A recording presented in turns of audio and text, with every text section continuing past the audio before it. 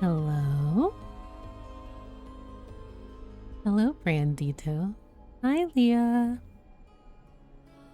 Greetings, Zila. How are you? Admittedly, I lost track of time and I made myself pizza rolls. So before I enter into the realm that is Genshin Impact Act 4 of the Nod-Krai Song of the Welkin Moon Archon quest, I'm going to try and eat a little bit. But I also wanted to prepare myself a bit because one, again, this quest is going to be very long. I will probably be going until 1 or 2 a.m. and then tomorrow I'll upload it onto my second channel.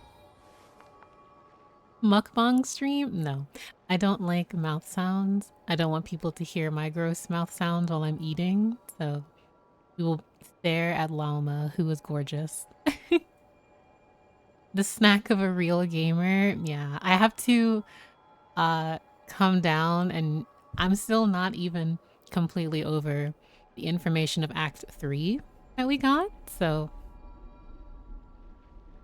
I think pizza rolls will be my comfort before the emotional, psychological, and possibly physical torment that I will have and suffer through in this quest.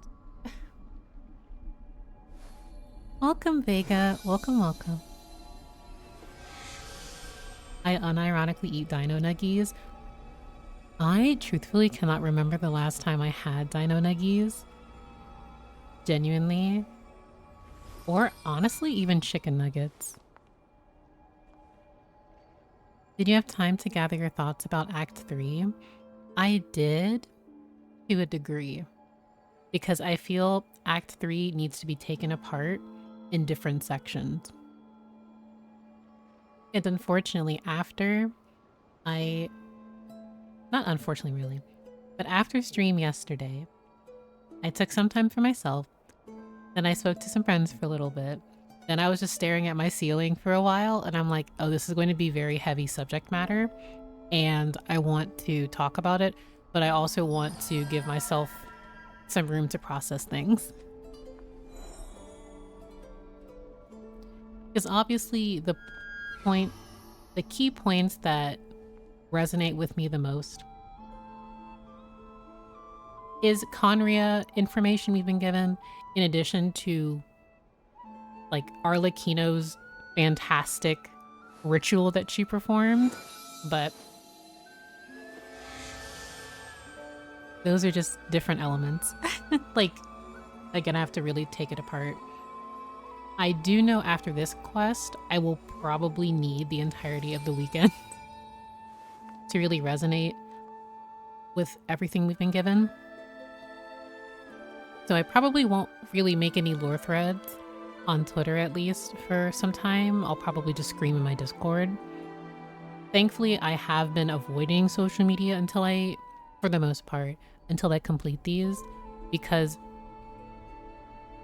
do I feel there is some discourse, and I also think it would be appropriate for me to again review all of the information again in sections and also speak about it and have healthy discussions about specific subject matter and character stories.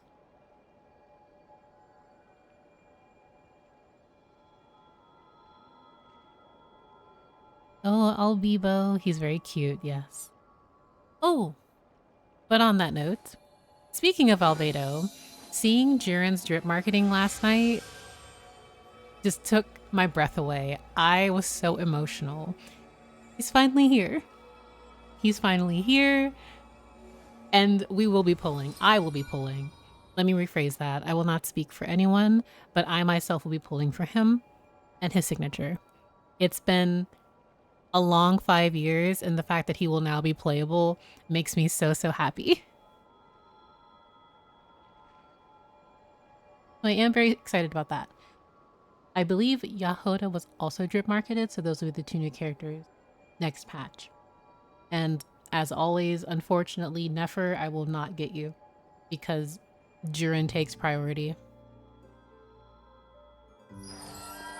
After 5 years, we finally get to play a dead body. Senora means the cope is alive. I mean, La Senora, Capitano, who knows? Maybe this means we can get Elenos too. That'd be very cute. The Conrian brain rot for me is very real because I'm finding myself branching into different... The web of Conria... Sorry if you heard that. I accidentally hit my microphone. The web of Conria's history, its characters, and obviously related events keeps branching further for me. And I want to know, in regard to the Crimson Moon Dynasty's genocide, I want to know of the characters that we know, how many characters were directly involved, how much do certain characters know, and everything that comes with that. So I'm very curious what more information we'll have, because I'm especially curious about Olindus. Yes, I clearly am interested in that, in his role, and we've been seeing it, and we see the dangers of complacency and the violence that is normalized and perpetuated. But now I'm curious, because Olindus, I'm squinting. I have a lot on the mind. But in addition to that, I do really like that the iridescent moon is now within Arlecchino. Clearly it makes the most sense. She screams Crimson Moon herself. And I really, really liked that both the Traveler and Arlecchino buffed Kuthar and gave her, or helped restore some of her power, or at least that of the level of the third Harbinger status she had. I also really, really hope to see more... I still want to know more information about the moons, even though they've been clearly showing us bits and pieces, and we have Moon Marrow information, learning about the Crimson Moon descendants and things of that nature. So I'm very curious, and I'm also very excited. Honestly, the team buff is very... Yeah, it was adorable. I really liked it. Also, I love Sandrone. I've liked her more and more as we continue to get a bit more on the Harbingers.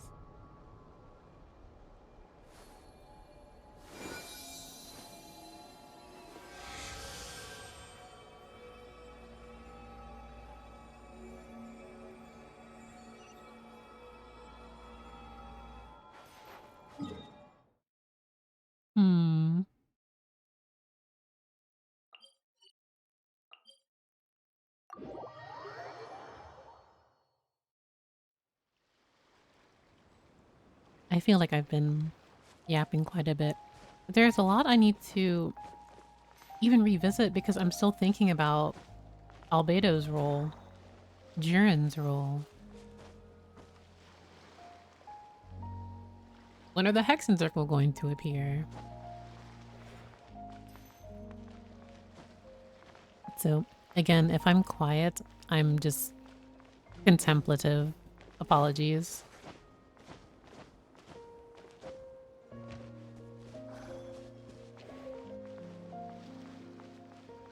I also want to state that it's going to be a very long stream.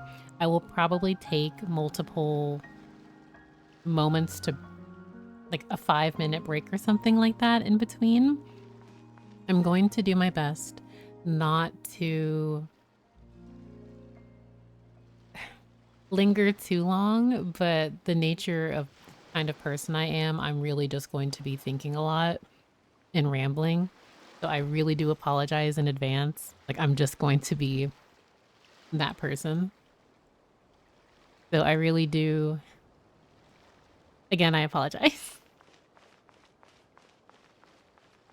So, oh my goodness. And I feel like there's going to be a lot here. So I'm going to quietly have my pizza rolls. And I also have, no joke, I have a Venti and Zhongli stuffed bear that was created by Enzume on Twitter as my comfort plushies for this because I feel like it's going to get deeper and deeper.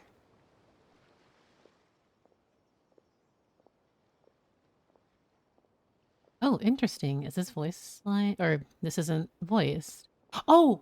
Oh my god, I just completely forgot. I forgot to turn back on the dialogue. So I'm gonna have to voice this because I was editing audio before. But thank you, Luca.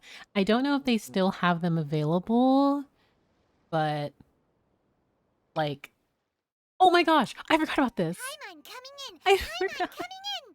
Is this level okay? Can you hear Paimon? Oh my gosh, saved. And also, thank you both, Benji and Jay. Thank you so much because I was like, oh my gosh, I'm gonna have to voice it. And I don't think they did this. Oh my gosh, thank you guys so much. Oh goodness. Oh, hey look! They made it back as well! Oh, I would have been so sad not hearing their voices. Prince! Lama! How did it all go? All is well, thank you. Nefer and Yehoda had to stay at the curatorium to wrap things up, so they won't be joining us for now. I ran into Miss Anefa and Miss Aino on the way back. Their work is still in progress, so I suspect they won't be back for a while either. You seem rather cheerful today, Mr. Flins. I certainly am. I achieved what I set out to do and came away with more than I bargained for. More than you Flins, what are you doing? Fighting alone can get quite Oh tedious, but I had the good fortune to run into a pair of brave young warriors. Oh, okay. Oh my gosh. Oh my gosh. Oh my gosh. Chat, not only have you saved me, but I would have been in tears. I would have figured out some way to get the audio back. Oh my gosh. I wasn't expecting them to be right here. This is just like Act 3 when they immediately just used that, like they gave us that cutscene that definitely gave more end cutscene of an act to me. But the fact that, oh my gosh. Oh my gosh. Oh my goodness. We meet again. How have you been? Albedo. Oh my god, Albedo, my love, how everything comes back to you. It's kind of crazy. It's actually kind of crazy. And the fact that Jiren is behind him. Oh my god. Also, Flins, you're just out here. Flins, you a creation of alchemy, also finding other creations of alchemy. Is this supposed to be poetic? Albedo! What are you doing here? Oh my goodness. Oh my, it's been too long. I'm guessing you're here to see Varka? That would be a natural assumption to make. It's also the correct one. These two courageously lent me a hand while I was fighting the wild hunt. When they told me they were Sir Varka's colleagues, it all made sense. All of alchemy just brings us together. Wow, that's so crazy. I'm gushing. Also, to hear Koi's voice after so long, I want to cry. I actually want to cry. And given how people of outstanding talent tend to cross paths, it's no wonder you're already acquainted. Flins, I already have so much to say about you. The fact that I literally wanted Flins and Albedo to interact. Now that I get this and him with Jiren, I'm so excited. Oh my gosh. Oh my gosh. So, who's your travel buddy, Albedo? Oh my god, his baby brother. Why don't you come and introduce yourself? I'm gonna cry. Please help. Oh my gosh, he's so adorable. It's like, it was a wrap. I was already not going to pull for Nefer, but now I'm especially not pulling for her. Jiren takes top priority. Excuse me as I gush, but I love Jiren so much. Oh my goodness. He's so precious. A gentleman of few words, I see. and a rather stern countenance. I presumed you were acquainted with him. Is that not the case? Like, I'm so obsessed with his design. Like, I love the horns, love the wings, love the tail, the heart, because of how important it was just as Jiren. The scarlet quartz, like, references with the gems, the color. Like, we all know they like to use deep magentas, purples to signify the abyss and whatnot. But even just because mini Jiren had these exact same horns, his like, I love his color palette, the purple. I'm going to cry. Also, the amount of heart designs we've had with characters. And the fact that, like, Albedo has his mark, his star mark on his neck, and Jiren has this star mark. Like, I'm gonna cry. Like, the diamond's so cute. I'm literally going to explode. I'm actually going to explode. Version 1.0 me would not have thought we would be here. I'm so sorry. I love Jiren so much. Oh, so good. I love him. Wait, those horns. You must be... It's nice to meet you. Again. We've technically met before. He's so baby. He's so baby. Oh. I'm so obsessed. I'm literally so obsessed. Wait a sec! You're Mini Durin! That's right. It's me. I'm glad to see you again. I'm actually going to cry. I love this character so much. I just have to absorb the fact. Also, once again, I wanted Flynn's and Albedo to interact, so that... I need to see Jiren and Devalin. I need to see Jiren and Venti on screen too. So much. There's so much. By the way, he says it's okay if you drop the mini. Yeah, I'm not as mini as I used to be. Oh. Interesting, isn't it? The first step towards blending into human society appears to be reflecting on whether one's name really reflects who they are. Oh my goodness. As if this isn't something Kutar also will have to be going through when she hopefully decides on her own true name as a goddess, but we will see. And also, Albedo, Flynn, and Jiren being here is just, I'm just so giddy. Wow! You look so different! In a good way, of course. It's great to see you looking so healthy. Oh my god, his smile. Sorry. Look at the baby. Oh my goodness.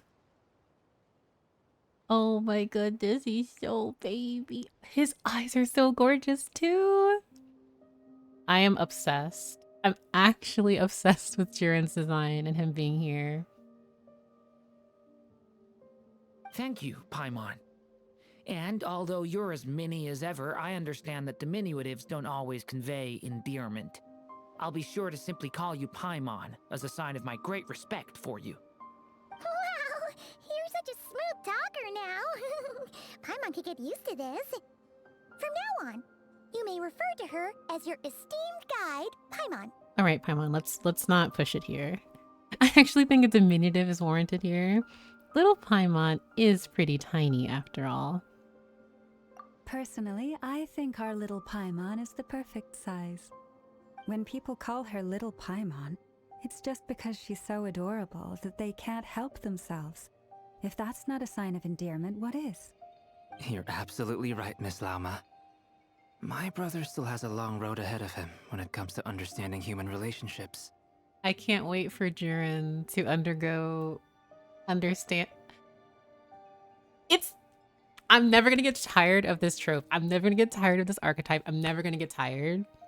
Because we quite literally see the fact that Albedo is even here at all. Yes, he has his own ulterior motive and things that he's doing with Alice on his own, etc. But previously, years ago, Albedo would not be here. He would not be here. And his character growth. Oh my gosh, I'm just gushing. Oh my gosh. The babies. Lynn's also baby, but I just love the I love this. Anyway, speaking of long journeys, didn't Columbina, leave with you? How come she isn't back yet? She's been catching up with old friends. Wouldn't be surprised if she stopped for a cup of tea or 10 on the way back.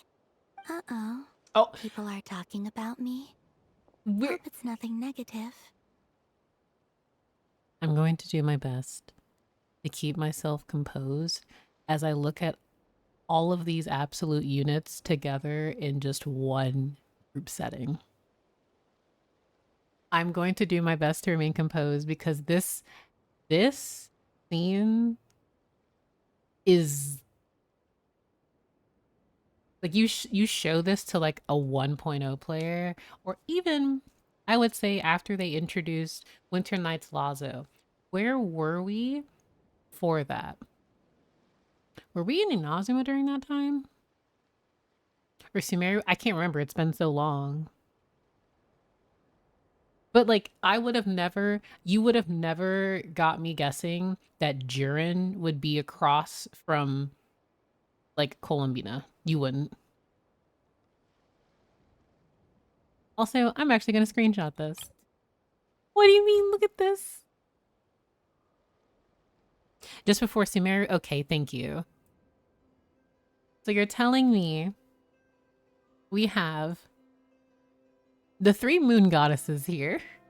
We have Traveler, Columbina, Arlecchino. Then we have a Fae, we have a dragon, we have a homunculus, and another goddess, Llama. The moon chanter of the Frost Moon Scions.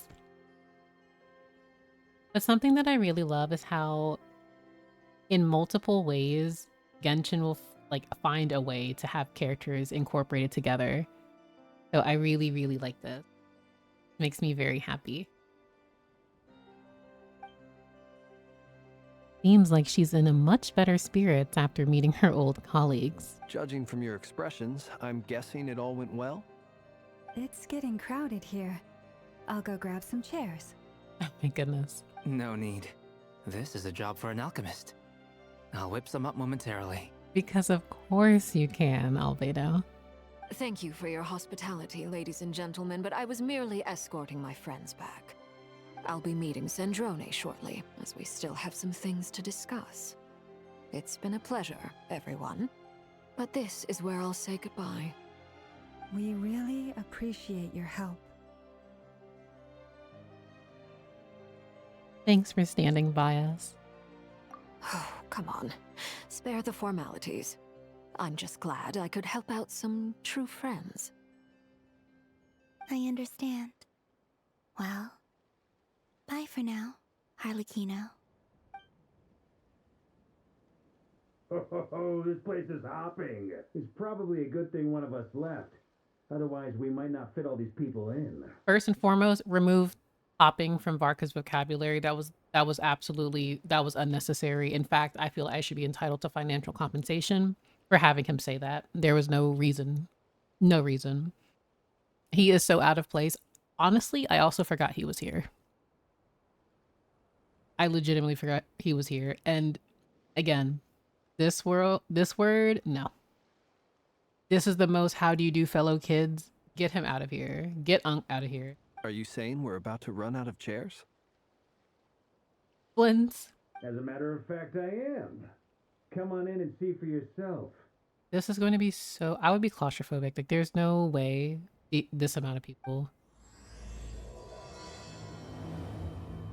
Like... He's so... Varka gives me a headache, so I'm not going to think about Varka. Unfortunately, I have to think about Varka. Also, once again, the shading of his model, it gives me ZZZ for some reason. I can't explain it, but it does. I feel like Varka's... Maybe it's the handsome face that's aggressively handsome that I'm not used to. Varka, my comfort millennial. Varka, please. Varga has to be like, I mean, this is Genshin, so by all means, they may have him considerably younger, but I don't like to think that he's anything younger than 35. But even then, he is canonically like the youngest one here.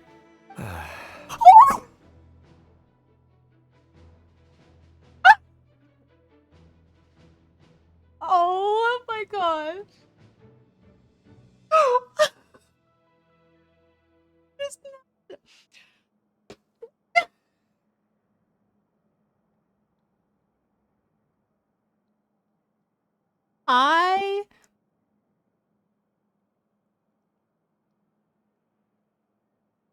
This game is not real.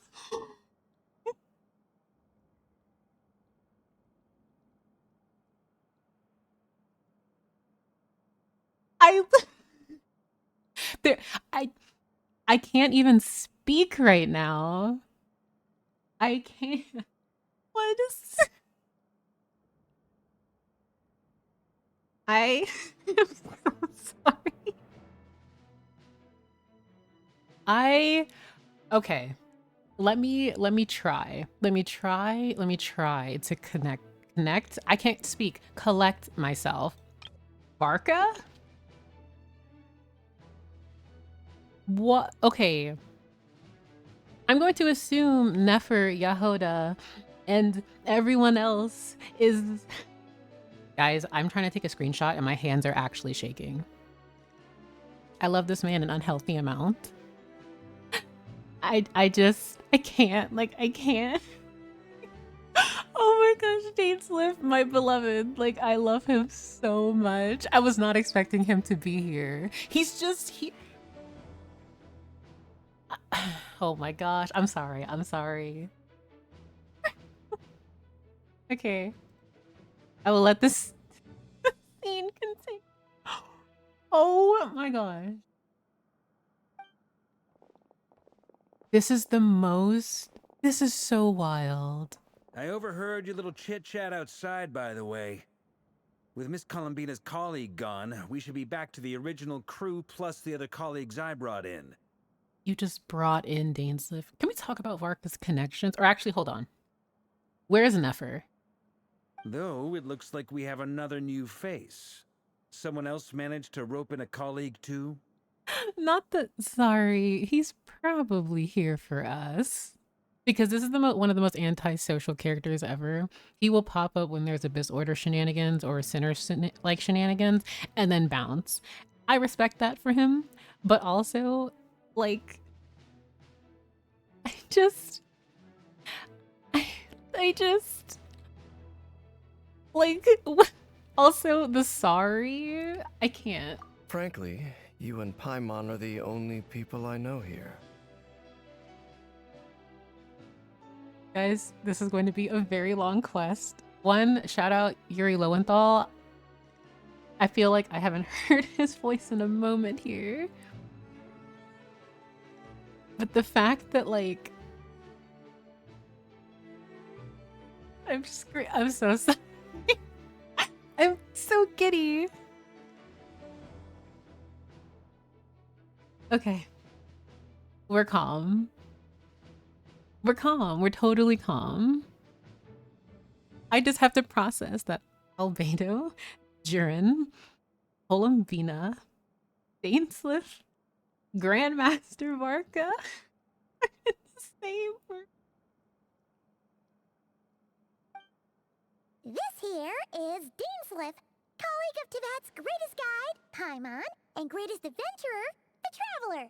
Well, not exactly colleagues, more sort of friends. Oh my god. This is so cute. This is so cute, and I'm so here for it. Oh god. I'm dreading these okay, not dreading the interactions. I need to know. He's such a sad, wet cat of a man. I love that. When someone else jumps in to do the announcing, you know you're speaking to someone important. Oh my gosh. What? Let's hear what he has to say. just can't. I can't get Flint's being like, oh, interesting. You got your own title. What does your history say? Note to self. Once Paimon knows your name, the rest of the world will soon follow. Please. I need more Paimon Dainsleif interactions because he is so over it. When he comes looking for us, it's usually something important. Paimon's guessing you've heard about the wild hunt then. Also, the fact that Dainsleif is just like, all right, I'll just track the Traveler down, and I just know where they are. From the looks of it, you're about to hold a meeting. If I were to say that the Wild Hunt is our mutual enemy, would that earn me a seat at the table? Yes, yes, yes, yes, please give me so much of Dainsleif. I will not say what I would like, but I want him to stay here. I need more Dainsleif. As the saying goes, the enemy of my enemy is my friend. Mr. Dainsleif, there's a seat with your name on it. Though, I can't promise the same for everyone else. Hey, Albedo, think you can rustle up a couple more chairs? Varka is so funny to me because he's like, heck yeah, more people to fight the evil guy with. I'm not going to just diminish him into being like very simple like that, but Varka is such a jovial man. After all this time apart, Grandmaster Varka's first order is to rustle up a couple more chairs. I've missed this. Oh, he missed Grandmaster Varka and like the family aspect. I'm going to cry. Is he being sarcastic? Hey, he's your brother. Why are you asking us? Oh my gosh, Paimon. I've still got a lot to learn about the nuances of human conversation. Trying to decipher Albedo's way of speaking has been like jumping in at the deep end. Jiren, I would love to introduce you to a man named Zhongli then. You will have a lovely time. Oh, good point. Paimon gets you now. Don't sweat it. There are people who go their whole lives without getting the hang of it. You're ahead of the game already. Look at you, Paimon, expert in the art of encouragement. Oh my god, I wonder what's taking Nefer so long. Perhaps you should go and check in with her. If anyone can hurry her along, it's you. oh my gosh, they're just not subtle about it at all. That's so funny. That's so funny. The fact that Flynn clocked that too, hilarious. I just got back from the curatorium. Besides, aren't you curious to see what's taking her so long? Miss Nefer doesn't strike me as the type to share secrets. And since gathering intel is her specialty, I'm guessing she'd prefer to keep her methods confidential. Under such circumstances, would it not be tactless for me to impose? He's like, I don't want to do that. With the biggest smile on his face. Flynn, you are so dramatic. Oh, but it's fine for me to impose. Flynn, you're not slick. You can try and butter up everyone else, but I see through you. What can I say? You have an unrivaled ability to garner people's affection, Miss Moonchanter. Flynn's. Besides, you have far more in common with her than I do. Flynn's is so... The way... Ooh, I want to fight him. The way that I want to fight him, he is not being... He's being so serious, and I can read him like a book. It's so annoying. Get me out of here. All right then. I'm so sorry, Lauma. I'm so sorry you fell for it. I would have been like, no. Impressive. She barely fought back at all. I admire your powers of persuasion, my friend. He really said tee. He really said tee. I'm not wrong, but I also didn't want to do it. Also, there is an ad break right now, so I'm just gonna pause. I think this is an appropriate like time to just wait TM. But this is so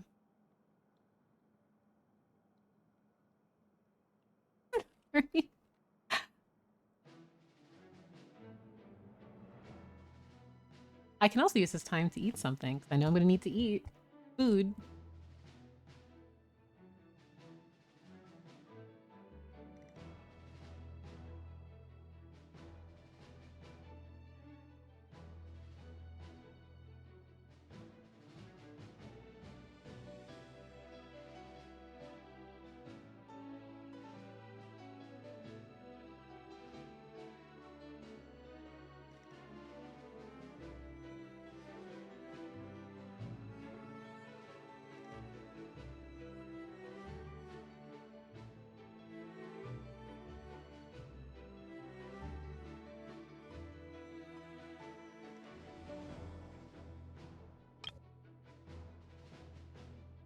This is the most tee-hee.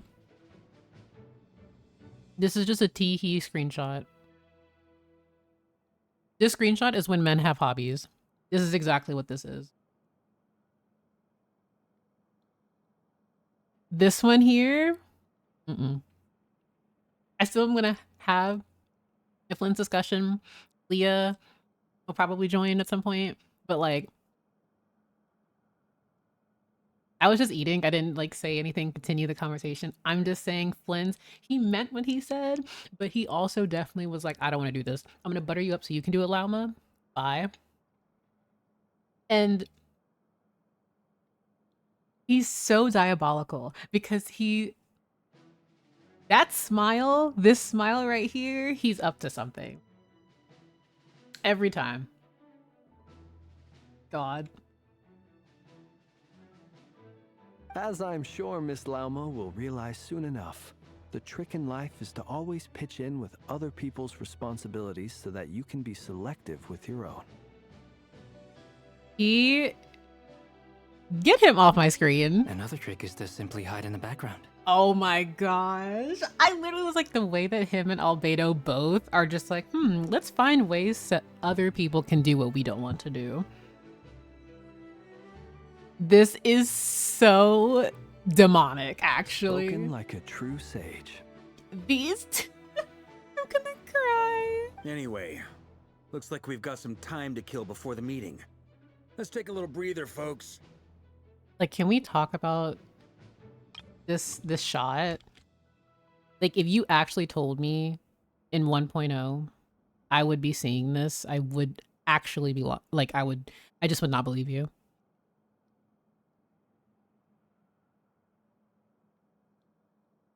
I am still just not over the fact that not only was Flint's like, oh, hey, if anyone can get Nefer to do anything, you definitely would. And as esteemed a moonchanter as you are, I'm sure it'd be no problem. You have the most qualifications out of all of us. This one, these two together, I'm sorry, Traveler. I'm so sorry, Traveler. Like, oh dear. Feel free to chat amongst yourselves. We'll get down to business once the other two arrive. My gosh.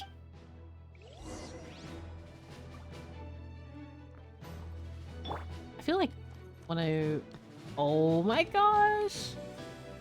Of course he's by himself. He's so... See, if I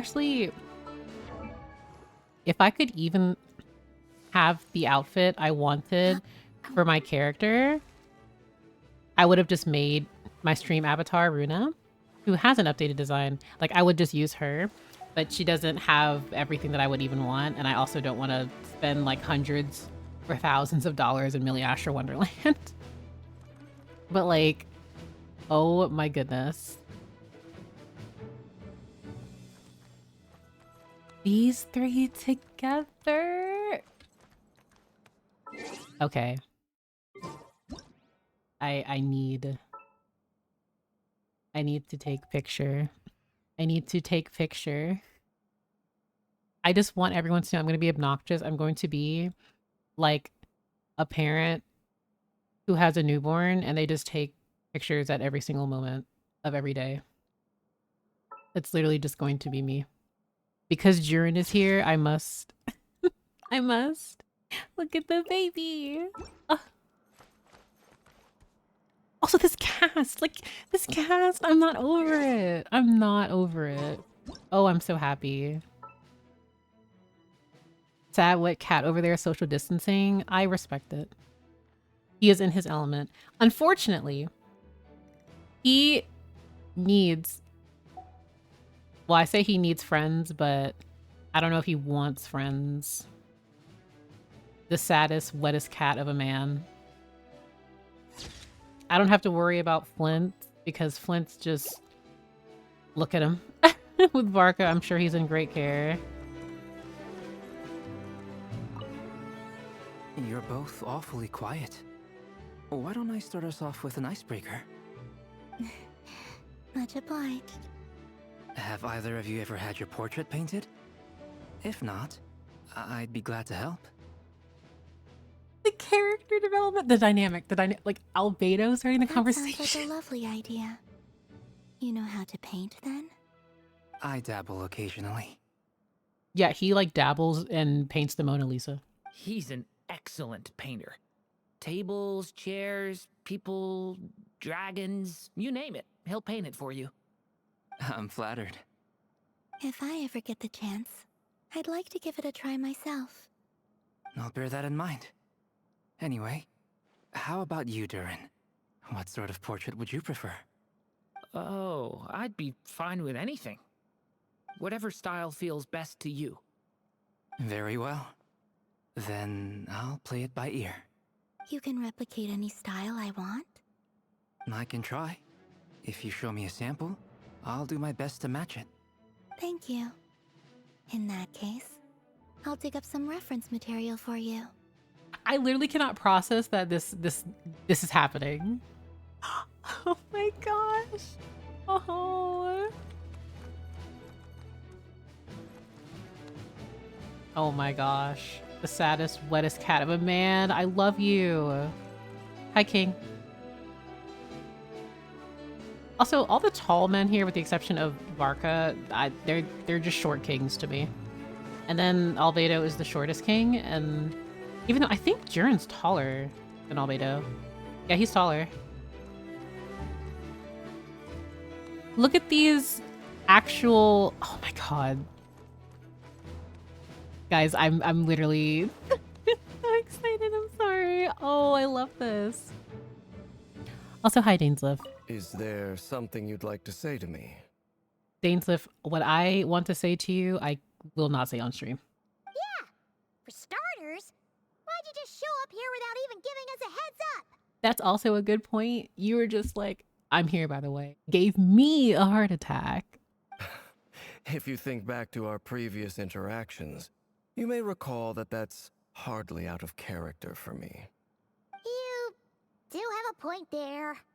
Sorted out your accommodation yet? Oh yeah! You'll need to find somewhere to stay the night too, right? Want to tag along with us? You never know. We might get a group discount. Yeah, there's a decent hotel at Nasha Town. Sure, let's do that. Oh, I honestly did not think you would agree to that. Great! Paimon will handle it! And in return, we can get Dainsleif to be our very own personal bodyguard. It's here. It's here. I want to say it, but I won't. I'm gonna be on my best behavior. A little, possibly. Paimon, you're thinking out loud again. Also, Dainsleif as a bodyguard, oh my gosh, it'd be such a shame if something were to happen to me and I would need Dainsleif to protect me. Oh my gosh.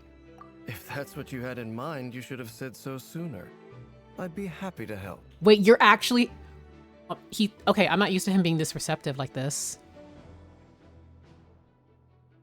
Okay, so tucks hair behind ear. Okay, so if you're so willing to be the bodyguard, can I just say, like, also, I appreciate how he was just very like, yeah, I mean, I can if you want. But sir, there is a bit more that I'm going to need for you to do. Oh, okay then. Paimon was only kidding, but good to know. Also, I still, like, jokes aside, I genuinely need to talk to you about things, sir. I need more things from you. Many things. Yes, chat, that is one of them. Anyway, since we're all here together, we might as well watch each other's backs. That's just what friends do, right? Yeah, he's your friend, Paimon. He's my husband. Indeed. Thank you. I'm actually through the roof right now. Oh my god, I love Dainsleif. He's so cute. Oh my gosh, I'm obsessed. See, I don't even want to complete this quest because I kind of want to trap him in my world forever. I could just pull a Heavenly Principles and just...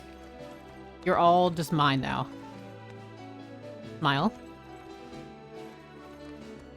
I have to take pictures of him. I have to take pictures of him. Oh my gosh. we're gonna be here a while. I just want you to know, chat. So I'm very sorry in advance. If you need to get a snack, if you need to stretch, if you need to use the restroom, do whatever you need to do. But like, I must take picture. Also, I don't like how that. Actually, hold on.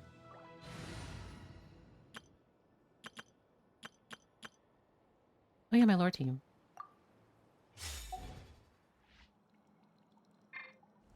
They just look so good together.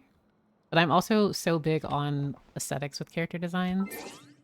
I will not talk to Flynn and Varka until I've finished taking pictures. Because I must.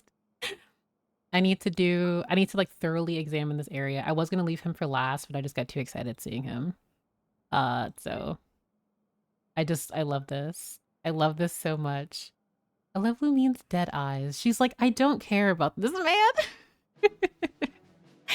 It's just so cute. I love this. I love this so much. But yeah, I'm so big into like dynamics where characters have. Oh, this is so cute. Also, VOD watchers, yes, you will be here for at least like a solid 5 minutes. Oh my gosh, this is so cute.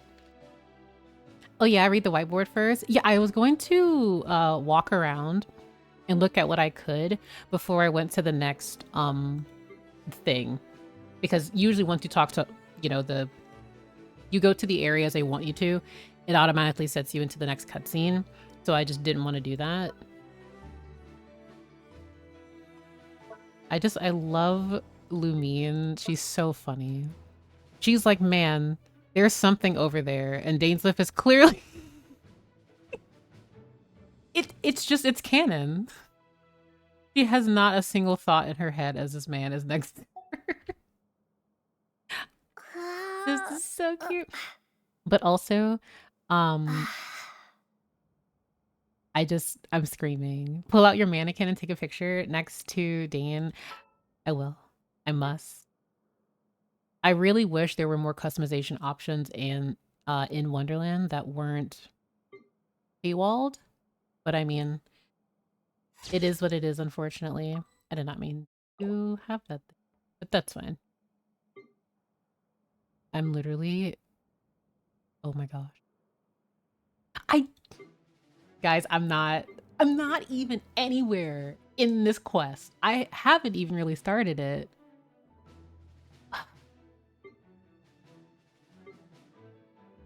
Get the wedding dress? I mean, I'm so determined on commissioning a specific illustrator of my stream avatar in Dainsleif, and it will happen. I'm manifesting. Unfortunately, you don't have as many poses as you do in Wonderland, which kind of make me sad, but it is what it is. They're just so cute. But also, unironically, I really do wish you could just... Also, I love this. I'm never gonna get over this design. I never am.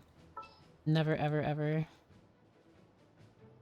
Also, the fact that they have the same portrait as Aloy makes me so sad. Because it's just like, oh, he's so baby. Sorry. I do want to make Runa, but the thing is, again, must swipe.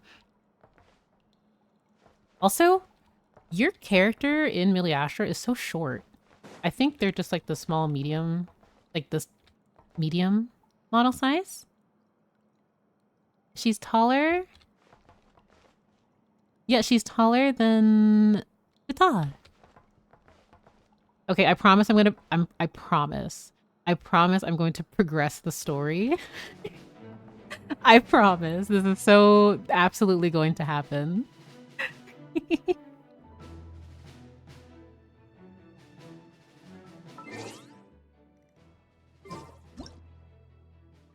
I just want to take the picture. I must.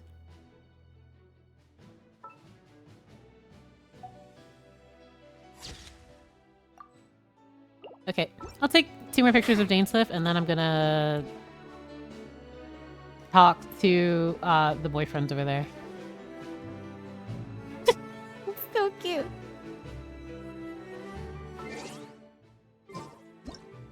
I have to be honest. I don't know how I'm going to make it through the rest of this quest, guys. I don't. I don't.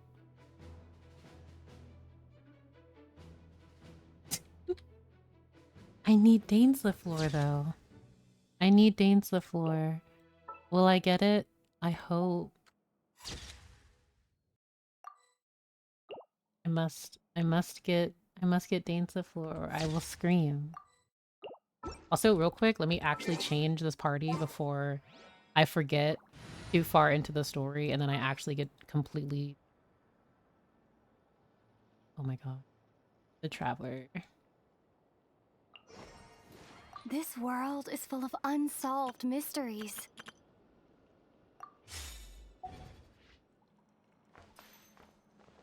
Oh! Not there.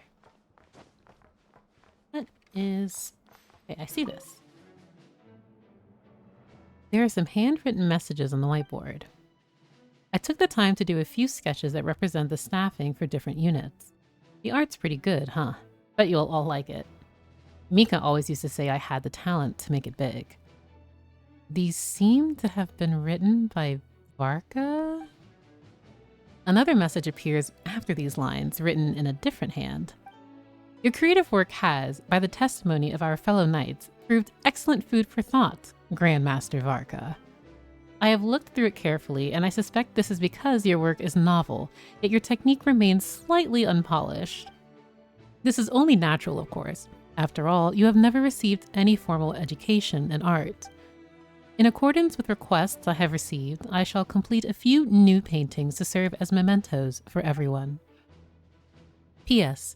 Please understand that the Grandmaster almost always has his hands full defending others, that his artistic capabilities are developed, as this is a testament to the time he has spent alongside Spark Knight Klee. The writer has signed off in the corner as Albedo. What if I actually explode? Like, what if I don't make it out of this quest? Like, oh my god. Oh my gosh, I forgot how tall she is. Good for her. I love how tall she is. I know she's in heels, but still. Is there anything else I can interact with before I talk to them? I don't believe so. No. But, okay, the idea of Grandmaster Varka drawing pictures with Klee. Help. I'm actually, guys, I need this for me personally. What if, hear me out, I just stare at Dainsliff for like a minute? This is so cute. Wait, but no, Dainsliff actually said that he would be the Traveler's bodyguard and was like, yeah, I can go back to the inn. Dainsliff? Boy, let's cut the BS right now. If it were not for my barely holding on conscious, I would say the most colorful things about him. But it's okay. It's okay, we'll wrap it together. We'll wrap it up and I'll talk to Flint and Varka. This is the stream. This is the stream, by the way. I love him. Look at him posing. Dainsliff's such a dork. I love him. Also, I suppose that's some degree of character development for him, maybe, only because he was pretty... I mean, he's not so antisocial that he can't be polite, but I do appreciate the... I love him. Okay, boyfriends. Truth be told, I can't remember the last time I was in a meeting with so many people. You're not alone there, my friend. The Lightkeepers also struggle to bring everyone together for a serious discussion. I don't doubt that. I've only ever met two Ratniki, one being you, and the other being that young guy, Itlua. Itlua is a good apple. I'll give him that. He's kind, honest, and regularly delivers supplies to my lighthouse. A true Ratnik to the core. In that sense, he puts me to shame. So you're what? A fake Ratnik? That's what it sounds like you're saying. But I get the feeling that's not quite what you meant. Come Please. on, why the awkward silence? Sorry. I'm not even gonna bother trying to hide it. You've known all along, haven't you, my friend? Get out of here. Now that was an awkward silence. Let's just keep this between ourselves. Probably best if Itlua doesn't know, huh? They are not serious. That goes without saying. Gotta be careful what you share with youngsters, after all. Anyone else in the know? Let me guess. The Traveler and Paimon? These dorks are going to be the death of me. It's dangerous being too sharp for one's own good, you know. Then, in the name of the Animo Archon Barbados himself, I swear your secret's safe with me. When we went for drinks, you said that you and Barbados were practically best buds. In the light of that claim, do you really expect me to take your oath seriously? Of course. Just as long as you don't go spreading around the fact that I'm close with Barbados, all right? Fair enough, then. Nothing like a bit of mutual leverage to seal the bonds of friendship. What did I just like? Oh my gosh. Oh my god. Nefer, okay. I need to unpack that dialogue, but also Nefer's expression here. She's so over it. Oh my gosh, the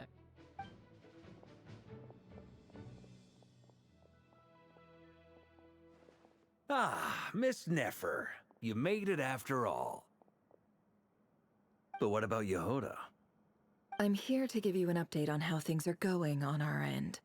Once this is over, I'll be heading straight back to continue my work. I left Yehoda back at the curatorium to watch over things while I'm gone. Huh. So much for just this once. Shh! Not so loud! We're on a roll here! What if she remembers and suddenly decides to back out?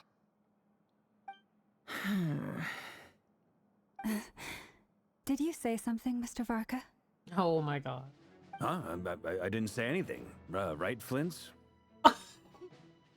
These characters are not serious right now. They're actually not serious. Must have been a frog. They get so noisy around here at nighttime.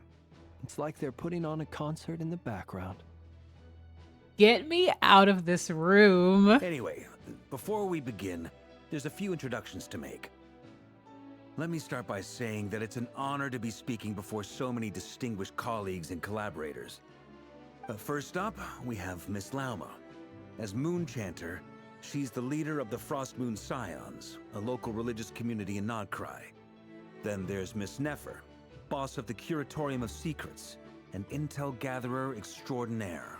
Nefer is leading the investigation into Rerer's background, assisted by Yehoda and Lauma. From the little I've heard, they're making some great progress.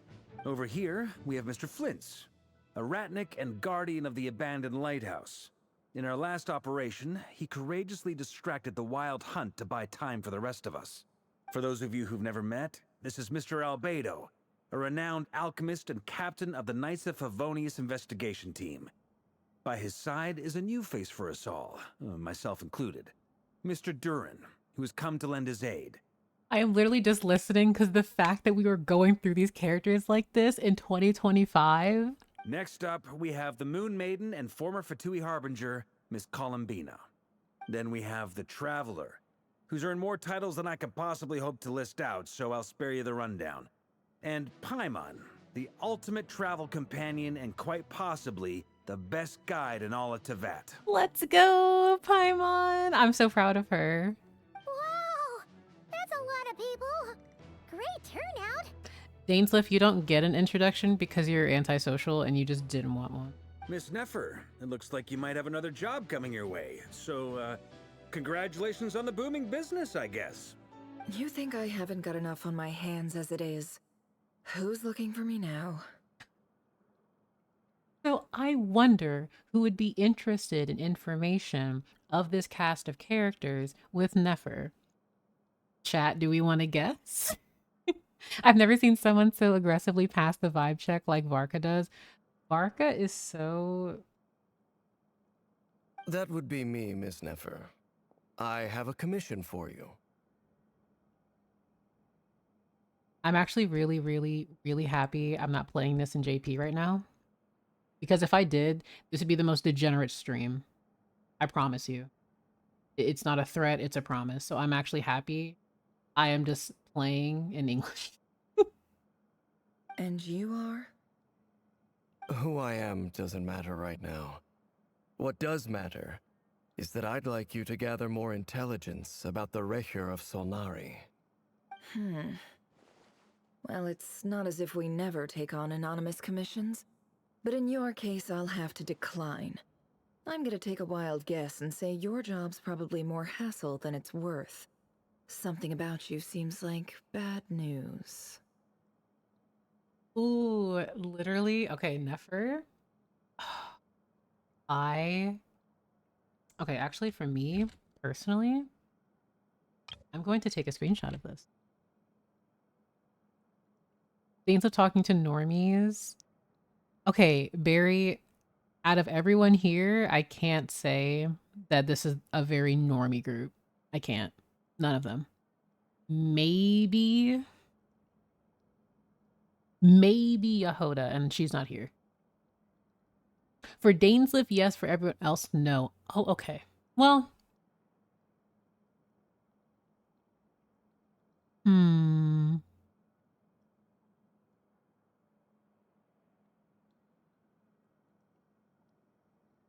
I'm actually not even looking at the screen right now. I'm like just looking in the distance thinking, we'll see. But she said, no, you're Conrian, and I don't know if I want to dig into whatever you want me to. It's my eyes, isn't it? Conrian, I assume. And what's with the mask? Are you trying to hide your identity? In any case, the fact that you're even still alive raises an awful lot of questions for me.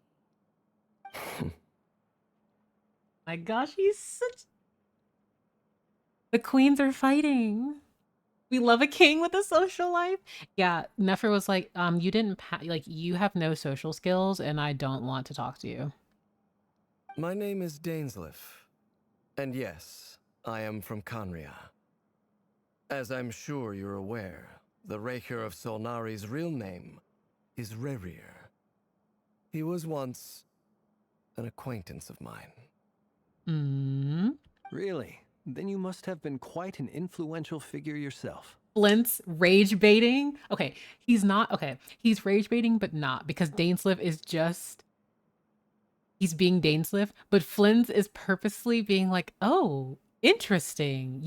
So that means you've had some degree of status where you are. That's interesting. But there's also an ad right now, and I'm not going to continue I'm not going to continue the conversation. I'm just going to wait. Has Flint ever once been serious? Yeah, he's been serious. Like when he went against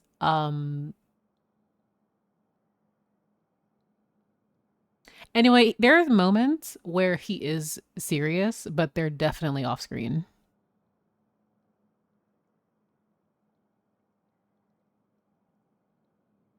Yes, as a lamp. I mean, he's as serious as a lantern could be.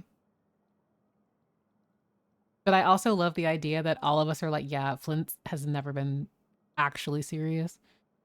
Actually, no, hold on. The moment in which he was serious, of course, involved Sosi. But he wasn't serious with Rerir. He wasn't serious and isn't being serious right now.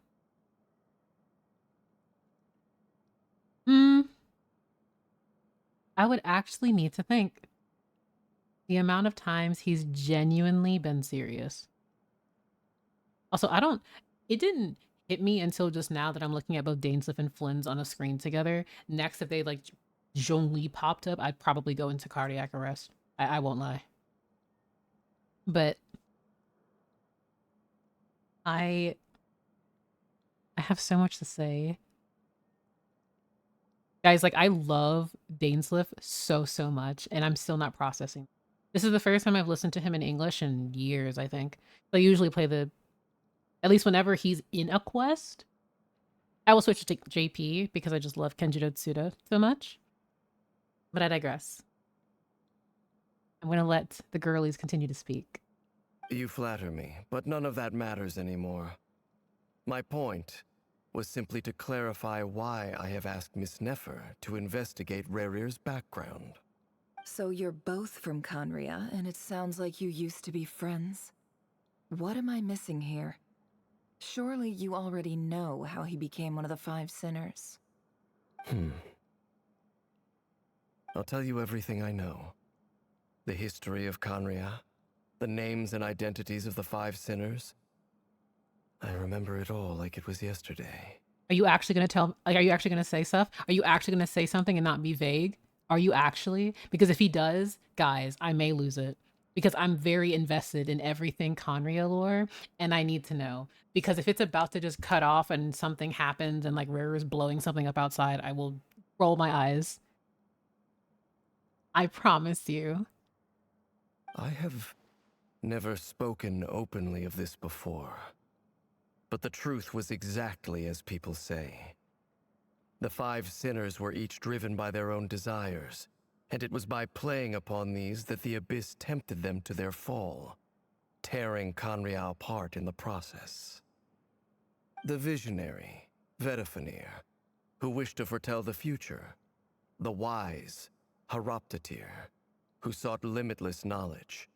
Gold, Rhindaughter, who desired to create life. The foul, Surtologi, who pursued supreme strength. And last, but not least, Raker of Solnari, Rerir, Ravager of the Moon. Okay, he actually is, though. I wanted to let him continue. I needed to let him... Guys, dates, I love dates. Guys, I love dates. I'm focused, I promise I am, but I miss this man so much. That's my mom. That's Albedo in the corner. Rhineberius is somewhere just being like, oh, this is so interesting. Of the 5, Rerir is the only one who remains a mystery to me. He never harbored grand ambitions. So what changed in the space of a single night? How did he come to fall like the others? This is actually curious to me because I especially want to know how much Dainsleif knew about Rerir and about the Crimson Moon Dynasty Purge. Like, I want to have more context here. But is this telling me that Dainsleif wasn't familiar with everything? In other words, you're saying that his change came as a shock to you, and you have no idea what actually happened? That's right. Interesting. I don't know how to process this.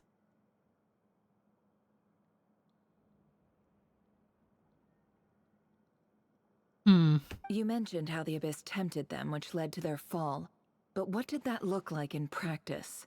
And what other context can you give me about the events of that time? The more detail you can give me, the better. Strangely, now that it comes to it, I hardly know where to begin. The fateful night took place during the era of the Eclipse Dynasty. One day, my elder brother, the visionary, Vedifenir, was summoned to the palace by the Vinster King, only for the king to gouge out his eyes and cast him into the dungeons. Oh, we're going there. Oh my gosh. I'm just gonna let him continue. I don't even have genuinely like more commentary to add. Some of this information we vaguely knew of or had before, but When I came to hear of this, my fury knew no bounds. I gathered together every ally I thought I had, and together we set a night to storm the palace and free Ved.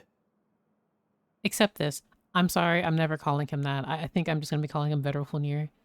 That nickname, I don't think I'm ever gonna get used to. Centuries on, the memories of that night still haunt me like a never-ending nightmare. We broke through the palace gates, just like we had planned, each striking towards our separate targets. But then, I was betrayed. Even Vedrfolnir, the very person I had come to rescue, abandoned me and partook of the Abyss's power. So, it's personal after all. Then tell me, Mr. Dainsleif, what price are you willing to pay? You, of all people, must know that nothing comes for free. I cannot say what price would be worthy of such a commission. But know this. Rerir was not always a madman. Believe it or not, there was a time when he was just an ordinary man, working for the Conrian Intelligence Service. Uncovering the truth of Rerir's past is the only way to unravel this mystery. But before you decide if you will accept my commission, I will tell you more about him. Enough, I hope, to help you plan your next move. This is like so much. I don't even have anything to say because I'm just listening to him.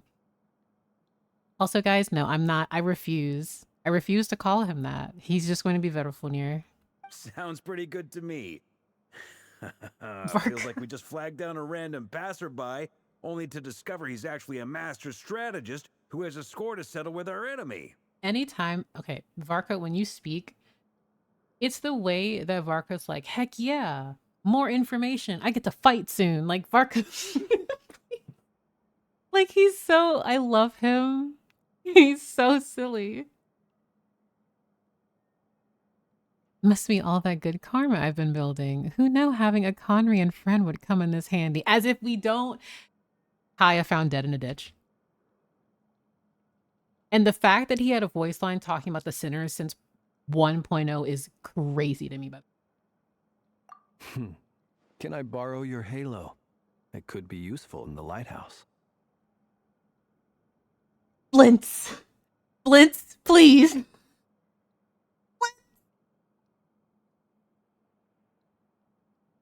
I'm calm. Blintz, sweetie, now is not the time. Hey, enough with the wisecracks. Besides, isn't that lamp of yours bright enough already? And if you want anyone's crown, take Paimon's. Who knows, maybe something would happen if you touched it. Relax. It was meant to be a compliment. If that was a little over the top for your liking, I'll make sure to tone it down next time. He is the most unserious character in this entire room, if I'm being frank. He's currently battling Varka for me. He literally is Feymaxing. It's like Dainsleif's going on talking about his past and the tragedy and being like, hey, Nefer, can you help me? We'll figure out something if you accept. Blend. I want to flirt with the Traveler because that is what is on my mind. Like, please. I'll give your proposal some serious thought, Mr. Dainsleif. Let's speak in private once the meeting is over. Before that, there's a few things I'd like to share. The Traveler speaking. Thank God. I'm so happy. Like, please, can we have them speak more, please? Also, Lumine, baby.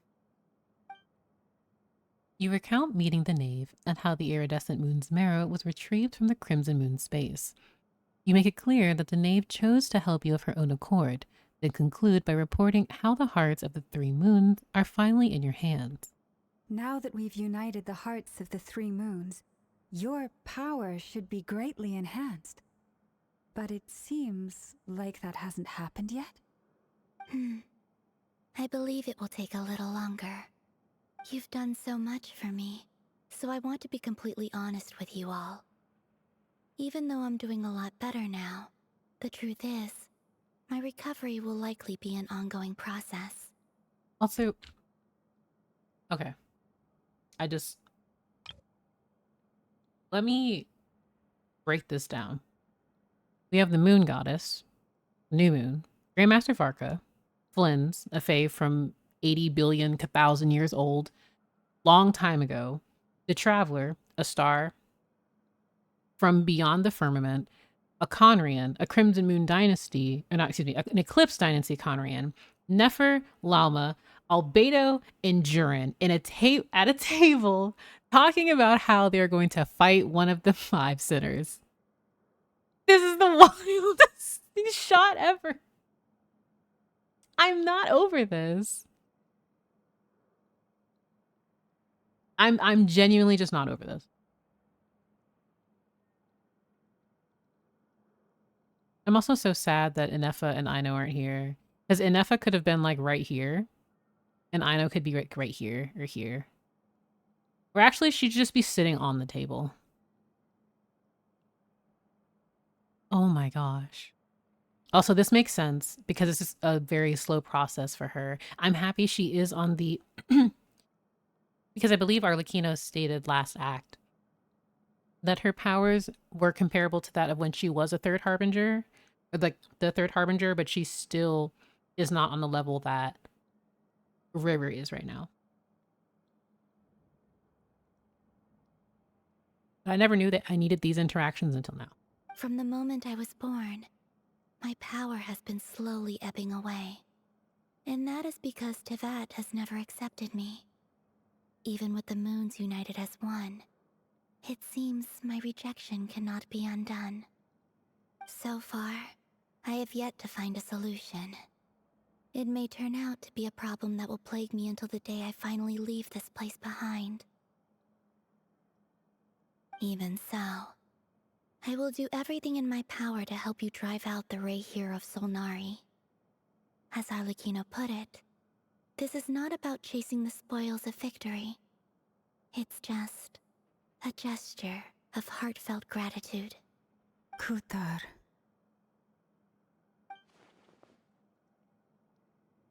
How do I even process?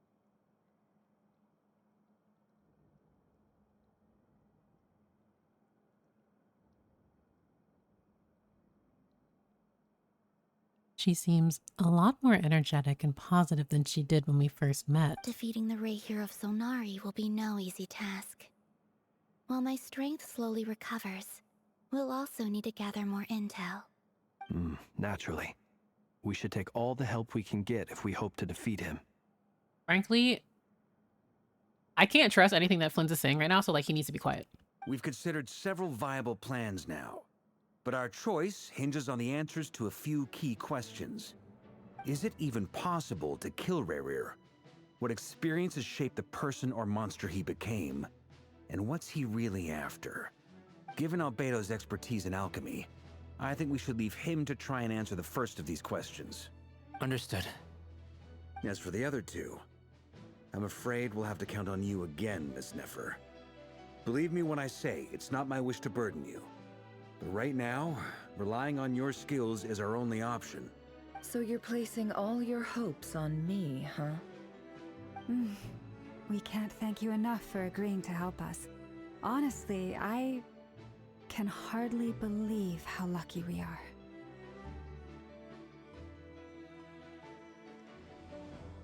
Why is Tevat rejecting her? Because of the dragons? Because the Moon Sisters betrayed the dragons?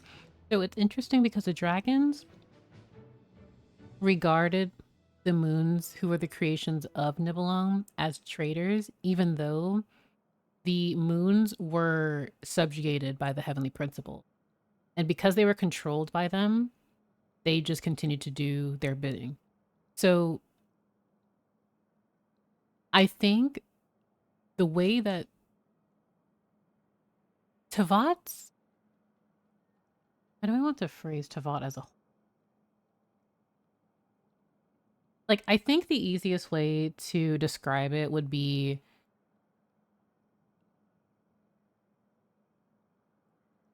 how do I want to say it?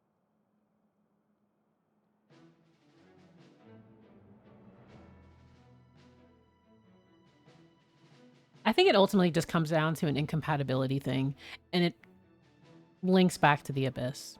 Yeah, like how Leah said. Because what I want to say, like originally what I wanted to say was that the way that Tavat is framed now was created following Nibelung's perishing. The moon, like Kuvaki and the Abyss will always be diametrically opposing forces. And because the Abyss just continues to corrode Tavat and has existed in such a way that its essence, like at its core, now affects the three moons, or did. Or really, I should just say Columbina in this sense, because the iridescent moon or the crimson moon became like its essence was the abyss mixed with the iridescent moon remnants. So it's difficult for me to explain. I think honestly the easiest way, like we know clearly they're incompatible, but I think it just has to do with the abyss. When in doubt, the abyss. You sure have a talent for changing your tune, Miss Moonchanter. Timid like Yehoda one moment, then flinches insincere flattery the next. Thank you, Nefer, for clocking that. So funny. Ladies, please. I must object to your portrayal of me. That's all. Feel free to keep bickering. Just pretend I'm not here. Okay, this man is not serious. He's not serious. He's never been serious. He'll never be serious. I am not. And I'm also screenshotting this because this man, they really gave us more of his characterization here. Like they gave us part of it in the first two acts, and especially so here. He is not serious, and I'm going to just pin it at some point in this thread. So he is Fey-maxing to the umpth degree here. I love him so much. I almost don't want to leave this room. I'm curious to see how this plays out. These two are top. They are S-tier rage baiters. They really are. Like,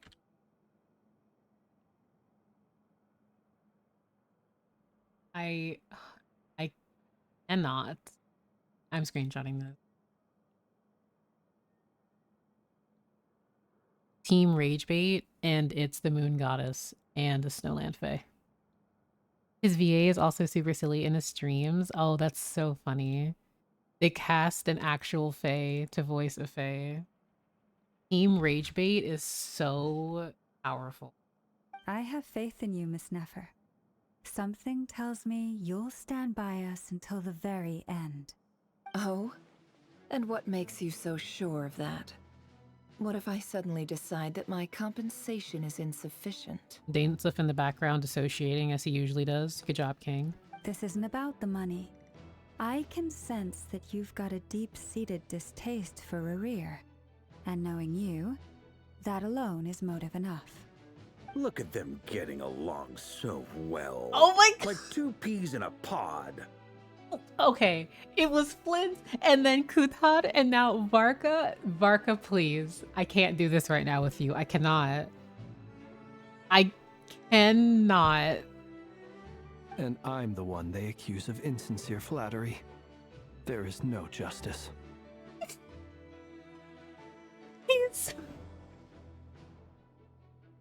Am I reading this correctly? Flint, you can't be serious. I have... No, there's just no way. That's such a... He's such a dad. Barca is not... He's not real. Barca is not a real... Miss Lauma, you have to understand something. Unlike you, I don't actually enjoy having everyone's hopes on my shoulders. Is that right? Well, maybe the fact that I'm willing to put my hopes in other people says more about me than you. But the fact is, I also trust you. And that's because I know that you're someone we can count on. Anyway, we've got our plan, so let's get moving. Mr. Dainsleif, let's talk.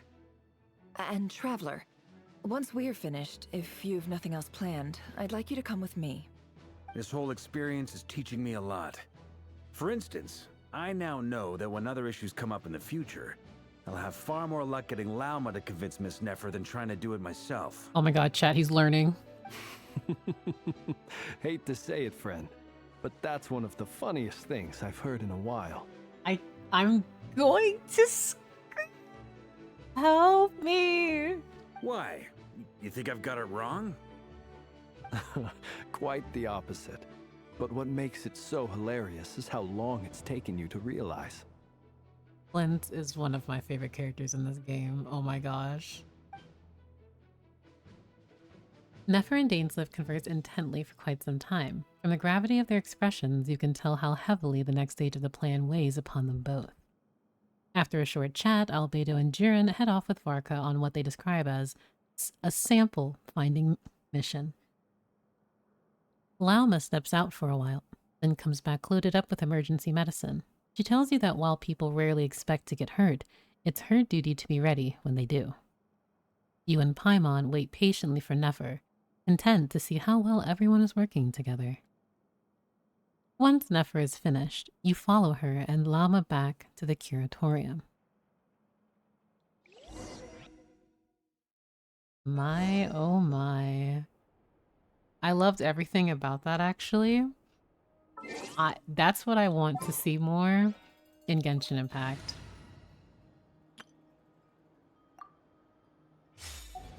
This one here, ooh, do I have a stream ready? I have even more to say about you. This one right here. Also, this is very important to do. I'm not taking a picture of him, but I just want you guys to see him smile. If you see him do this, if you see him do this, your days are numbered. Your days are numbered, by the way. It's the fact that he was so happy and being the silliest around Albedo, Jiren, enjoy the interaction between Nefer and Lauma, and his dialogue with Varka. My goodness. I love, like, this is really giving me Krumeru vibes. I love the bickering and the shadiness, the silliness. Oh, it's so good. Thank you for that, Flint.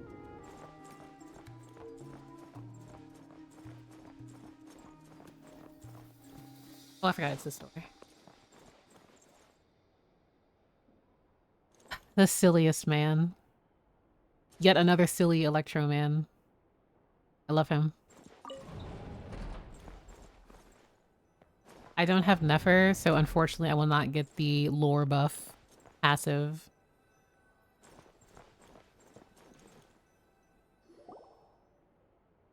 Please don't put Flynn's in the same room as Thank you for Sino. waiting. I would actually just... I wouldn't be able to process it. It's okay. And you know what's gonna We'll actually happen. use the time to help Dainsleif get a room at the hotel. You know they're gonna do it. They're gonna put Ororon, Flynn, and Sino all in a room together. They are. Razor will also be there being cute, but the three of them are gonna be absolute demons. That's very considerate of you. Now, I trust you share my curiosity about Rarier's past, and you seem fairly familiar with Mr. Dainsleif already. That's right. We've known each other for quite some time now. We spoke at some length after the meeting. He was the one who suggested I should invite you to join this operation. He feels confident that these secrets will be safe with you. Dane has a lot of faith in us, that's for sure. Thanks for your trust too, Nefer. Likewise. I appreciate that you got right on board without interrogating me about why I invited you.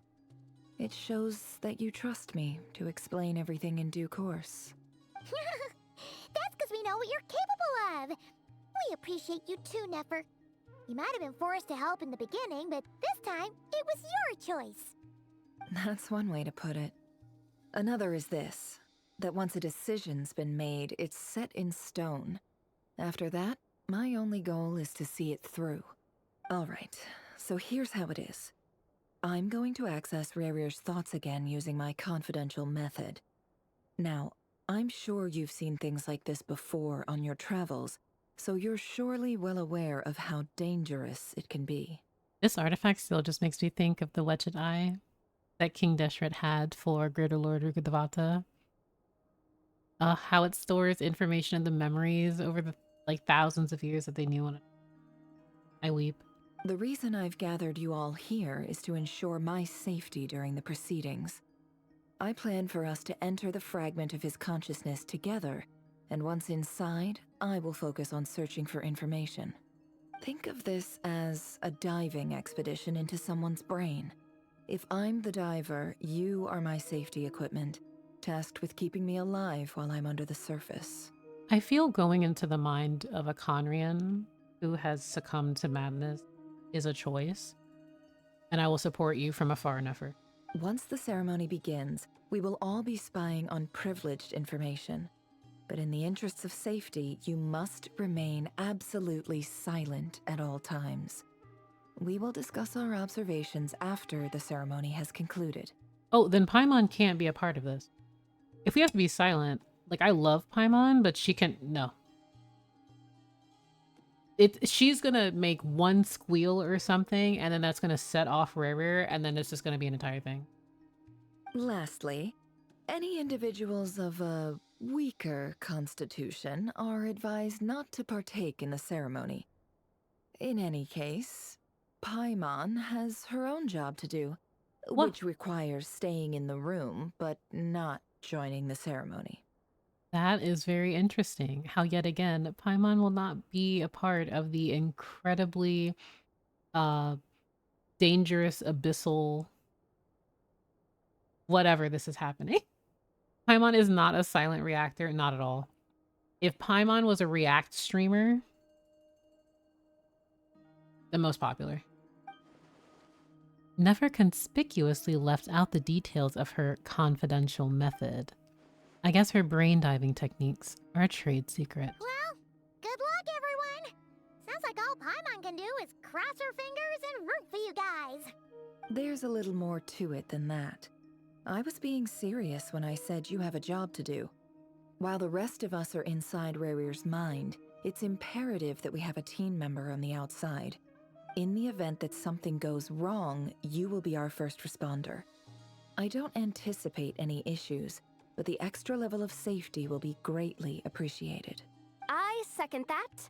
This is a dangerous operation here, and you're our whole rescue team.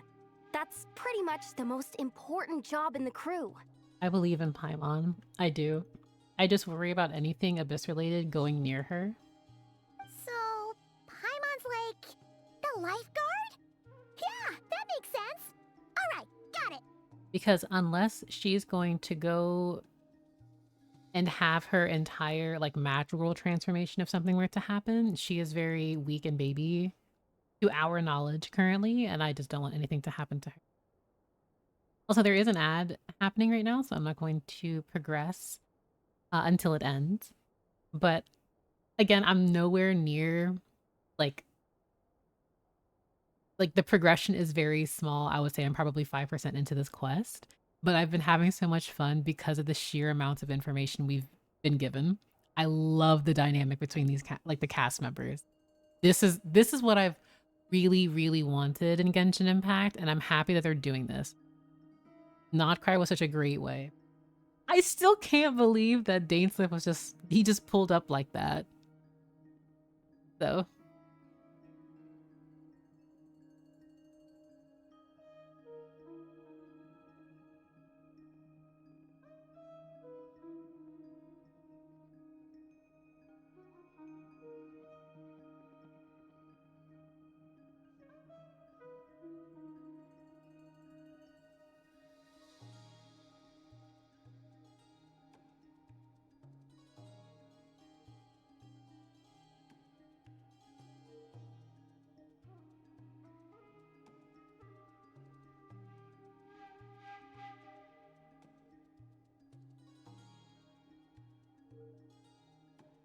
Welcome back, everyone. I was just mentioning earlier that whenever there will be an ad break, I'm just going to pause I'm going to do my best to stop discussion. And especially if I feel like a cutscene or something's going to happen, I'm also going to pause. Because I don't want to do that to anyone. Good. Please, take a seat. We'll get started momentarily.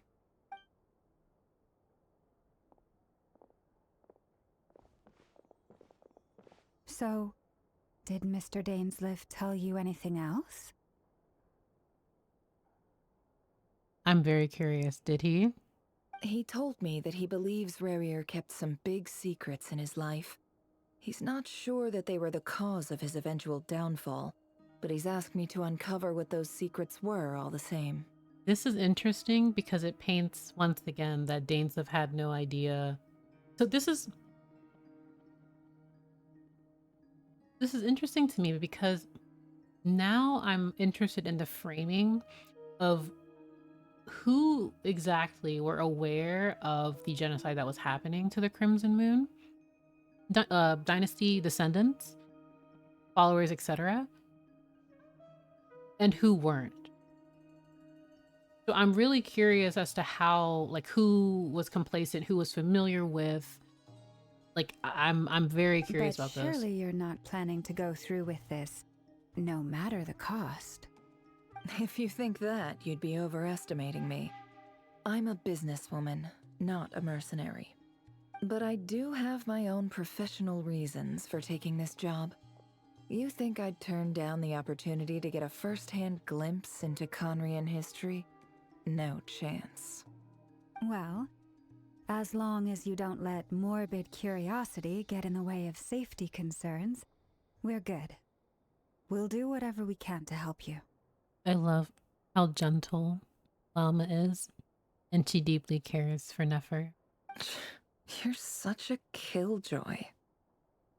My gosh. She's got incense, candles, almost feels like a summoning ritual. Seems like Nefer still has no intention of sharing her trade secrets, but now's not exactly the moment to pry.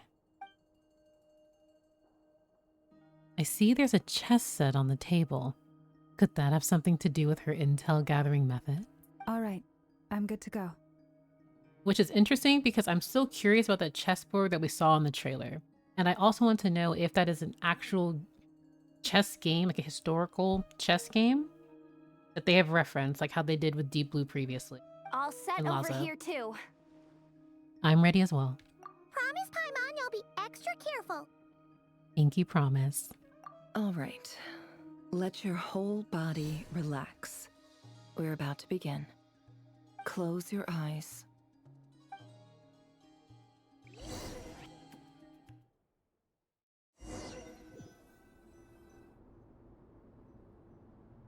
Oh my gosh, we're back in Conria. Could this be his office? Pretty standard setup. Bookshelves, paperwork, files. According to Dainsleif, Rarier used to be an intelligence operative. Chances are there's plenty of top secret intel stashed away in this room. Is this where you keep your secrets, Rarier? Can't say I'm not looking forward to this. Okay, I'm locked in. Excuse me for just a moment. I'm actually like genuinely locked in, so I'm about to take my time looking over and reading everything that I can. So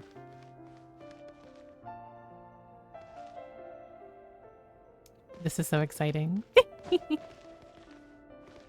Examine bookshelf. Bookshelves full of documents. Looks like these are all files, packed with the personal details of individual Conrians. The Crimson Moon dynasty preceded the eclipse.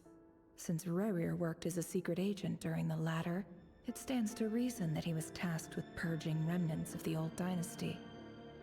Yep, lines up exactly with what Dainsleif told me.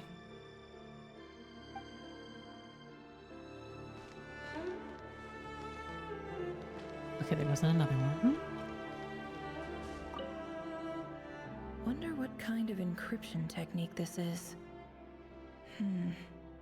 Seems like it has to be inserted into that camouflage device nearby. Aha! It's an audio recording. Please, hear me out. I can't shake this feeling that someone's been spying on our house. No, I'm not being paranoid. It's true.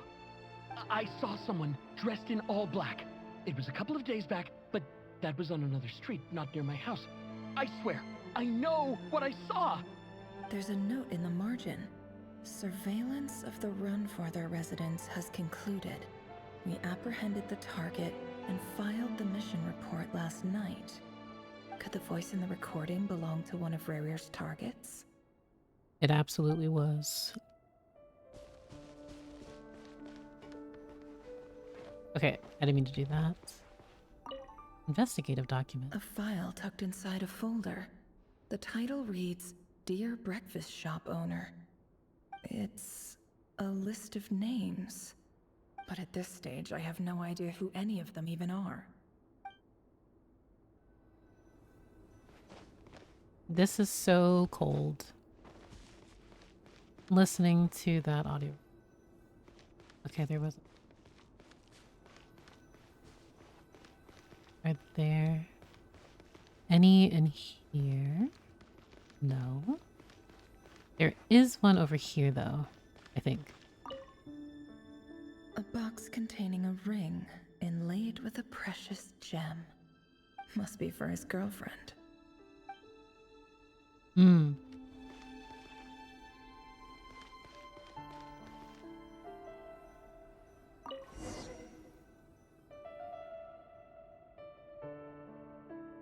Today's files are in. Time to wade through them, just like usual. The way that he has an abyssal pen, like quill, this game is not serious.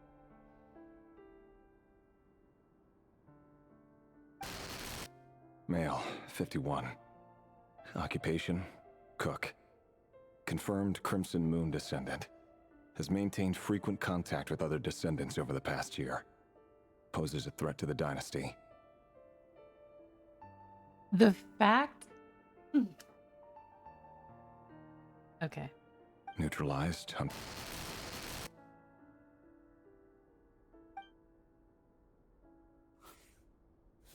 This one should be archived under purged targets. The fact that you are playing as he documents and records the people that he's...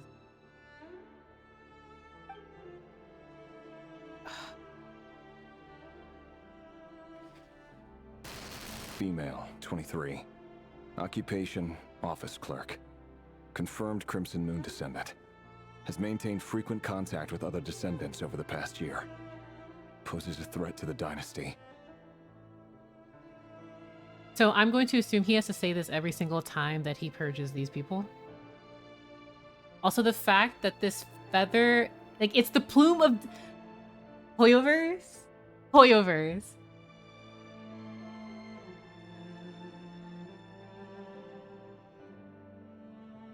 Like, it literally just hit me as I was reading this again. Like, he's just like, yeah, he's done this so many times that everything is... Neutralized.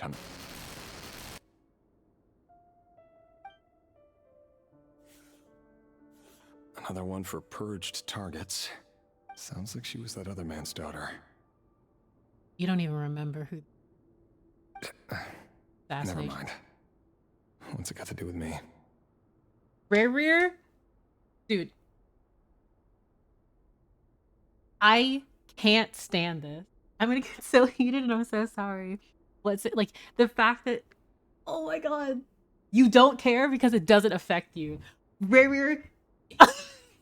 Where is he? I actually... Oh my gosh. I'm fine. I'm fine. I'm definitely fine. Male, 40. Occupation, teacher. Confirmed Crimson Moon descendant. Has been observed making contact with other descendants during the past year. Poses a threat to the dynasty. poses a threat to the dynasty. You're doing this over and over and over again, and you're just trying to deflect. Like, yeah, I'm killing these people and it has nothing to do with me. Like, it's just what Neutralized on... God. This is so disgusting. This is actually so disgusting. Just another nobody for the archive. Oh my, this is so foul. This is so foul. This is so disgusting.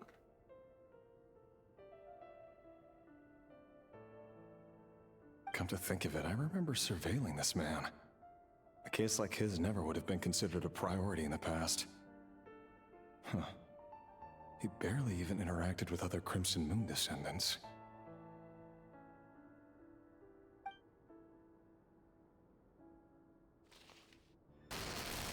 Female, 16. Occupation, none.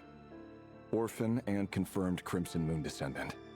Has been observed making contact with other descendants during the past year. Poses a threat to the dynasty. Like, you literally, like, this is what, like, the propaganda that the Eclipse dynasty gives to these people. Like, this is so disgusting.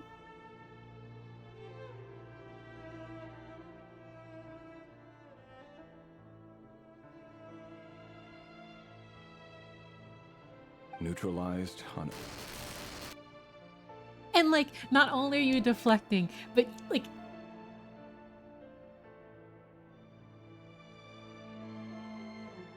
Like, you believe it has nothing to do with me, so I'm just gonna be a good assassin and follow orders. Filed. I have no recollection of this girl. None whatsoever. She doesn't seem to be anyone important, but then again, how many of them really are?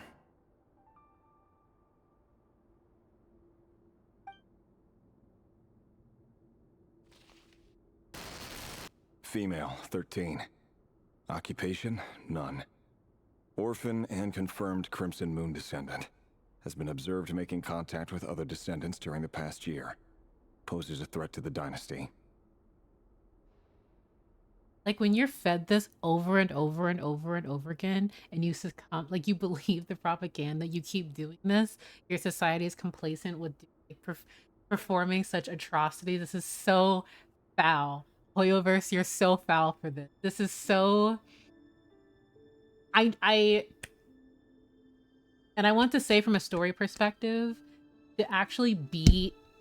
Sorry if you heard that. To actually be... You are playing as him while you do this, while you document this. And the fact that she's 13 now. Like, these are, like, regardless of their age, it's just like...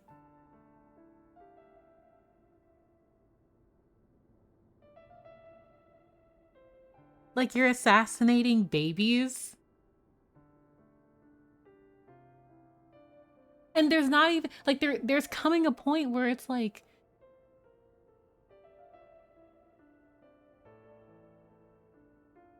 in contact with. Like, it's just contact. It's all of it is disgusting. All of it is so disturbing and foul. And it's the fact that the more and more you go through these reports, I can guarantee you, you're just killed. Oh my God. Oh my God.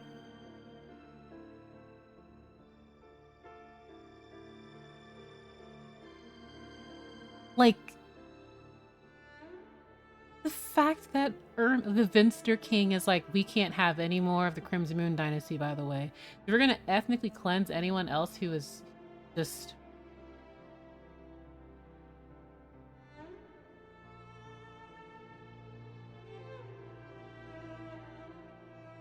Neutralized and...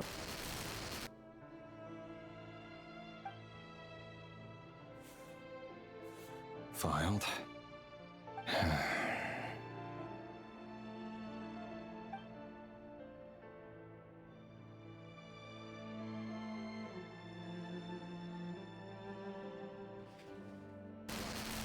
Male, 11.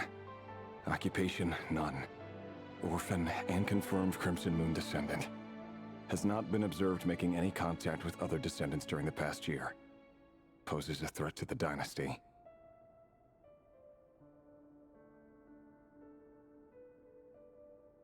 This is an 11-year-old boy that you killed who had... You're using anything to just justify this ethnic cleansing now. This ethnic cleansing. Like, there's nothing else here. Neutralized and...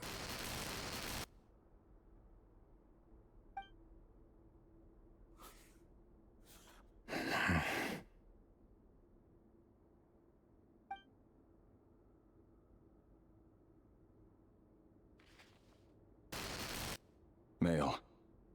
6. Occupation, none. Orphan and confirmed Crimson Moon descendant. Poses a threat to the dynasty.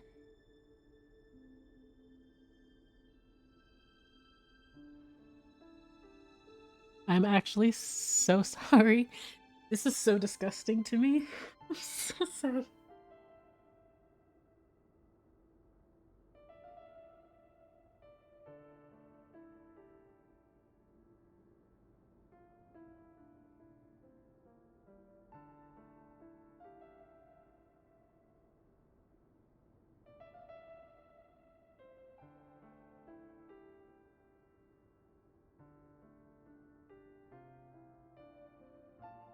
Like, genuinely, I'm so sorry.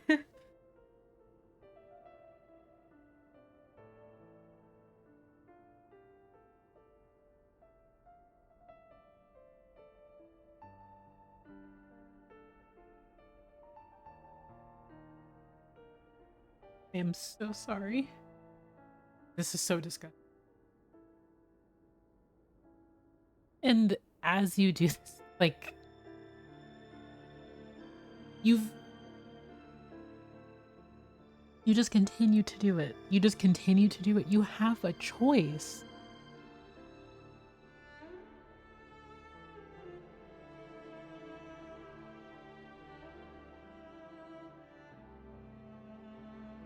And maybe it's just due to the voice acting too, but to me, it's like you don't...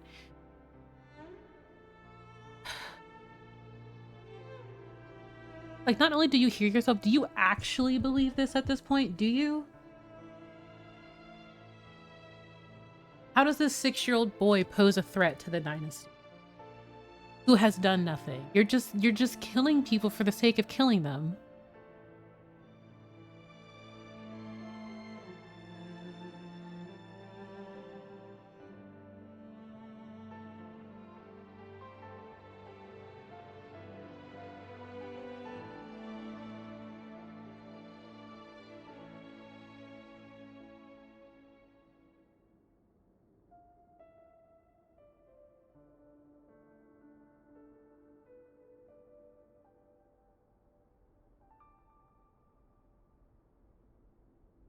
I am so...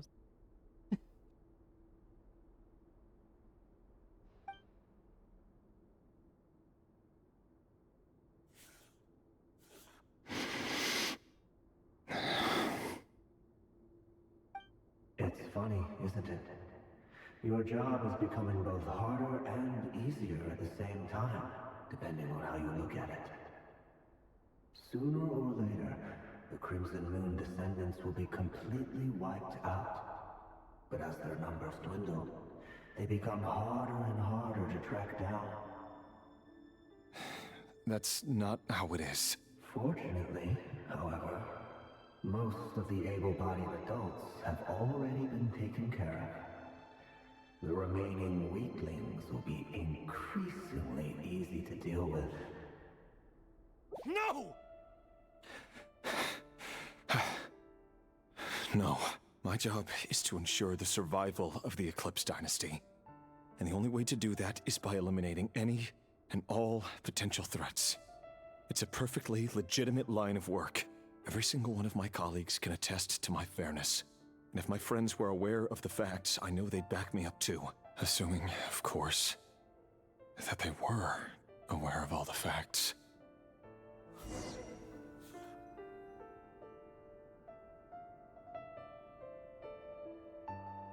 He looks even gloomier than last time. I wonder what's changed.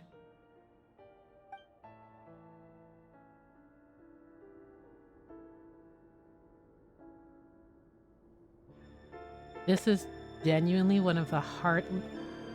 I want to say, earlier when I mentioned this is so foul, Hoyoverse, I'm very happy that they kept this in the story because this is very powerful.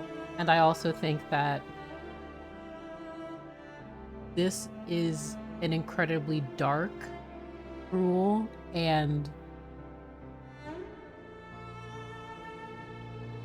this is the darkness. We've seen it throughout human history, and they've included this in Conria.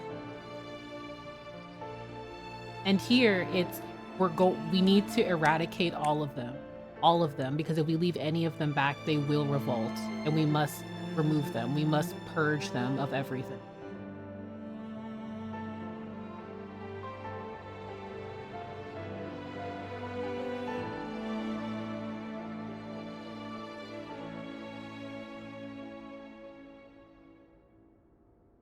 There's a lot of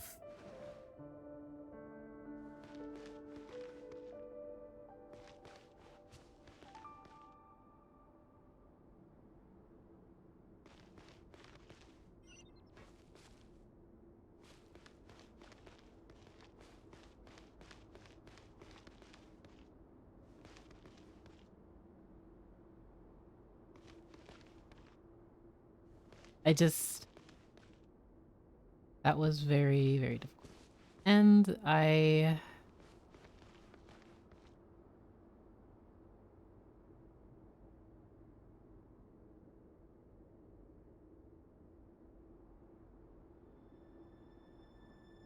am so sorry. I think I actually just need a moment to just think about this. Thank you, Nefer.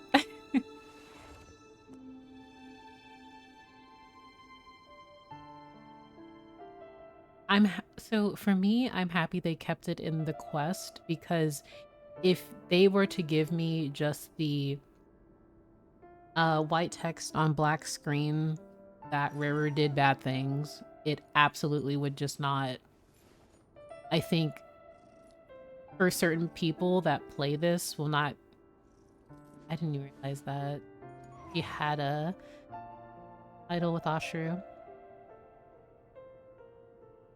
I forgot what I was saying, but basically it just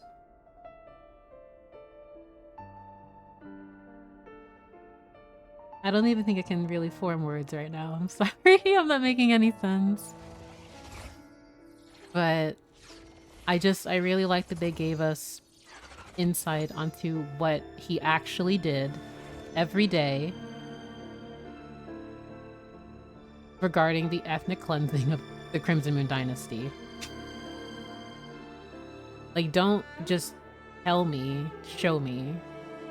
It's disturbing, it's dark, it's disgusting. And that once again, just the fact that I'm very emotional and not making sense right now, I apologize, but it's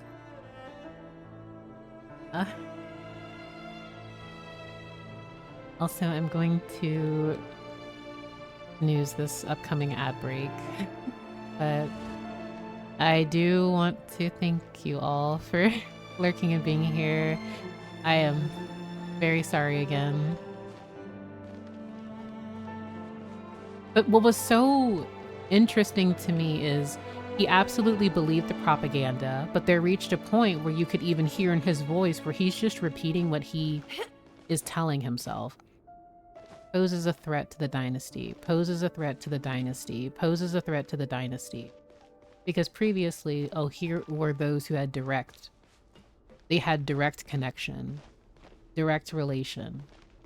And there reached a point where it was, here is a 6-year-old child, no relation, no contact, orphan, we're just going to kill it. Like, it's so layered too, because when you're fed propaganda like that, what's it got to do with me? I'm doing legitimate work. If my friends knew what I was doing, they also would support me. I'm doing this to protect our dynasty, our people, our way of life. I don't have a choice as an orphan. This is what I will do.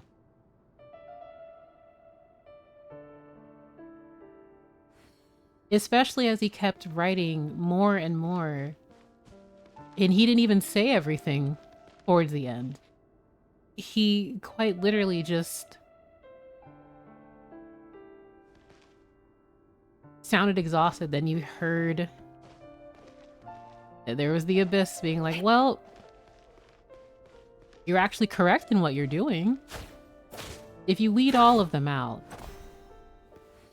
So disgusting. Animation time, let's go. Thank you, Leah.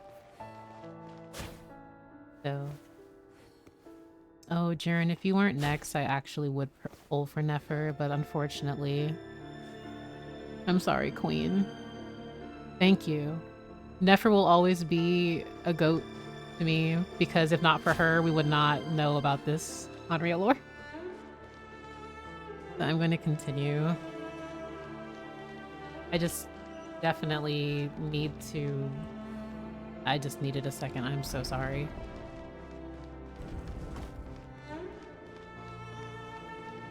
And then the fact, like, complacency for when things like this happen, it doesn't affect me. Oh, I'm literally...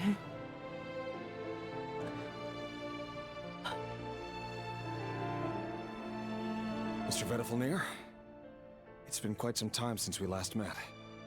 Rerir, I trust you're here because you have something important to discuss. Forgive me. I wasn't tuning out, it's just, I noticed you didn't even phrase that as a question. As if you knew I was coming. He's Vedifalnir. Of course he knew you were coming. Tell me, does someone in your position ever feel the need to ask questions at all? It is indeed within my power to foresee certain things. Things like your arrival. I was just thinking. It won't be long before I'll be inviting both you and Dane to my wedding. That isn't a lie, but nor is it a fact as such. It's a wish, isn't it? No fooling a prophet, is there? Ever since that day we met for drinks, I knew it was only a matter of time before you came looking for me. Does it feel good? Knowing how the future will unfold. Being able to tell the future, I think, would be one of the most horrifying abilities ever. I'm afraid the notions of good and bad fail to capture the complexity of what such a power entails. Once you've seen what will come to pass, it can be all too easy to succumb to fear and melancholy. Unless, of course, you learn to abandon these feelings. You fear my silence, and long to hear the words I left unspoken that day. That's right. You must have noticed my reluctance to broach the subject, and the reason is simple. Because the truth could never have lived up to your hopes. For both our sakes, such words are better left unsaid. The burden of prophecy was never meant for your shoulders. So who exactly do you deem worthy to hear your prophecies? None but our exalted king? Or rather, our king as he once was. You're closer to his majesty than I am. You must know better than anyone how much he's changed. You say that as though it is to my benefit. Yet precisely because of that, I dare not speak rashly. A king can turn out to be the most virtuous of rulers, or a tyrant more terrible than the most vicious of dragons. My goodness, welcome, Raiders. Hi, Eve. Welcome, welcome. I hope you had a great evening, and I also hope that you I hope you had a fantastic stream. I'm so sorry. I'm going through Act 4 and I'm a bit emotionally all over the place. But I want to say hello to everyone. Again, I hope you had a fantastic stream. Were you streaming Genshin or were you playing a different game? Yes, I'm excited to see your thoughts. Ooh, I see. I feel multiple moments I will be just quiet. But we just finished Act 4. Nice. I know I'm going to take like 7 hours or 8 to do this, but it'll all be worth it. And once again, I want to thank everyone for lurking and being here and chatting with me during this. It's okay. I took 9. You're good. Yeah, I take a moment to pause and talk, give my thoughts. They're at Dainsliff and Flynn's. So, but thank you so much. Oh, your PNG tuber is so cute. Oh, thank you very much, Juju. Thank you so much, Juju. Dane Sturge. How's the Archon quest so far? It's very good. It's very good. I have been crying, I think, for the past like 20 minutes. And I'm very grateful that everyone here in the community doesn't mind me because it's very heavy subject material. But I've thoroughly been enjoying the quest. I'm not even that far in it because I'm just taking apart things slowly. So, but yes, I've also been incredibly excited for the rest of the quest. And I, once again, while playing this quest, reiterate how much I love Tavat's story and how much I love Genshin Impact. So, but I hope you also really enjoyed it a lot.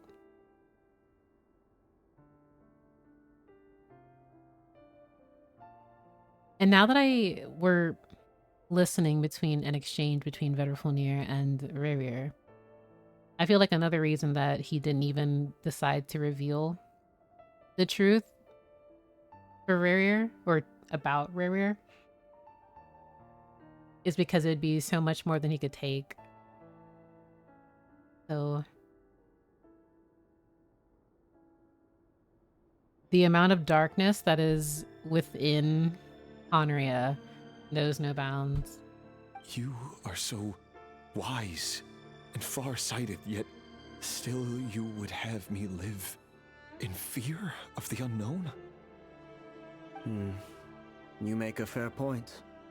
Especially given my silence alone was all it took to send you spiraling downwards. If a prophet was silent, how would I interpret that? Very well then. Let me offer you some advice. And I say this not as a prophet or a visionary, but simply as the brother of your friend. For many reasons, there is very little chance of your marriage ending in happiness. If happiness is what you seek, you should find another fiancé. And there it is. And there it is.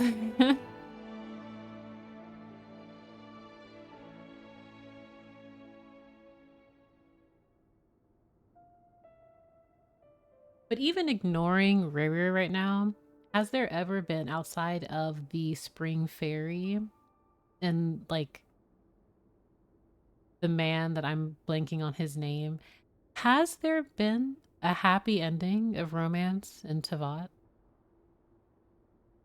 Like I'm thinking about lore.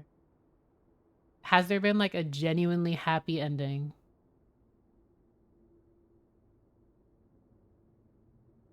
This pairing, unfortunately, was just going, like, in my mind, it never was going to work. It was going to end in tragedy one way or another.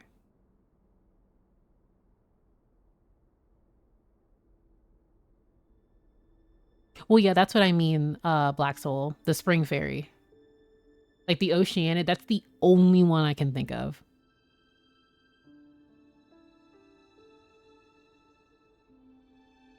And once again, I appreciate Vedrfolnir's just bluntness. No. You're not going to be. I mean, I'm still under the belief that Thelindis is leading her own second life, but that's just me. Kaveh and Alhaitham. Give it time. Smile.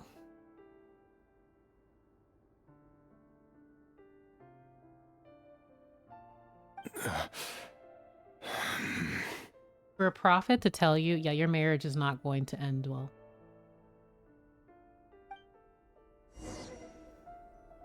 Hold on. There's that same black fog again. Could this memory belong to Thelindis? So what's interesting about Guess this... I better tread carefully. What's interesting about this memory is that it reminds me of the Eye of the Storm. Like, it looks like that, even though it's clearly kind of like a wispy, abyssal memory. It's so... like, its design is so interesting to me. Also, I want to thank everyone for the follows. I am just an emotional mess right now. So. Emotions are like a raging torrent that surges through the mind. More often than not, if you try to hold them back, you'll be swept away by their unstoppable force. And if you try to ignore them entirely, you'll end up tearing I'm genuinely yourself just to pieces. I'm just deep in thought.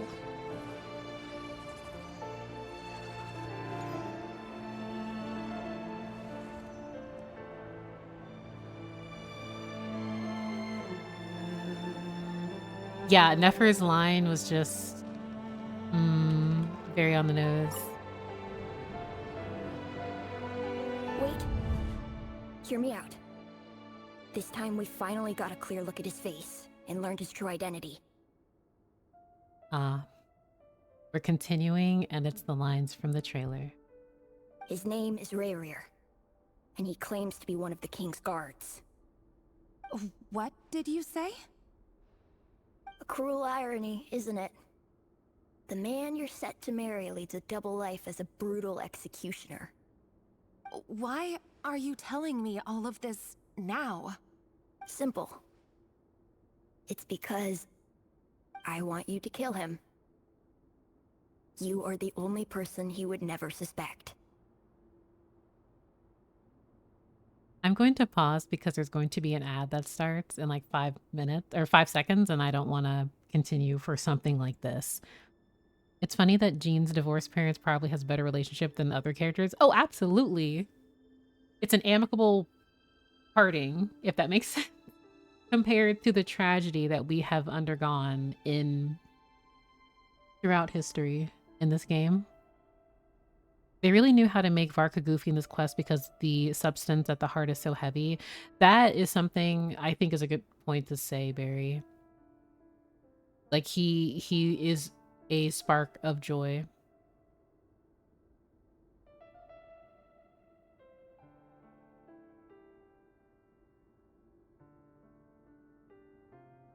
Being an emotional mess for this quest is totally valid. This is heavy. Yeah, I'm doing my best to just keep myself together. Sorry about my voice breaking up and stuff, but this just makes me so... There's just so much to think about. And honestly, it really inspires me to make more content again. Because this past month has been really, really rough. And even despite the darkness that we've been given and that we're learning about, there's so much hope in the world, I do believe.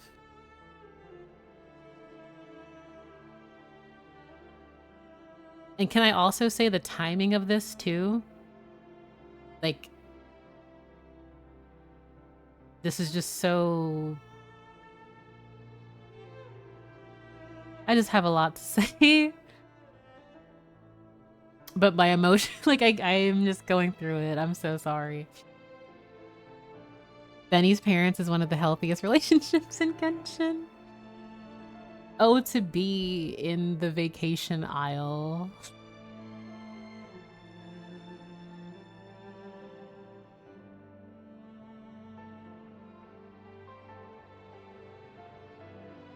I do believe that the ad break should be over now. So I I will be continuing with the cutscene. No, absolutely not. I would never dream of doing such a despicable thing. Felindis, you are so disconnected.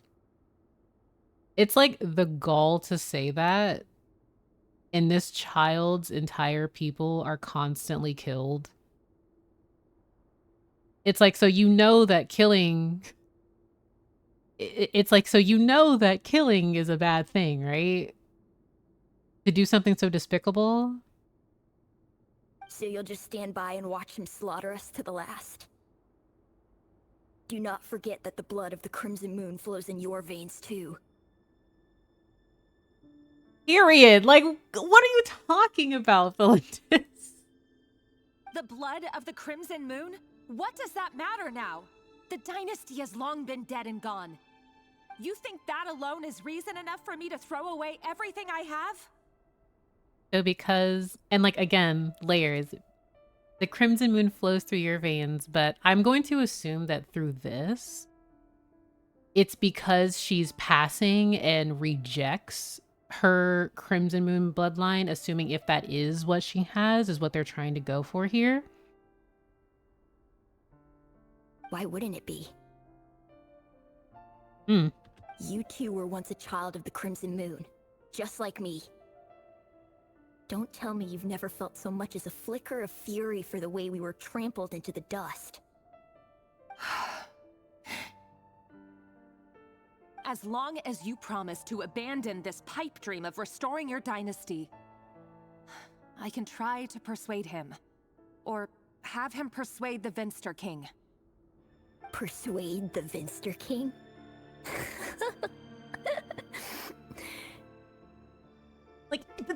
Like the layers here. Do you even know why he's so obsessed with hunting us down? Why he keeps trying to force us to hand over our secrets over and over again? Or why we refuse to give up on restoring the dynasty? Like, as a person who is of the Crimson Moon dynasty, but because you have yourself hated your people enough or rejected that amount, like your essence, like who your people are, you are complacent. You are completely like, Felindis, you have like a 4-year-old child telling you this, and you're just like, I don't want this. This has nothing to do with me. At the bare minimum, I will try to get him to say something. The Vinster King. A blind fool. His eyes clouded by powers from beyond this world. A petty little man with a miser's heart. And he dares to sit upon the throne? Mark my words. Sooner or later, Conria will fall. And it will be his doing. If you can't bring yourself to do it, so be it. Just you watch. It won't be long before calamity descends upon us all. The layers to this. The layers to this. The Rehir of Solnari.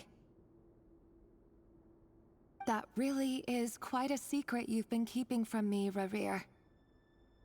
But who am I to talk? Am I really any better? I've kept my own past a secret this whole time too. Love should be built on honesty. But ours was born from lies. And yet, is it really so wrong to hide things that would only make life harder? If we don't cover up the parts that no one else should see, how can we go on pretending to be normal? This is such a layered quest. There is quite literally so much you can write and talk about it. This is such a deeply emotional quest that clearly is very relatable in the sense of, for instance, Felindis rejecting who she is. distancing herself from the Crimson Moon dynasty because she doesn't want to make her life hard, doesn't want to make her potential family life more difficult. And because she is passing, she is able to hide so much of herself that she can more or less blend in with the Eclipse dynasty. Blend in quotations. And because of that, because she is able to benefit by being passing and distancing herself from away and throwing those who are not of her people under the bus, so long as she is safe and fine, she's able to do that. However, the propaganda and the threat that one must face should they not assimilate is also a conversation to talk about. Vedifulnir must have known all this, and that's why he made his prophecy. In the end, nothing stays hidden forever. But I won't just sit by and watch this disaster unfold. I'll do everything in my power to protect what I cannot afford to lose, no matter who I have to face.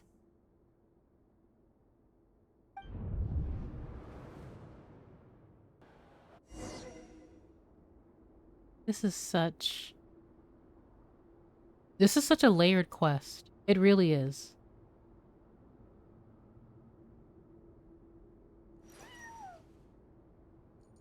Thank you, Ashru.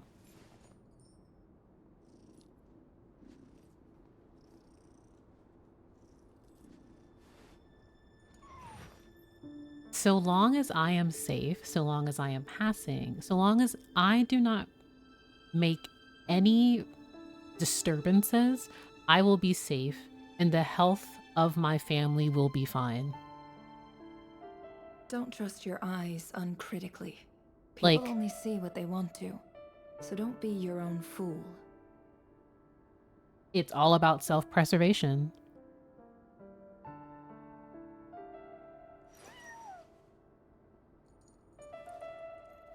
I also agree, Key. The tragic love story angle, it's cute she's there, but the actual tragedy is the complicity.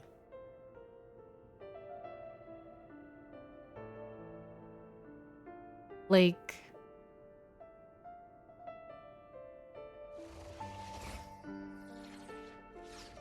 this is such a they were not playing when it came to Nod-Krai.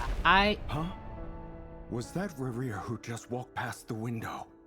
Doesn't it give you the chills that he still takes the same road to work every day? As if nothing ever happened. Those people at the deli. Enough already. They're clearly pretty taken by their own disguises, so just smile and play along. Pull the rug from under beasts like that, and you'll risk having your throat torn out. Deli? Oh. They're talking about those people from the opposition. Right. I'd almost forgotten they used to run a deli.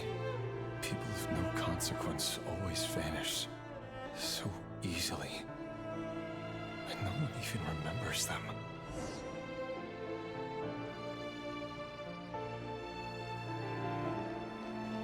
Just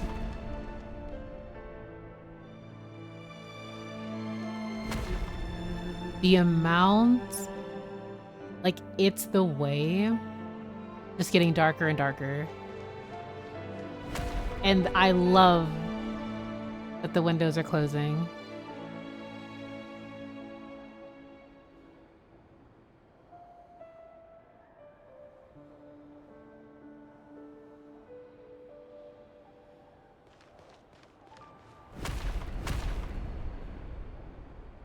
And I especially love that multiple times in this quest, we visited Reru's room, and there's a mirror.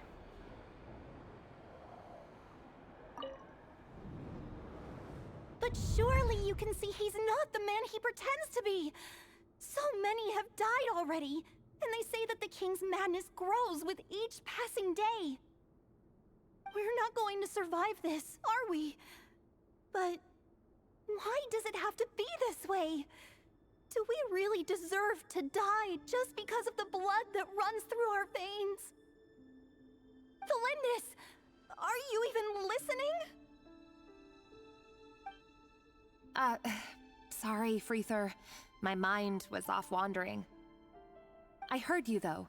You're talking about what Rerir said. He's just following the king's orders. He's a secret agent, and it's his job to hunt down rebels and dissidents. By the time you first met him, he'd already taken lives. Maybe he was using you from the very beginning. Now, forgive me for sounding blunt, but if a child, this is the second child who's coming to you for help and you're deciding to close your eyes and ears, it just says more about the adult. Like, it really does. Like, Thalindis, you're taking like massive L's here. No. Rerir has no idea I have anything to do with the Crimson Moon. My family are only distant relatives of the main lineage, and besides, my eyes are perfectly ordinary. Exactly. Like I mentioned before, because she's privileged in the sense that she is passing, she is going to do whatever she can to try and continue this facade. And I'm happy that I was correct in my speculation that she also has like a second life or something that she's hiding, which would further complicate things. She's like, well, look at me. My eyes are perfect. They won't suspect anything. I was lucky. I don't have to worry about getting killed like the rest of you. Like, it's giving that.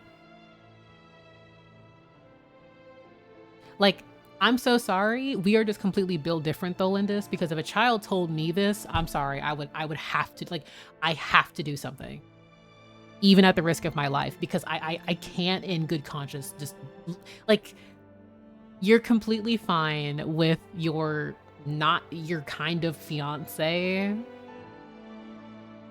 ethnically cleansed. Like, oh, well, originally it was just bad people. But the goalpost keeps moving, Thalindis. Truth be told, apart from my teacher, pretty much no one knows I have any connection to any of it. It's been a long time since my family severed ties. But as Orlog said, who could possibly talk sense into that raving lunatic of a king? No one. I'll work something out. Trust me, I'm with you all. But for now, you need to keep yourselves hidden. Don't let anyone find you, anyone at all. And it's like, Thalindis. Like, again, I want to believe, for most people, I won't even say that. I think Thalindis, like, she is a very interesting character to me. But I really want to address that Thalindis, while she appears to be sweet and kind, and she's like, well, I will do what I can. I'll try to talk X, Y, and Z. Girl, can we be serious for a second? King Ermin is on his own other level. He's clearly corrupted, and he is completely content in the ethnic cleansing of the Crimson Moon Dynasty. The only reason you're not dead is because no one knows, outside of these children who will probably end up dead.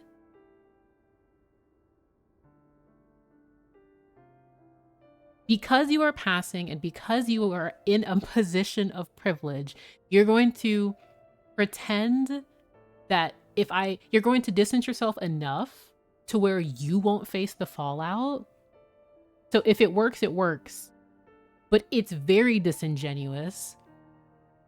And it further shows your complicity in your own corruption. So, again, self-preservation and survival is clearly, that is the reality. But the fact that you are also incredibly complicit in this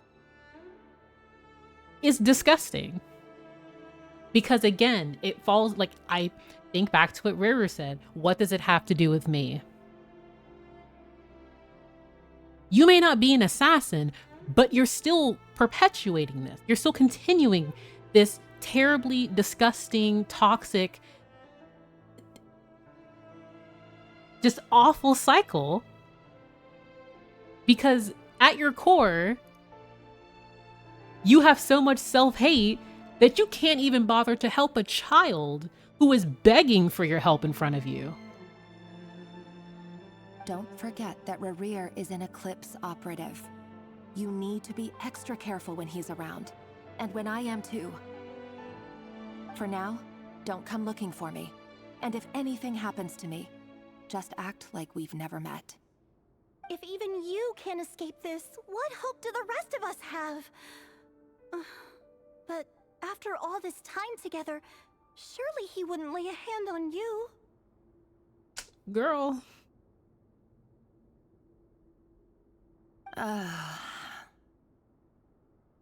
I won't speak in his defense, nor can I give you a clear answer to that question. But I'll do everything I can to put an end to this.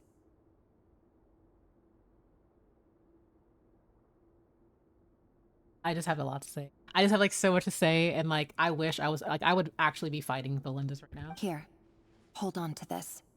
If an opportunity to escape presents itself, take it. You'll be glad you took some spare change. You called that change? But what about you? I've got a job, and there's still money coming in. But you can't go anywhere right now. Please think about yourself for once.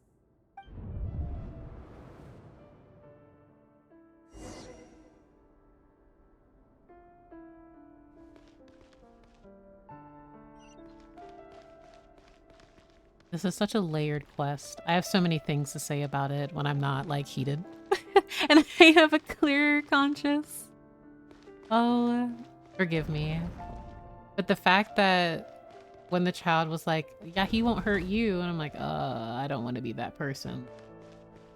He is following orders from the king.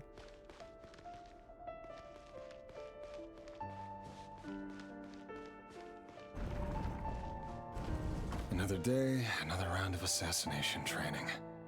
Training ground is just beyond this hidden passageway.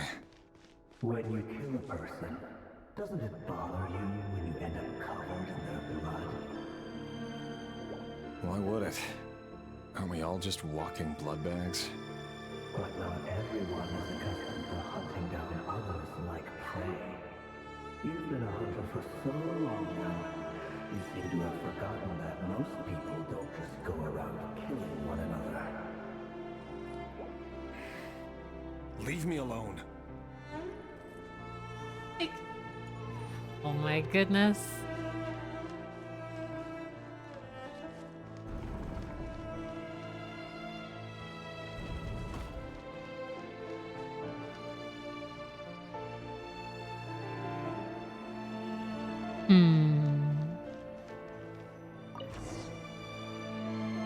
So interesting. Make sure you have a firm grip on the handle, then choose your angle well. Keep your movements light and brisk. And the prey won't sense a thing. I doubt that. I'll bet no one's ever died a quiet death at your hands. I work clean. No traces. It's so interesting how you're training on these many bodies. That doesn't make it open and above board, though. The king just happens to need you right now. What if somebody doesn't? That won't happen. He's changed. Ever since he fell under the spell of that power. In the beginning, he only had you take out a handful of the guilty. But now... The ones I've dealt with have always been guilty. And I've carried out my work flawlessly.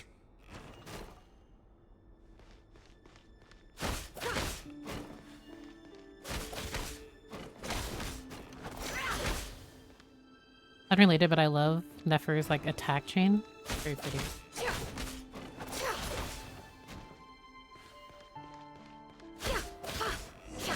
You know why Olympus didn't accept your proposal, don't you? Was it because she didn't trust you? Or something else?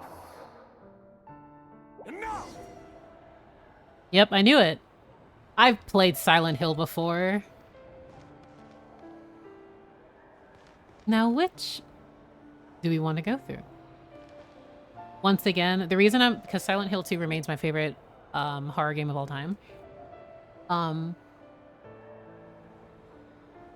It's the fact that, like, this is what you're doing.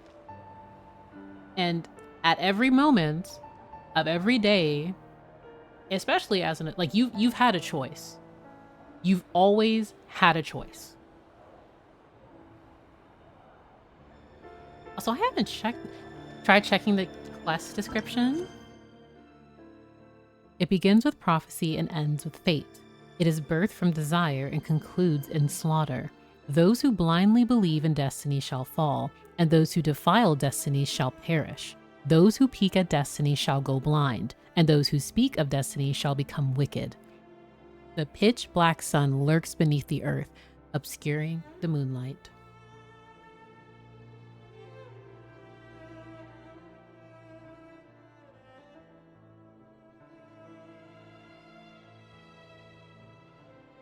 This is the most...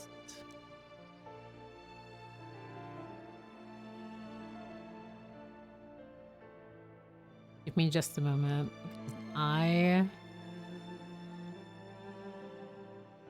Forgive me.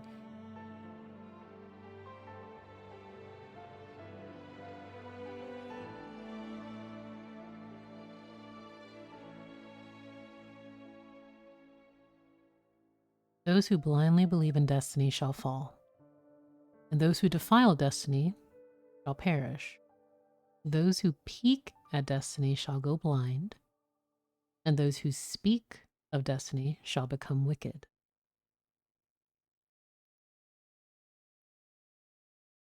Yeah, I'm screenshotting this and I'm placing this in my Discord because this is very...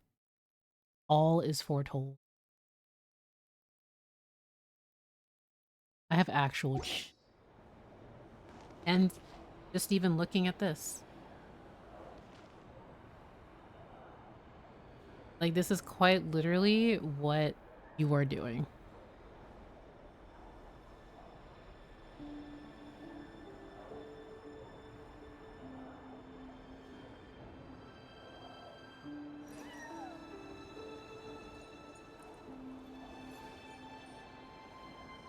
I remember when Lauma said destiny is no excuse for greed or destruction. She was completely correct.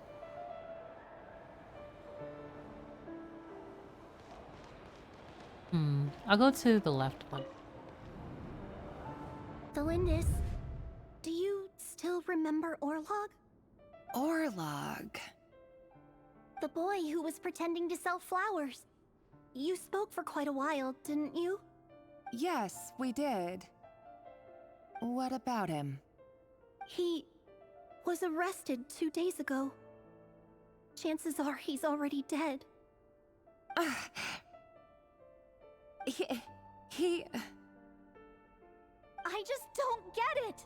After everything he's done, why do you still stand by him? Or does it mean nothing to you that people keep dying? No, that's not... Just hear me out. Girl, what can you possibly say to this? I'm dying to know, Thelindis, what you say to this. I need to go now, Thelindis. They're looking for us. You take care too. If you ever need a place to hide, come find us. The sheer gentleness and compassion that this girl shares for Thelindis, and I can't help but I always want to give people their grace. But in situations like this, I am always so mortified at the idea of a character like Thelindis just easily like ratting them out and getting them killed at some inconvenience, or all in an effort to just save her skin. Imagine getting clocked by an 8-year-old. Couldn't be me. Well, to be fair, I just wouldn't be in the situation. They would have had to long kill me before it got to this point. Like, I would be doing something. I can't. And I understand that the bystander effect is very, very real and true. But there reaches a point, Author Thelindis. like, you just are... How can you look at another child with a straight face and be like, well, he... Like, what were you going to say there? Were you going to excuse Riru's assassination of him because something that the child did would have further... Like, you would have been... Because you've been fed so much propaganda, would you find an excuse to justify that action?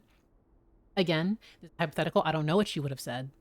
This is just me being me, but... Over the course of this week, the research object was subjected to interference for a total of 47 hours for experimental purposes. The results are as follows. All subjects of observation that were sent inside have now... The situation within is proving more problematic than anticipated. No progress whatsoever. What now? Won't you give me even a glimmer of hope?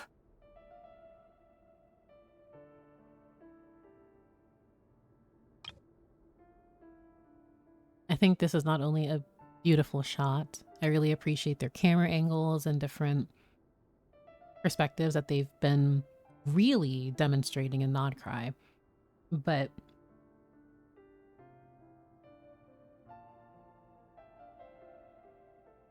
I just have so many questions. Things are getting worse by the day. I have to find a way or we'll all be in danger. But I... If all this research comes to nothing, what then? Sooner or later, it'll be my neck on the line. But could he really bring himself to kill me?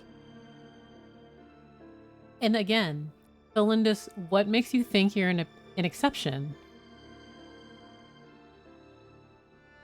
Because to me, it's really giving if I'm just passing and if I can just be good enough, I won't have to suffer this. No. Surely he wouldn't have the heart. Like I was going to say if I was one of the good ones, quote unquote. But even then, with her, it's just fooling yourself into believing that you will always be safe. The fact that no matter how much you want to distance yourself, it would be a miracle if you were not discovered.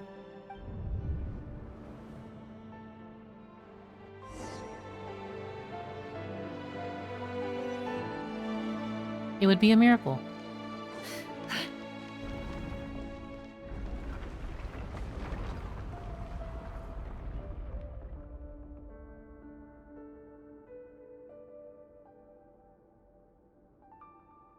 This is so interesting to me.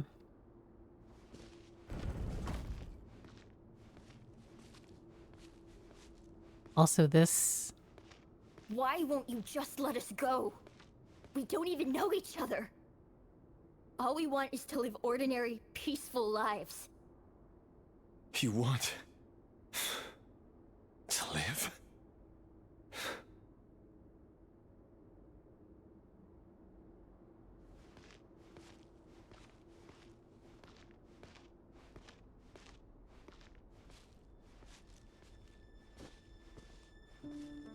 Yes. I just want to go on living. Is that really such an unforgivable crime?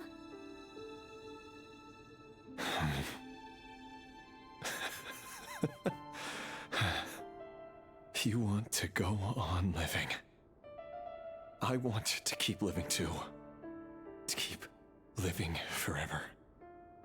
That's why I have no choice but to continue on the path I'm on.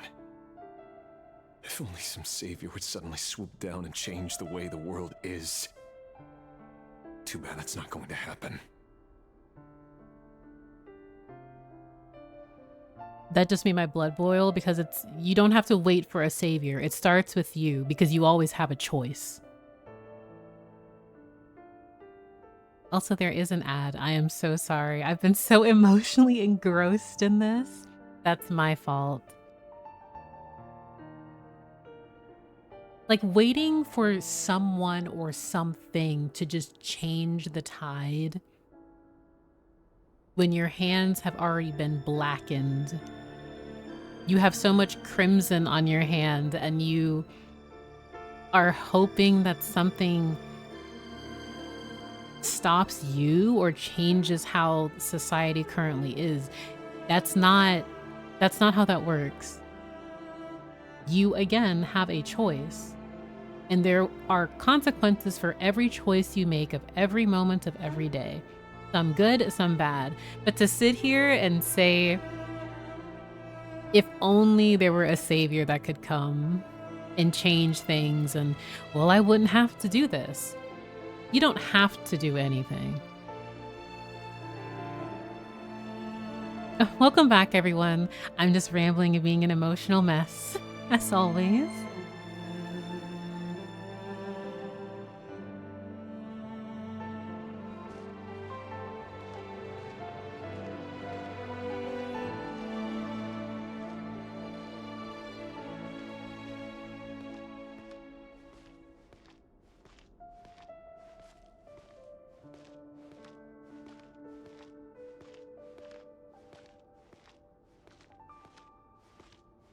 This is such a layered... Imagine that. If there really were such a person, you and I wouldn't be standing here like this, would we? Like, again, this is such a layered topic and discussion. And I can only speak for myself and how I feel clear.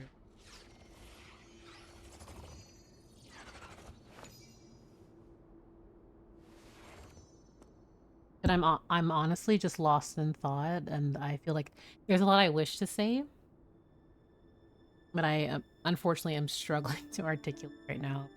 Don't trust your eyes uncritically. People only see what they want to, so don't be your own fool. And that's another thing too, Soul. There is a choice that's there, but when you're in a society that feeds you such violent propaganda and deliberately creates means and punishes you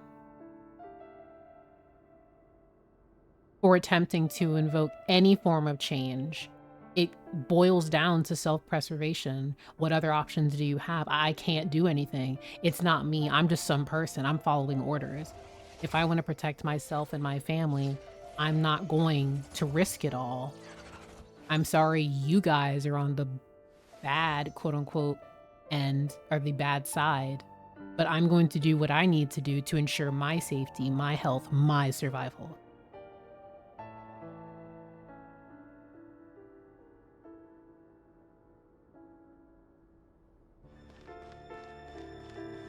It's just a truly...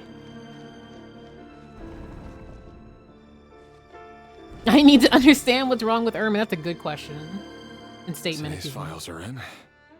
Time to wade through them just like usual. No, I don't get tired of it. It's my job. And not only am I lucky to have it, I'm good at it too. Concerning? I mean, all this is incredibly disturbing, but this is even more disturbing. I'm very good at purging people.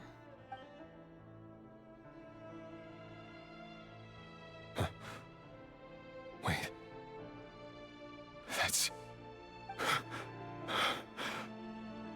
I wonder who's on the page. Thalindis? Yeah. Feels like Ermin was always iffy and Abyss simplified it. Like, yeah. It was only a matter of time. It was only a matter of time. And here she is holding on to the belief that, well, we love each other so dearly. Surely he won't kill me. He wouldn't have it in his heart to kill me, right? Even though I'm of the Crimson Moon dynasty.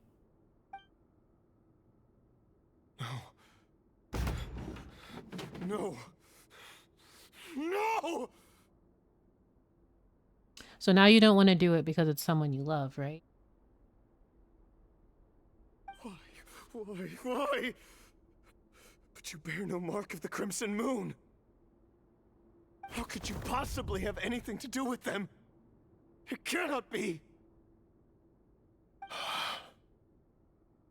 A diluted bloodline. I concealed. I see it now. You've been living in the shadows just like me. What a fool I've been. Numbing myself with talk of justice. Even imagining my friends would back me up. But in the end, Irminsul. Finster King! How far are you going to take this? From the direct bloodline to secondary offshoots? And then what? It's interesting how he says Irminsul here. From the direct bloodline to secondary offshoots, and then what? Well, if we review the documents you've been assassinating people who don't even...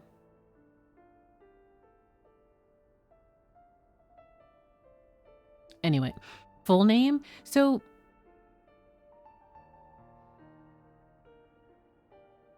King Irminsul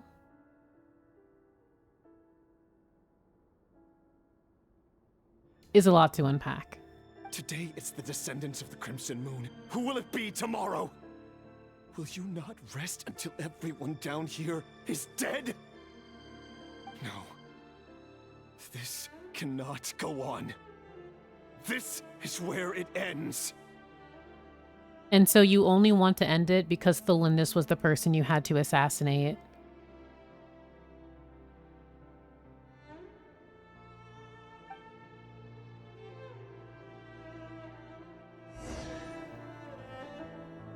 I'm sorry, I genuinely was not expecting us to get a chest because it kind of a little, I don't want to say it's not tone deaf, but it's like, well, ethnic cleansing. Oh, here's a chest over here for you.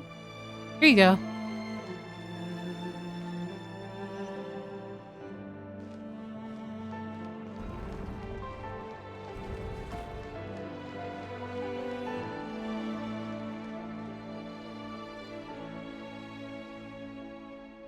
Just so... This is such a quest. You're really letting me go? They really... Here's 5 primos. You know, you did go through the genocide story, but here's 5 primo gems. May want to use it to pull an effort. You never know. Herman was already ripe for the taking with Abyssal Corruption, but the way he reacts throughout this quest, it's no shock the Abyss was attracted to him too, of course. I am. As long as you can guarantee that no one will find you. Don't worry, I'll be extra careful. No one will know I was here. But what about you? Me? If you let me go, you won't be able to complete your mission, will you? Good point. In that case, maybe you should stay. No, please! I just want to see the outside world again. Go on living? Yes. I know you're a man of your word. So please, just let me go. If I let you leave, what will become of me? There's so much to unpack here. This is so heavy. Also... Just kidding. Go, now. I don't know how to respond to this.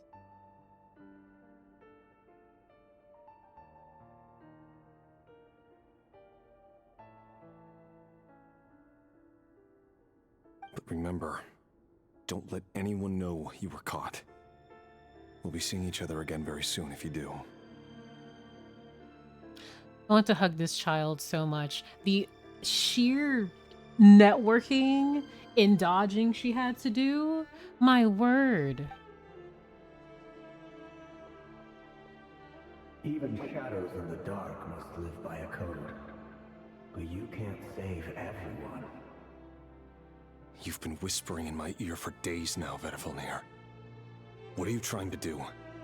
Break me down? I only say this because you long for an answer to your problems. Let her go, Rerir. or you risk losing everything. I will not abandon Thelindis. Then you'll need a little more vigilance and a lot more power. The world is changing, Rerir. Keep your eyes peeled for your moment of opportunity. That voice used to be so unclear, but now I know exactly whose it is. It's Vedafalnir. Moments of opportunity for power. I wonder what kind of power. He won't tell me how to actually resolve any of this, but he keeps trying to manipulate me like a puppet. What's his game here? Tell me then. What will this moment of opportunity look like? And no answer. He's like a ghost. Always disturbing me when I'm on edge, but never answering when I need him most.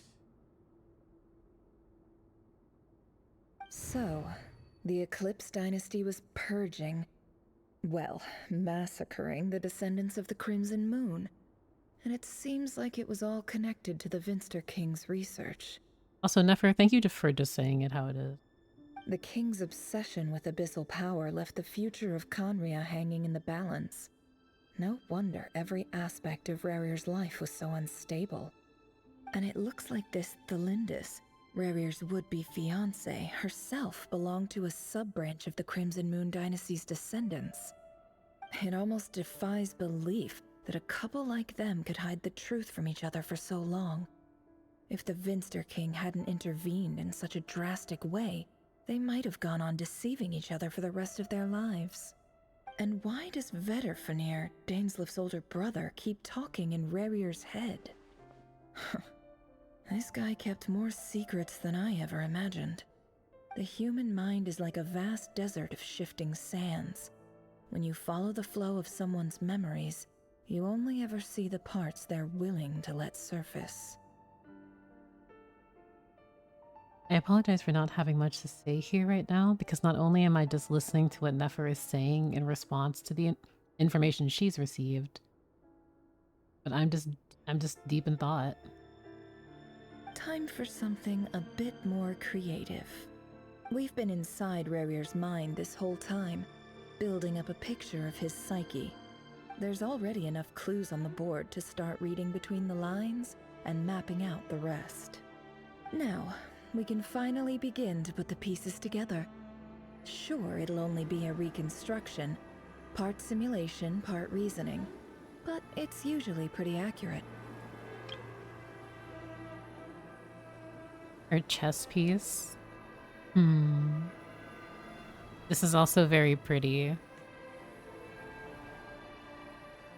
Once we've built up a cognitive profile, we just need to cross-check the logic behind his actions. And then we'll be able to take a sneak peek at whatever it is that Rerir has really been hiding.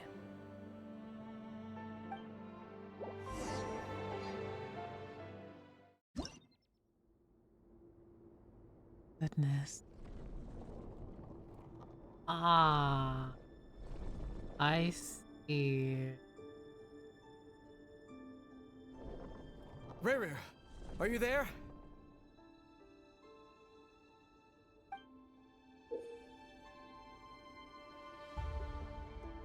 Alright, time for a game. Time for you guys to badly see me play chess.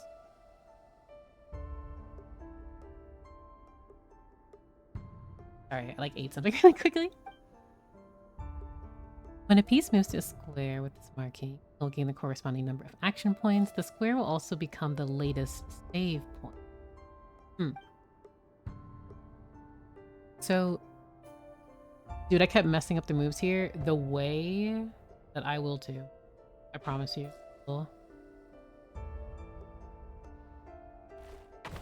I do think it's interesting how now we get to look at these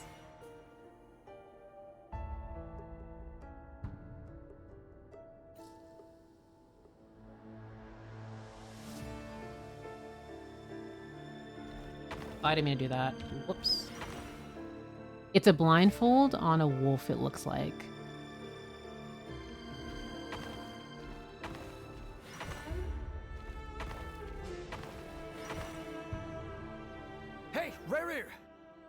It's urgent! Dane? What's wrong? The fact that Conrians, you play as Conrians on a chessboard. Quick, come with me. I'll explain everything once we've met up with the others. Okay. I'll come. But the Lindis is still over at the Universitas. I'll need to leave her a note. All right then, but make it quick. I've never seen Dane so worked up before. Whatever this is, it must be big trouble. Also, the fact that there are like spikes in the crescent moon on him.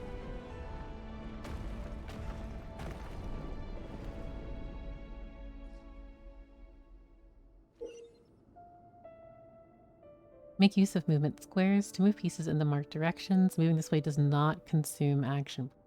Okay. Oh.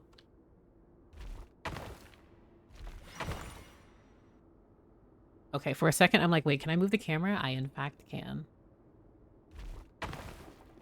Oh, that's kind of...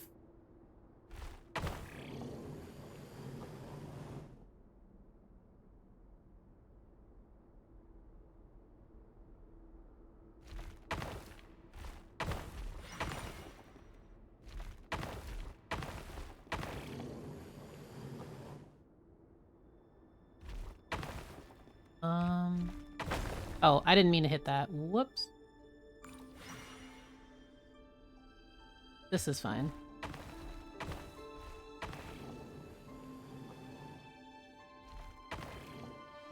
This is not fine.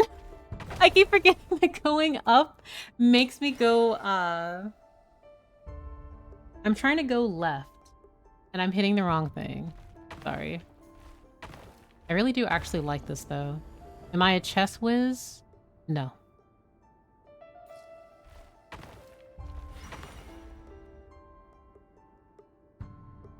Oh my gosh.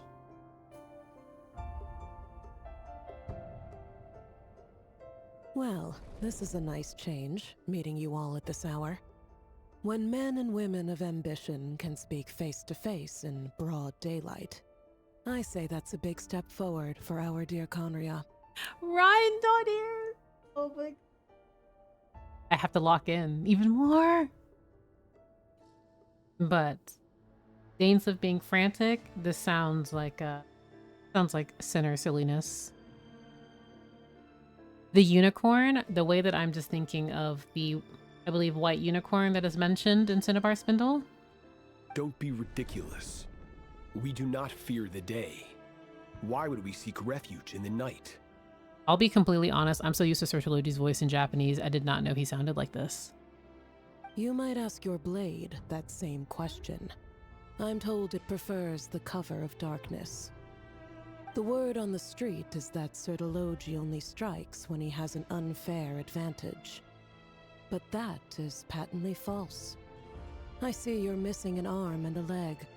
Surely only a fair fight could explain that. If this is your way of offering me replacement limbs, believe me, I'll take them. Oh, we can certainly discuss that. With bioalchemy, anything is possible. Assuming I have your full support in my research. Oh, Rhindottir, what are you doing? Lunatic. I feel like Sir Tologi's voice is not what I envision in my head. Robtatir, what brings you here? Oh? Why, Dainsleif, of course. He invited me. What? I feel like I should just not expect anyone to sound like anything. Hello, Horoptatir. Please, cast aside your apprehensions, Miss Rhindaughter. Whatever the rumors may say, I am but a humble servant of the king, and I can assure you he affords me no greater convenience than he does you. Well, the Universitas Magistrorum won't stop fawning over you, so at least some of the rumors must be true.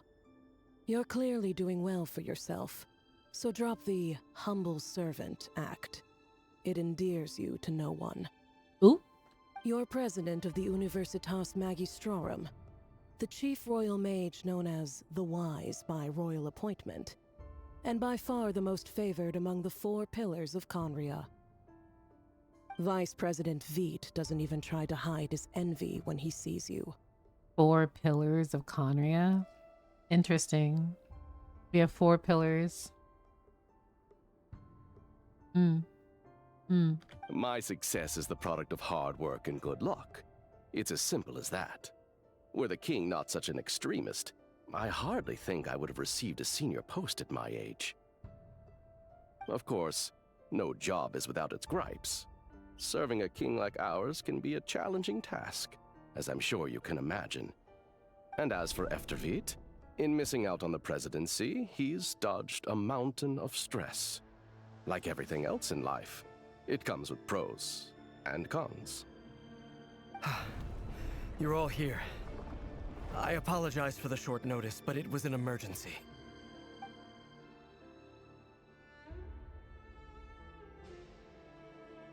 You must be Rerir.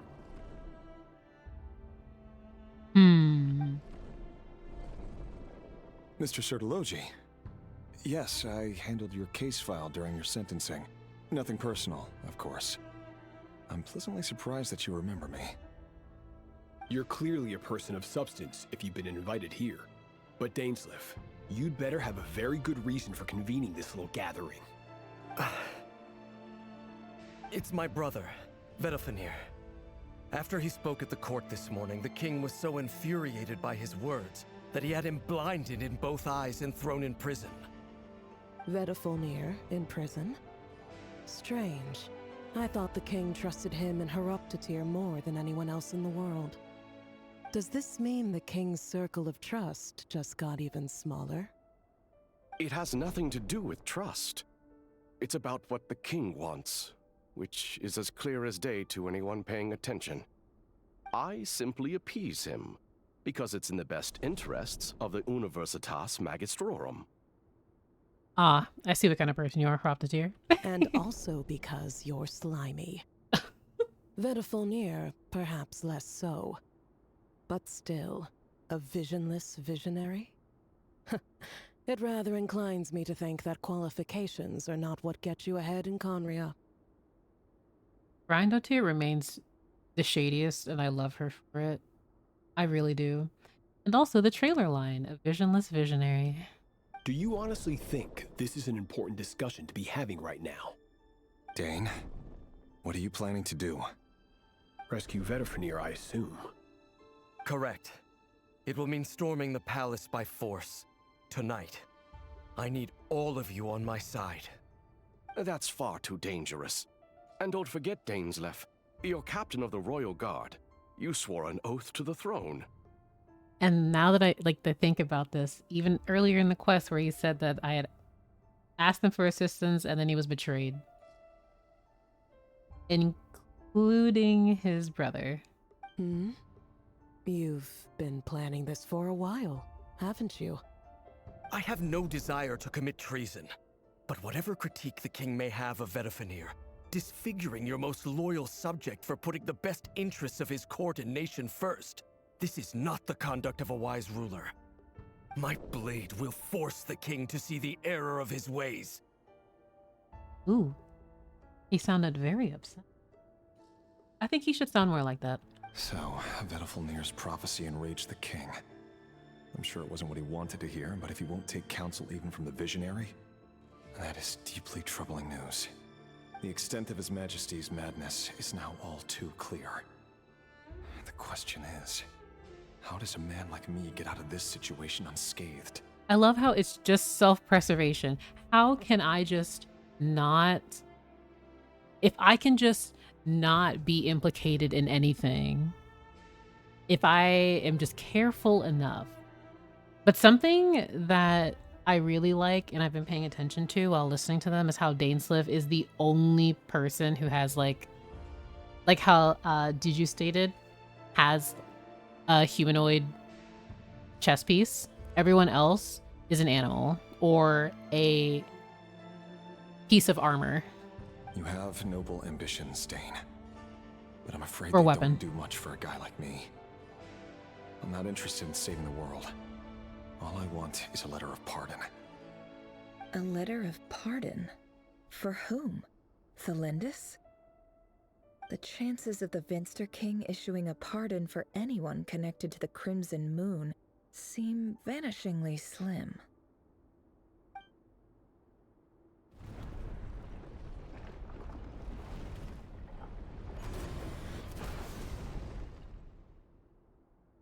This is going to be a long This black thing. fog over the board must have some connection to Thelindis.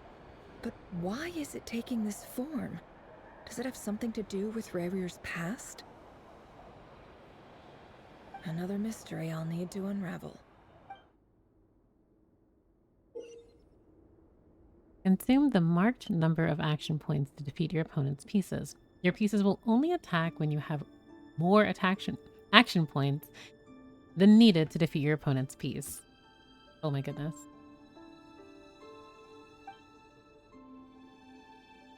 Elegy is a claymore though. Oh, that's what I said. Either armor or a weapon. Like, they're basic. Dainsleif is the only humanoid figure on the chessboard.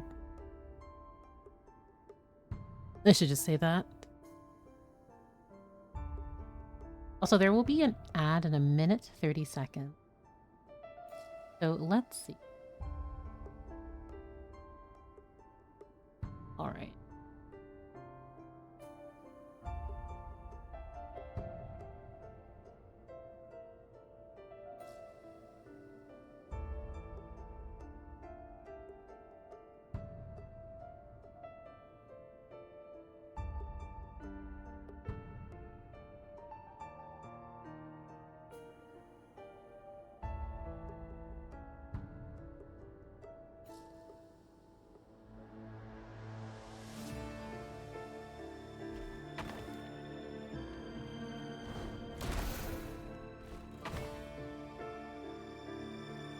I guess the sinners are represented by their desires' true selves.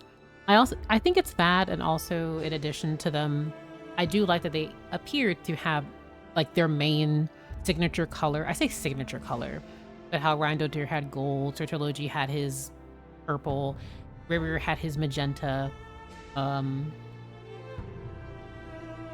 Horopsatir was red. So that was cute.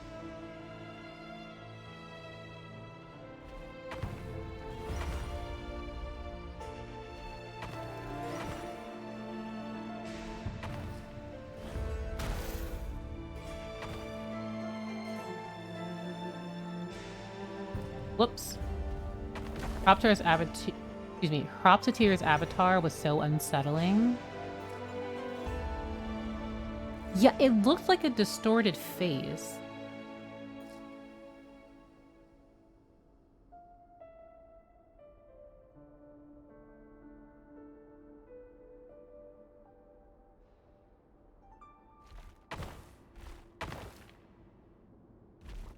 I didn't mean to do that.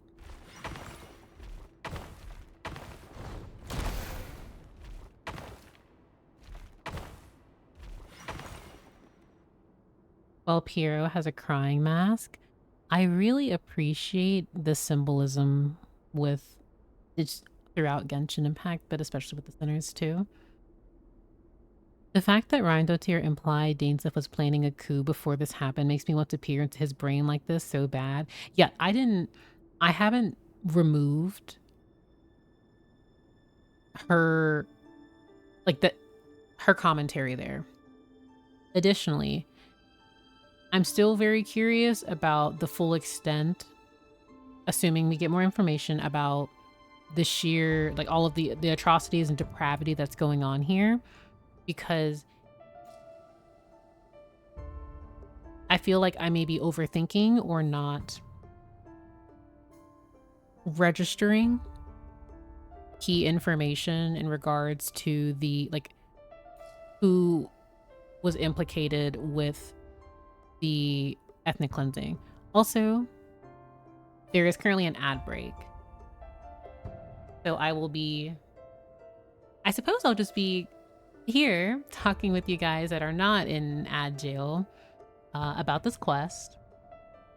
I'm probably like 20% through the quest, if that.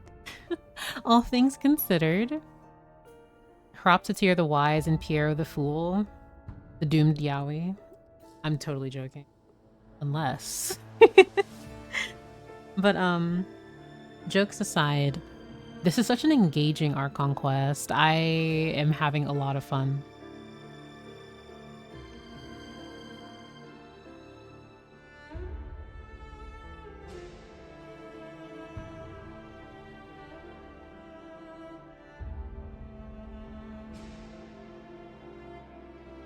Unless.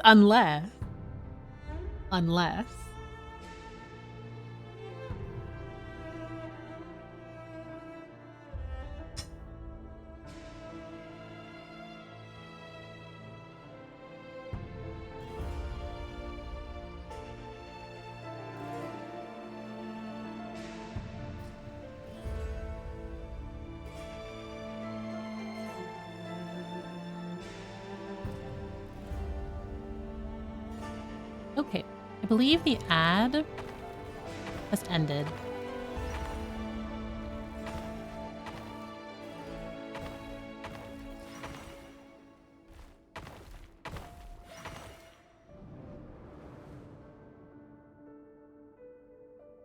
Author Thelindis.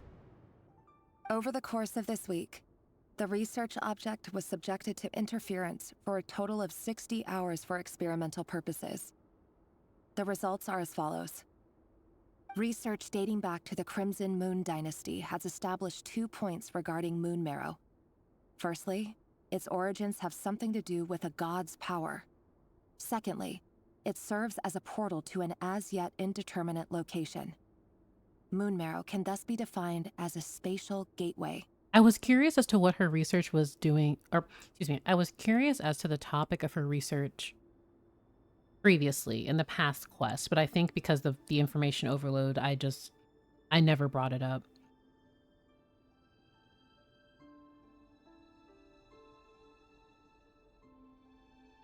A spatial gateway. However, there are a number of hurdles to overcome before we can answer the question of where it leads to. To start with, opening the gateway requires a specific power source, which the relevant literature indicates. An enormous amount of power is then required to keep the gate open. Currently, the total power output of our instruments remains in the single digits. So I'm wondering if she's attempting to create a similar passageway to how Arlecchino demonstrated earlier in Act 3. To make matters worse, I am now the only staff member remaining in the Moon Marrow lab. The Universitas Magistrorum recently decided to move most of its personnel into abyssal energy research, which has stymied all Crimson Moon-related projects. Yeah, the Eclipse Dynasty was all about the Abyss. This is not a wise move. I have always maintained that placing all our hopes in a single source of power is risky, especially one as poorly understood as this. As well as making ourselves overly reliant on a single resource, we are neglecting other promising technologies. And again, this goes into the information we've been given from Pear and Harry and just past World and Archon quests, where just when I think of Conria, they previously worshipped, or the Crimson Moon Dynasty clearly worshipped the abyssal iridescent moon fragments. And yet you have the Eclipse Dynasty that was very into the abyss and mechanical technologies. And I do believe that Thelindis is correct in the sense of the Conrians only wanting to put everything into one source, because it will, I mean, not only is it severely limiting, but very damaging. So, speaking of ships, I kind of see Gold and Sertology together. They had good banter, and I like a good brain brawl dynamic. I feel like Gold would drive Sertology insane. And not in like a actual, I feel like I can just easily see the bickering going on forever. I apologize if this comes across as disrespectful. But as a Moon Marrow researcher, I desperately want to see the world beyond the gateway. Mm. That's a very good point. If we really made it there one day, what would we find? And how would we go about taming the unknown? My imagination is endlessly fueled by questions such as these. And this is also making me think of, why am I blanking on his name? Rotwang, the Conrian researcher who was banned from the Magistrorum. He was exiled from Conria, and then he emerged through, like, he went to the surface world and didn't suffer the curse of immortality. Like, he did not become a hilichurl in that way, because he had an insatiable appetite for the abyss. This just makes me think of that. Like, not necessarily to Lindis, paralleling that,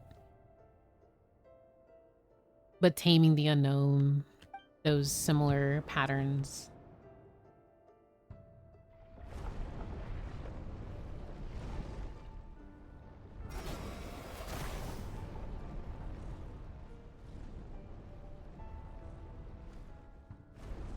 Oh, at some point, isn't the Traveler like over here in a corner? I just remembered that in the trailer. Like, you look over and you just see like Aether and from the live stream just like here in the little corner. So, but also, can we talk about how this is just a chess game in Conria? Like, you are quite literally going throughout all of this.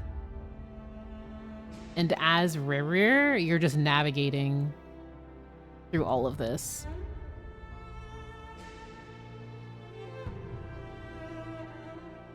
Okay. Well, didn't he leave before the cataclysm, though? Actually, admittedly, I need to reread that. I don't remember. Confidently, I can say I do not remember. I may be cross. I may be just be completely just completely forgetting when he existed, TM. I need to double check that. You are probably correct.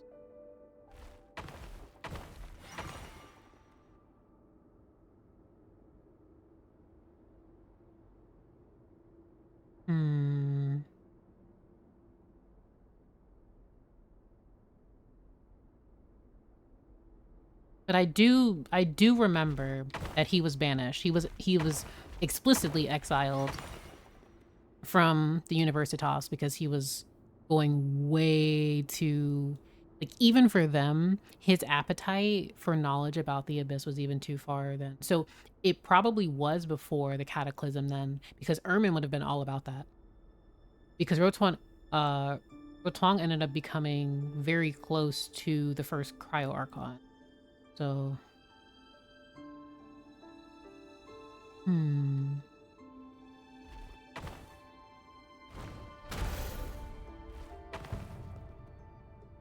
that was a mistake.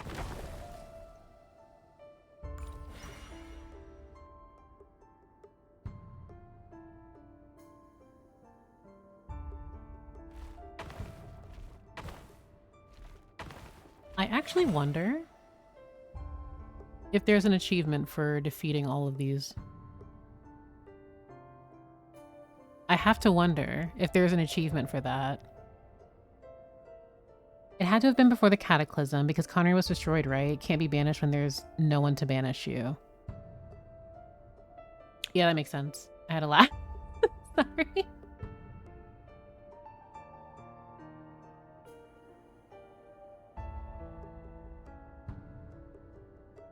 I'm debating whether or not I want to try and defeat these or if I just want to go to the exit.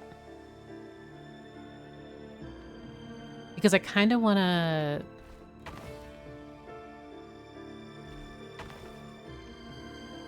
I want to see TM. But I may not be able to. No achievement? Aww. But to be fair, that makes sense. Because, like... That's fair. So hello, Cynthiana. This is for you. I heard you're gonna leave the city with your parents. The Lindis. Did you hear about what happened? I've heard nothing. Rerir got back very late last Friday, and he was acting a little unusual, but he slept pretty well, so I'm guessing whatever he did was a good deed. I'll be completely honest. I am not used to them saying like days of the week like this, so this kind of caught me off guard. You never saw him, and I don't know what he did. And this conversation never happened. You understand? What if he finds out that you pried into his secrets? Don't be silly. I don't know what secrets he does or doesn't have. All I know is he's just a normal guy who happens to run some errands for the king. Are you scared of him? I don't know. The Rerir I know doesn't match the person you all describe. Logically, I should be scared of him. And yet, I don't want to lose him. But enough about that. You should get going, and be careful with the package I gave you. Keep it secret. Keep it safe. What's in it? A piece of the moon. All you need to know is that as long as you keep it safe, then in the future, everyone will be able to see a red moon. Hello? Olindis? A red moon? You mean our moon? That's right. Our moon. Promise me you'll look after it. This is so layered and so sad. It's just so tragic. I promise, the Lindis. The Crimson Moon bloodline will never die out. Its light, the color of blood, will become like a fire that flows in our veins, no matter how long it takes. I'm still conflicted about Thelindis, but I do support that.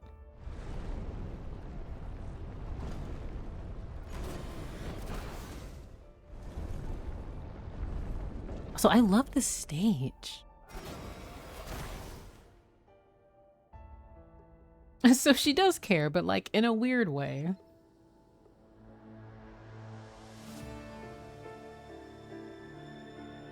Okay.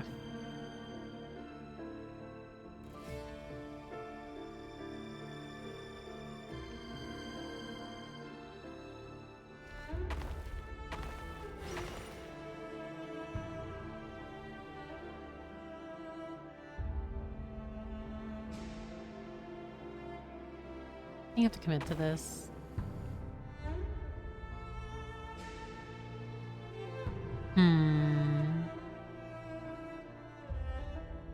She was researching the Crimson Moon.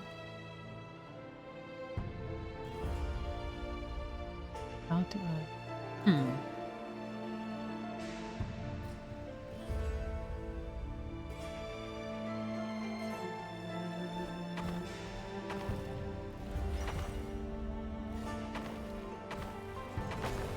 Oh, for some reason I thought I had one more. Oops. I do.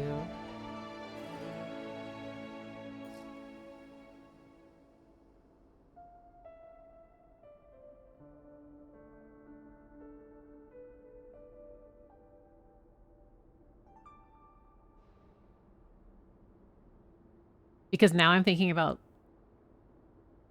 tile placement. I'm going to be quiet and I am so sorry.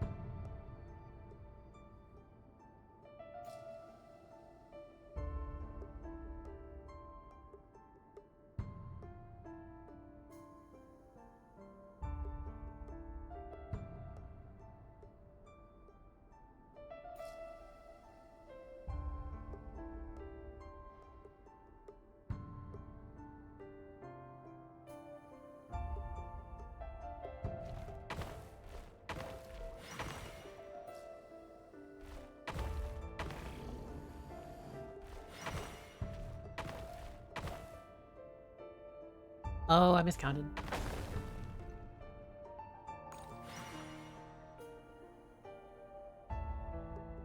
I'm so sad I miscounted.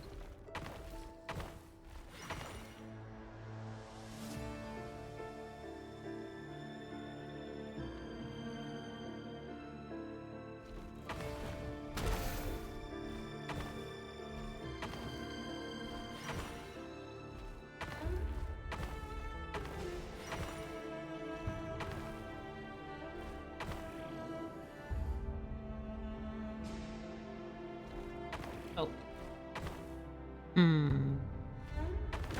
What I need to do?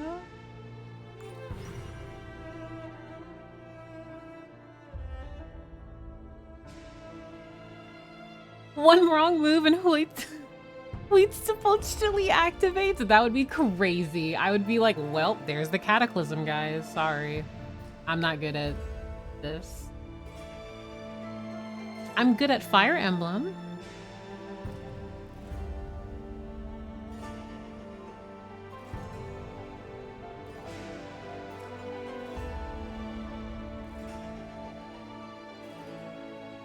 Wait, I'm sorry. You can just leave. I'm sorry, I just looked up. No, I will not participate. I think I have an idea. Let's leave.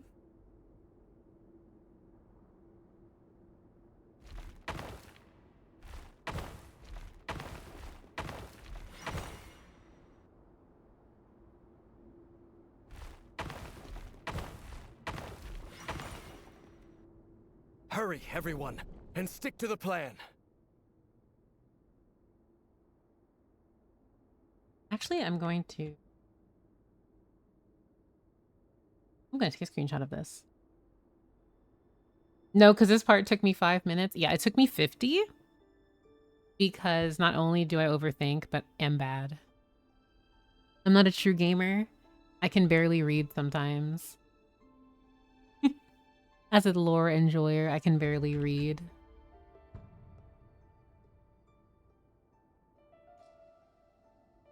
Oh, actually, hold on.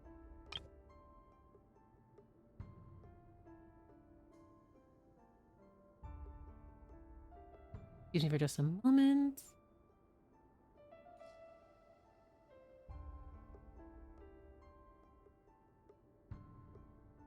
Okay.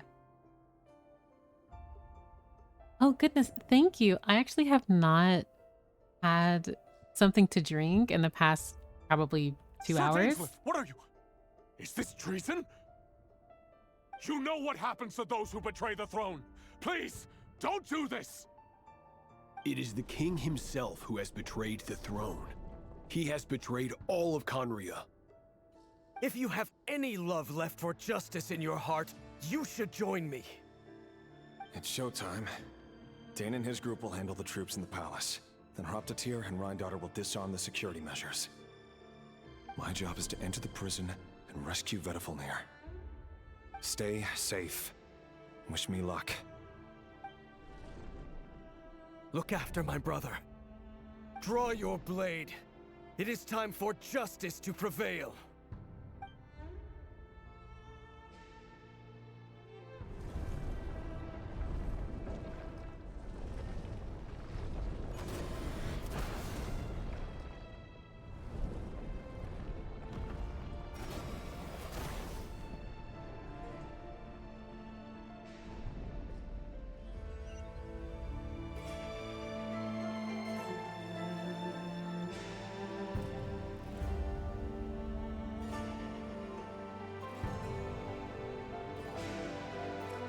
Sertology really got the anime dub bad guy voice.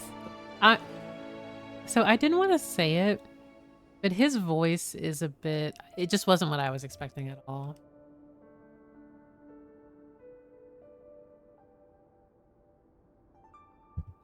Sorry if you heard that whatsoever. Because when I hear him, I'm like, the foul? The Sertology? This is what he sounds like? Okay.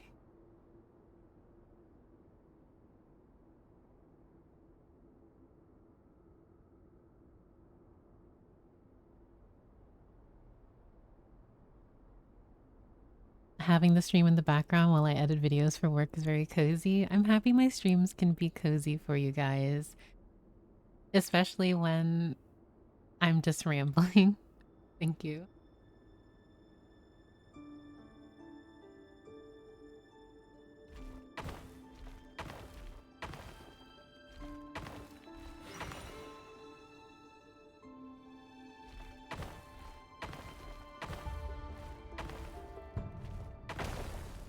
Oh, oops.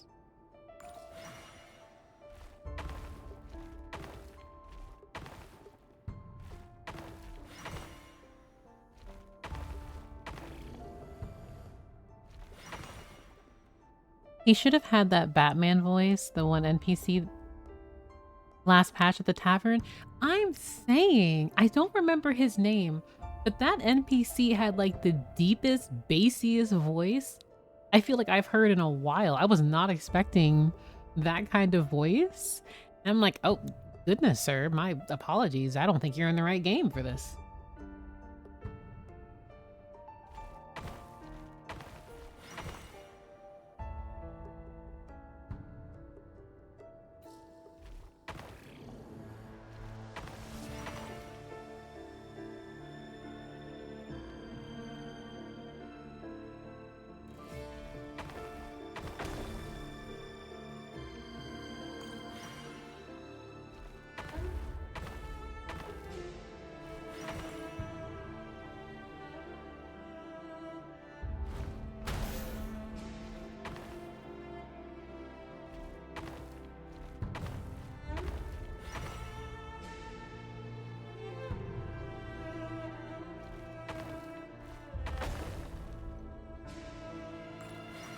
Now I'm thinking about that NPC and how I strongly feel they should have had a different role.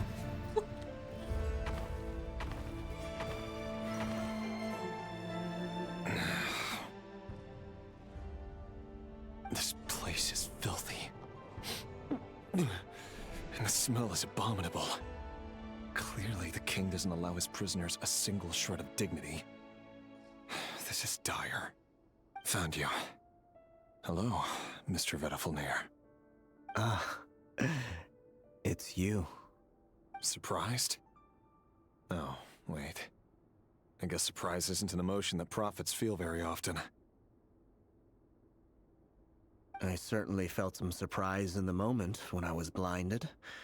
Surprise at the king's sheer ignorance. Surprise at just how unfairly this world responds to words of earnest remonstration. I think it's once again interesting how they all have depictions of like how Dainsleif was the only human figure. And then you see how it appears that Vedafulnir's chess piece, it looks like a snake. And it also reminds me of the ring. And presumably maybe a ring that he gives to his brother. But I could be really overthinking this here. But of course, with Dainsleif's connection to Ouroboros, I can't help. I'm curious. What did you prophesize this time? It wasn't a prophecy. It was a word of warning. Someone had to say it. Like, Snake and Ouroboros, Vedafulnir, Dainsleif. Yeah. I think that's a really cute nod. I really appreciate that. The ring that's protected Dainsleif all of these years. The king has forsaken all reason in pursuit of his obsessions. I simply told him that if he continues on this path, Khaenri'ah will surely fall. But he didn't listen. Worse still, he stabbed you in both eyes and locked you away. Dane asked for my help. The court is in complete chaos now, but I'm sure you predicted that. Everything is transpiring as I foresaw, yet I am powerless to change it. Fate is an immutable force. I can but lament as the inevitable unfolds. I do wonder whether giving a man the power to see the future does nothing more for him than slowly crush his spirit. Forgive my curtness, Vedafulnir, but the king did not suddenly turn on you today. His suspicions have been brewing for a long time. You can't have wisdom beyond the reach of your fellow man without attracting his fear and suspicion. There are things the king does not want to see. So, he doesn't want you having visions of them either. He blinded you because he thought this would make the visions stop. He wasn't entirely wrong. I did indeed lose my power to see the future. Right up until... Until what? Just now. I believe I saw something new. That is so... Imagine just you blinding someone and they can still see anyway. Well, tonight could go a lot of different ways. 5 of us banded together to storm the palace, also we could rescue you. This will go down as the most tumultuous day in Conrian history.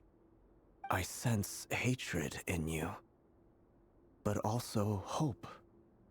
A desperate hope that with the tyrant deposed, that will be the end of the story. But this is not the end. It is the beginning of a new chapter, in a whole new story. There are many men of honor and courage in this world, Rerir. But you are not one of them. You're not here for justice, are you? You're here for yourself. And he absolutely is. He is here for an inherently selfish reason. There are many men who are courageous and honorable. You are not one of them. Is that a dagger? Interesting. Why not the polearm? It was always your weapon of choice. Shout out Stygian Onslaught, giving us sinner lore in the deepest pits of the abyss where we can get weapon skins for 30 days. With your abilities, I don't doubt that you were able to recover some of your sight. But I also doubt that you want to make an enemy of me right now. Of course not. We're on the same side, aren't we? It resets next week and it sucks. I'm so sorry. We could be. But I need you to be honest with me, Vedafulnir. At this point, you're my only hope for the future. You mean your future? With your beloved, Felindus? Yes. And I know there are bigger things at stake here. A dynasty, a nation, maybe the entire world. But forgive me, I care first and foremost about myself. I can't abandon the one I love to save myself. I just can't do it. But you see a broader picture of the future than I. You see the solutions to the biggest problems of our age. So tell me, what is my solution? What's the answer? There is currently an ad break. So I'm going to wait until the ad ends. Oh my. Also, I don't know how to properly pronounce his surname. I don't know if it's Melon or Milan, but Blythe does an excellent job. Like, he's a fantastic voice actor. Well, just want to say thank you. Amazing performance.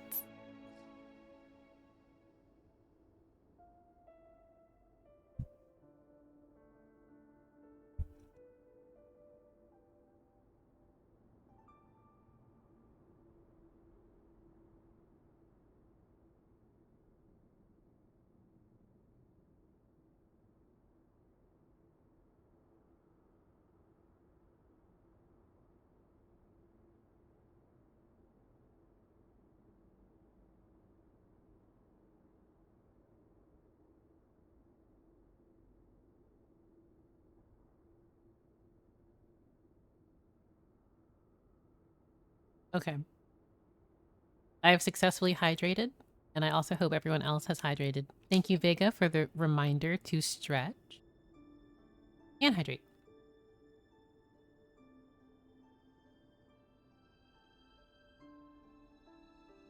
I also never want to appear as if, like, every single quest that I do or that I experience in Genshin Impact that I think is the old, like, penultimate one, it's the best one by far. But I really, really like this quest. I think Act 4 is so far, I think it's been a very good quest. In matters of fate, answers are either right or wrong. What will be and what will not. Maybe you are willing to pay a certain price in the pursuit of happiness, but unfortunately, fate does not negotiate. That is the cruelest thing about fate. It is unmoved by your sacrifices. That can't be true. I know it's your voice that I keep hearing in my head, urging me to see how the world is changing, to seek more power, so I can protect the things I love. You show me disaster, but you won't show me how to avoid it? Why? Why are you doing all this? My voice. In your head.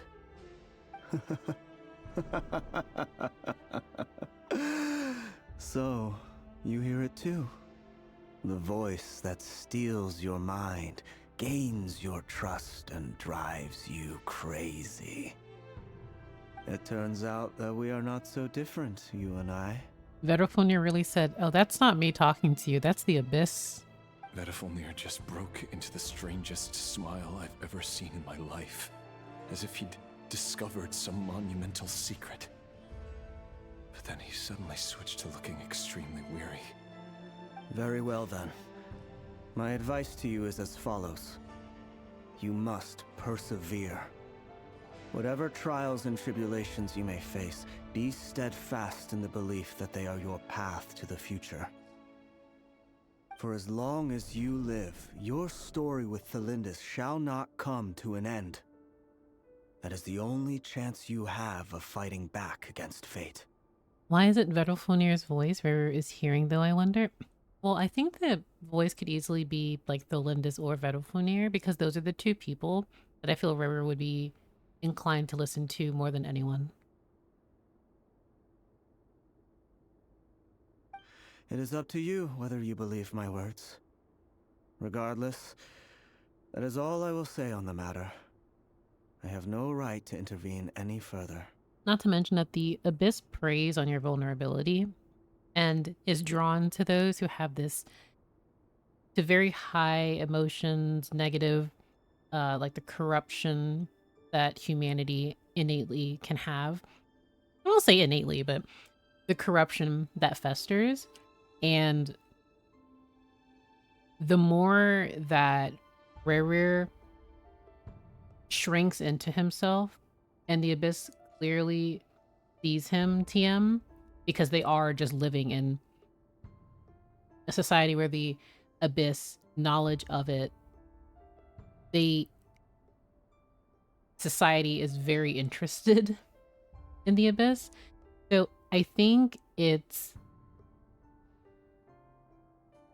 once again just preying on your weakness. Not to mention, listening to Vedrfolnir here, he just feels very distant. And I say that in the sense that he's just not even interested in what's going on, because perhaps there is a grander picture. Similarly to how Venti described Istaroth as being distant and indifferent towards the wishes of those. So, like the indifferent observer kind of situation. I will hold you to your word. Thank you for setting me free. In return, I will tell you one more thing that you cannot afford to ignore. Just then, a strange wave of energy rippled through the city.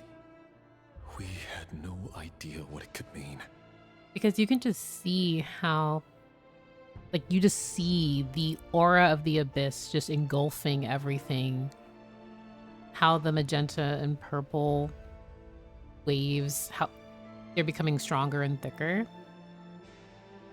Also, shout out the Spiral Abyss, because when we were here, I'm like, oh, this is just the Spiral Abyss we're in. If I were you, I would head to the Universitas Magistrorum. The Universitas? Oh no! I'm sure we'll be seeing each other again very soon, Rerir. Vedrfolnir, that's so ominous. Whatever Vedrfolnir said, I didn't catch it. I didn't even help him out of the prison. There was no time to lose. Man sprinted, he did. Also, how we love our prophets who just are vague.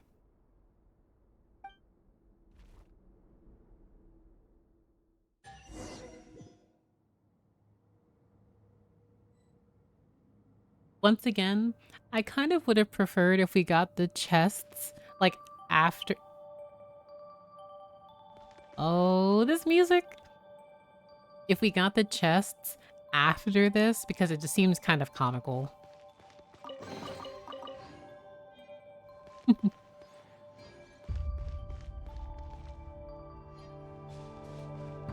It's trauma compensation. They gave me a total of, I think, maybe 10, possibly 15 Primo Gems. Monsters? Is this Rhindaughter's doing? Or the Universitas Magistrorum? Out of my way! Close your eyes. Okay, I'm not even gonna do anything here. I feel like I kind of don't even want to be Nefer for this. The Universitas. That reminds me of a rumor I once heard. Allegedly, the king installed secret mechanisms in the palace and around the city. No one knows where they are or what kind of power they hold. But if they were ever going to activate, it would probably be on a night like tonight. Help! Help! Hold on! Don't let them anywhere near you! Save me! I can't! Ah! That sounded like an explosion. So, the rumor is true? The king really went through with it. What other means does the king have at his disposal? They must run on power from the abyss.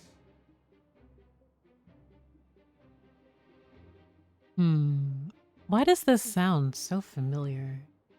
I just wonder what this could be. They really say slandering Rhinotaur? She really is that girl. And given it's a major center of abyss research, anyone over at the Universitas will be in grave danger. I have to hurry!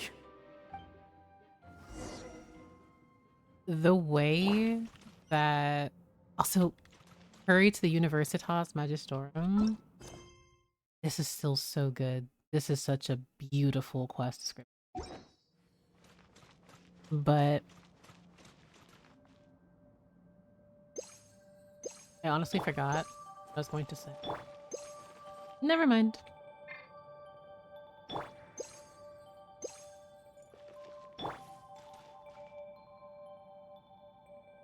Anyway.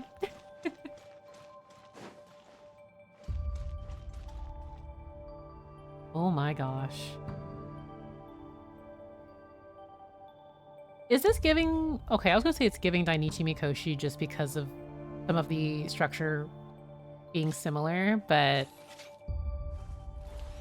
I'm probably reaching here. It's just unified civilization architecture just... It means a lot to me. Like, look at this. This is beautiful. I can't wait to see the pictures people take of this. It's like, I usually just do recordings, and then sometime... Also, music. I promise Hoyomix is, like, Hoyoverse is actually just a music company with a game that they kind of pay attention to sometimes.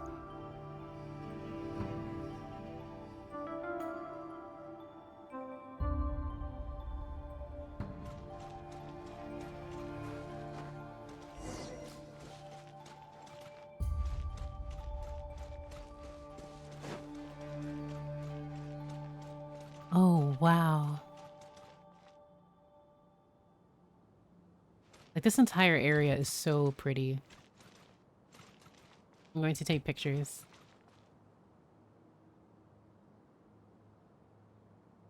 Well, there's a music company that has a gacha game to afford the best artist. True. True.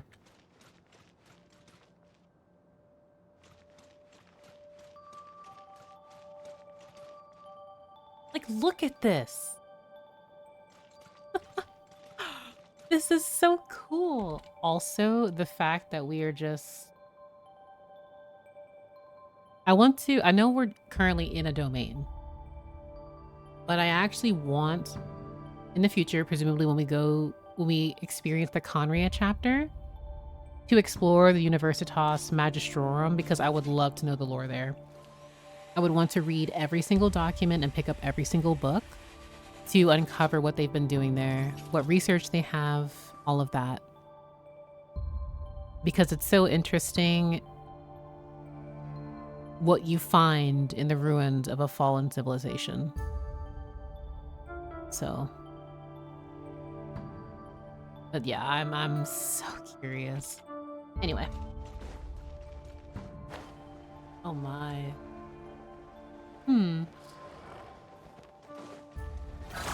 Ultimatum protocol. Go claw! Being done. Be silent. Observe.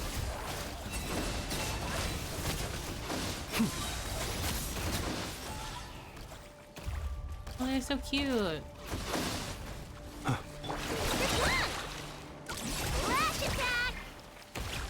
Oh, I keep forgetting that Nefer is in my party. Close your eyes. To dust. So I'm hitting the wrong button. Observe. Night falls. Regicide's blood money? Preparing for Excuse me? Insulation chip. Look, the rainbow! Stand clear. Be silent. Do you fear the dark?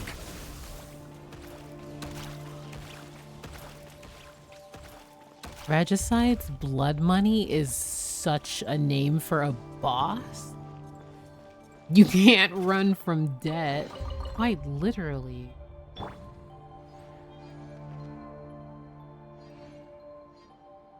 Oh my gosh. Also, this looks really cool from the shot. I love this.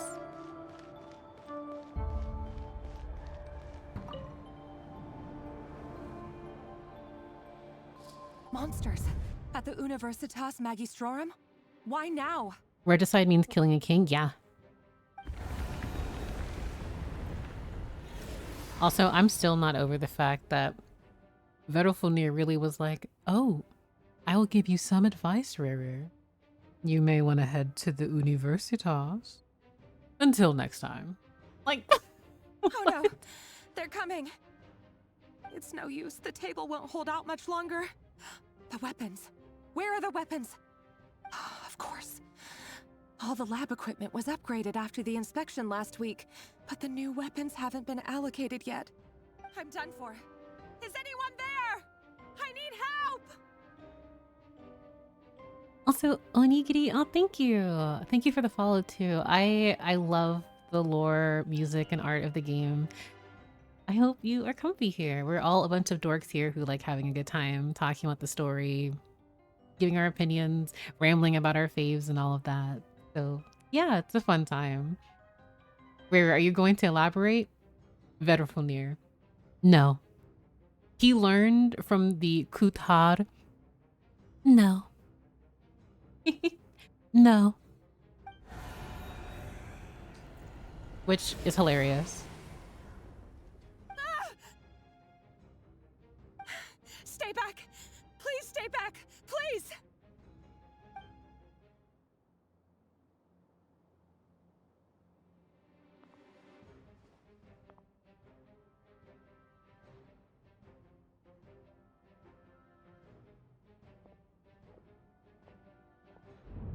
This is so interesting how there was kind of a... Wait, what? Oh! Oh, I wasn't expecting this. Rere! So the rumors about your work are true. What? No! Listen, something happened at the palace tonight. We have to leave! You don't need to lie to me anymore. What do you mean? I know why you're worried, and I will respect the decision you've made. But it's okay, because I found a solution. I know how to end all this. You can have it back. The normal life you so desire. The music! But until then, I'm afraid our wedding We'll have to wait. Cylindus? No, don't do it! Cylindus! Cylindus!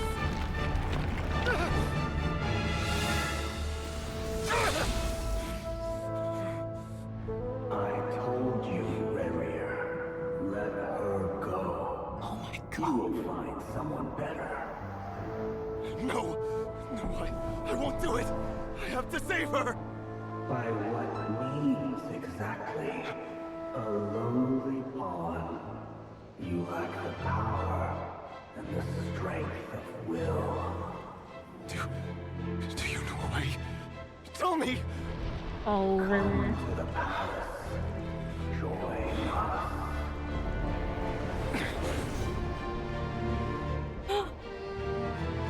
Damn.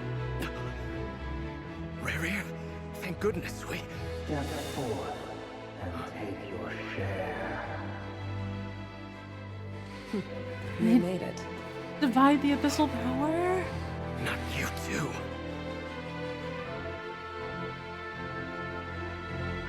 Hatred or grief, despair or desire. We all have our own.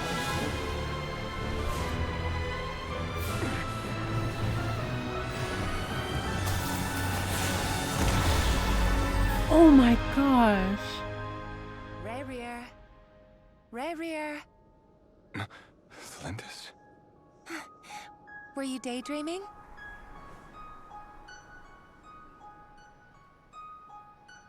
You still remember, Rerir? That question you asked me a couple of weeks ago? Oh. You mean the proposal? Yeah. I'm wondering, where do you think would be a good place to discuss it? Oh my god. Maybe in the garden? Or were you thinking a fancy restaurant? It's your choice.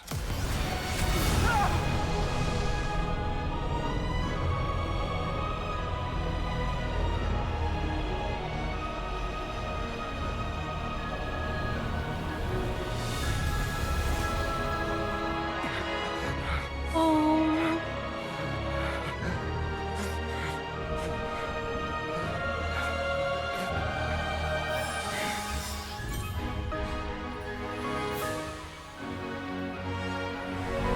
Oh my gosh.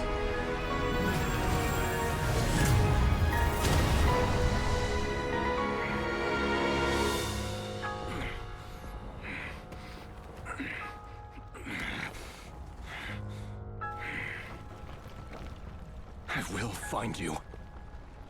And then... you can give me your answer.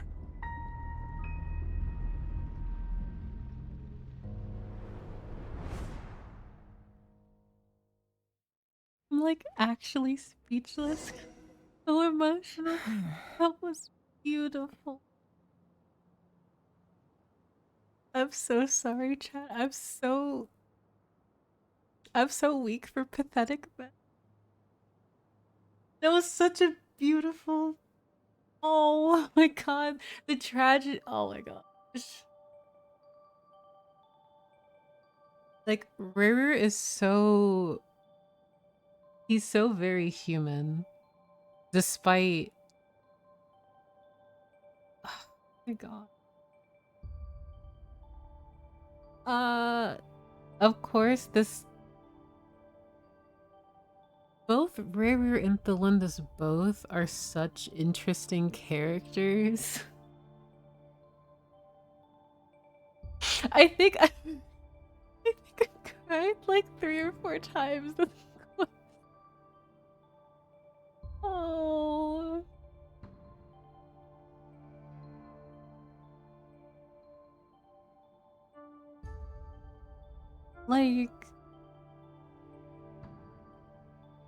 Like I still hold my criticisms about both of them. But like this is so much. Like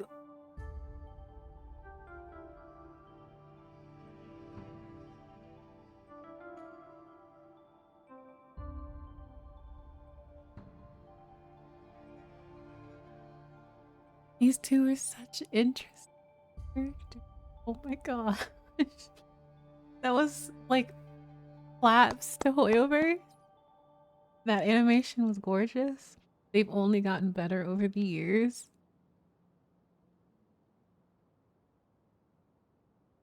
Oh, I'm so sorry. Did I say that? I literally was just thinking about Thelindis and Rare. And I'm like, he loves her so much. I love that. But like, they're such deeply flawed people. Is still the phrase in this context. I'm sorry. I know there was like a lot of so much was happening there. So for me to say like, oh, he's so pathetic. Like, sorry. But oh, it's so good. Not ignoring anything, but like, okay. Both Thelindis and Rare, as they are in the society they were placed in, I think, like, I thoroughly enjoyed both of their characters. The fact that, oh my,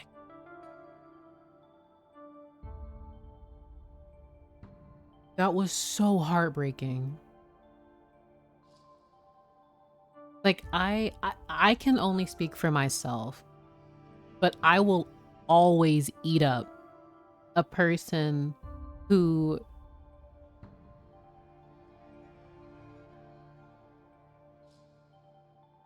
oh my gosh.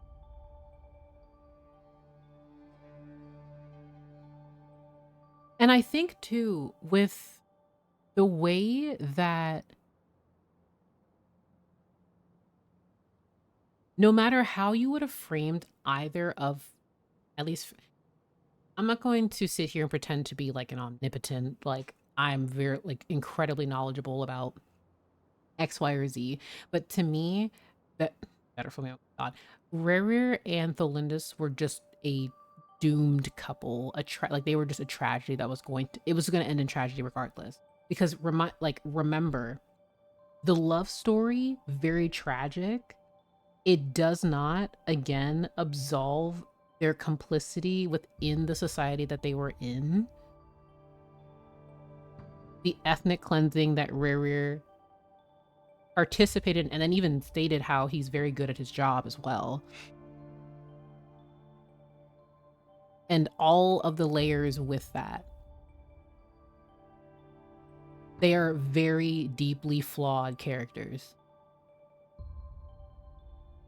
And yet at the same time, this isn't like the tragedy again does not dissolve the transgressions either of them have, but also just the utter darkness and like the layers to it, because we physically saw Dainsleif defeated on his knees, watching as all of his friends succumb, to the abyss.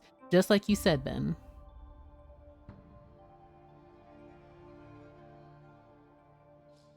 So again, despite me, like, beautiful cutscene, I really enjoyed their characters. They are deeply flawed. Their transgressions will not go aside by any means, nor will they be absolved.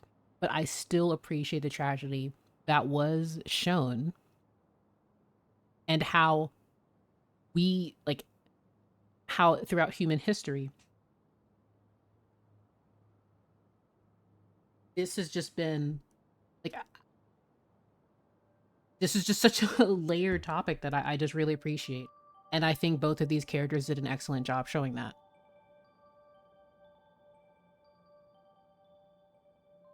So again, I look forward to talking about this even more, because I think there's even more to unpack and discuss. So again, yeah.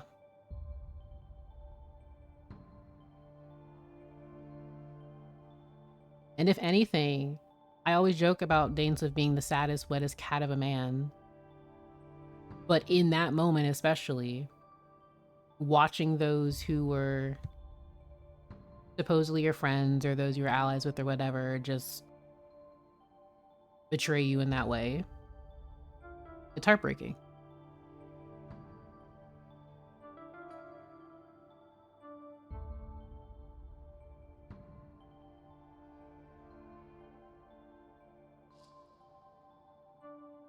So yeah, I have a lot to think about. That was very powerful. So that's how the Raker of Solnari was born. A monster created by circumstance is a monster all the same. Yes, Miss. Viewing other people's thoughts for too long can get uncomfortable. Right now, I'm feeling a strong sense of loathing. In a nutshell, the story of Conria is what happens when the truth falls by the wayside. Everyone tells little white lies, and before long, you have a huge pack of lies that destroys everything. Yeah. She's correct. What she says is correct. Because regardless of the tragedy that happened, regardless of the situations that River and both River and Belindis in the society they were in, it doesn't absolve them of the atrocities they've committed. Time to get back. His past is filled with sorrow, but the tale of any fallen civilization is one of endless tragedy. Cruel as it may be, that was Conria's fate.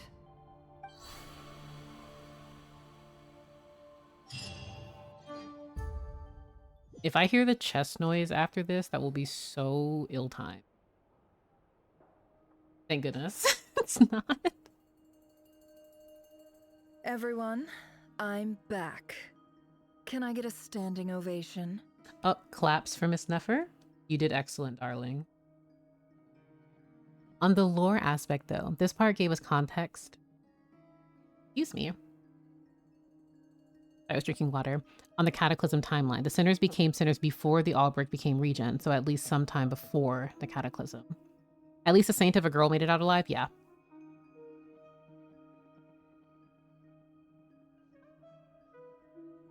'07s to Orlog. I have a feeling we will revisit the story again from different sinners' perspectives. I feel like we would have to. I think it would be really to only see it from Ririr's perspective. I don't know. I feel like I would personally want more. But no, I agree with you.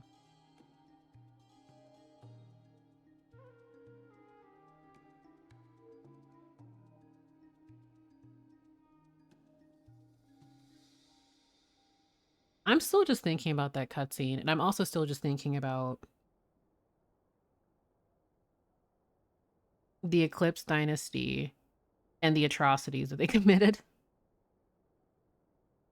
Because out of those perspectives that I'm the most interested in, it's definitely Verfunir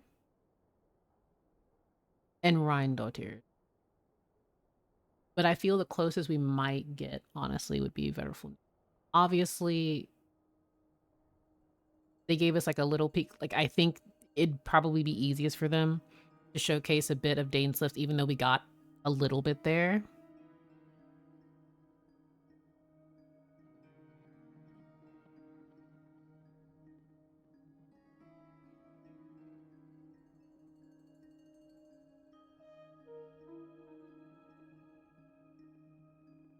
So once again, I apologize. I'm just very deep in thought.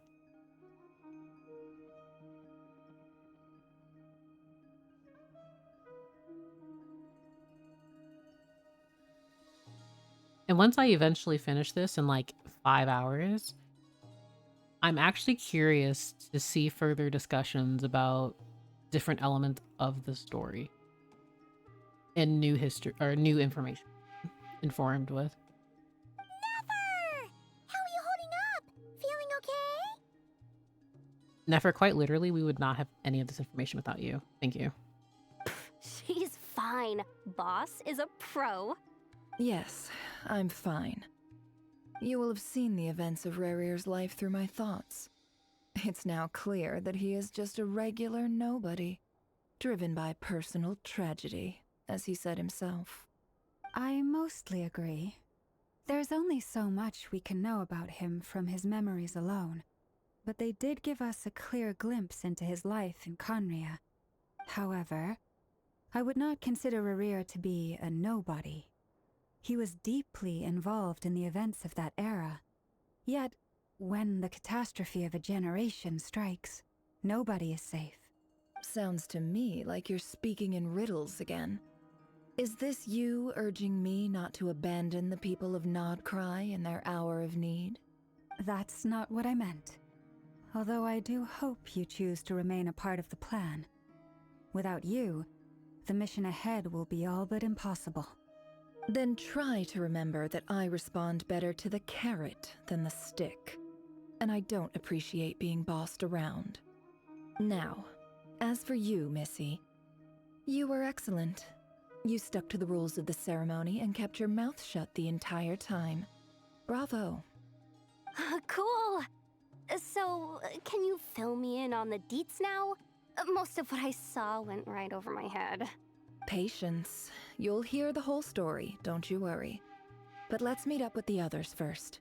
It will save me narrating it twice. She's so funny. Yehoda? Yes, boss! Let me get that door for ya. That's more like it. For a moment there, I was worried you'd forgotten about the first clause of your employment contract. Forgive my curiosity, but what does the first clause say? It says I gotta do the annoying stuff that boss is too lazy to do for herself. Like opening the door, pouring the tea, yada yada. Oh my gosh. Is that right? If something is in the contract, it's because she willingly agreed to it. Rest assured that the Curatorium abides by the very strictest of labor policies. You don't seriously think I'm cruel enough to treat her like my slave? In any case, I've hardly shied away from my share of the work today. Hope I don't catch Flintz and Varka lounging about in their chairs, enjoying a leisurely cup of tea. Oh my goodness, never. There's nothing I dislike more than other people enjoying themselves while I'm hard at work.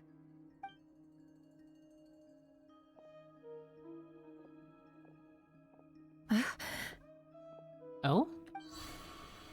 Oh no. That sounded like Flynn's catching a stray deserved. Oh, absolutely. Sorry to disturb you, but we seem to have run into some trouble. Oh, we... Evidently so. Don't worry, I'm not about to leave you to fend for yourselves. I'm not that kind of boss. And it would go against the Curatorium's labor policy. Are we just in Sumeru now? I'm sorry. What did you hear me say? I wasn't talking about labor policy. Wait. How long have I been standing here? Not long. You just appeared by the door a moment ago. I keep forgetting the Traveler had, well, at least that's the second line. This act that they've spoken.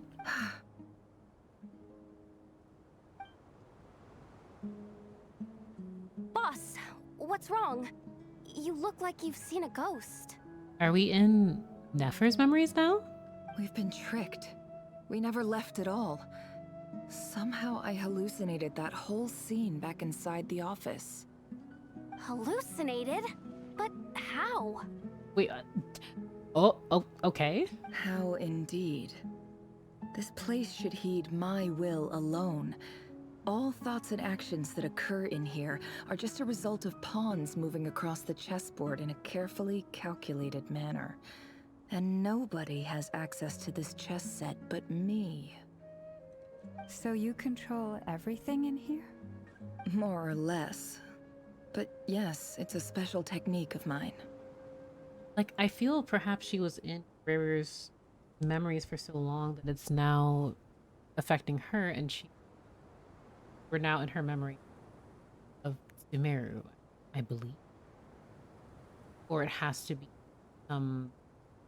Has anything like this ever happened before? so strange. Only once. It was the first time I used the chess set.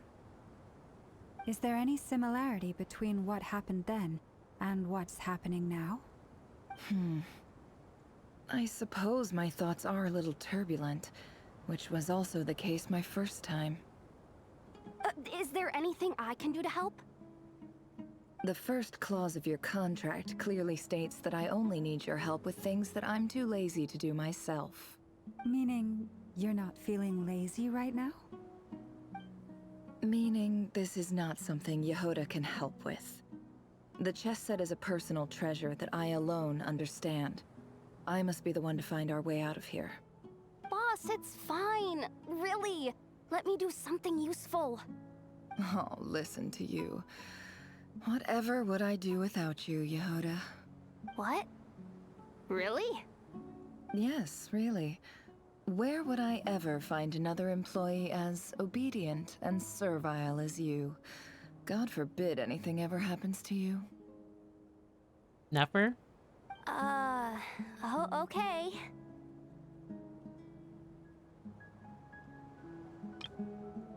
I love her expressions so much.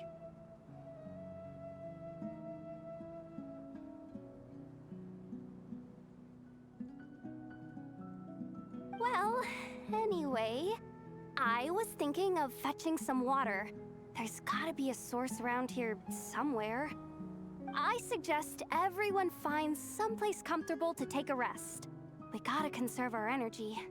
Even though all this chess malarkey doesn't exist in a physical sense, mentally speaking, it's all real. And so is our tiredness and fatigue. You don't want to dismiss mental fatigue. Just because it isn't physical doesn't mean it's any less serious. But anyway, I got your backs, so don't worry about a thing. Don't I have the best employees? Jealous much? If we can find a suitable time, I'd love to borrow Yehoda for a day to help out at the Frost Moon Scions. Would you be amenable to that, Boss Nefer? I hope I get multiple copies of Yehoda on the banner she's featured. Oh, Lauma. Have I ever told you just how pretty you are? Beauty runs from the tips of your antlers to the depths of your imagination. Ma'am?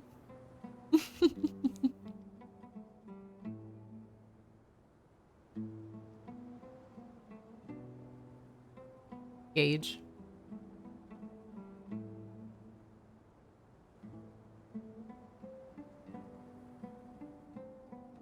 I see. Never? You want to talk more about her? Time to rally, everyone. Follow me. Yehoda, stop your mom from fighting your stepmom.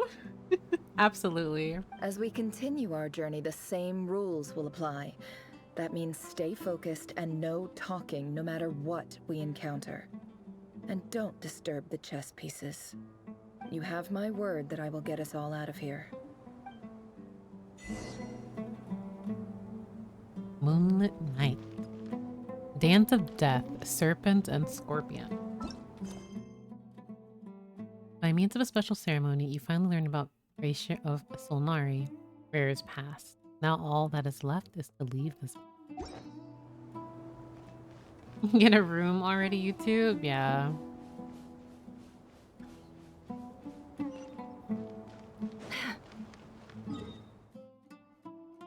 I am somewhere. I am somewhere in Tavat, presumably. Probably not. I'm not in Sumeru, but I am in This looks Sumeru. familiar. That's not a good sign. There's someone up ahead. Time for a little chat. Interesting. An Aru village.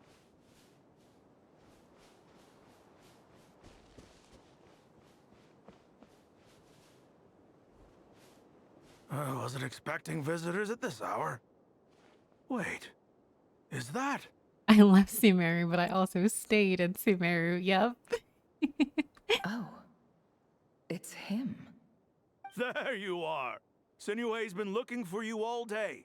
I think he has some news for you. Oh yeah? What were you doing just now, Uncle Retinue? Hiding away some more loose change? I know I saw some Mora. What do you mean loose change? Oh, come on, I'm too old for this. Just pretend you saw nothing.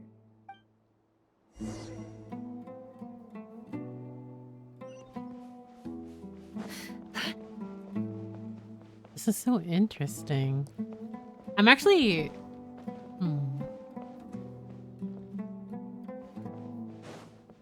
I will just let the scene play. Hey, kid. Mind telling me what Sinuhe's been up to recently? I'm trying to get in his good books and I need a way in. Get in his good books? Why? What do you want with my dad, Uncle Apepi?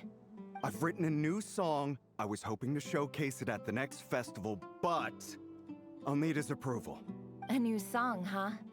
I'd love to stay and listen, but unfortunately, Uncle Retinue says my dad's looking for me. Well, there's plenty of time and I'm not going anywhere. See that pile of stones? I'll be sitting there warming up my vocal cords. Come find me when you're done. Pile of stones. Got it.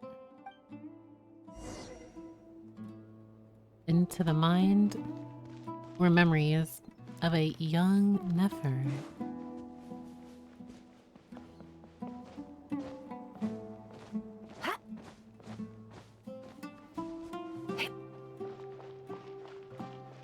Hi, Dad. Uncle Retinue said you were looking for me. Ah, there's my little princess. If you'd gotten back just a little sooner, you could have shared the spoils of war with me. Spoils of war? Who were you fighting against, Dad? It was just a figure of speech.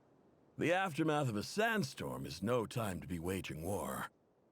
I miss Sumeru. I mean, Sumeru was such a time. Our conquest, Death's Kiss, and also, I'm very excited about the Layla event. I'm calling it the Layla event because I love Layla. I was talking about our war against thirst. I went out to fix our water supply problem, and now I'm back. Which means... We have a well again! That's right. I found a new one and brought back as much water as I could carry. It should last us for a good while. If it wasn't for these blasted sandstorms, our wells wouldn't be caving in. You wouldn't be spending all your time out searching for new water sources. As the chief of our tribe, I'm supposed to be leading us out of hardship and poverty, onto better things. You know how prosperous our ancestors were. I've told you all the stories. And look at us now, squeezed into these hovels. No one would choose this, if it wasn't for the endless wars over the years. But things are looking up. I started working with some folks from the academia a few months back. They gave me some contacts in return for my assistance in the desert. So you're the academia's helper now? Special ambassador, they call it. Think of it as a partnership. It's nothing bad, okay? We've been isolated here in the desert for too long. Seeking opportunities elsewhere is the best thing for us, and the fastest way to progress. To be completely honest, I have nothing to add to this because I'm just having so much nostalgia listening to this soundtrack again, while also learning about Nefer. So, do you get anything good out of being a special ambassador? Of course. My luck's improving all the time. One day, I swear I'm gonna lead us out of this place. We'll find somewhere new. Somewhere better.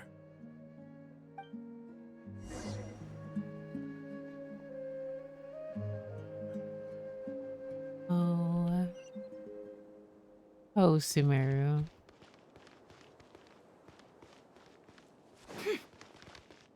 Yeah.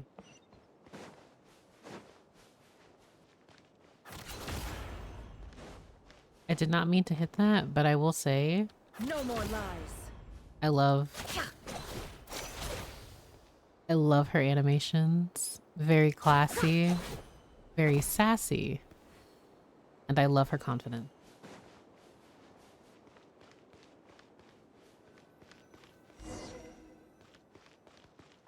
Also, emergency C3 is the...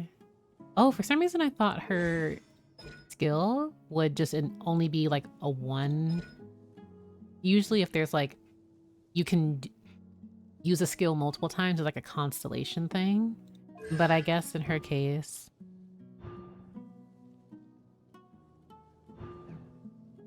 she just has 2 of these in her base kit. I don't have her, so I'm not sure. Oh, interesting. Okay. Also, I can't wait. I can't wait to read information about this. I can't. I'm excited. The Reliquary of Truth. That's our well, and you know it. You stole from us. Well, you've gone from chief to thief, and now you have to face the consequences. Did you really think you could take our water without permission and get away with it? You're either brave, stupid, or both. And that special ambassador act? Yeah, nice try. We spoke to the academia. They said it was all news to them. You're a liar and a cheat! Oh my.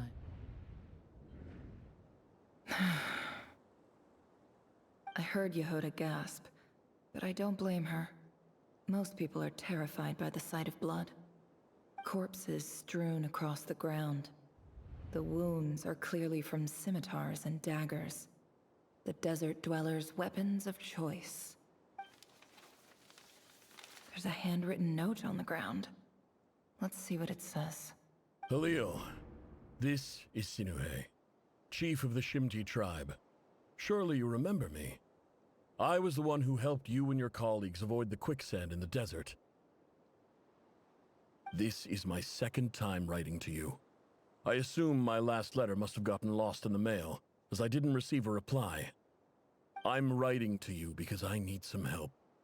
That sandstorm the other day completely blocked up our well, forcing me to look for another water source in Iab and Unut territory. It was a matter of survival. Praise the gods. The well of the Iab tribe was intact. It was my last resort. I drew what water I could and left, but not without being spotted. I fear they will retaliate. You told me to write to you if I ever needed help. You said you'd be my ally in the academia. I urgently need you to formally recognize my title of Special Ambassador and send some of your people to assist me for a few days. It's the only way I can convince them that this was the academia's decision and prevent them from retaliating. This is an emergency. Please send help as soon as possible.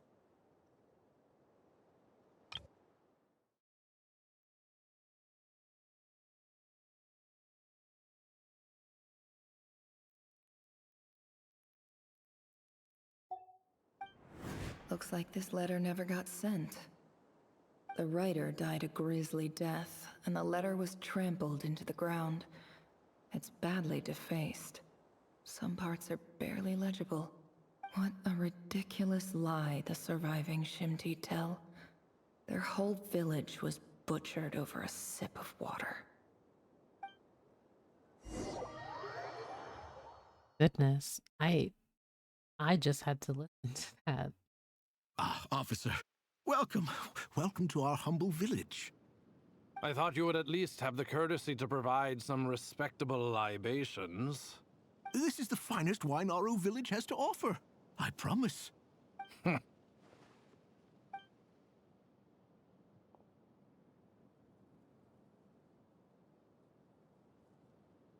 The Academia has agreed to reserve a single space for a candidate from your village.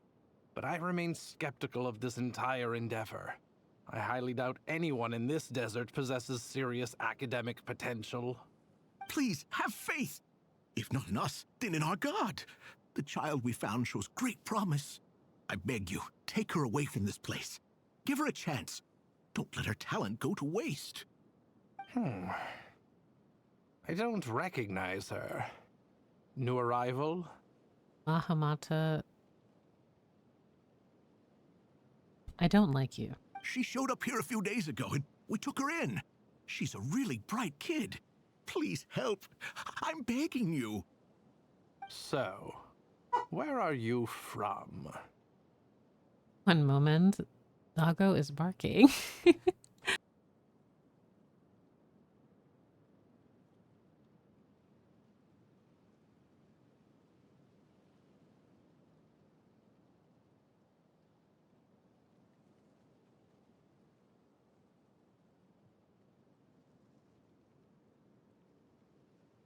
Yes, the puppy was startled by something, and I'm not sure what, but I think she's okay now. I apologize if you hear her barking in the background for some reason. Nowhere special. Just a sand dune. What about the rest of your family? How many of you are there? Just the one. It's only you? Correct. So, no brothers, no sisters, no mother or father? Any who have slept on a bed of sand, I call my brothers and my sisters. Apart from that, I have no family. All right. Get over here. Sign your name on the form.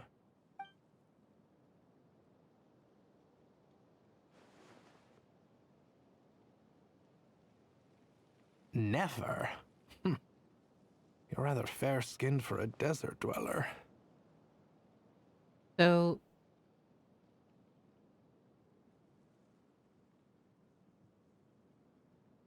when can we scrap? What?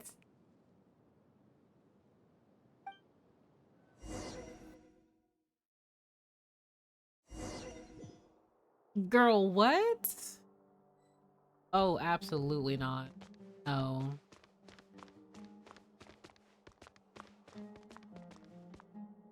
You're rather light-skinned for a desert dweller.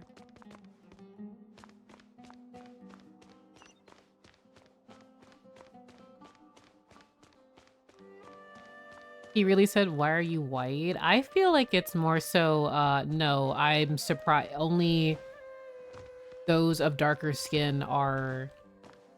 We assume that everyone who is brown or darker skinned is of the desert, and therefore also have lower intelligence and everything in between, like the racism and societal implications of that. That's what that means. The most hateable NPCs. Nefer, this term's assignments have been issued already. Please read through the materials thoroughly, conduct your own additional research, and then write an essay on the topic. Yes, Professor, I'm aware. I just had a couple more questions I wanted to get your perspective on. Oh? Please ask away. Well, I saw the other students' problem sheets, and I couldn't help but notice that my assignment is much easier than theirs. Do you really think I'm a weak student? A weak student? Goodness, no. Quite the opposite. You have a sharp mind. Almost too sharp. I think what you're saying is, a weak student wouldn't have noticed the discrepancy. And if they did, they certainly wouldn't complain about the lighter workload.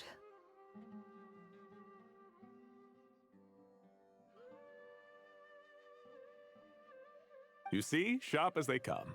You see things the way they are, and I'm sure you know why they're like that.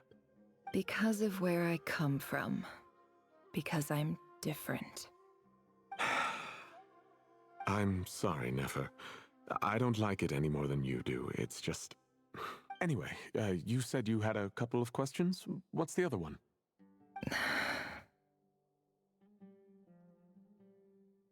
I wanted to check...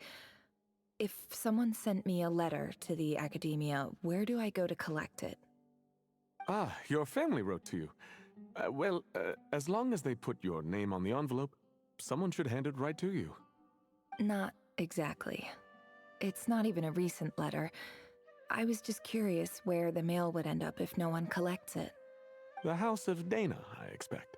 I know there's a box for unclaimed mail somewhere in there, probably sitting on a shelf. Whatever you're looking for, that'd be the place to start. Okay, got it. Thank you, Professor. Oh, don't mention it. Honestly, I feel like I failed you. I'm supposed to be your teacher, but I haven't taught you anything. Hey, don't say that. You're a great teacher, and you do your best for all your students. But the rules are the rules. You're not allowed to teach students like me. It's not just the academia either. The whole world bends over backwards for the successful and leaves the losers to suffer and die. Oh, my dear child. Don't tell me you've given up on life already. I haven't. I just think that if you want to make it in this world, you have to find a way to become successful. I appreciate this. Because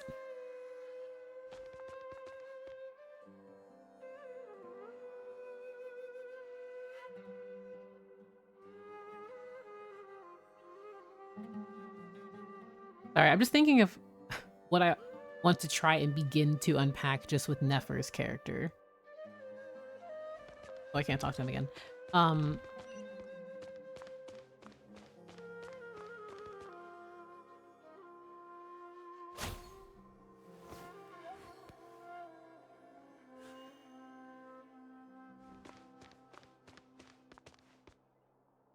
I'm just going to sit on this a bit.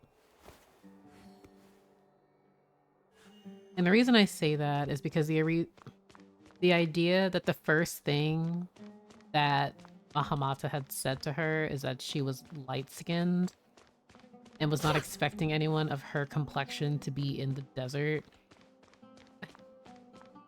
In addition to... Oh. This must be it. A big cardboard box full of unclaimed mail. And probably some letters that ended up here by mistake, too. Let's take a look. Take a look at the letters inside the box. It's so interesting to see Nefer be a student at the academia when this type of culture was still around. So, I really do appreciate that they're opening up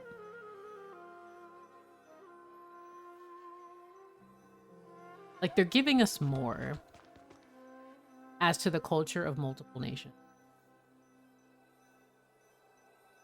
And how disgusting, like the discrimination of because the disinformation, misinformation, prejudices, discrimination just from base, like Sumeru when we learned about, and now to revisit that and have a character experience that. I do like that they have that. However, I also think, so Hoyoverse, why? So you acknowledge that she's light-skinned, and yet we have, what, maybe 2 characters from Sumeru who are brown? Like brown-skinned? Like... What? It's like you're so close. Also, yes, there is currently an ad. So I will just auto with Nefer because she's very pretty. And I like her animations.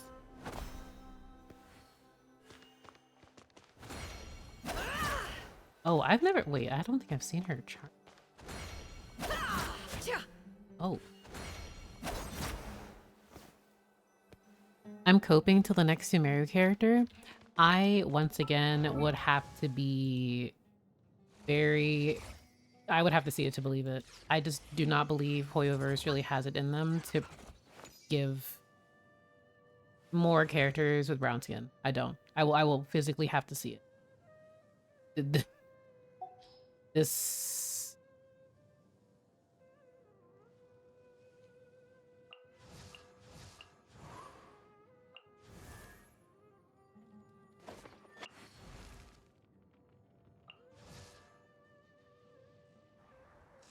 Yeah. I want to be copium too, but I'm also just like, let me not fool myself. Oh, hey, where have I seen this animation before? Exactly, like they're like they're getting there, but not fully. It just seems a bit tone deaf because, my apologies, Soul. I was just saying it seemed a bit tone deaf that they have a character like Nefer who experiences discrimination, and how during this time period we clearly see that there was colorism within Sumeru, just from Mahamata's commentary about how she is very light skinned compared to desert dwellers, quote unquote, and the idea that if you're from the desert, that means that you are brown skinned and you are uneducated, ignorant, etc., etc. And she is now a part, like she's passing in the academia. But it also seems a bit tone deaf from Hoyoverse a bit, because we have 6 total characters, I think, that are brown. And then of the characters of Sumeru, the entire cast is very light skinned. So A dilapidation survey from Port Ormos. Looks like it's from a Core of 30 representative. What a strange thought. A bunch of mercs losing sleep over rundown buildings. exactly, passing like the Lindis, and both the Lindis and Nefer's, their stories are clearly different, but that shared passing in society. I think that's it too that really bothers me, Luca. Like, hello. This one was never even opened. I guess the recipient didn't care what the Core of 30 had to say about anything. Who was it addressed to? I don't recognize the name, but it must have been a Ksharawar professor. This one is addressed to the Immorta Sage. The title is Changes Observed in Satyavada Life Symptoms. Why do all these letters read like full-blown dissertations? Guided by the incense, we became lost somewhere in the forest. All the barriers between levels of consciousness disappeared as our minds soared around in circles, looking for a branch to seek refuge on.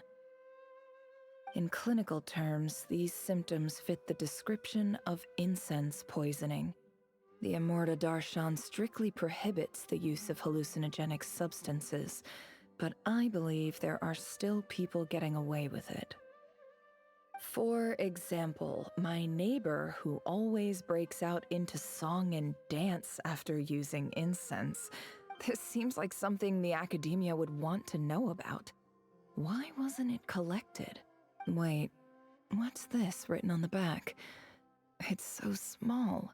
The note says, "The sender authored this letter while under the influence of mushrooms. I would send it back, but no return address was provided. Stamped by the Grand Conservator of the House of Dana."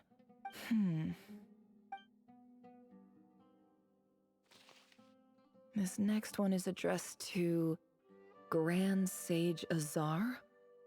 Ah, yes. This one. A few words of protest regarding recent changes in Sumeru's educational policy. In recent years, the academia has taken on a small number of students from the desert region, as per the policy to this effect. However, it appears to me that these students have not, in fact, been provided with educational opportunities that are, in any meaningful sense, equal to those enjoyed by their peers. As well as receiving dumbed-down assignments and perfunctory tutoring, they do not even have full access to the Akasha system. Education is the fundamental purpose of this institution, which should go without saying in a nation whose founding virtues are knowledge and wisdom. I ask you, is the lip service we pay to the policy of education for desert students truly the standard of pedagogy to which the academia aspires? As Grand Sage, policy decisions are your prerogative, but do not forget your roots. You and I were once students too, as was everyone else in this institution. How can Hoyoverse be so close and yet so far at the same time? I have to wonder. I do hope you will give some serious attention to this matter. I encourage you to discuss issues like this with myself and others, and listen to some alternative opinions. Great letter. Shame it didn't get to where it needed to go. And the sender is... Huh? Sage Cyrus of Spontamod. I didn't realize anyone else even knew how bad students like me have it in this place. So this is where letters from the Sage of Spontamod end up?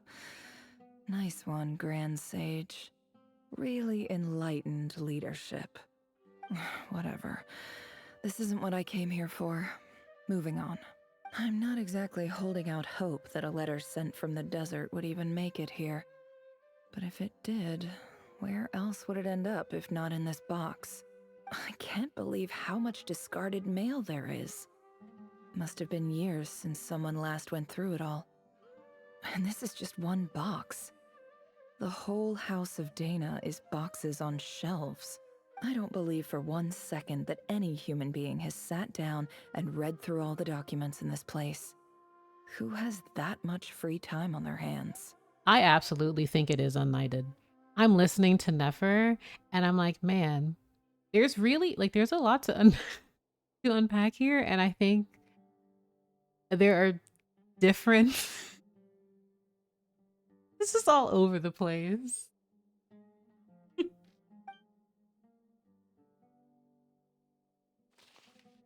Wait, could this be it?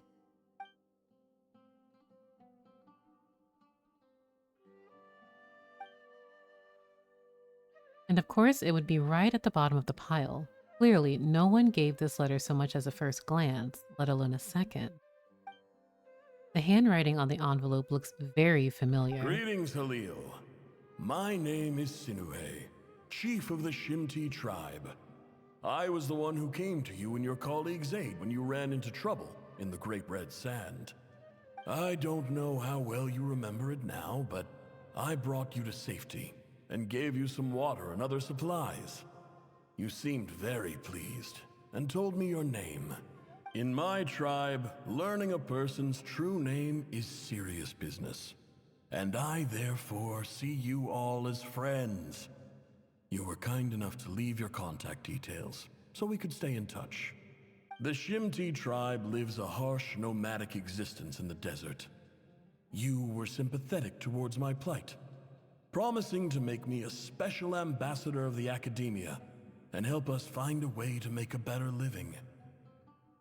This brings me to my reason for writing. Our tribe has fallen on particularly hard times, and I would like to ask for your assistance. There was a terrible sandstorm a few days ago, which blocked up the well in our land. To ensure my people's survival, I had no choice but to venture into Iyab and Unut territory in search of an alternate water source. Nefer's sudden story quest in the middle of all of the Conria lore was a bit of whiplash. I think that's what I'm suffering right now. I don't say suffering, but it's just the tone shift. There are clearly elements that will be not exactly paralleled, but patterns that are recurring. But I won't say it feels out of left field entirely, but it's also kind of like, oh, that was a lot that we got. And now we're at the academia. So I can definitely see how it would just take someone for a loop, wait, what's happening now? This just seems kind of, oh, I see. The Iyab and Unut are descended from the Thamudians, while we trace our ancestry to Tulatula. We worship the Lord of Flowers and have had relatively good relations with our fellow tribes, up until now. I found a well belonging to the Iyab tribe. They declined to help us, but I really had no other option. So I took some water to keep me and my tribe alive. My actions are certain to incur their wrath. When we met, you assured me that you would be my ally in the academia. I would like to take you up on that offer, because I really need your help. That aside, I did not mean to do the that. last time you were here, you mentioned that the academia had started accepting students from the desert. And I told you a little about my daughter, Nefer. When we met, you assured me that you would be my ally in the academia. I'd like to take you up on that because I really need your help. I wonder if you could send an academia representative to meet with me. Mm-hmm. We have next to no resources here in the desert, and my power and influence are limited. Would you consider enrolling my daughter at the academia? She is a smart girl. I know she won't disappoint you.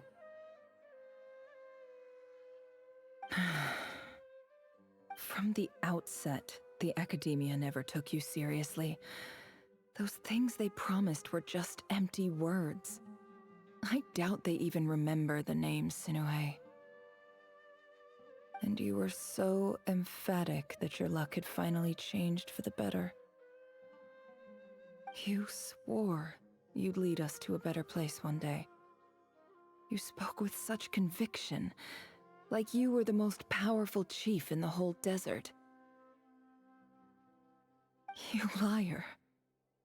You lied about everything. You promised the world and delivered on none of it. And who fell for it? Just me, by the looks of it. Despite your best efforts. Which makes you a pathetic liar. You weren't even any good at it. I think I'll take over from here. Let me show you how it's done.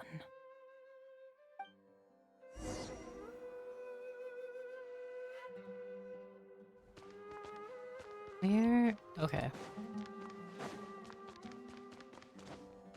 In another life, I would have Nefer.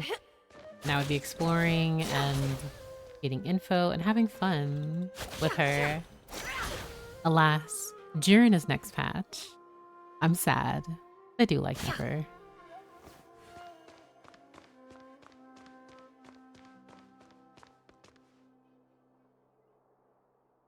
I just came to say goodbye. Thanks for everything you've done for me in my time here. Nefer? You packed your bags. Where are you going? I'm quitting. Something's come up in my hometown.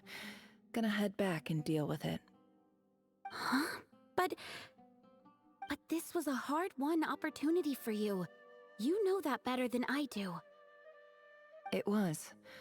But it doesn't matter. I have more important things to deal with and they can't wait.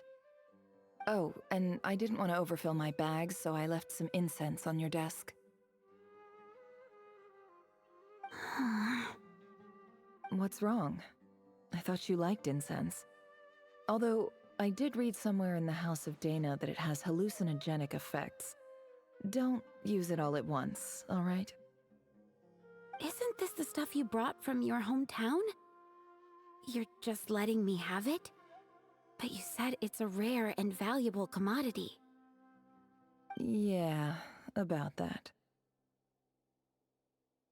I lied. It's not rare at all. There's this bunch of ruins near my hometown that are practically overgrown with this plant. It's not worth much. Keep it, it's fine. But Nefer... Alright, that's all from me. You take care. So, I do think having a bit of indication for this quest would be good. And this is coming from someone who also plays Final Fantasy XIV. When you're about to do the MSQ and there's going to be multiple cutscenes and it's going to be an extended period of time, they give you a notification right before you do the quest. Like, a series of cutscenes is going to play in advance. A significant amount of time is being requested of you. And then if you don't want to do it, you clearly don't continue. So that would be interesting if they like separated them, but I think for me, the reason I'm not really as responsive right now is just because I am interested in Sumeru politics, but I think my brain is not. I think I'm still coming down from the information we got previously. So I think it's just kind of information overload.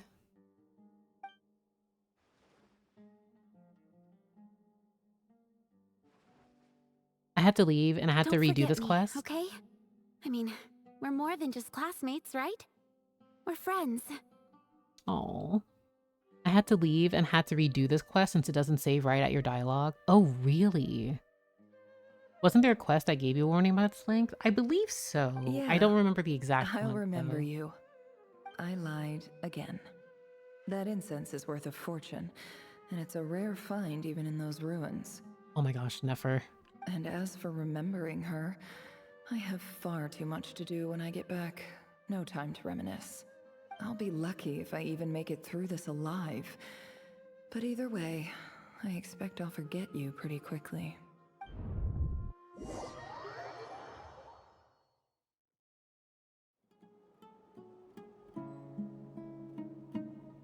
Oh my gosh.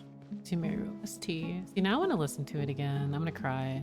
I've had the Nod-Krai OST on repeat.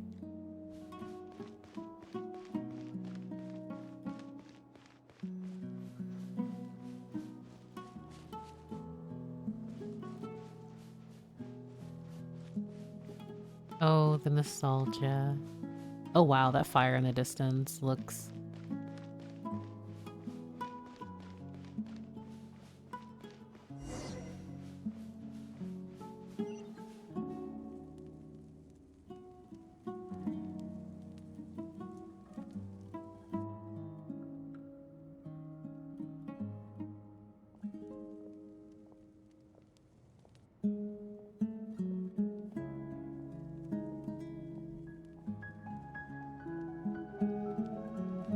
It's a pleasure to meet you, Mr. Arif.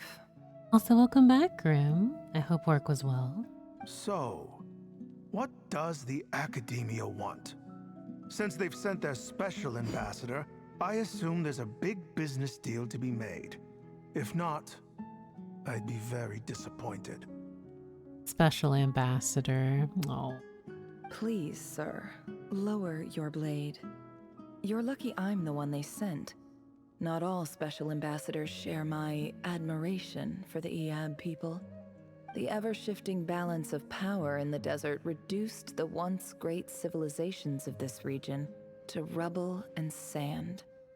But the story of the Iab has a very different trajectory. Others grew weak, but you grew strong, beginning in obscurity and moving to prosperity. You're the only ones who defied the trend. Huh. So, you do know who you're dealing with? This well is the perfect symbol of your strength, is it not? You're not wrong. But I'm sure you didn't come all this way just to flatter us. Of course not.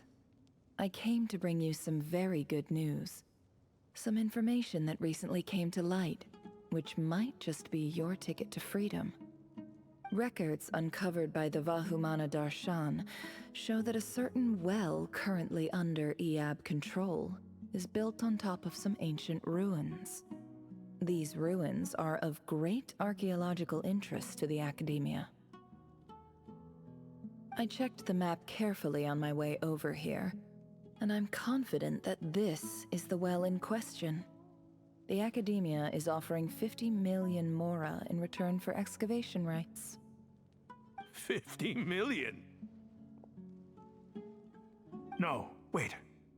If these ruins are as important as you say, 50 million's a little low, don't you think? Don't get greedy, Iab. We know far more than you think. We know that you seized this well by force. Wasn't that the first step in your rise to power? To drive away the Unut and steal their water supply? So what if it was? Oh, they're so funny. They're so funny thinking that... Don't worry. As unscrupulous as it was, it's something we're willing to overlook. The Academia is only interested in dealing with the de facto power holders in the region. I hope I am making myself clear. And I hope your words are the truth. If I find out the Academia is trying to play me, I'll hunt down every one of your people and make you watch as I cut their heads off one by one. So funny when NPCs think they can overpower Vision Bearer. It's like, yeah, you're very funny. It's very cute that you thought, like, you had concepts of fighting someone who can protect themselves. I assure you, Chief, that would not be in your long-term interests. You don't want to make an enemy of the Academia. You see how I'm dressed, don't you? I appreciate that you've never been to the rainforest, but surely even you recognize an ambassador's attire when you see it. And what does a barbarian like you have to lose anyway? You really think the Sumeru Academia would bother to come all this way just to lie to you? We have more important things to worry about. All right, I take your point. The Academia is the highest authority in the land. I'm sure you're trustworthy people. Did she have a vision at this point in time? If I'm remembering correctly, her playable character model, is her vision here, like on her back? Or is it somewhere else? Because I haven't thoroughly... No? Okay. Or actually, does she have a vision or does she have a moon wheel?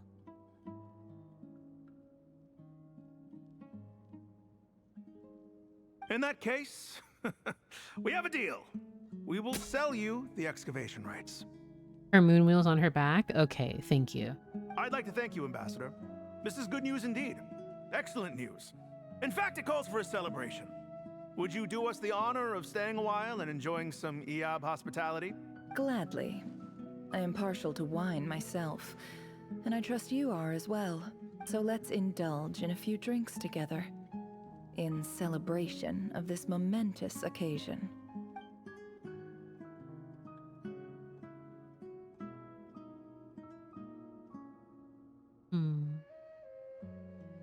I think... Chief! No, Chief, it's an emergency!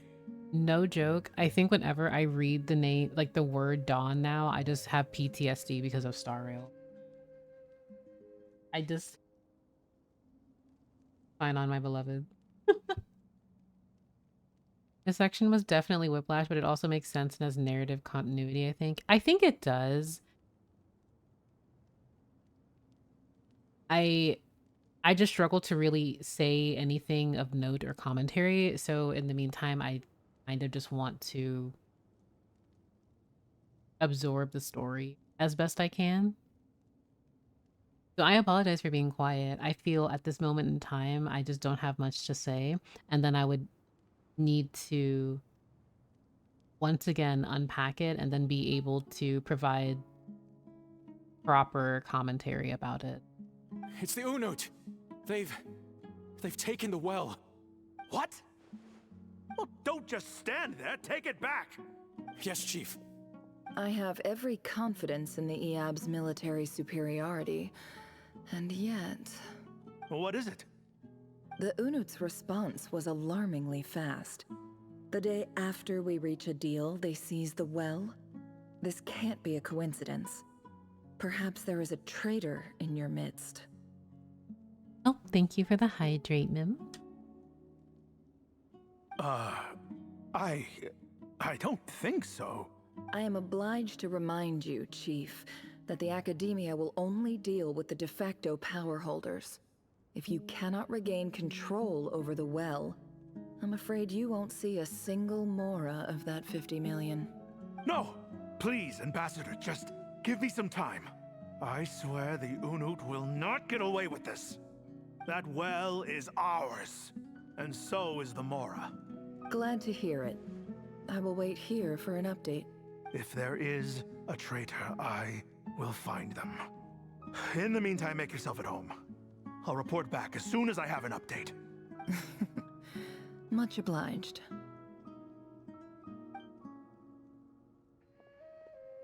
Wow. All it took was a few words and I've got him wrapped around my finger. What an amazing feeling. So, in summary, Ambassador, the Academia would rather negotiate with our tribe instead of the Eab, yes? The Eab are ruthless murderers who don't listen to reason. And now they have the gall to interfere in our research projects in the desert region. So let me ask you, Chief. If you were the Academia, what would you do? Kill them all, of course. Precisely. The Academia does not tolerate those who stand in our way. The Eab have held back our academic pursuits for too long, and our patience is wearing thin.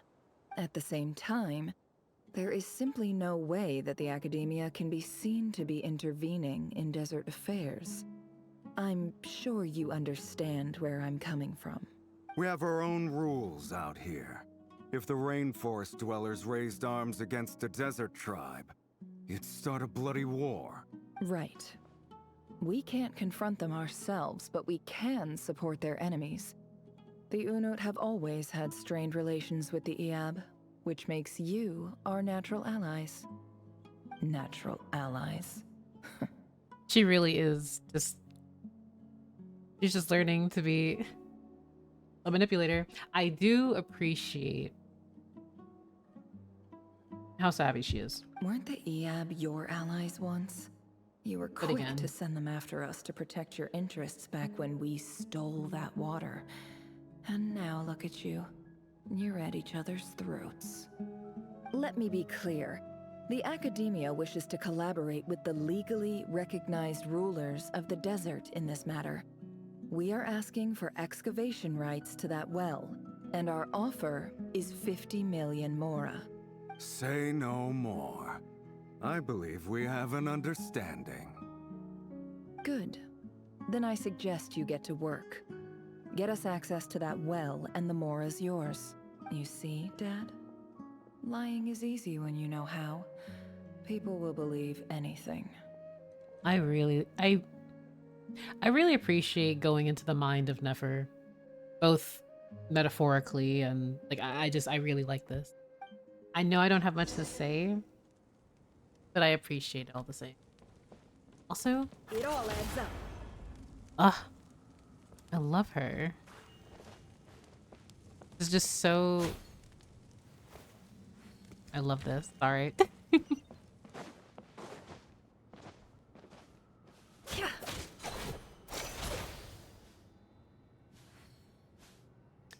Mother. I love that for her.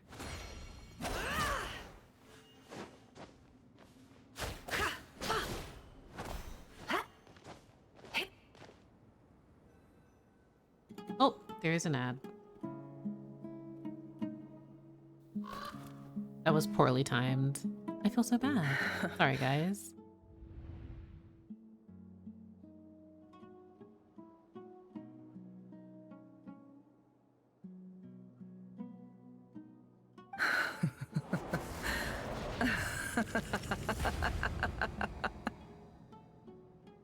Oh, Nefer. Look at yourselves. You may be vile, savage monsters, but your butchered bodies bleed like any others. You're no different. You're nothing special at all. The monsters who destroyed my home, they're just ordinary, petty human beings. What a joke.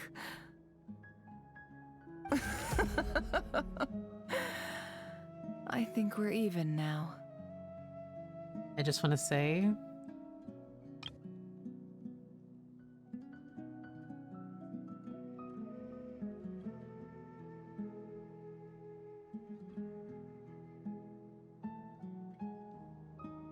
the parallels are paralleling.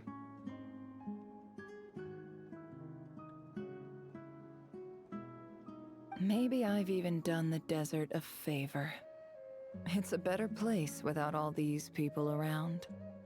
Oh, Sinuhe, my gullible fool of a father. Perhaps if you'd been as ruthless as I was today, our tribespeople would still be alive. In this dog-eat-dog world, a chief needs to be tough to survive. But you couldn't do what had to be done. So I did it for you. Nefer, it's okay. All of this is in the past now. Lauma being the first one to comfort her. I believe I remember you promising to remain silent. Yeah, but even so... Yehoda, is there anything you can do to ease the tension? You got this, Yehoda. It's your time to shine. Alright, time for a sharp turn onto a completely different topic.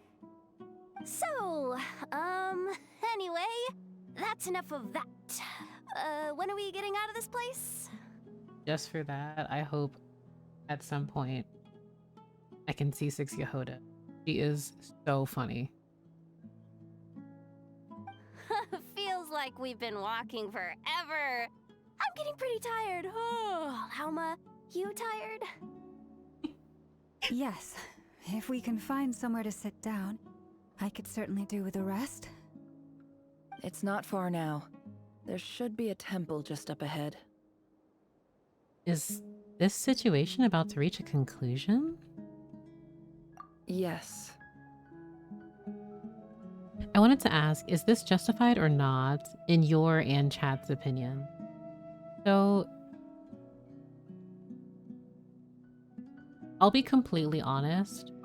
I think I would need to read absolutely everything, because I also feel like it comes down to, is revenge justified regardless of what happens? In her case,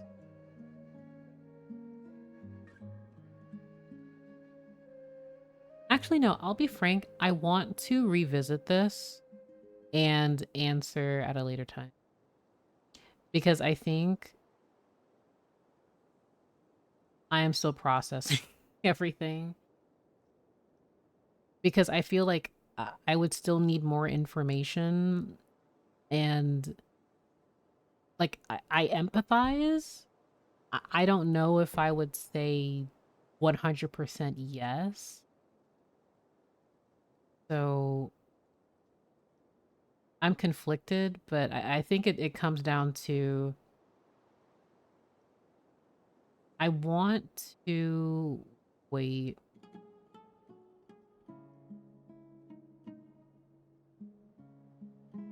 Because the parallels are paralleling, and I want to be able to form a full opinion. And even though I just witnessed everything from her memories, I still feel like I'm not there, if that makes sense. So I'm sorry for the non-answer.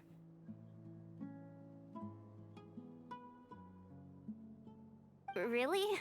A temple? That's where this story ends? I guess that's how things go in the desert. I've been to a similar place. Desert dwellers can never escape their destiny. Or so everyone says. I never wanted to believe it, but looking back now, I'm as desert as they come. Thinking about Vedrfolnir's words about fate to Rerir. You mentioned a temple. What's waiting for us there? My biggest trade secret of all. Ah. Then I'm guessing it's where you got your power from. The power to peer into other people's minds. I didn't know you were clued up on any other religions. I'm no expert in the history of Sumeru, but since you come from the desert, I would imagine it has something to do with King Deshret. King Deshret, the silliest of men. And the 7 pillars who served him. They are major figures in the desert belief system. Sounds impressive. I have some friends with connections to this stuff, specifically with Hermanubis. Ah, I know who you mean. General Mahamatras Sino. The spirit of Hermanubis dwells within him. Also, Sino's second story quest, and then learning more about the Temple of Silence and and Sethos too. Such a good. That's Boss Neff for ya. She knows everything. Sino's hardly a figure of obscurity, but I know about Sethos too. What about him? Is he a big deal or something? Well, he's not a small deal, let's put it that way. Please, this is the bare bone basics. Save the flattery. Thanks for your patience, everyone. I'm sure it's been a lot to take in. With any luck, that's our exit just up ahead.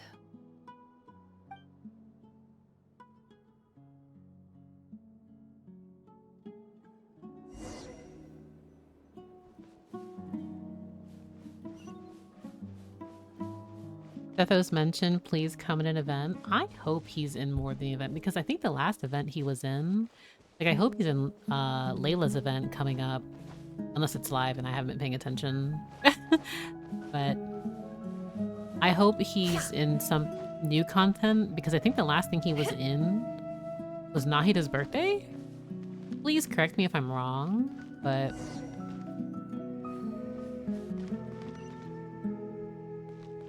like I'm genuinely trying to remember. Also, I only I think in the past like 4-ish months or so, I recently got Sethos. So it was just kind of, if you don't do Sino's story quests or actively look out information about Sethos, he's not, I feel like you wouldn't really know about him. He was in the advertisement filming event, one of the few voice characters. Oh, goodness, I do not remember. By the way, since I missed it, what was your reaction to young Dainsleif? I don't remember. I think I probably screamed and talked about how I can't do this and how I'm not exhausted, how I'm screaming and being giddy. So, you know, my usual like unhinged self about Dainsleif. The young Dainsleif especially, he's just very baby. I will say, well, baby asterisk. I will say his sense of wanting, like desperately, to oppose King Ermin and how utterly betrayed he was. To welcome our clients, of course. A kitty's gotta earn his kibble somehow.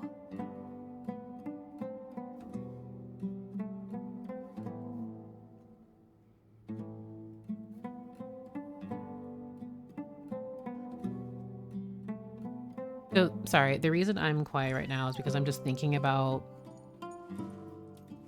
Nefer. Because I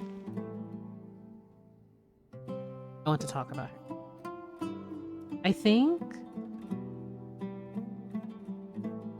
ignoring, I understand this part of the quest maybe took people, like it's a bit of a whiplash, but I do think it's important that they have this here because again, I'm still learning about Nefer. I'm still experiencing, excuse me, story right now. But I think I like that they're demonstrating the parallels here.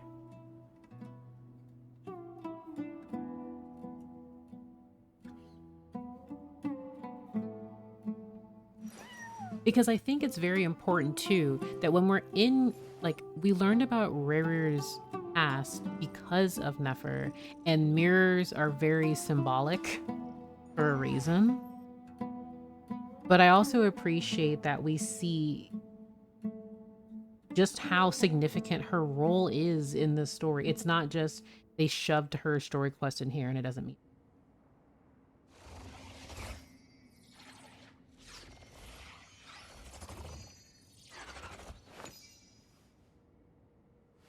I don't know. I'm just...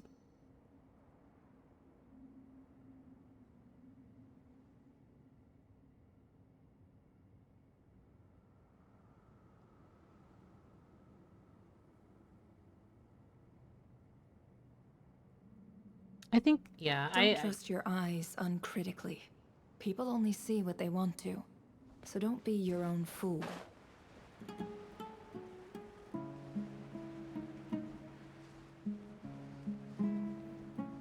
Look at that face, she's up to no good. I mean, she's just looking. See, I'm happy I didn't just drop down there, because Nefer probably would have died. Uh-oh. Uh-oh. Uh-oh. I'm totally out of my depth here. I don't have anything to add about any of this stuff. Like, look at that statue, for instance. It is a statue, correct. I want to do the whole name-dropping, this girl knows her stuff thing too, but I've never seen anything like it before. A statue with the head of a bird. Looks like something out of King Deshret's mausoleum. I wonder what certain king it could possibly be. That's Thoth, the Ibis King, one of the 7 pillars of King Deshret. The legends say that he, the Crocodile King, and the Goat King were the 3 retainers of King Deshret. Let's take a look.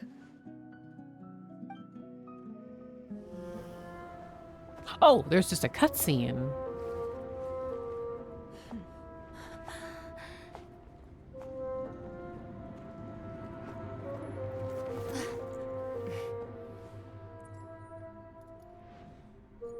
Ashru? Oh. It's just Ashru. So, all is well?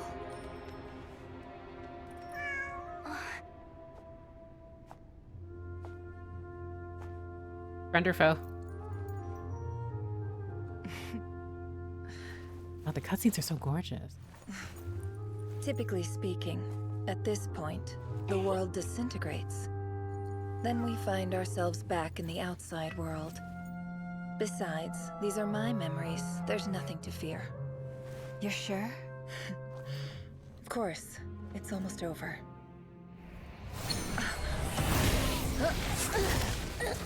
This is so horrible.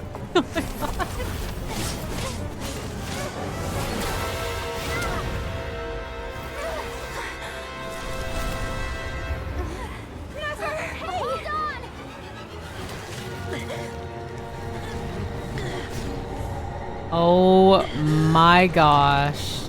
Can we not? Knowing too much is always a death sentence.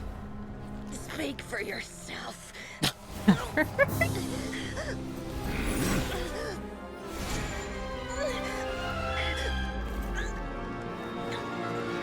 Oh my god.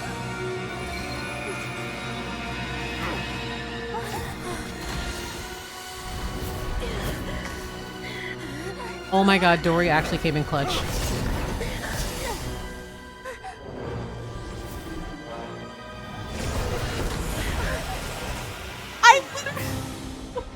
How repulsive.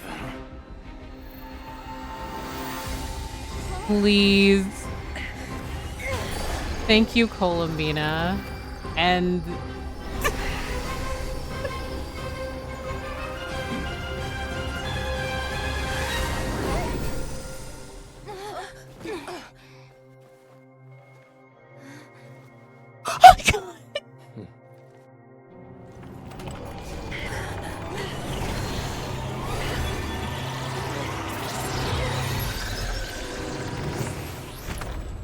see, I literally just seal him away. Just seal him away. One, okay, for that cutscene. First, because of the blue effects, I knew it was Columbina, but the way that the blue fire was, I quite literally was like, oh, it's Flint. And then I'm like, wait. Timed that pretty well, didn't I? Also, towards the end of, like, in the beginning of that cutscene, and she's like, yeah, now that Ashru's here, like, it's fine. We'll wake up to the regular world. And I'm like, wow, you're really petting the cat for a really long time, and things are not... Oh my gosh. But I said friend or foe, because I'm like, I feel things have been a bit too comfy for a while. And I'm not surprised that Rerir was ready and being like, hey, I noticed that you're doing something. Rerir just wanted some pets before killing her. I get it. I think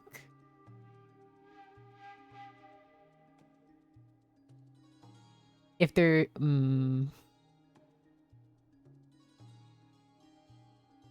put the thing back on the chest box or so help me.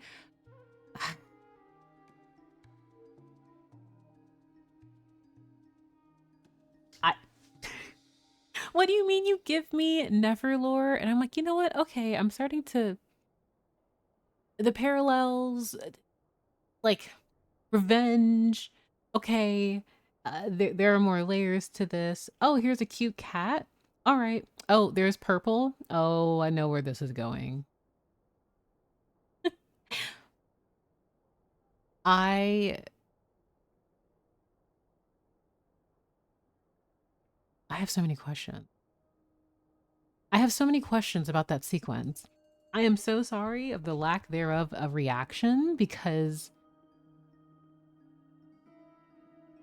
okay, they are using all the what they have right now to keep him contained within this box. So River trapped in that box while in Nasha Town is super dangerous. You know, I'm sure it's fine. You know, he's clearly demonstrated that he's fine and nothing will happen. Joking aside, surely, joking aside, I actually really appreciate the parallels Rerir and Neff and how she's like a foil.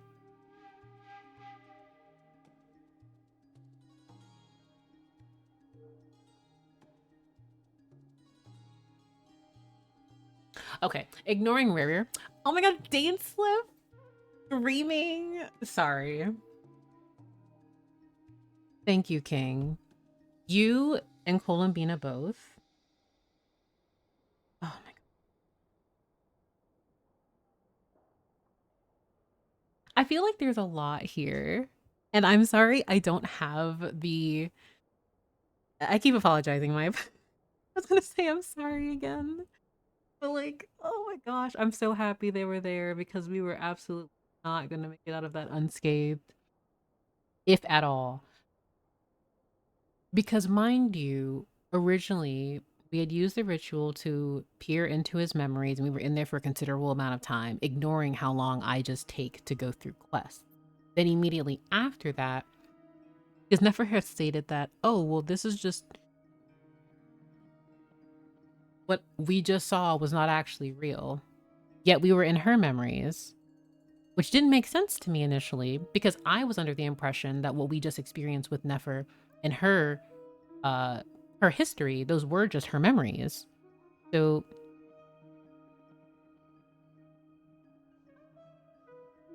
exploring the fragments of memories is very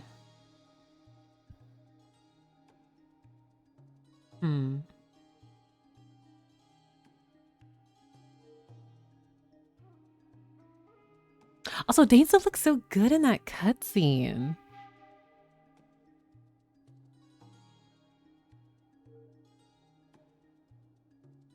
I love them.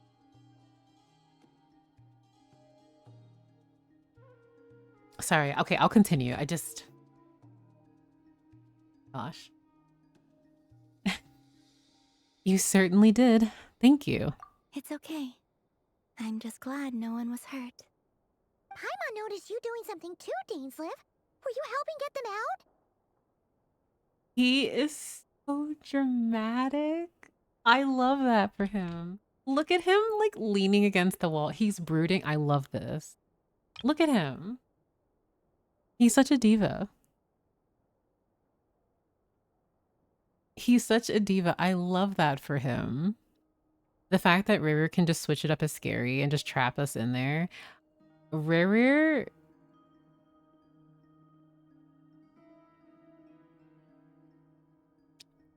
that will just be my comment. Just River. Oh my gosh. I am like, I'm so I'm so proud of Dainsleif. Like he's helping, he's socializing. I'm so proud of him.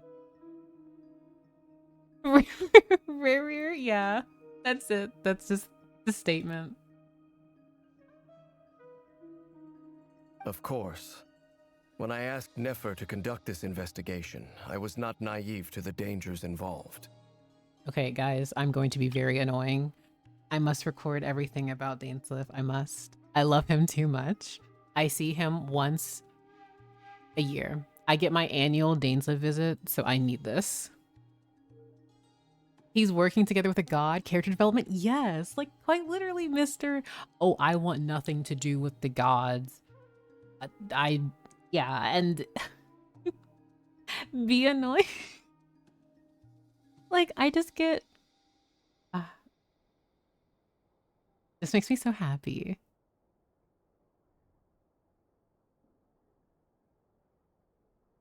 Stupid rapier of stupid Solnari. Yeah. Like, look at... I'm promising you guys. He is going to be C6.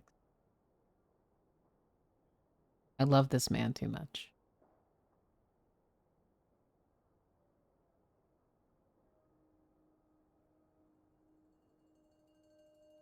Actually, I'm not. I'm just gonna type his name in all caps. Exclamation point Dane. I mean, over the years, I have not used that command as much because I'm like, I'm gonna be spamming the chat, and I think that's not fair to everyone. I don't think that's fair. I had a duty to ensure your safety. He wanted to ensure safety. It's exclamation mark Dainsleif. I'll probably just change it to exclamation mark Dane. But I promise you, I have spoken his name like over easily 500 times. It's not warranted this time. Okay. Thank you, Smay. But it's okay because I'm going to keep talking about, like, oh my god, I love him so much. I love Dainsleif. I am never making that command. I will never make that command. That's off. Just a command for every sinner. That would be so... I suppose we could have the brothers. Exclamation mark? No. Oh my gosh. Okay, exclamation mark Rarier. Okay, Grandito, this is exactly why I was like, I can't... Calling him, like nicknaming him that just seems so... No. I don't even think... Yeah, like exclamation mark Dane or Dainsleif, but... Okay, I wouldn't make the command exclamation mark Verolfonir because... that he would... This... My goodness. I'll call him my problematic husband then. That's... You know what? That's fair. That's completely fair. Guys, I'm actually just not... Like, I'm trying to continue with the quest, but also I'm taking another screenshot of Dane.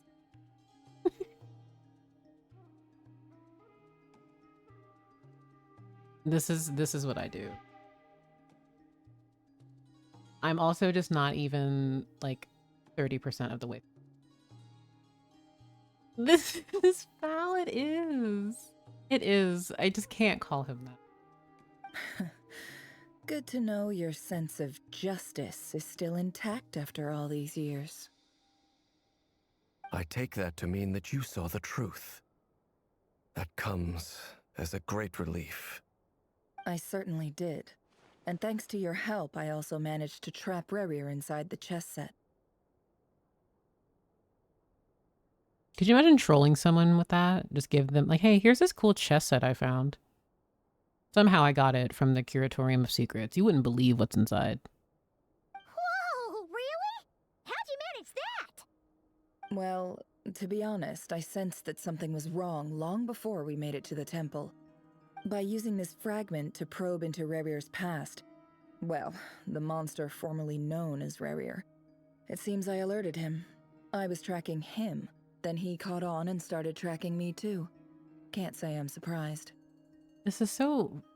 Rerir was originally tracking pieces of his body. Then he was like, fine, you're annoying. Also, Flint, you having my heart, you're so annoying. Then he was like, you guys have foiled my plans. Goodbye. And Varka was like, okay, I'm going to track you now. Haha. And then Rerir was like, no, though. And then we decided to look into his past. Nefer was like, well, let's do this. He has caught wind of this. We were tracking his past, and now he is tracking us. Such a nightmare. But how did he track you through your thoughts alone? That shouldn't be possible. I don't like the idea of a sinner being able to just track you through your thoughts. That's a bit uncomfy. Rerir was a secret agent who reported directly to the Vinster King. He is an expert at finding a trail and hunting down his pursuers. The monster formerly known as Rerir was also a monster, to be fair. Oh yeah, he was a terrible person. No ifs, ands, or buts. No wonder. He infiltrated the chess set, read my thoughts, and built a new virtual chess set inside of it. That's why we weren't able to leave at first. Speaking of your chess set, it's quite a remarkable item. Would I be right in thinking you have some connection to King Deshret? You overestimate me. I only have a connection with one of his underlings, the Ibis King. You all saw how this came to be. A long time ago, the Iab massacred my tribe, the Shimti, in our home village. A few years later, I enrolled in the academia, where some new information came to light. The Unut and the Iab fought a bitter battle over the rights to a well, all for the sake of a non-existent 50 million mora. The Iab ultimately won that confrontation, but their victory came at the cost of almost every warrior in the tribe. The final blow to the Iab came at the victory feast, when an Unut assassin beheaded their chief right before my eyes. The remaining Iab fled and have been scattered to the winds ever since. Destrit mentioned alert Ashikai. Oh, I feel like Ashikai's gonna have such a blast. Because honestly, Sumeru lore was really fun. I thoroughly enjoyed learning, like, the world building with Sumeru was fantastic. And King Deshret was one of the funniest characters historically. Having gotten my revenge, I returned to my hometown, where to my surprise, the nearby temple was still standing.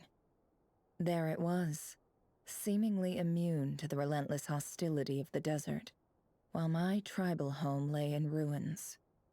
As I stood there gazing at the temple, I noticed a cat just outside. This cat, as it turned out, was home to the spirit of the Ibis King. He led me to a gate deep inside the temple, and there he made a deal with me. This is so interesting. We had Guoba, who was stove god. We have Guoba, who was a god. We have the Ibis King, who was a cat. This chess set is my gift from the Ibis King. The chessboard within is made to the same specifications as the one in the mausoleum of King Deshret, and represents his power of piercing analysis. With this chessboard in its container, I gained a certain ability to perceive hidden secrets. Now, you could conclude that the Ibis King simply wanted to give the people of this world the power to seek the truth, but I don't believe that's the full story. Every god plays favorites. Their hearts are as fickle as any human's, full of secrets, perversions, egotistical tendencies. But precious few gods are willing to admit this. He's so moody. Look at him. This basically confirms Nefer is elected then.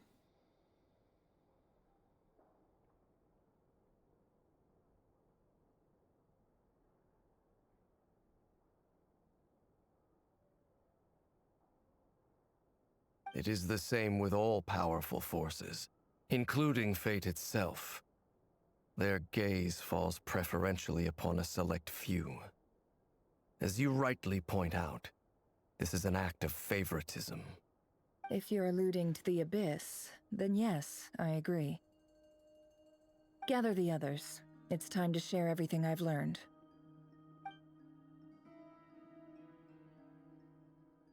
I was going to read that, but it went away so quickly. Thank you all for being here.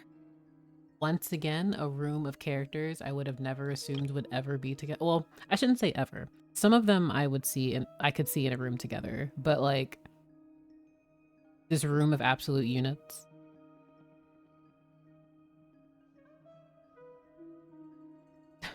Gosh. Genshin Impact has come a long way. As promised, I did some further investigating into the Raker of Solnari's background. I am pleased to report that the investigation has been most fruitful indeed. The Raker of Solnari, real name Rerir, was once a Conrian subject who served the Vinster King. I will now share the important details of his story. Please save any questions or comments for the end.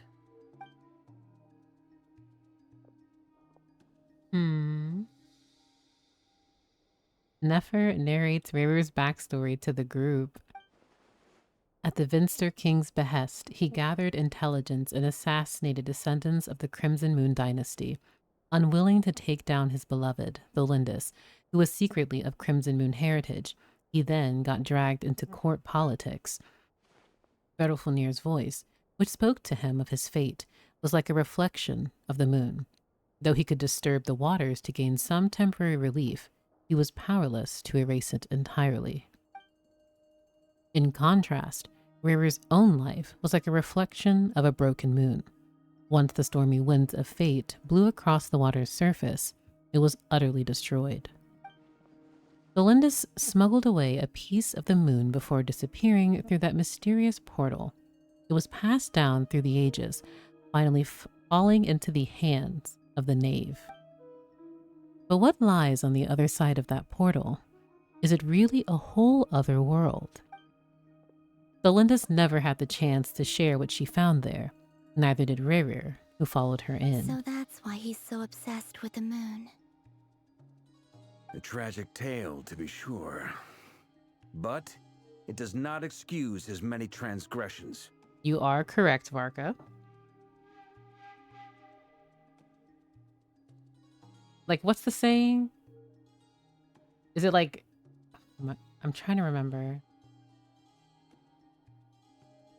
I can't even recall. Also, I need to take a screenshot of this.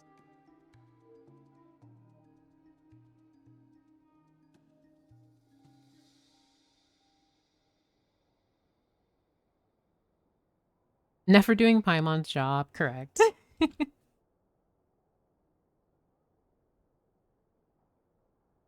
Thank you, Varka, though. I love Varka's like, yeah, it was very tragic. There was tragedy.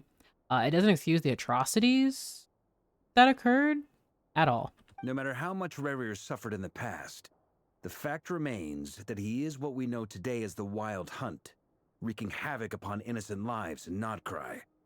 He becomes more dangerous with each passing day. If left unchecked, it is simply a matter of time before all of Tevat suffers the consequences. This is a threat that the Knights of Favonius cannot ignore. A question for Miss Columbina. Forgive me if this is presumptuous, but have you ever seen the spatial gateway that appeared in Rerir's memory? Never. But I have heard stories of something called the Moon Gate, and this seems to fit the description. Miss Lama, any thoughts on this? In the lore of the Frost Moon Scions, the moon is believed to hold many secrets.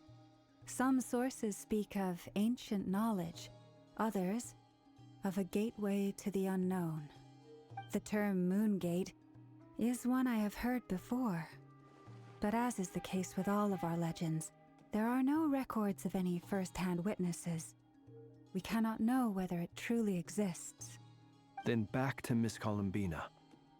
As a moon goddess yourself, do you have some idea of where the Moon Gate leads to? Not at this stage, sorry. I do hold the power of the Frost Moon, and my strength is recovering well. I can sense that the gate would open at my command, but... But there's more to the power of the Frost Moon than that? Yes. A moon goddess has the right to open the moon gate, since it is a path to the moon. But as never mentioned, holding open a spatial gateway takes a huge amount of power. And right now, I need to conserve my energy to fight the Rahier of Solnari. I'm afraid this is one mystery we may have to leave unsolved for now. I agree. Better to save your strength. But if you'll humor me for a moment, I have a bold conjecture of my own regarding the world beyond the gateway. This is actually so interesting. I once again am just absorbing the information. That gateway looked a lot like the spatial rift we entered in the Beyond the Colors World Quest in 6.0. I feel like so many of the gateways we've experienced look similar, ignoring the clear, like, yes, it's a ladder into a quote-unquote ladder towards X place. I just really appreciate how you see, like, I think of in the Starian World Quest or in the Footsteps of the Chosen of Dragons, that gateway, or yeah, that gateway, the Beyond the Colors World Quest, the, well, gateway that Arlecchino created. I'm trying to think of other gateways via World Quest that we've visited. But they're all very similar.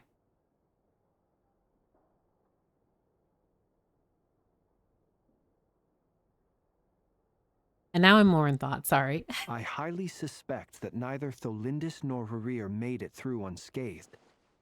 The evidence pointing to this is the fact that the Rahier of Solnari exists in the form of countless fragments. With the abyssal power he wields, no ordinary foe can touch him, let alone tear him to shreds. And yet, the Wild Hunt proliferates wherever his scattered fragments lie, drawing hordes of monsters to many different locations across the land. So your theory is that Rarir was physically torn to shreds by some powerful force? Hence, why the Wild Hunt is a distributed phenomenon, rather than a unified one? Makes sense to me. Explains why the Wild Hunt is so pervasive, and why he's been trying to piece himself back together. He was whole to begin with, and he wants to be whole again. What even has the power to tear a sinner apart? The moon. Without the power of the Abyss on his side, he almost certainly would have perished the moment he was torn apart. But the Abyss, much like a curse, has kept him alive. I could not agree more. The power of the Abyss is most surely a curse. It is a compelling explanation, and one that accords with my present understanding of Abyss creatures. Whether the life form in question is primitive or advanced, if a curse has extended its lifespan unnaturally, it will continue to survive in spite of everything. And then I'm also reminded of when, like, how, actually, what I was going to say was in regards to the Curse of Immortality, but I don't know if that applies. Not necessarily in the, how Rarir survived, but because that would have been its own thing. This is, he has his own curse, in quotation. This raises some interesting questions. I will run some experiments and see if there is any validity to my suspicions. That being said, regardless of whether my research bears fruit, I would like to thank Miss Nefer for conducting such a thorough investigation. Already, it has greatly enriched my understanding of the entity we face. My pleasure, Mr. Albedo. I too hope that the information I have shared today proves useful as we look to formulate the next stage of our plan. Hey! What is it, Dainsleif? You look really upset! See, I want to say something, but I won't because I'd be mean. I was going to say he usually looks upset, but it's okay. He always looks upset. It's just, when I think of the man I once knew as Rerir, I struggle to understand why things had to turn out like this. The two of you used to be friends, didn't you? I don't know if these words will bring any comfort, but my heart goes out to you. Mine too. We could never know all the hows and whys of the way things are. The moon and stars are full of untold secrets and lies, and the skies are host to many more mysteries than these alone. Yet, none of that can begin to compare with the complexity of human life. Those are the first comforting words I've heard in a long time. Thank you both. Oh my god. Oh my gosh. Oh my gosh. No, this is very important. This is very important to me. Look at him. He's smiling. He's smiling. I'm so proud of him. Oh my gosh. My love. He's smiling. Oh, I'm gonna cry. But in all seriousness though, I do think that just like how either Tholindis and both Tholindis and oh my god, Rerir, I almost forgot his name, were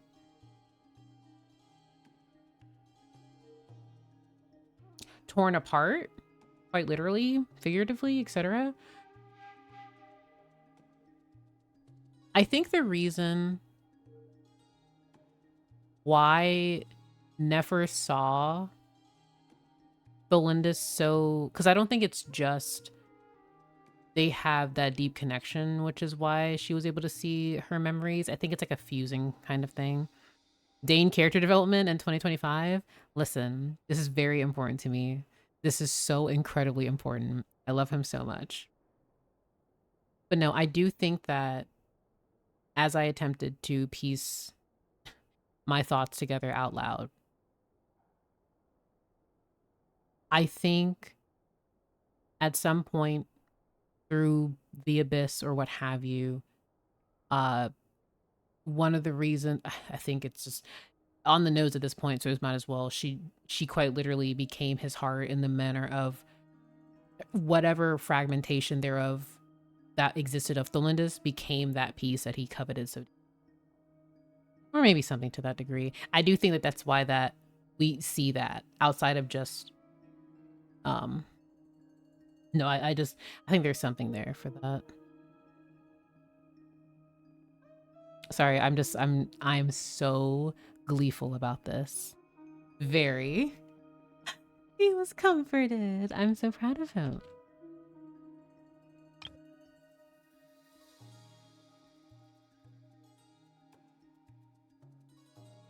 Yet none of that can begin to compare with the complexity of human life. Looks over to Flint, who's just like, let us observe the complexity of humanity. Like, all right, bud.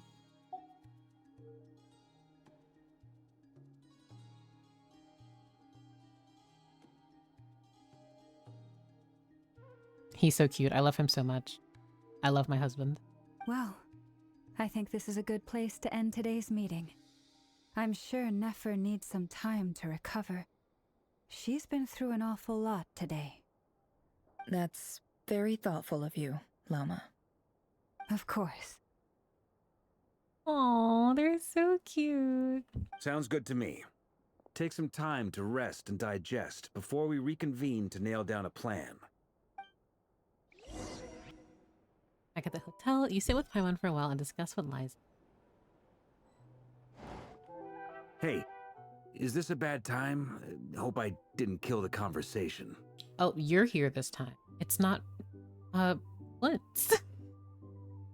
Also, the idea of bumping into Varka in the hallway is hilarious. I don't know why.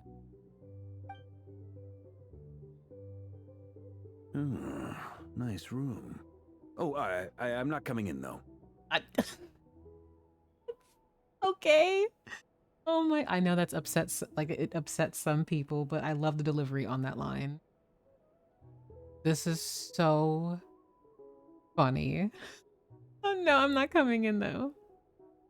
Oh my gosh. I'm not coming in though. Why not? It's just a hotel room. If it's all the same, I'll just stay out here. I might not look the part, but I'm technically a knight. Barging into people's private quarters isn't the kind of thing we do. I respect it. That's completely fine, Vark. Well, we will just not be in the room. Anyway, Nefer went back to the curatorium to get some rest. But before she left, she shared some things with me that I thought you should be aware of.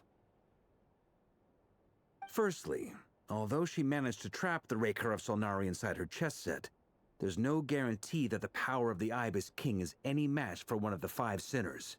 Their powers are beyond our comprehension. It's only a matter of time before he finds a way to break out. We have to come up with a plan and take care of him before that happens. Honestly, Paimon figured that might be the case. So, how long have we got? Well, I asked her that same question. She talked for a long time, but for the most part, it seemed like she was trying to convince me how precious her chess set is. What a long and storied history it has. It felt like some kind of sales pitch, you know? The kind where you end up handing over Mora against your will. Anyway, after all that, she finally answered the question. 2 days, at most. 2 days? Holy moly! Can we even recruit enough help in that time? That remains to be seen. Which brings me to the second issue. Dainsleif is obviously conflicted about this whole thing. But given how little time we have, there's no way we can pull this off without his help. You have some history with him, right? Do you think maybe you could talk to him for us? Absolutely. Where is he? I will find him right now. Great. I appreciate it. All right, on to item 3. So, Albedo, Durin, and I put our heads together and came up with a plan. Can't promise it's gonna work yet, but at least it's a start. Can we also mention how the Hexen Circle are just watching still? They're here in Nod-Krai, but they're just observing. We figured we'd bounce the idea off you first.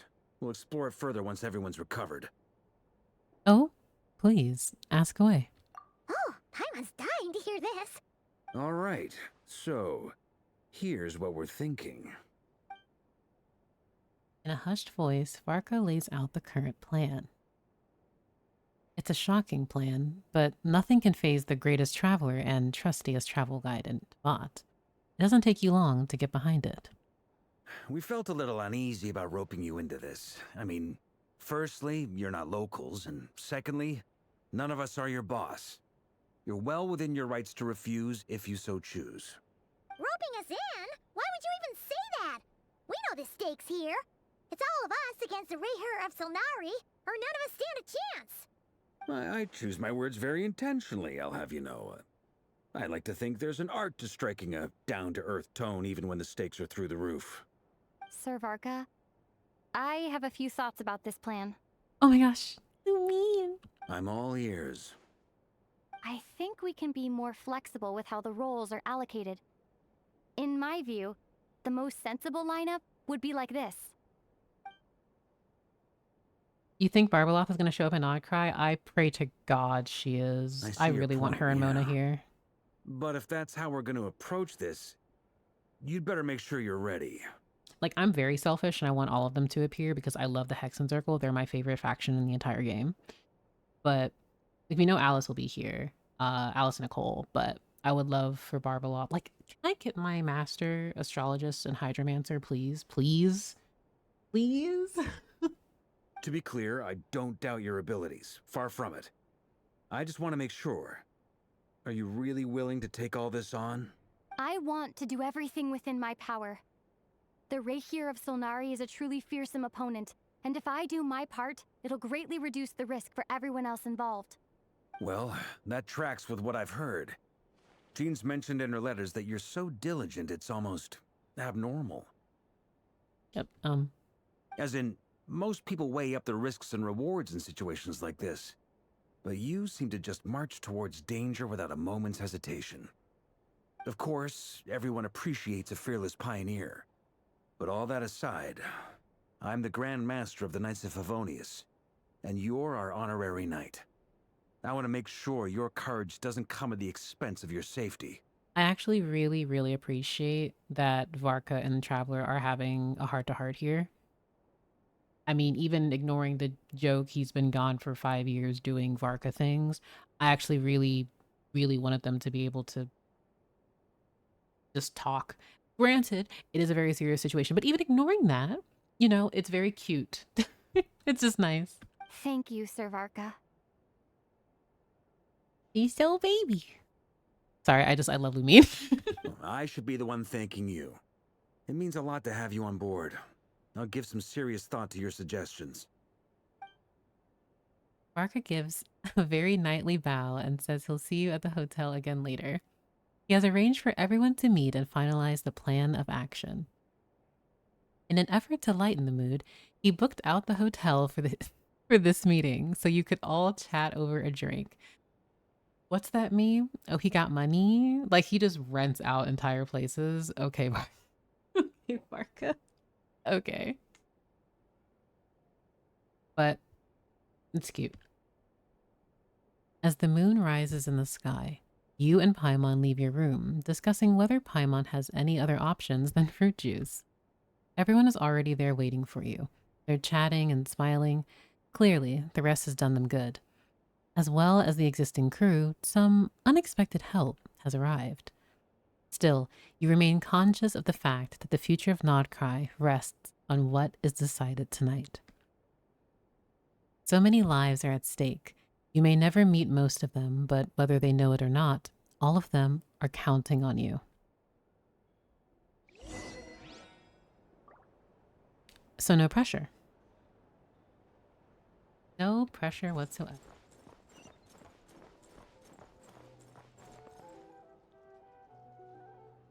He's still so silly.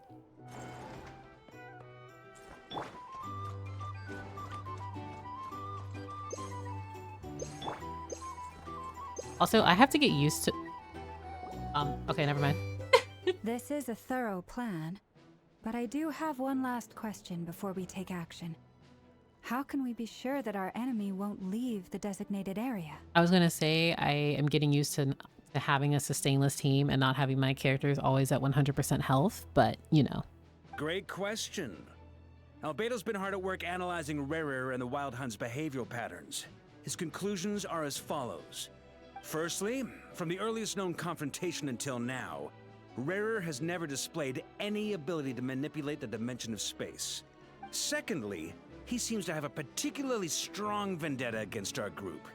If we put him in a fight-or-flight situation, he'll choose to fight every time.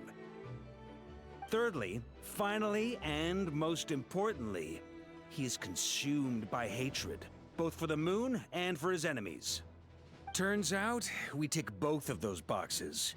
We have a reincarnated moon in our ranks, and a spy who accessed his private memories without permission. He'll be baying for blood, not looking to escape. As someone who's had their fair share of interactions with the Wild Hunt, those all seem like valid observations to me. Understood. Then I will defer to the verdict of the group. Well, everyone, that's the plan in full detail. Albedo and Durin are carrying out their part as we speak. I just know Albedo is cooking. He always does. Plan approved. Scheduling. Not scheduling. Okay, any firepower you need, I got you covered. Let's light this baby out. We need to fight a sinner, get the 5-year-old. I don't know if you know Tetra, but I know is the strongest one here. She is. The Frost Moon Scions are behind you as well. And the rest of you? These absolute units and No Dory. objections? All right, then it's settled. This is the plan we're going with.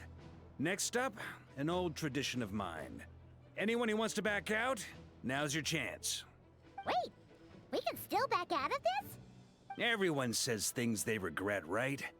I don't want anyone feeling trapped because their mouth said yes before their brain had time to think things through. You are a very thorough person, Varka. A very people-first approach. I hear that's common practice in the Knights of Favonius. The Yehoda clause? Sylvie, I'm screaming. Who'd you hear it from? D-Luke? We don't use people's real names at work. This contact will be known only as Owl, please and thank you. Luke mentioned in 2025 in an Archon quest? Excuse me? Excuse me? Oh my gosh.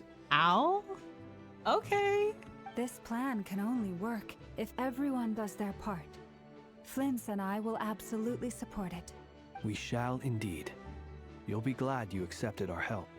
Also, you are the last person I expected to see here, Miss Dory. It's not often I get called Dory in a work context. My peers usually call me Lord Sangamabe. It's because we'll need Alice and Dory has her on speed dial. So, the longer your name, the higher your net worth. Is that the idea here? In that case, Mr. Flint's here must be worth I was a going to fortune. say, Flint has a That's super right, long I name. know your full name. It's... Dory knows Flint's full name? Dory. Okay, can we take a moment to unpack this, please? That Dory knows Flynn's entire name.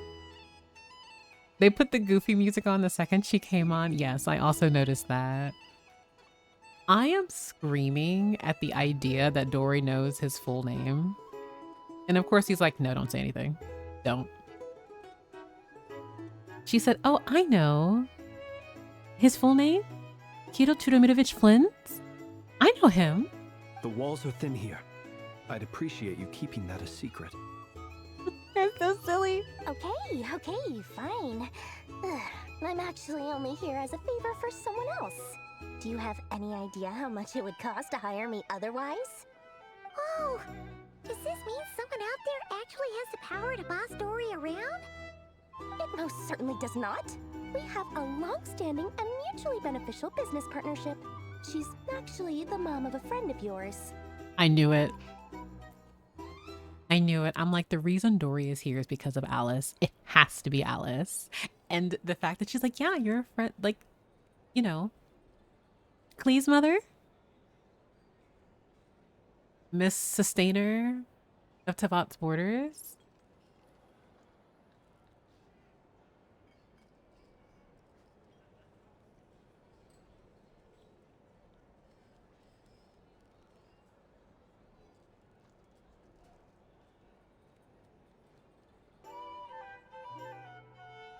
Said Mom supplied me with a great little trinket, but now that lady's ruined everything. If I don't start building a little goodwill now, my whole business in Nod-Krai is gonna go down the drain. I mean, that device, that pendant, saved our lives. So once again, Alice, clearly far more powerful than anyone could probably imagine as the elder of the Hexen Circle. Okay. So what exactly is so special about this pendant? It's a lucky charm that a great mage made for me. We have a business relationship, and she was worried that something bad might happen to me. So, she wanted me to have something that can store power to protect myself with. I finally got it all fully charged up with Kuvaki, and then never went and used it all up at once. Never lost so big in my life. Oh my gosh. You're right. It was all my fault. I didn't mean to drain all the Kuvaki in the pendant, but I'll make it up to you. You will?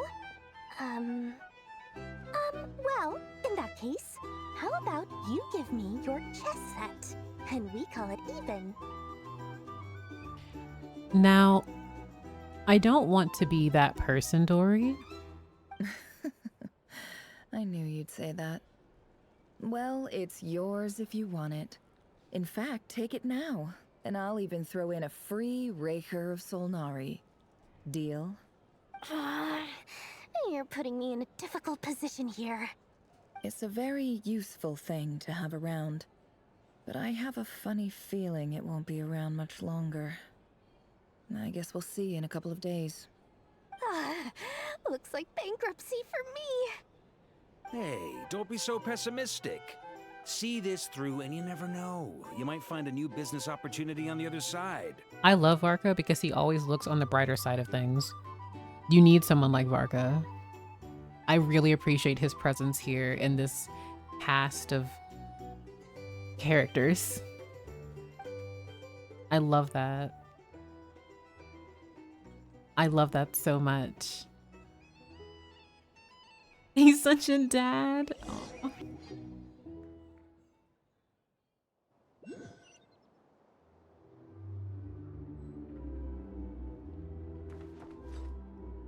Oh.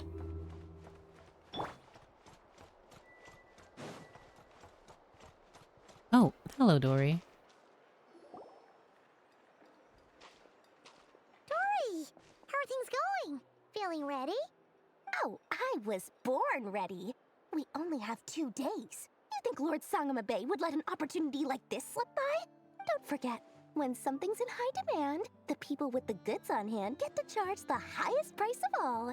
Even higher than the sellers taking advance orders. Ta-da! See? It's right here. Excuse me? Ah, it's so pretty. What is Did that? you make it? I had no idea you were so skilled with your hands. No, I have a supplier. We go way back, so he made me a very attractive offer. Aha! No wonder you were talking about Lucky Charms at the meeting. You've been getting Kaveh to make them for you. That's not the full story. It actually started a while back as a project between me and the Dendro Archon. Mage Alice once warned me that this world won't stay safe forever. There may come a day when everyone faces a great crisis. Holy lore? Oh my gosh. Also, thank you, Nahida. I passed this on to the Dendro Archon, and she secretly brought together a research team made up of Sumeru's top scholars to invent a technology that could keep people safe. Also, thank you, Alice. I won't go into the details because it's all very complicated, but if you want to know more, you can ask the Dendro Archon about it sometime. Anyway, point being, it was the Dendro Archon who asked Kaveh to build this little contraption. As one of the top Kashara War talents, he was the obvious choice. Took him long enough. He stressed over it for ages. Must have gone through at least a dozen designs before producing a final product. But that's Kaveh for you. He's such a sweetheart. He's so compassionate. Marak delivered it to me a couple of days ago, along with a letter from Kaveh. Could I ask why I'm sending this technology to you? And what's your proposed use case? Has it been approved by the relevant authorities? Kaveh not knowing that he is absolutely just goated for this. Because he does not understand. Like, oh, you know, with this technology, you're going to be... Kaveh has a lot of work to do, is what I'll say. And I love that they've incorporated him in this way. This is so interesting. So nosy. My fault for sending him the research permit to begin with. Surely Nahida must have told him you were involved in this project. He was probably just nervous because you're always so secretive about your business. Could be. Anyway, I just replied, let's hope there never has to be a use case, because it would involve grave danger. Fair enough. But it sounds like he was just being cautious. He probably felt responsible as the one who made it. Or maybe he was asking as a favor for his housemate. He's done that before. Not sure why, though. His housemate doesn't seem to really care that much about this kind of stuff. That unfortunately sounds like that accursed man. Either way, all's well that ends well. I'm just glad to finally have my hands on the product. It seems like the I wouldn't want to be Archons... without it, given the potential dangers that lie ahead. I feel really bad. I didn't mean to speak over her. It seems like the Archons are aware of an incoming danger to the planet, that Saritsa's Ragnarok. I agree with you, because I firmly believe that they are. Currently, behind the scenes, of course, as we focus on Nod-Krai, I believe that there are steps being made for this inevitable confrontation that will absolutely pop off, especially so in Snezhnaya. And I firmly believe that, I mean, and we can already, I think, like, it's clearly painting towards that too, or I should say not painting. I would believe it's leaning towards that, especially because the shades mentioned how, or Renova specifically stated how they may have to be involved as per the God's Limits trailer. So I really, there is a lot that will happen. Huh? What does that look mean? Paimon's just super surprised. This must be the first time we've ever seen you actually get serious about something.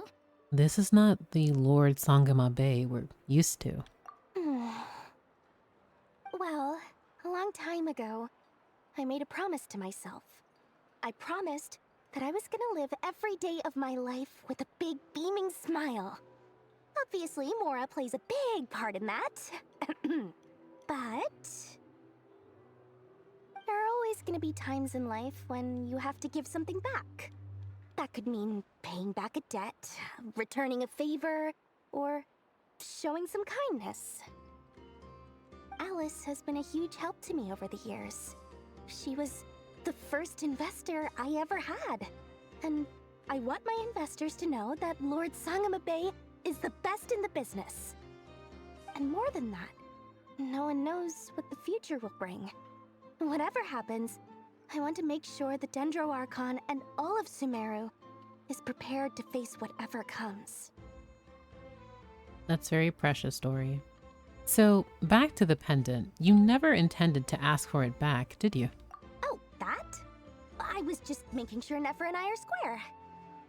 Don't be thinking it was some sort of benevolent act. I'm no saint, so don't treat me like something I'm not. My priority is doing the business that I want to do. So long as my conscience lets me, but it usually does. That's the Lord Sangama Bay business model. Alright, if you say so. I do say so, and that's the whole point. I'm a businesswoman. Don't go trying to figure out what kind of person I am. You'll exhaust yourself. Much easier for everyone involved if you just take my word for it. Oh, and could you two help me get this stuff where it needs to be? Thanks so much. You're my favorite assistants. Oh my gosh. Oh my gosh. The babies. The babies. Guys, I may actually... My goodness. The music. Screaming.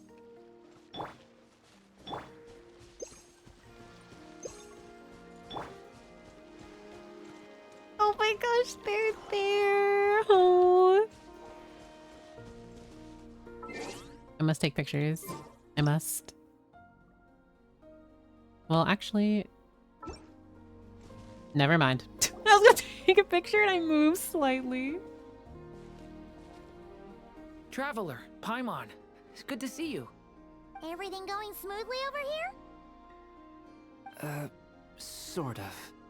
As you're probably aware, Varka, Durin, and I captured some abyssal creatures from the Wild Hunt. Per the plan, we dissected and analyzed some samples of these creatures. The process went very smoothly. The findings, however, come with some troubling implications. What? You can actually dissect the Wild Hunt? That depends on your definition of Wild Hunt and dissection. Harmless, lifeless. These words are accurate descriptions. The Wild Hunt is an interesting phenomenon. In and of itself, it doesn't seem to possess anything akin to a human personality. But taken as a collective, the medium through which the Wild Hunt is summoned does appear to have a soul. Master griped a lot about the wise Horoptatyr, and seemed somewhat fascinated with the Faustur Elegy. But she barely mentioned Rerir at all. I don't think that was because of his lower social standing, though. Anyway, it's a pity. I should like to hear her thoughts on the nature of the life form he has become today. It's a strange mix. The furious energy of an abyssal being channeled through a fractured physical existence. A consequence of being torn apart by an unknown power. The alchemist in him is so... The research in him is so... Oh, I love how his neurons, like, he's just so fascinated. But, like, this is so interesting how he mentioned that Gold was really interested in Certology. Didn't Rhinedottir experiment on Sertology? I honestly cannot remember, so I don't want to say no. I can't recall, so I don't want to, again, say that she didn't. Perhaps the only explanation for his survival in this state is that he sacrificed a degree of individuality in exchange for a continued existence. Oh my god. The clear his throat. Oh, sorry. Once I get talking about interesting research, I have a tendency to go on indefinitely. Back to our research findings. Essentially, they confirm my hypothesis. Rerir's corpse is completely contaminated by the Abyss, and the effects are irreversible. You could think of this as Rerir in mutated form. But in my view, even that would be inaccurate. In reality, his whole being has been consumed by the Abyss. In other words, he is now nothing more than a manifestation of abyssal power. Unfortunately, at present, we have no means of completely eradicating abyssal power. Hence, we cannot fundamentally destroy the Rehir of Solnari either. And this is what I find so interesting, because I've joked before about, oh, if you have a really powerful being, just seal them away and pray that they are like the seal is never broken, haha. But because he is a monster of pure abyssal energies, the effect cannot be reversed and he cannot be killed. How does one defeat that?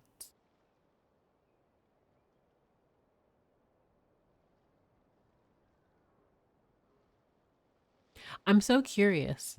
I'm very curious as to how this, because can Traveler purify him, so initially killing him? I don't think they can, because he's completely corrupted by the Abyss and it's irreversible. I don't believe, and even if they could purify him, I feel because his body would be so connected to it that he'd just like dissolve or something afterwards, or maybe some fantasy aspect like that. But he's just a manifestation of abyssal power. And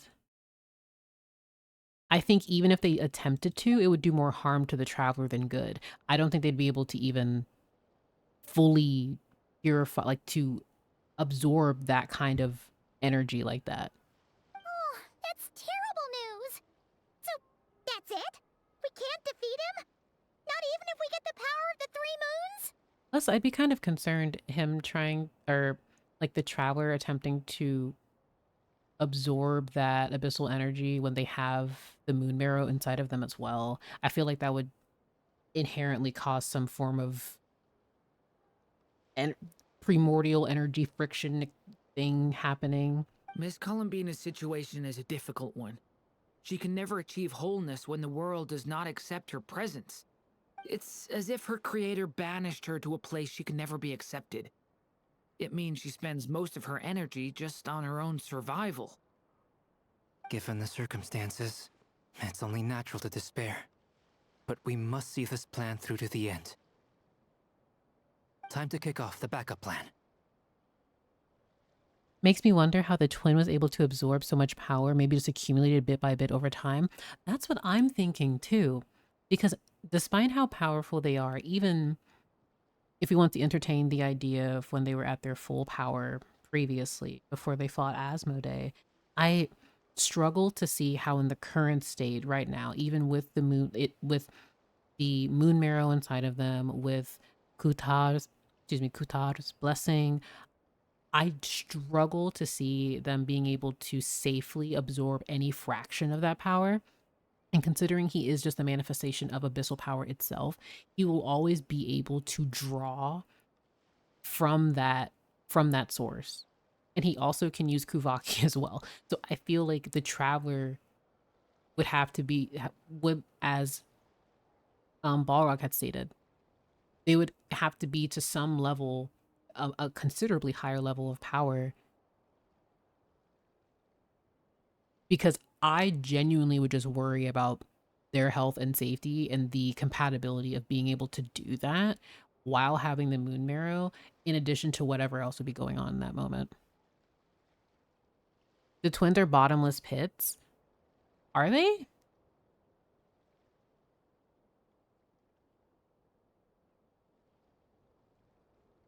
And I'm asking that like genuinely because I felt like there was always a limit to how much they could absorb. Perhaps they are a bottomless pit, but they have to have the energy to do so. Oh, Paimon almost forgot! This is for you. Dory asked us to bring it. Ah, how wonderful.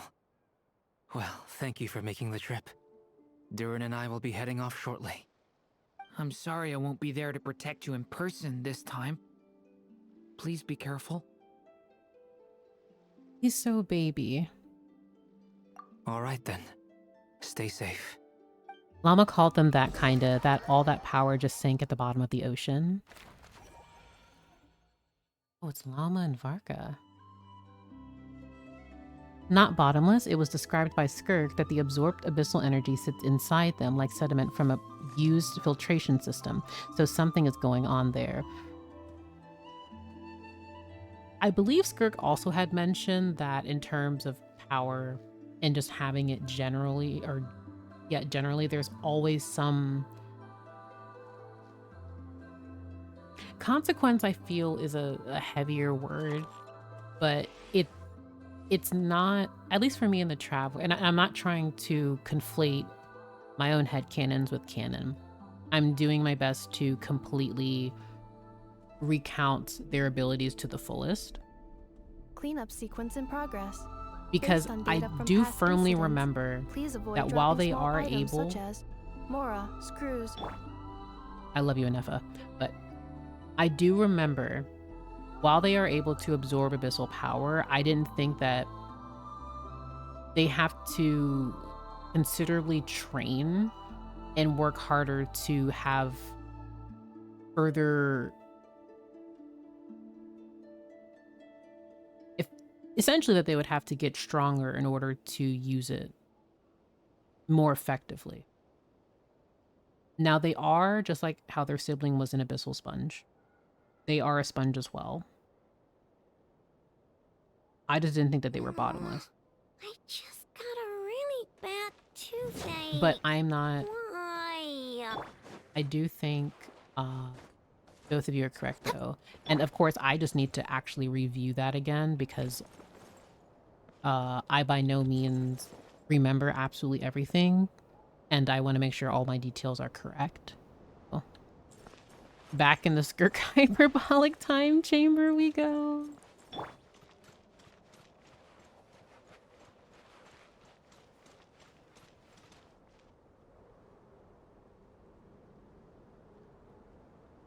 Miss Lauma, is everyone here? Yes. The fate of my flock is in your hands, Grandmaster Varka. Please keep them safe. My lady, what are you saying? Within the next 24 hours, we will face the biggest crisis the world has ever seen. Trailer line. This is not a burden that we deserve to bear, but I believe that we reap what we sow in this life. So I intend to act. I must do what I think is right. For me, that means fighting for the future of Nod-Krai. I love Lauma so much. This gentleman is the Grand Master of the Knights of Favonius, Varka, Knight of Boreas. In my absence, please follow his lead. Hey, everyone. Varka, please. Oh my gosh, Varka's going to be the death of me. He really is. Guess I should introduce myself. Well, to start with, I know my way around a battlefield. Please. Oh my gosh, Varka. His laugh, not mine. This is so awkward. Varka, sweetie, I love you. But this is so...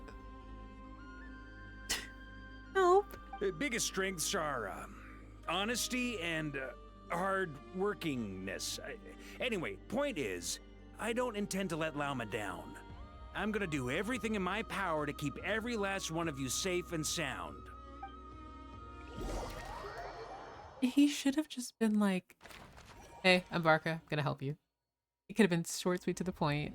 He's so awkward and I appreciate that. I just want everyone to know this is my favorite quest objective every time. When it says talk to Dainsleif, I promise you, it is, I have so... I love this so much. I love this so much. It's my favorite. It's my absolute favorite. Talk to Dainsleif makes me so happy. How do you do, fellow kids? He was like, hello, I'm Varka and I know how to fight. Oh my god, look at my king. Oh my god, I love him so much. I'm so happy my husband is back. Oh my gosh. He is quite literally back from the war.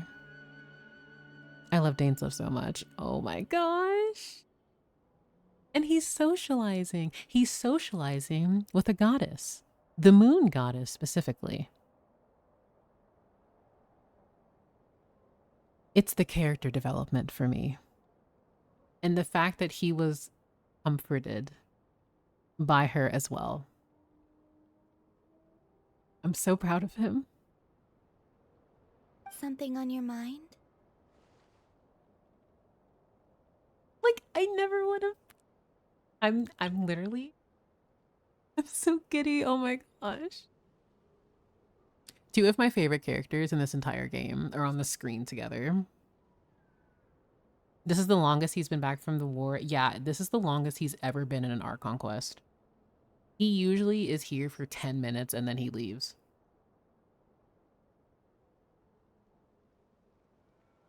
Oh my gosh. Miss Columbina, was it? I believe that's how the others addressed you. That's right. Names are funny things. Have you always been called Dainsleif? Yes. I take it your own name has a more complicated history. I have a different relationship with names than other people. To be honest, I'm not even sure that Columbina is my name. At least, not in the same way that Dainsleif is yours. But it's what everyone calls me, and I go along with it. A lot of my life has been that way. I get so used to things that I forget to question why they are so. I never used to think much about where names come from, or what they mean to people. Maybe something's wrong with me. You're different from other people. I sensed it the first time we met. I'm literally just, I'm so giddy. I can't say anything. I can't say anything. You're more perceptive than most. I'm sure your long life and rich range of experience explains that. Do you ever find yourself missing Conria, Mr. Dainsleif?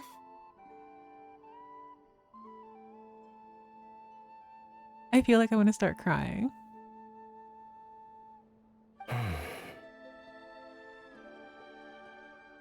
Difficult to answer.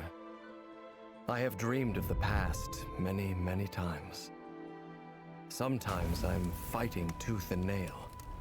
Other times I'm lying on the ground, defeated. I don't recall any happy moments from that time. It has been too long.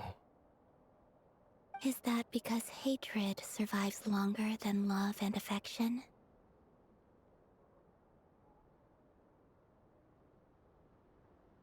Oh.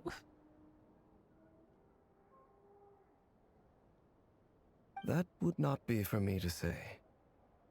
I make no excuses for the grudges I bear.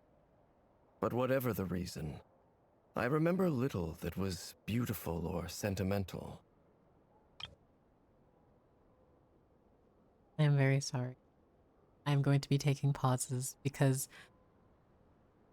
this dynamic is something I have desperately wanted. And I am really, really happy that I'm so happy I'm happy that Dainsleif is speaking to the moon goddess. Like, this is so important. I love that he's having a heart-to-heart with her. Thank you for your help with the Rerir situation. Without your efforts, I never could have learned the hidden truth of his story. You're welcome. I know he's your friend. Friend? He betrayed me. And I never really understood what he was going through in life. Some friendship, that is. It was the trailer voice line that he said, but there's so many layers to that sense because it's clearly like I don't know what was going on with him, but this is just so depressing. And I guess it just hits me differently because there are clearly like layers to that, but like I never really understood what he was going through in life. Some friendship that is so just hauntingly depressing and a bit too relatable. I hope Dane considers her as the first friend besides us that he's made since Conria fell. I want him to have more friends. And I don't even mean that in a memey way, as silly as that sounds. But I really do want him. I would like for him to have more friends. But I understand why he's as guarded as. Okay. So, do you plan to fight him with us? You see, you're torn. Now you know what really happened. You see the things he's done in a new light. I need some time. Of course. I completely understand. Anyone else in your position would feel conflicted too. Actually, I went through something similar myself recently. Something happened that changed my perspective on a situation. A situation I took for granted at the time, but now I feel very grateful for it. You mean the Harbingers who still support you, even though you've left the Fatui? Yes. I always thought they were only helping me because Harbingers are forced to work together. But then I abandoned them. A warrant was even put out for my arrest. And even now, they still support me. Which means I was wrong about them all along. Clearly, they view you as a friend. There's currently a cutscene, so I'm not continuing this until the ad break is over. I am actually just so deeply emotional right now because I really appreciate this conversation that he's having with her. I'm going to cry the day Dane finally feels like he can rest and not be full of vengeance. See, I also would truly love that. But I'm so hesitant because, not in terms of his like character development. And again, sorry if you heard that, I moved my microphone. But I have a curse where in all media that I like characters, they will reach their character development, and then they will perish in some way. And it makes me very sad, but that's the grim reality that I face. So while I'm waiting for that to happen with Dainsleif, I fully expect him not making it to the very end of the Tavat chapter.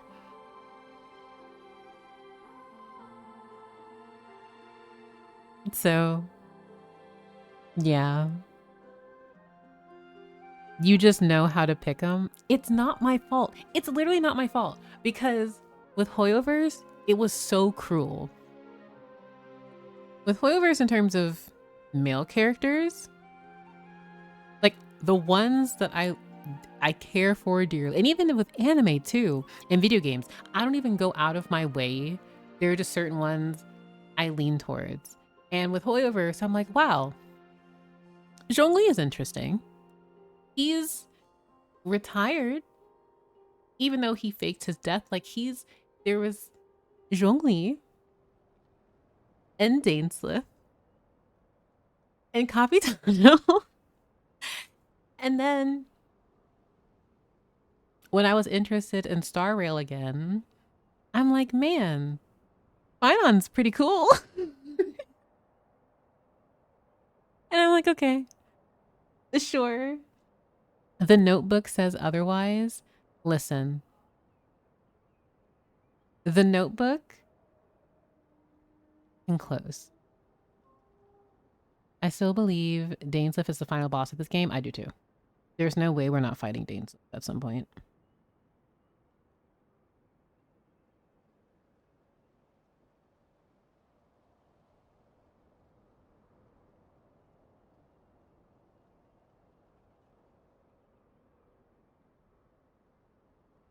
So, also, welcome back to everyone from break. I'm sorry, I just got so distracted. I don't mean to be very on my soapbox about this, but the characters I tend to like, I literally will poke with like a 50,000 foot hole because I'm like, if I start liking you, something's going to happen.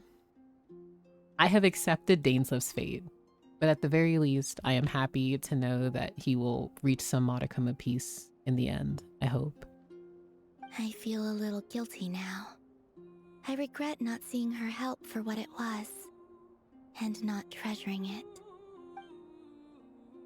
I see the guilt that you're feeling now, because I feel it too. Hopefully, talking about it will do us both some good. Have you noticed that the Traveler and Paimon are over there?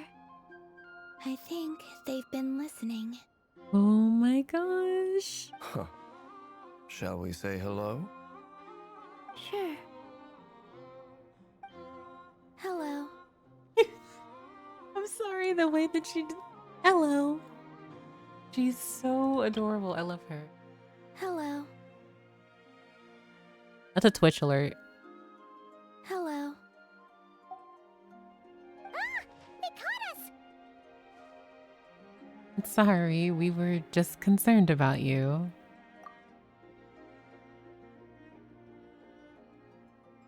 I apologize for making you worry. Dainsleif, Mr. Bowkeeper, I worry about you a lot, please. I genuinely worry about you. I have accepted fate, but in the time that we do have together, listen, good idea, I can't lie. No doubt you wish to know where I stand on the plan to take down the Recher of Solnari. I'm afraid I need a little time, but I will seriously consider joining you. I understand. You will? Oh, thank you so much! Everyone will be so grateful to hear that! He looks so skinny compared to Varka. To be fair, I think everyone looks very skinny compared to Varka because his thigh is like the size of everyone's head. They needn't be. This was something that I was going to have to face up to eventually. Look at him. I'm so proud of him. Like he's still a wet cat, but like it's not raining today. I'm happy. That doesn't matter to them. They're grateful to you regardless. I wonder if future tall male characters will use Varka's model. I think select characters probably will. I think that for the most part, they're probably going to play safe and just do this, like the very lean, tall-ish male model. But I feel like a model like Wriothesley and Varka's will be for specific male characters. Boy, if they create playable Capitano, if they give us Thrain, I'm gonna focus on Dainsleif right now. I'm gonna focus on one Conrain at a time. You can't control their gratitude, so just accept it. And then, have a think about whether you're willing to join us. Sertology trust. Sertology is out there destroying galaxies and eating planets. He's not like actually eating planets, but he's a whole demon. I don't know if he's going to be playable. I love him so much. Oh my gosh. You remember how it started? We hired him for 500 Mora. We gave him 500 Mora and he became our friend in defeating one of the 5 sinners of Conria. I mean, I personally will ride the Capitano playable route because I think it's just, not only is it funny, but it would be really interesting if they did. But like, again, I have to wonder if next patch they're going to drip market like Varka or Nicole, maybe. Something to that effect. 500 Mora and 3 questions. Imagine suddenly bumping into Rarer and Star Rail. I don't know if I would like that. I feel like I would sooner find Sertology. I mean, Sertology? Yeah. Rarer is in a box currently. So if we keep him in Pandora's box, surely everything will be fine. Surely. Sertology looks like the main villain for Genshin Impact 2 after we wrap up Teyvat. See, that's where I'm going. I feel like the Sinners, the way that they have certain, like the way that their stories are described, I feel like it would be kind of silly to have Rarer, like here's one nation has this sinner and then here's this sinner, like sinners back to back to back to back. I feel like there needs to be like some form of spacing in between there. So I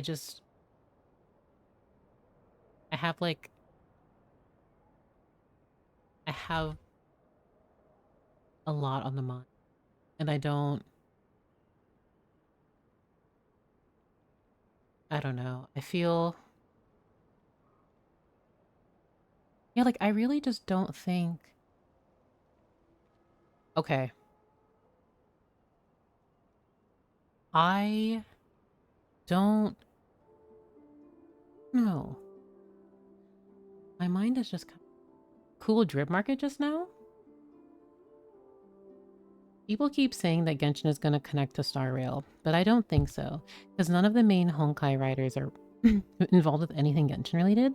Genshin 2 will probably be its own thing, I think. Well, we're currently in the Teyvat chapter, so I feel like you said, it would be a spin-off or some version of.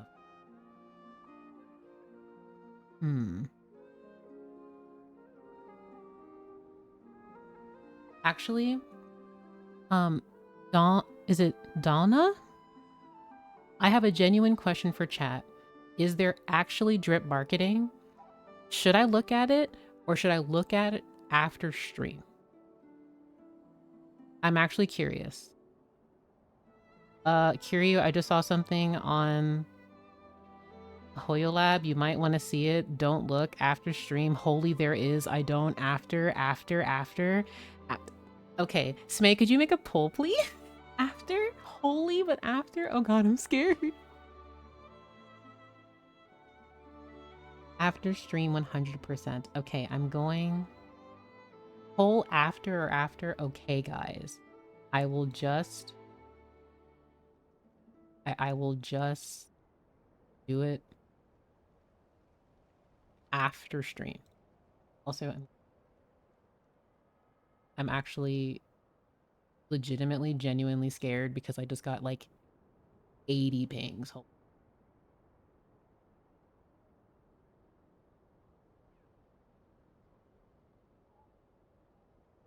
The first ping I got was a message that says, don't check Twitter.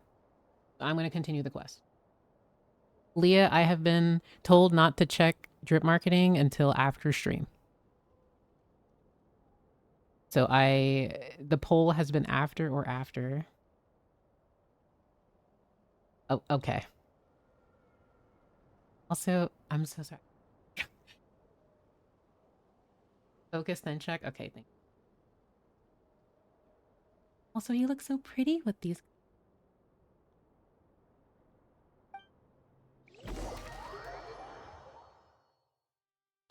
Also, leaving Varka. It's nearly showtime. Let's go rendezvous with the others. You know the place. My gosh. Mod's gonna lock in right now so no one spoils.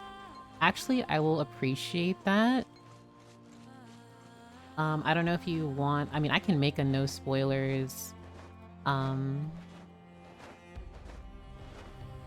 know there's like a pin, and I don't know if... Oh my god, it's Flint.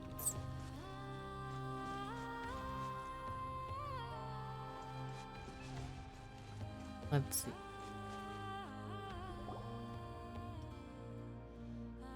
Ah, you're earlier than I expected. Hey, Flint! Been waiting here long? Not too long. I came a little early so I'd have some time to think. Are you nervous about the battle? Quite the opposite. I'm reminiscing on my past battles. When I was awakened by the Ratniki, I had not touched a weapon in many years. I felt like the battlefield was not where I belonged.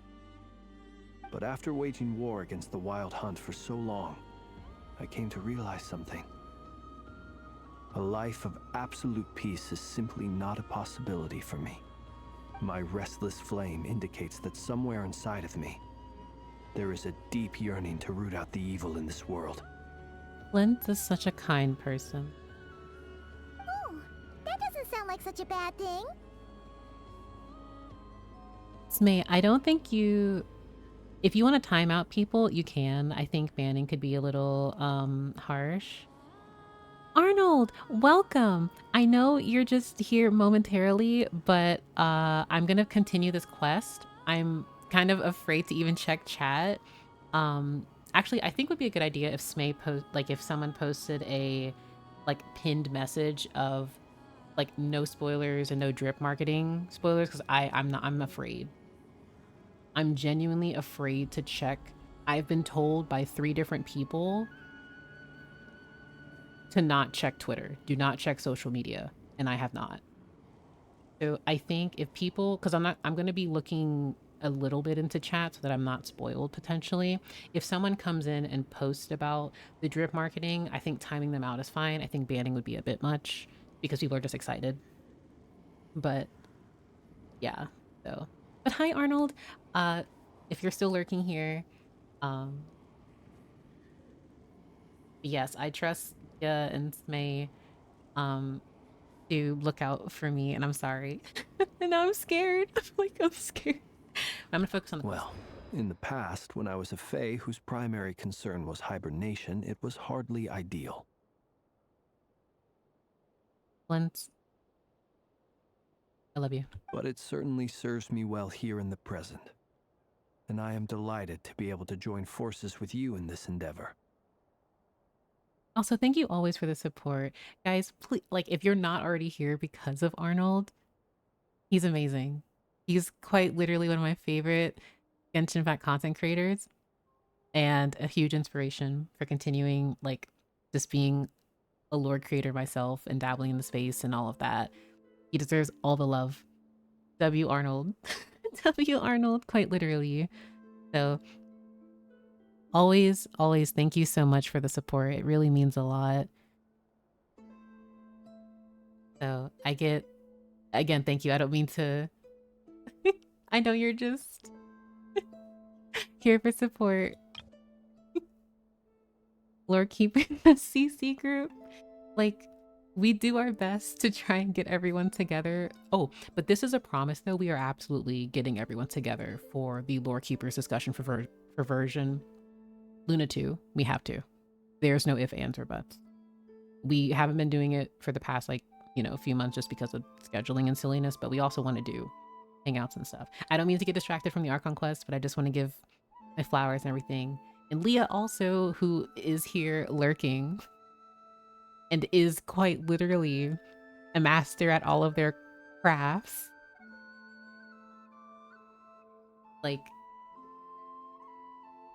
Singing, composing, loring. grad schooling. Like you're doing everything. You guys gotta. Too much to discuss. Leah singing people comfy. Like I can't express how many times if I've popped into like Slice's stream and people will just always put TNB's music and I'm like, yep, that's Leah. Yep, that's Leah. Yep, that's Leah. That's my friend. Sounding amazing as always, but yeah. We're a bunch of lore nerds and dorks. And so yeah. So yeah. I really, really love Genshin Impact and I'm happy every. So sorry for gushing and taking the moment to I just want to send love to the community and my friends and peers. So yeah, much love to everyone. Looks like I'm not the first to arrive. Ah, Miss Lauma. Did you sleep okay last night? I struggled to settle down at first because of the nerves. But don't worry. I got enough sleep in the end. I'll be just fine. I also saw the cutest art of Lauma and Flynn's, and he's like asleep on her lap. And I'm like, this is so soft. This is so adorable. I love seeing all of the Nod-Krai characters just being so cute. I'm just doing my part. Never! Over here! Oh my gosh. The mothers, the exes, they're here. Is Flint's now going to be like, ah yes, I hope I can say something to rage bait one of them successfully? Probably never. The goods have been delivered, and the backup plan is underway. Ino asked me to relay a message. She said Anefa will be on high alert and keep a close watch over all secondary districts where defense is required, providing support as necessary. Meanwhile, Ino herself will provide range support to us directly, using her latest invention. Excellent. My thanks to all involved. The chess set's looking a little unstable. I want you guys to know, I literally reached over to get some water, and then the river is coming music started playing, and now I don't feel safe. It won't hold him much longer. We should be prepared to engage at a moment's notice. He sounds, and it appears he's very upset. No sense sitting around waiting. Let's make the first move while we still have the option. I agree. Paimon, find a safe hiding place. Got it! Be careful, traveler! I will. Oh. Everyone, take your positions as soon as the battle starts. Every ounce of strength we have in our bones, let us bring to this fight.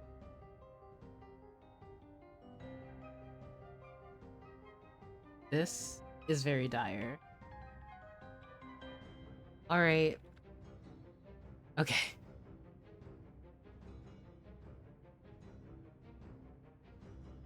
Ready? Let's go.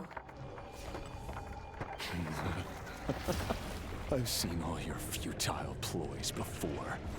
You have become the authors of your own demise. I wouldn't be so sure about that. You are merely a moment of sport before I tear down the moon. Can you not though, please? Oh, this is so pretty. I love this art. Oh. What if you stay over there? Moonlight betrayed Yep, you too. me. No way. Move. This is so, actually, I kind of want to see what he says. Okay, well. Okay, well. I love. Let me help you guys. I just want to see his moveset. Hold on. Futile. Okay, he's very scary. The Moonlight betrayed you. Wait, why do you... Okay, they should have gave me... They should have gave me Danger Traveler. Close your eyes. Wait, I don't... How do I want to do this? Water jet. Can't hide the truth. It's all futile. How unfortunate. My Nod-Krai lovelies. I believe in them anyway. Moonlight. I don't like that I have Hydro Traveler. I'd rather just use it. I know. The moonlight. Our last land. Great. With one heart, we pray. The mystery unravels. Move. Branch into song. I also don't like that I don't Observe have to dust. at all. Hunt them down. It all adds up. The Lush is the moonlight. moonlight for the Great. everlasting forest.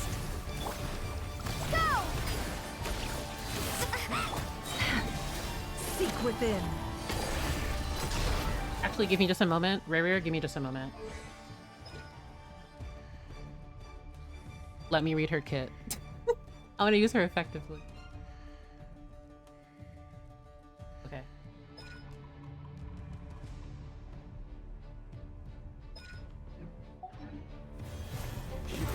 Branch into song. Began with the moon, and so shall it end. What? The moon will protect you. What in the world? What? What? Moonlight betrays you.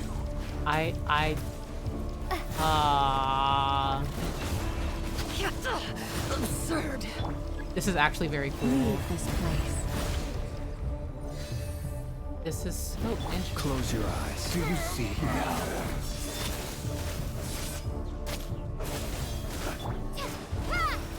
Faramir, when will it be as you foretold? This is actually so... Hold on, I'm like really immersed and I know I should be. It doesn't kill me.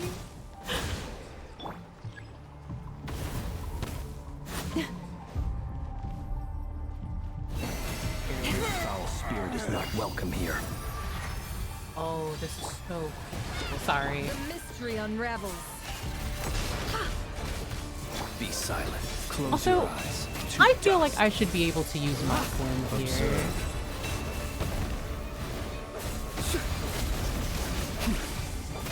Can't hide the truth. Futile. This is okay. I need to actually pay attention to his moveset. Move. He's also so tall. The moonlight betrays you. Move. Close your eyes. Do you fear the dark? Be silent. Hunt them down. To dust. Oh, he's so The violent. deception ends here. No more Moonlight betrays you. Okay, Hunt them For the down. I'm going to everlasting not hit forest. his... Lush is the moonlight. Move. Close your eyes. Observe. This is Flynn C3R3. You are correct. Okay, can we talk about why it's R3 though? Why not just R5 at that point? It all adds up. Stay your hand. Pathetic. The Maybe if I mystery stop, unravels. Can't hide if the I truth. stop hitting the Moonlight. clear counter uses. By the frostmoon of old. Rule of 3, but that just seems really silly. Be silent.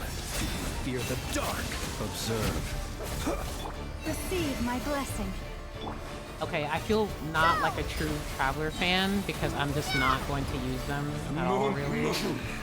Your little game of heroics is over. Who wants to go first? I don't think you should talk to me like that. Okay, he's talking to me like that? Get out of my sight! No! Excuse me? We've been separated. Take You okay? Nefer, where are the others? Stuck outside the barrier. I guess he really doesn't like us.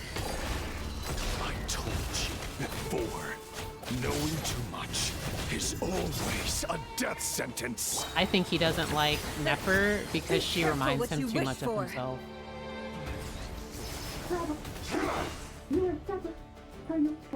Lauma, can you hear me? Reborn. Silence. Voices are gone, but at least I know they're still there. I need to focus. Stick to the plan. Remember my most important task. Just keep stalling him. If I can stall him for long enough, the moment will come.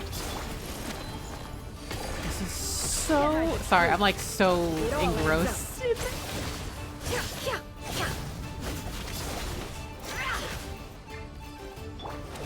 He wants to be Arlecchino so bad. I don't even think it's... No more lies. The mystery unravels. Arlecchino. Bombs away! Yeah, they really should have given us Pyro Traveler. I mean, it doesn't excuse me getting like completely handed by him because I'm just like mashing. But the idea that we have Hydro Traveler for this, and they also give you...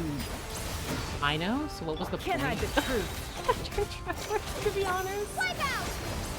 Like, what am I supposed to do with this? What am I supposed to do with this? Excuse me. It all adds up.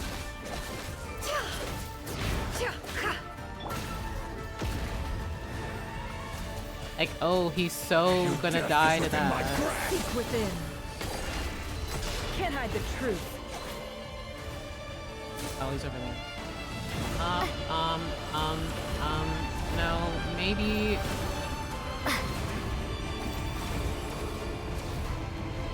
This seems a bit...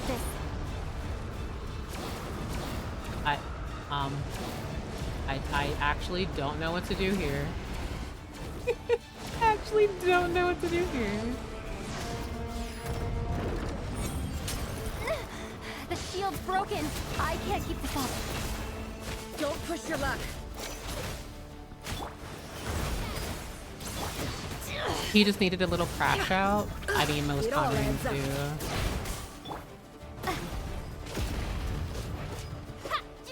Water jet! How much power will it take? Bombs away! The deception ends here. Okay, her sitting like that in front of him is really funny. I know I need to take this seriously, but... Also, should I even keep fighting him? I'm not doing any damage to him. Like, I kind of want to do that again. The fact that... I kind of want to get her ult again and do that. Hold on.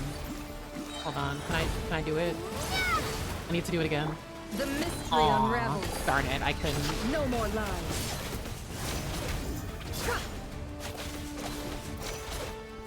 Hydro MC is fun, sadly. Your death is within my grasp.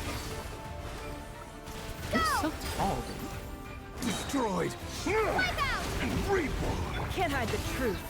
Seek within. Like, what am I... What am I actually doing here? What if I just let him walk slowly towards me? I ran out of stamina, TM. Go! Bombs away! No more lies. The deception ends here.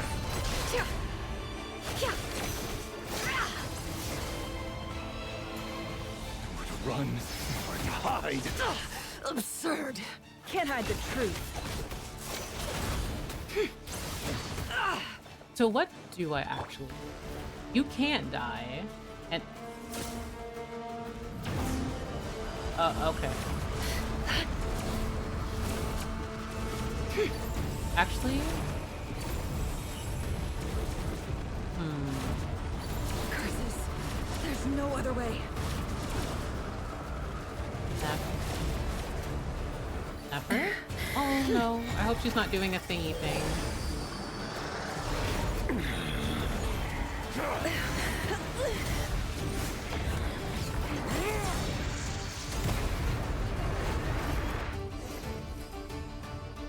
The only way to defeat Rarer is to borrow his own power. Wait, hold on.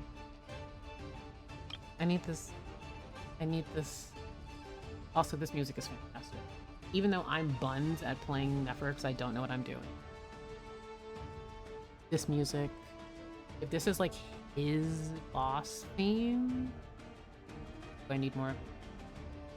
That means Columbina will have to disappear while you two bear the brunt of his attacks. You have to hold on. Find a way to keep him focused on killing the two of you.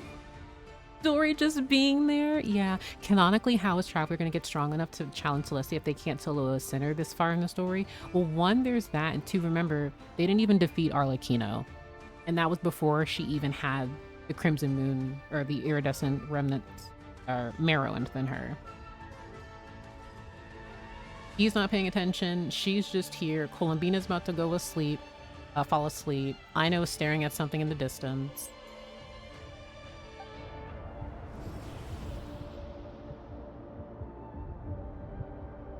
Nefer! Your eyes are bleeding. Oh my gosh. I don't like that her eyes are bleeding. Soon you will be powerless to resist. And then I will reduce you to dust. But that dust will plague your memories. She have another plan? Come on. Keep holding on. Any other tricks up your sleeve? Let's see them. As entertaining as they are, you've backed yourself into a corner. Also, I'm pretty sure this is the symbol that we saw when we were attacked by the Wild Hunt, and it was like that symbol on the screen that kept filling up until Varka saved us. You don't fool me. I see your fear clear as day. I have to stoke his rage. Make him unleash everything. Is the key to defeating him actually rage baiting him? Is this what Genshin telling me? You fear what you could never defeat. You fear the thought of never being able to save your beloved. What's the name of his weapon? Barnstalker? Yes. You cannot win the fight against fate, Rarir. Is that what you think? Well, now it's your turn to feel afraid. Gosh. Nefer? You fear the sound of your own name? Is it us you hate? Or is it what you've become? Let's see what becomes of you!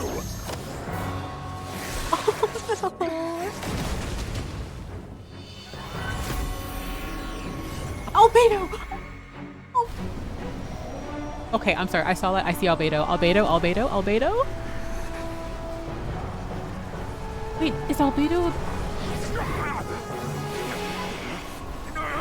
What's happening? That power. I've seen it before. Albedo! Oh my gosh. You're in. His power is on another level. We'll need to use an alchemical array to convert his power into a usable form. Then quickly channel it into Columbina, rendering her powerful enough to compete with him. I'll join you. I can help. Oh my If god. I release enough abyssal energy into a confined space, it'll create a potential difference, allowing us to extract a huge amount of elemental energy. Let's go. Next, I'll synchronize with everyone's minds using pyro, then give you temporary access to their abilities and fields of view. But it won't last long. Can you see? Well enough. Oh my god. So, we have a student of Gold Rhine-Daughter in our midst. How about that?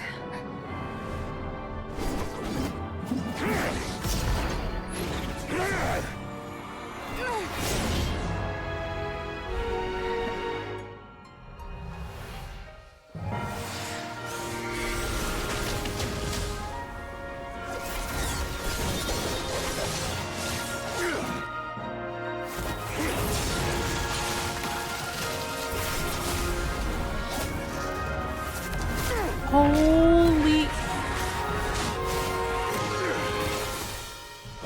You use my own power against me?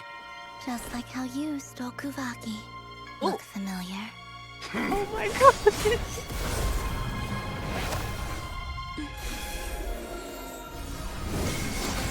Oh my! Let's go, Colavina!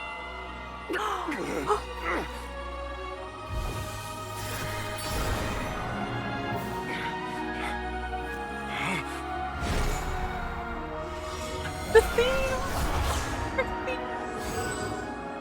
Don't you realize? You don't have the power to hold that gate open. I don't, but someone else does.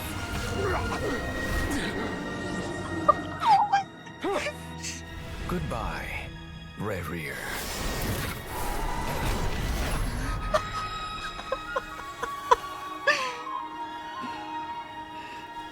You won. Oh my god!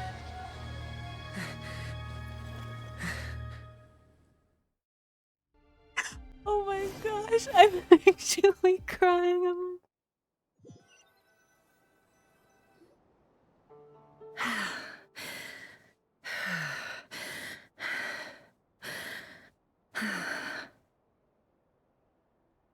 Oh my god. The way that everyone together like that. Dainsleif at the end. I'm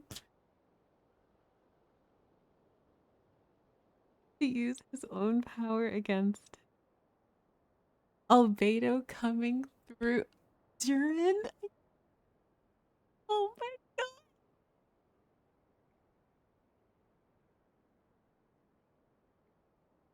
Oh my gosh.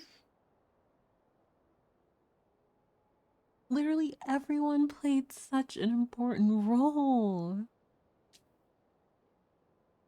Like, I have to save Dainsleif for last.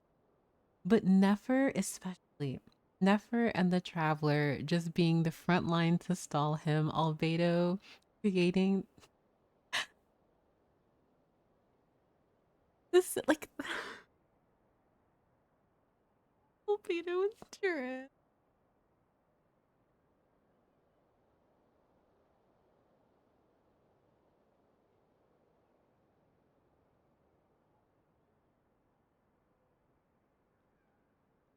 Oh my gosh. Like, I have to say, the budget was budgeting. These animations are fantastic. Using his power against him was so good. The snapback where he said, "You using my powers against me," and she said, like, "You use Kuvaki, like you stole Kuvaki." Period. Also,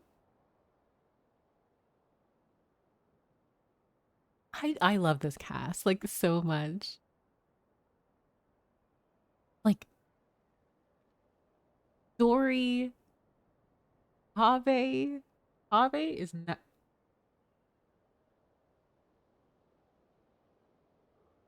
I literally just have to sit here because there's already there. I'm so sorry. My mind is all over the place. I'm sorry.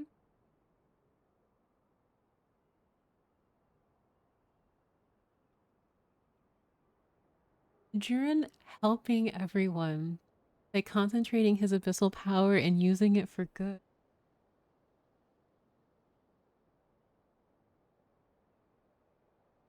If not for Kaveh, if not for, oh my god.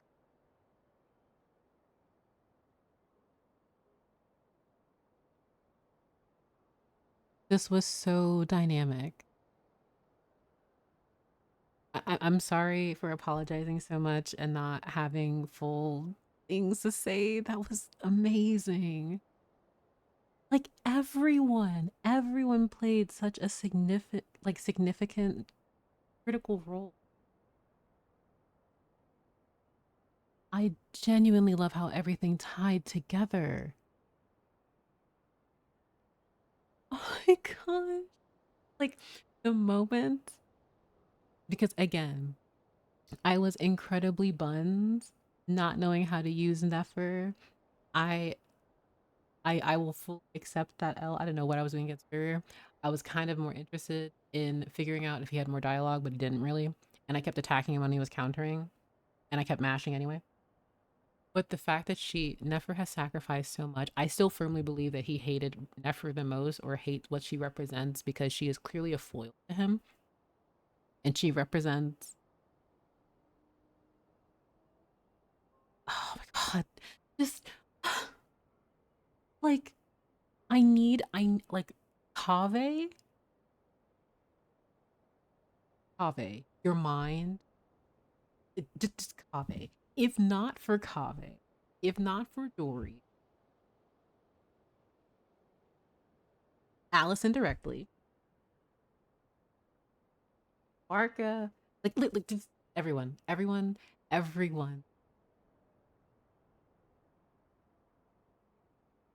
Oh my goodness.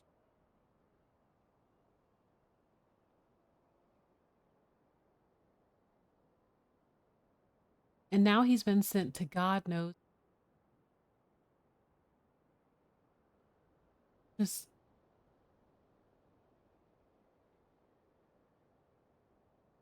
oh my...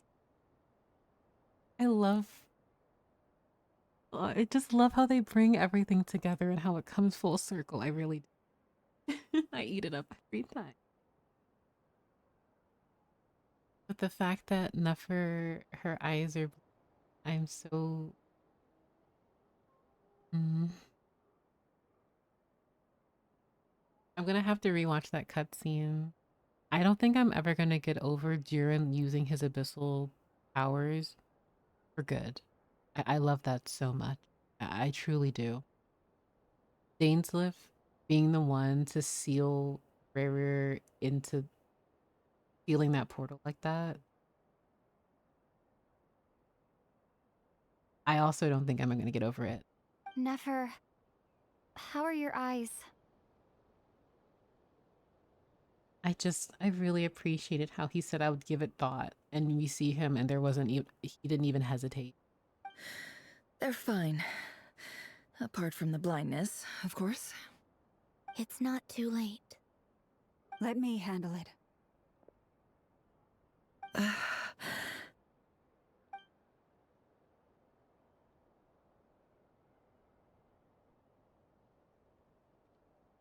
Oh, Lalma.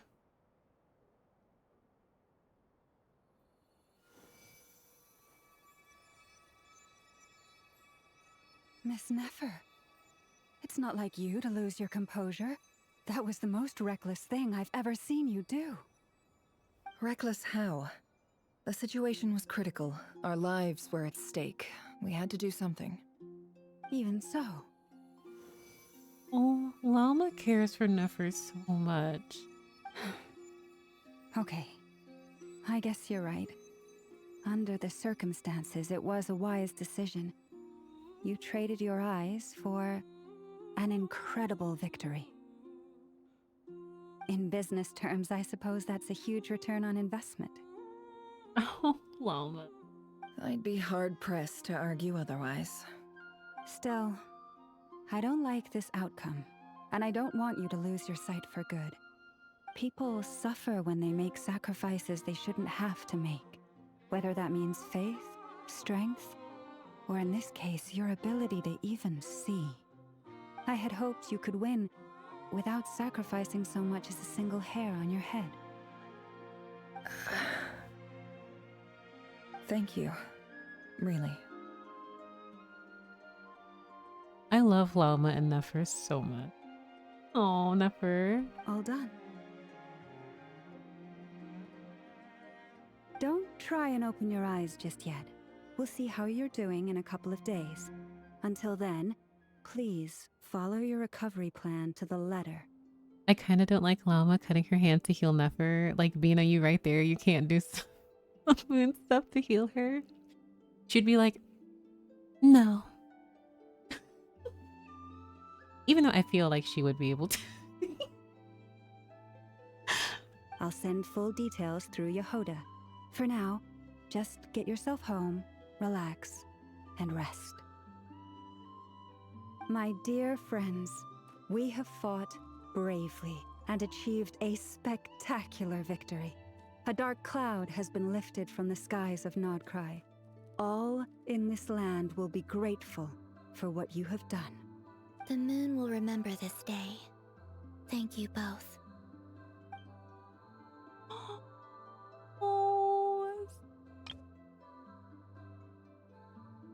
I love this. Oh my god. I need to take a picture of this. I'm so sorry.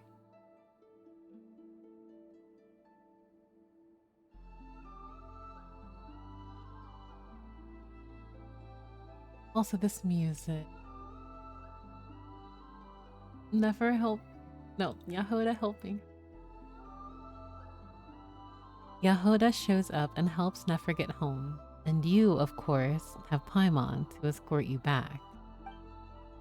The sight of Nefer navigating the road with her eyes closed is a new one for you. She proceeds cautiously, but as her silhouette disappears into the distance, you notice she seems almost smug. There's something I want to let you know. Oh? What is it? When Durin connected everyone's minds so I could access their powers, I also felt everything they felt. And since Nefer's eyes were injured, my eyes are hurting now too. Huh. Hold on. Let me try. I only feel the pain. There's no actual damage. I just thought I should tell you. You're right. There's no damage. That's a relief. But I must say, I'm surprised to hear the Kutar share something like this with me. In the past, you never used to open up about yourself. I love the character development. Oh my gosh, I love the character development here so much. Things are a little different now from how they were. I'm learning to share how I truly feel with my friends. Jiren learning how to integrate himself in society, learning Dainsleif and Kutar's heart to heart. Like, oh. Friends. You have no idea how glad I am to hear that. I'm so happy. You can't help but break into a smile at the word friends as a warm and fuzzy feeling fills your chest. One by one, your fellow teammates report in to inform you that everything is under control. At Lauma's insistence, you lie down. You fought on the front line against Ririer, and now you need rest.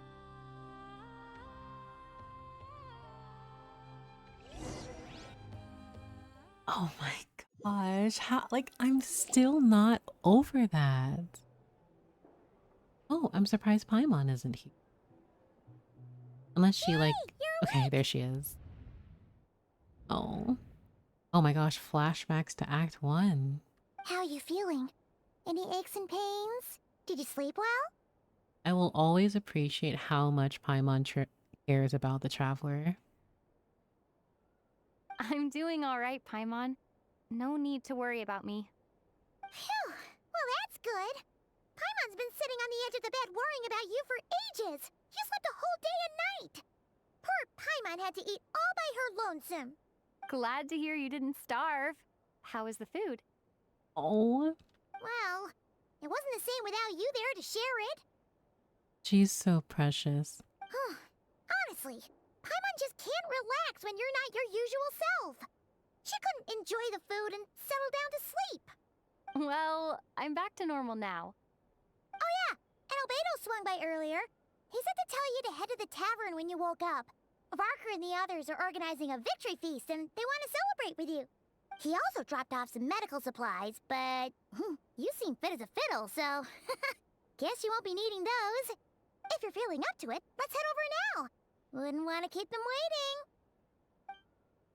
waiting. I'm happy there's this cute little victory feast, but I'm also under.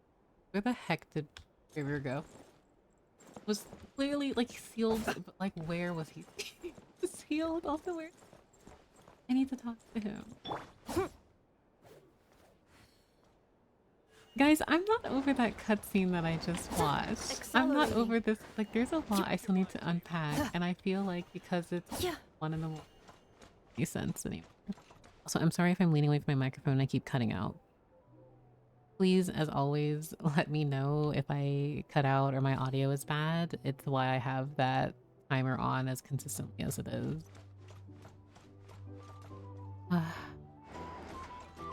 Oh, okay. Oh, it's Dory. We're here! I'm gonna cry. Look at them.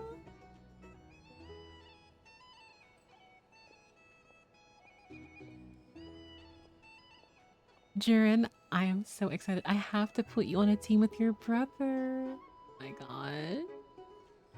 Look at them. Look at the babies. Oh, Traveler and Paimon! Perfect timing! We were literally just saying how there's no way we're holding this victory feast without you any longer, and we would have postponed it till tomorrow. How are you feeling today? Much better, thanks. Don't worry about me. I am still so happy about Albedo's character development. The fact that he's just so socializing in such a way, again, makes me really, really happy. And it's thanks to the Traveler that he's been able to come out of his shell so much more. Relieved to hear it. If that changes, just let me know. Happy to check you over at any time. Oh my gosh, Albedo. Yep, we're here for you. Anything you need, just let us know. Oh wait! Where's Nefer? How are her eyes doing? Nefer's right over there. I'm sure she'd love to catch up with you. Jiren, baby. Guys, I'm so sorry. It's literally like, I love him. Baby. Also, I kind of didn't expect him to just play this cutscene again. That's our baby. I'm gonna skip through this again, but like, actually, yeah. I'm just gonna skip through it, but Traveler and Paimon! I'm really happy that we finally have him. How are you feeling today? Much better. Relieved to hear. Yep. Oh wait! Where's Nefer? How are her eyes doing? Nefer's right over there. I'm sure she'd love to catch. Dvalin next. Yeah, I look forward to it. Oh, Dory? Okay. Well, I'll talk to Dory next. And then Nefer. Hello, you. Recovered from the battle? Mostly recovered, thanks. I'm touched that you'd asked. Come on, what do you mean? Of course I'm gonna ask. I care about my friend's well-being. And we are friends, aren't we? Get yourself a drink. You've more than earned it. In fact, today, your drinks are on me. Lord Sangamabe's got you covered. Wow, really? What about Paimon? Has she earned it too? Has she? Please? Well, you haven't been through quite as much as the Traveler, but... what the heck, sure. Yay! Wow! Drinks on Dory! What a historic day. Hey, keep your voice down, or everyone else is gonna want in too. You... Have you heard anything I've been saying recently? This is so sweet that she's Business in treating the... Nod-Krai has been an absolute nightmare. If I'm buying for everyone, This is so cute. Okay. Paimon will speak more quietly. Jeez. That's more like it. Don't you forget, Lord Sangamabe doesn't just go around buying drinks for anyone and everyone. That's so... Oh, there's Varka.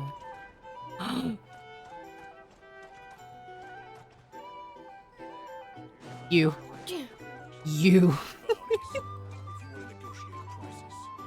Guys, have I told you how much I like Dainsleif? I'm really, really excited that he's here. Yay!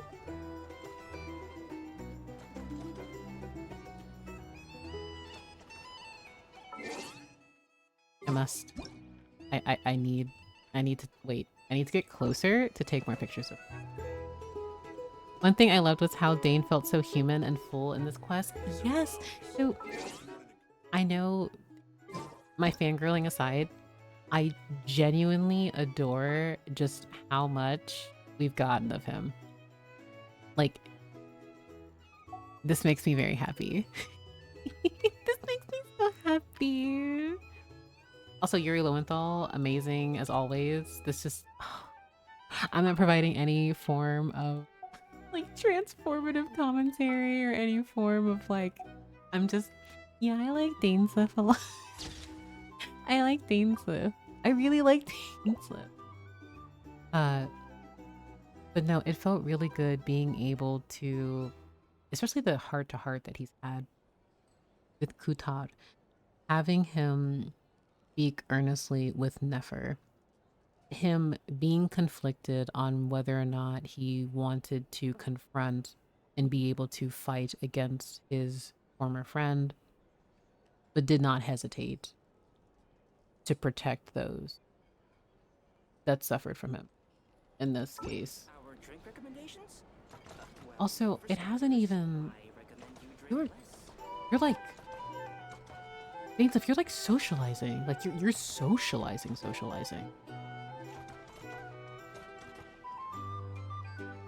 Guys, I love him.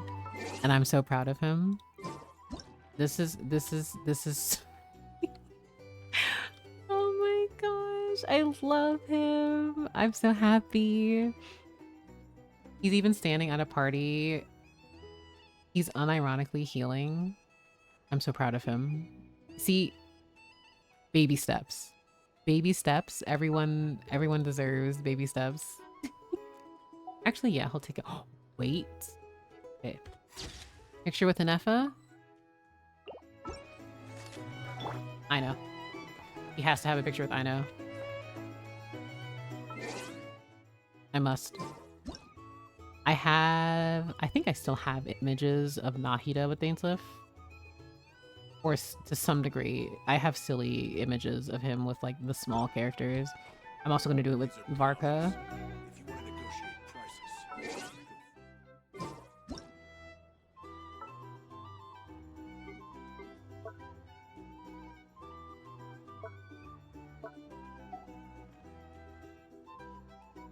This is yep. Nod-Krai cast, everyone. This makes me so happy. This is so cute. Our drink recommendations? Well, for starters, I recommend you drink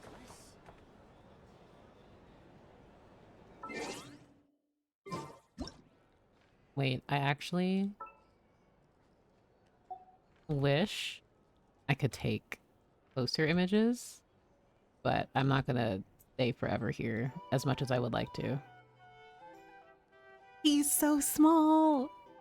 Him next to Varka is going to look so comical.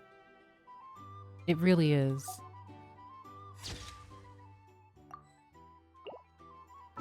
Okay. Oh my god, I almost walked away without talking to him. I see you've recovered. You bet. Snoozed her way to a full recovery. I'm doing much better. Thanks for checking on me. Glad to hear it. He's smiling. Oh my gosh. He's smiling. He's literally everything to me.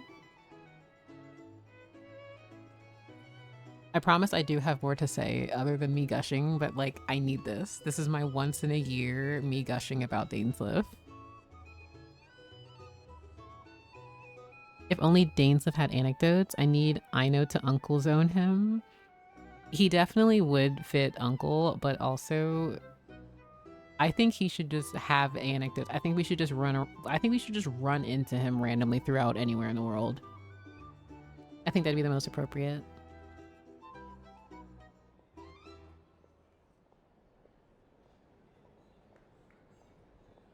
I'm taking screenshots. I apologize.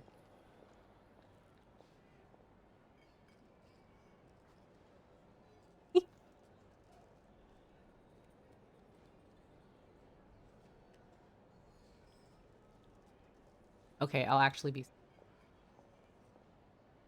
I promise. A healthy body is paramount.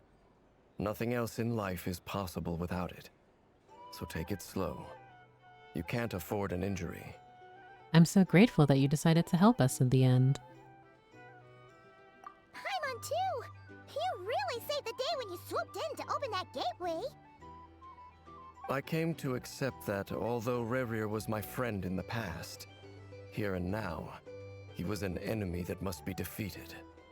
Though I will never fully understand what happened between us, I could not let this crisis deepen any further. We fought a very necessary battle, and you played your part admirably. Thank you. I know it was hard, but you'll get through this. I also think they should let me hug Dainsleif. Can I think that's not too bold of an ask if I were to ask Hoyoverse if I can be given the permission to hug him. Yeah! And if you ever need to talk, just remember, we're always here. I'm going to scream. Oh my gosh. I'll do that.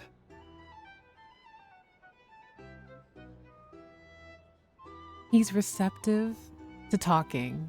Baby steps. Baby steps, and that's what I wanted. This is everything I wanted. This is everything I've wanted. Is he emotionally prepared for a hug? He might turn into a puddle. No, Dainsleif is the type of character where if you were to hug him, he'd just standing man emoji. Like, he'd just do this. He just wouldn't respond. I mean, he'd question as to why you did it. He wouldn't hug you back, but he definitely would be standing man emoji like this. Okay, I'll stop. Where was Varka? Okay, he's over here. Should I be scared what Varka's gonna say? Looking for a drink or two? Actually, I shouldn't. He's just about to get drunk, isn't he? I feel like he's just gonna get drunk. I thought of 1,000 ways to congratulate you, but now you're here, words are failing me. The honorary knight stuns them speechless once again. Oh, she did the salute. That's so cute. Well said. The honorary knight showed us all how it's done. The other knights told me that Mondstadt was the first stop on your journey. All of us are truly delighted to count you as our friend.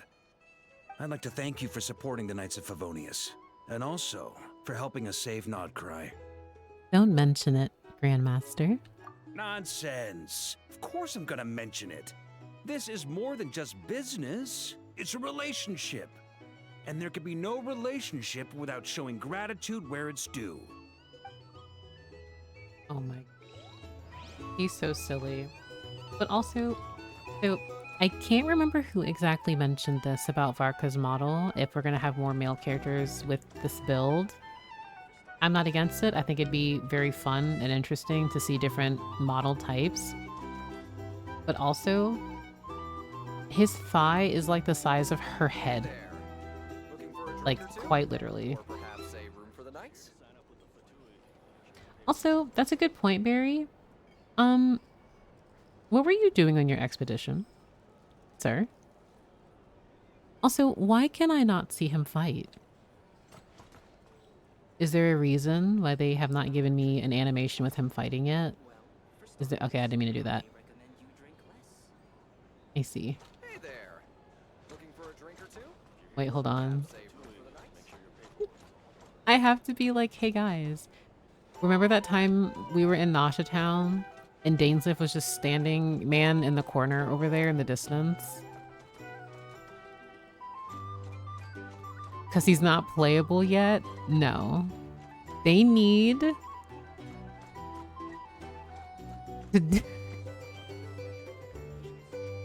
Varka needs to be... Okay, I appreciate his silliness in this quest. Okay, but where is Toma's mom? These are all great questions. That is a good point that, oh, well, we're not going to show you what he can do until he's, like, drip marketed or whatever. Assuming he's playable. Smile. But...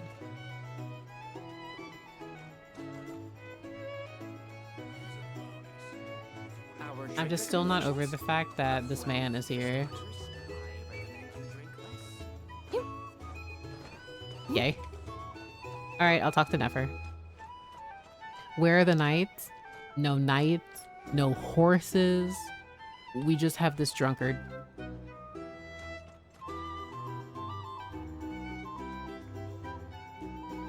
I'm eyeing you, Varka. You're not slick. Both of Jean and Barbara's parents are also, excuse me, are with the Nod-Krai expedition too. I think he's injured from fighting Rerir end of Act 2. Imagine how much screen he will take when he's playable.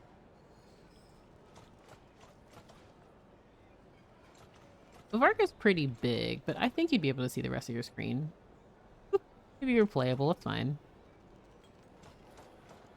There are no knights because everyone on the expedition pulled a Godwin. Oh, there's a new mail. I will not be checking that until after the quest. Okay, was there anyone else? I'm going to make sure before I talk to her. Varka, Jiren Albedo, Duri, Dainsliff. I think that's it. I don't think there's anyone else. So. If there was, I will just have to get it on YouTube. Traveler, Paimon, are you recovering well? Much better, thanks to a good rest. You're looking well too. Turns out that moon chanter has some real talent after all. My eyes were mostly recovered after just a couple days rest. I can actually open them again now. Well, that's great to hear. You're able, that you still have your sight. Yeah, but you gotta be careful. Lauma says not to strain your eyes while they're still healing. Yes, thank you. I'm well aware. Yehoda, could I borrow you for a moment? I could do with an extra pair of hands. Oh, sure. Coming. Oh, I love this. Did you hear that? I gotta go help Lauma for a second. You guys chat among yourselves. I'll grab us some drinks on the way back. Paimon, you still like 'em sweet? She is so excited to be working with her mother. You bet. Make it extra sweet, because Paimon's earned it. Sure thing. Oh, Yeho, you've truly grown on me. What's on your mind? The Raker of Solnari. Kind of a snake, don't you think? More of a wolf in my mind. He did have a wolf chess piece. Though there is a wolf who's at the bar, probably downing a bunch of drinks right now. No, definitely a snake. A poisonous one who spewed his venomous hatred everywhere. Anyone who seeks revenge out of hatred for other people has become a snake. That's something my dad used to say. Interesting. I guess he didn't like seeing people go down the path of vengeance. Perhaps. I'm sure it sounds like a very wise and open-hearted perspective to your ears. But me? I think hatred is a perfectly justifiable emotion. Do tell. What else is left when everything you depended on in life gets stripped away? Something's gotta fuel that drive to keep on living. To be fair, spite is a very powerful motivator for a lot of people, but I can't be the person to tell someone to unhate or spiteful. When I look at your life, I see a lot of things that you can depend on. If you're worried about me, you can nip that in the bud.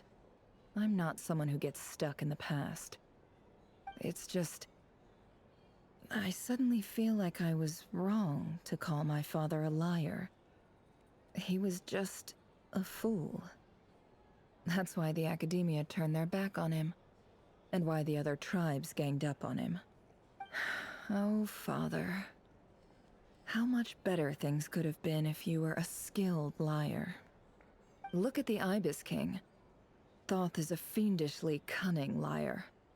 And yet, strangely, he feels more like a father to me than my real dad ever was. He's never brought it up, but I'd bet he feels the same way. Why else would he give me the power to perceive the truth, while at the same time training me in the art of deception? Oh, this is such a great conversation. Sadly, I've never heard the Ibis King's voice. What's he actually like? Well, King Deshret banished him to Aru, which is essentially a prison, and posed 3 questions to him. He promised that he'd have his freedom if he could find the answers. His response was to take on a physical form and approach me, hoping that I could become his envoy and search for one of the answers on his behalf. Not Varka in the background being standing man emoji. You might as well just come over and listen to the conversation and sit down. Did he really think I'd fall for that? He's stuck there.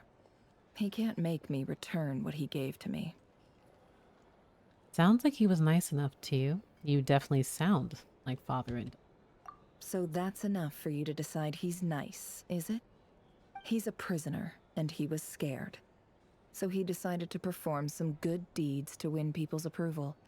He lives in fear because he's a deceiver. How is Rerir any different? You can't work as a spy your whole life and expect a happy ending. It's preposterous. Yet I can't say I don't understand it. Liars live in the darkness of their own making. But it's still human nature to want to go on living. That expression, it just reminds me of the children who desperately wanted to continue on living, to go on living. They say that a liar's soul is the most worthless thing in the world. What do you think? I'd agree with that. I have to disagree. Oh, really? Well, it takes a very kind person to find compassion even for liars. If you ask me, the soul of a liar really is worth nothing. Because all they care about is themselves.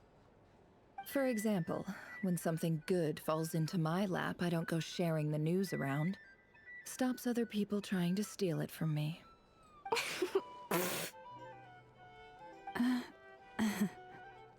I have a feeling some people over there may have overheard that. So be it. They have sharp ears. I can't keep anything from them. Is this your way of saying you've warmed up to them now? Oh, is that what it looks like? What it looks like is you're starting to see us as your friends. Well, you all know my past now. And I can't simply eliminate everyone who knows too much. So I guess I just have to put up with you. For the foreseeable future, at least. When you find yourself in a situation you can't control, the safest play is to keep calm and start monitoring everyone involved like a hawk. In the intelligence world, you need to have a sense of perspective and play your hand accordingly. If you understand what's at stake, please ensure my secret is safe with you. I trust you'll respect my wishes as a friend. But don't forget, I will also be watching you like a hawk. Of course, never. Very good. Oh, wait! Now that the panic's over and we've all calmed down, Paimon suddenly remembered something. Also, where's Flint?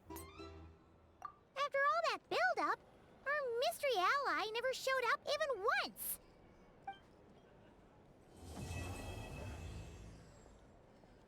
It just... The quest just ends like that? A noise coming from indoors. Am I imagining things? That sounded like something breaking. The quest just ends like that? I mean, I can imagine... So, that close colleague who stayed behind with you? What's he been up to recently? Don't know, don't care. I get more normal human interaction from hanging out with Bosco too than him. Although, now you mention it, he hasn't bothered me in a while. I wonder if...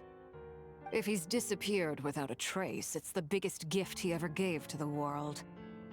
But I somehow doubt that's what's going on. He won't lie low forever. So we'd better stay on guard. Okay.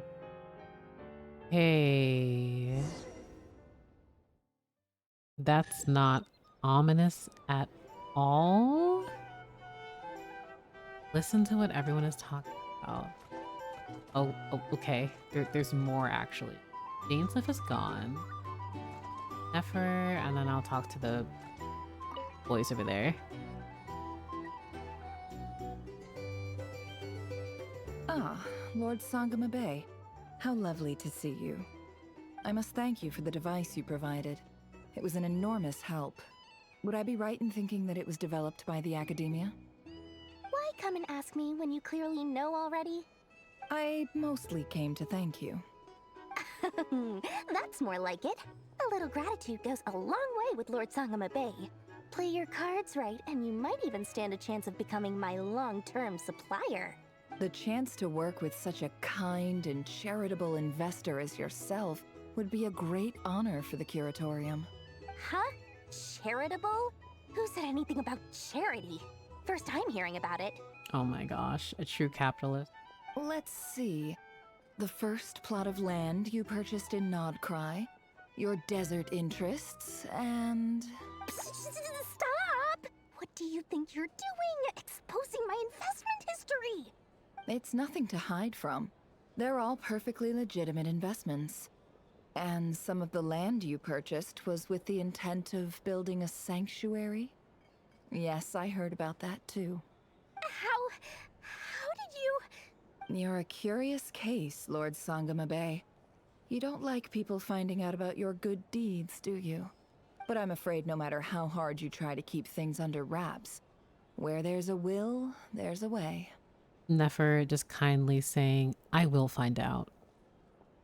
Even when Yolan was like, yeah, you need to check yourself. You're not going to learn as much as you think you want to in Liyue, not when I'm around. I'm telling you, watch it. And I need more interactions between them. But in this case, this is very funny. You did it for Sumeru, didn't you? It was empty land that was gonna go to waste otherwise. I figured if I built something there, it might at least get some use in an emergency. Disasters are capricious things. They strike without any warning. I've lost family to a disaster before, and I don't want to lose any friends or business partners if I can help it. My elder sister used to dream of finding a sanctuary. Somewhere with plenty of food, water, and medicine. Where everyone could live happy lives. It was something I looked into, but after discussing things with the Dendro Archon, I decided on a more effective strategy. The tech people handled the tech, and Moneybags provided the Mora. It just made the most sense. It's a pity that so few people know the truth about you. Everyone says that you view everything in terms of Mora, and all you care about is growing your own wealth. Yeah, this quest has given me more about Dory and her story than, or Dory's history than I feel I've really learned about in the past, because she was usually just used as more of a comedic character with little bits of how she truly feels underneath. So, what's the problem with that? Everyone wants to be rich. It's human nature. So yes, I love Mora, and it's nothing to be ashamed of. But surely you have dreams of your own beyond just making Mora. You don't get it, do you? My dream is to invest in other people's dreams. And, you know, make a nice little slice for myself along the way. Okay, one, Dory is quickly growing on me, and also I think obviously her dream, investing into dreams, is like a business thing, but I think I've just been too amphorious pilled recently, and it's like my wish to fill up people's wishes, and I just think of him every day. I'm cooked. I'm cooked. Everywhere I go, I think of him. Just thinking about it makes me happy. That sweet, sweet sound of Mora. Oh, and that's the thing, Luca, because she is a businesswoman at the end of the day, and she does in fact love her capital, but at the same time, she does have that degree of, there is depth there. We clearly see, as she's revealed to Nefer in confidence, that she is vulnerable, and she does have a very deep-rooted compassion for others. Asterisk. But you know what I mean. Thank you. Alexa, no. Very unironically, I can't listen to that song. I can't. I literally cry and I get too emotional. I can't listen to that. I can't. For the device? And the pendant. Oh, Yeah, that pendant came in I was just clutch. returning a favor. Don't worry We would about not it. be here if not for that. Seems like we've both been away from home for a very long time. Yeah. So long that I barely remember what my family even looked like. That would be your mother, father, and sister? Yeah, though it's been years since my sister passed away. It's not like I want to forget them, obviously, but Memory can be even more ruthless than the most calculating business person. Beyond a certain point, if something isn't helping you, it just gets rid of it. This is so... There's so much depth here with Dory's character. I wasn't expecting it. And the genuine... There's just a lot of depth here. My sister can't help me now. Slowly but surely, her face is fading from my mind's eye. It's become a vague impression. Not everything will fade. When loved ones pass away, the beautiful memories are the ones that last the longest. Yeah, that's true. If you ask me, that's the one silver lining in all of it. Well, that, plus, I'm sure that life is much better now than it was back then. Oh, absolutely. I have tons of Mora, a big beautiful house, business is booming, and I'm as happy as can be. You've got a lot going for you too. Boss of the Curatorium of Secrets? I'm sure there's plenty of Mora to be made in that line of work. I appreciate the vote of confidence.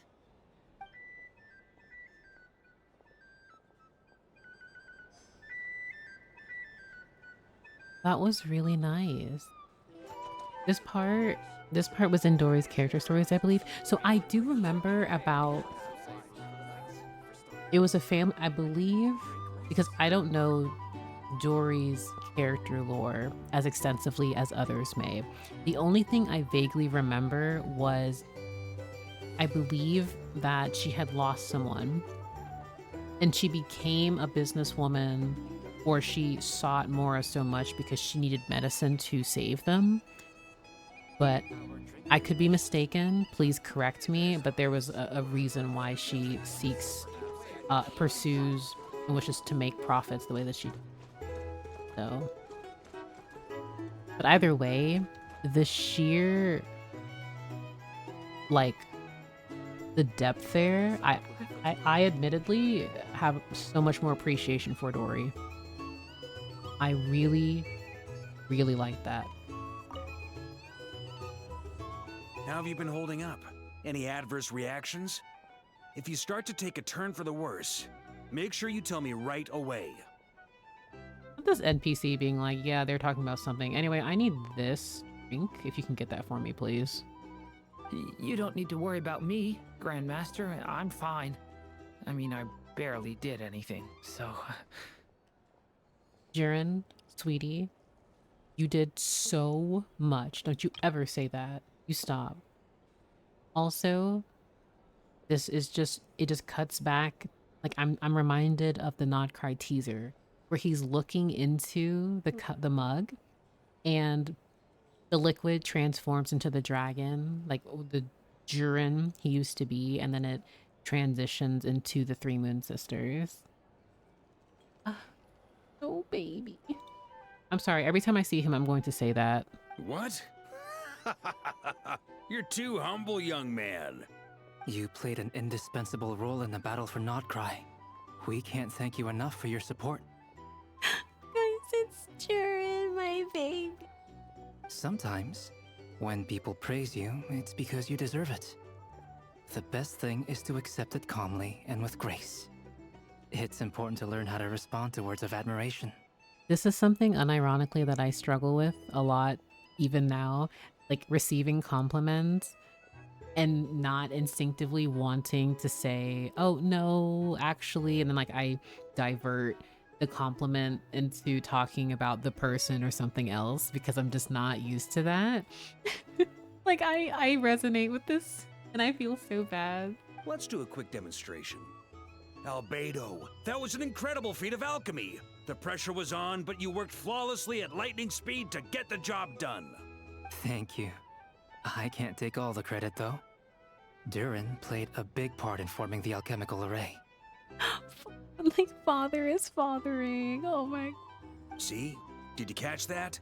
A masterclass in how to take a compliment. Okay, yeah. I did work pretty hard to help prepare for the battle. No point denying that. Hey, you guys! Seriously, great work, everyone. You all outdid yourselves. Hey, look who's bounced back. Looking good, traveler. The blondes are communicating. Seems like you've recovered. You won't need to take any more medication. Can I get you a drink? Huh? You know how to order at a bar now? You've sure learned a lot recently. Get him away from Varka. Why do you know about the bar? Handling a drinks order is ridiculously simple compared to alchemy. Don't worry, I'll blend into society yet. Paimon believes it. You're clearly a fast learner, just like your brother. To be totally honest though, Paimon didn't quite follow all the details when you first explained the plan to us. Don't worry, that's completely understandable. Unless you're a student of alchemy, it's hard to grasp the principle and how the process works. To put it in the simplest terms, we saw how our enemy stole the power of Kuvaki. And that gave us the idea of stealing his power to turn it against him. When facing an enemy you have no hope of defeating, it's best not to engage them in battle. So, instead of looking for a way to overpower him, we decided to help Columbina get strong enough to at least stand up to him in a fight. This shot, it deserves. I'm taking a screenshot of this.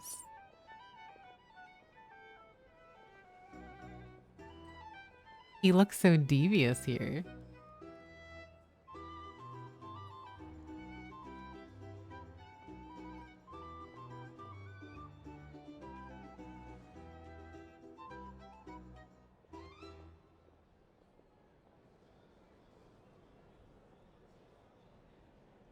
I love this. I love this. He's scheming.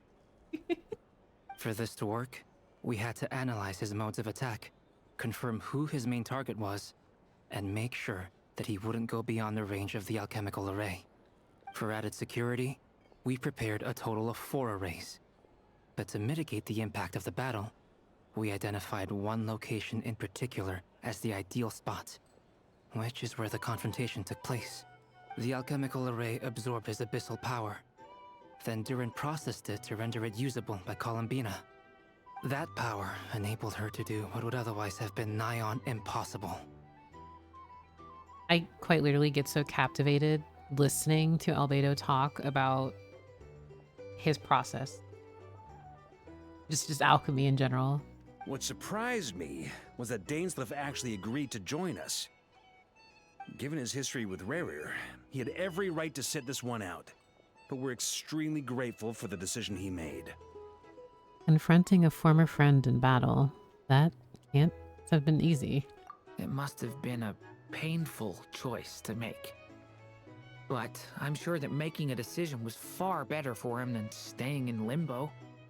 Absolutely. He was torn between 2 paths, but in the end, he made his choice and stuck to it resolutely. He doesn't strike me as the sort of person who'd stay trapped in limbo for long. Anyway, however you cut it, everyone gave a stellar performance. And now, it's time to kick back and celebrate. Also, there's an ad right now, so I'm just going to wait for a little bit, considering there's going to be... Well, okay, I'm just going to assume like this is the end of it after this. Since we had that interesting conversation between Sandrone and Arlecchino, who I assume we're talking about Dotare. Little celebrations here, getting the heart-to-hearts with everyone. Yeah, Oh, wait. We still need to speak to Flint, if we can, and then also Kutar. We haven't spoken to her. But I really hope we can do that. I could sit and listen to him talk about alchemy for hours. Yeah, so I personally love listening to people who are very passionate about their interests or hobbies, or someone like explaining something to me and giving their perspective. It's just something that's so, again, it just captivates me. And I don't have anything to say because I'm just listening. Even if I don't understand, I just find so much joy in listening to others' passion. They had to be talking about Dotare. Pretty sure nobody in Harbingers likes him. Yeah, everyone's just kind of distant to him.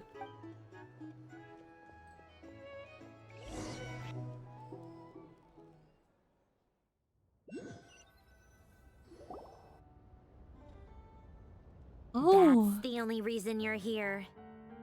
They're having a tea party?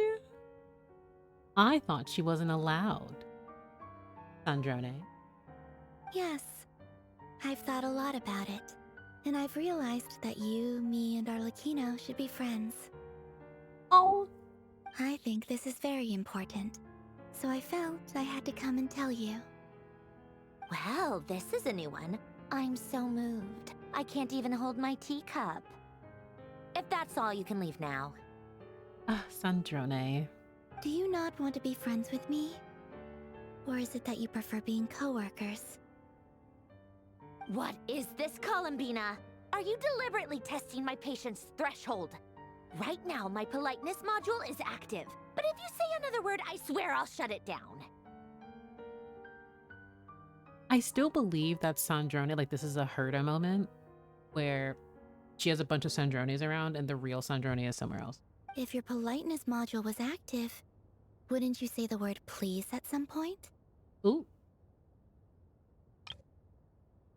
Ooh. Is she perchance rage baiting?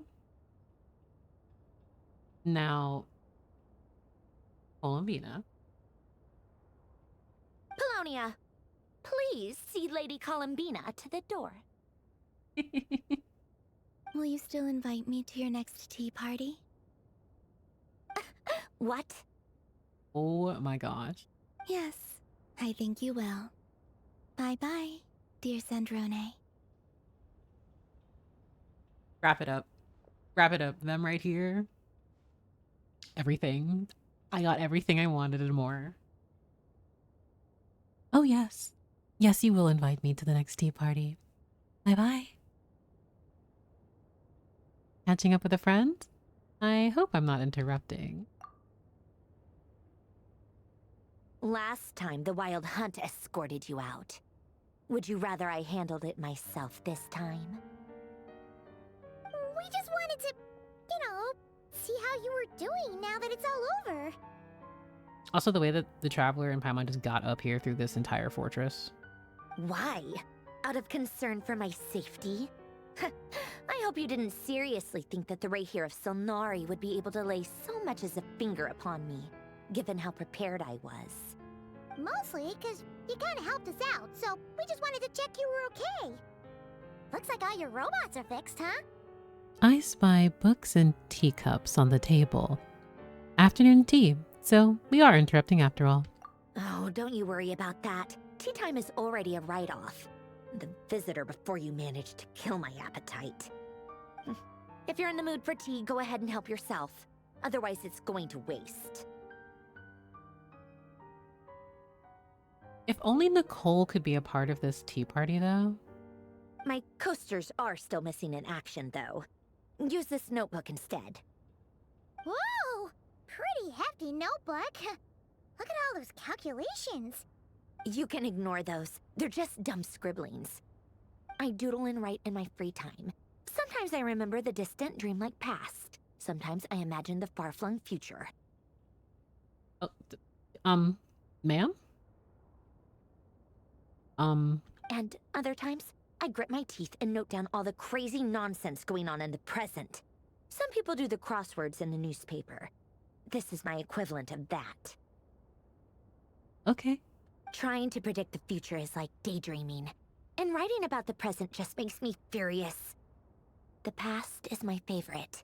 If nothing else, it's already set in stone, so I don't have to rack my brains trying to figure it all out. I appreciate this detail about her character. Huh. Although, having said that, the only vaguely interesting memory in my past is that guy they call Lord Artificer.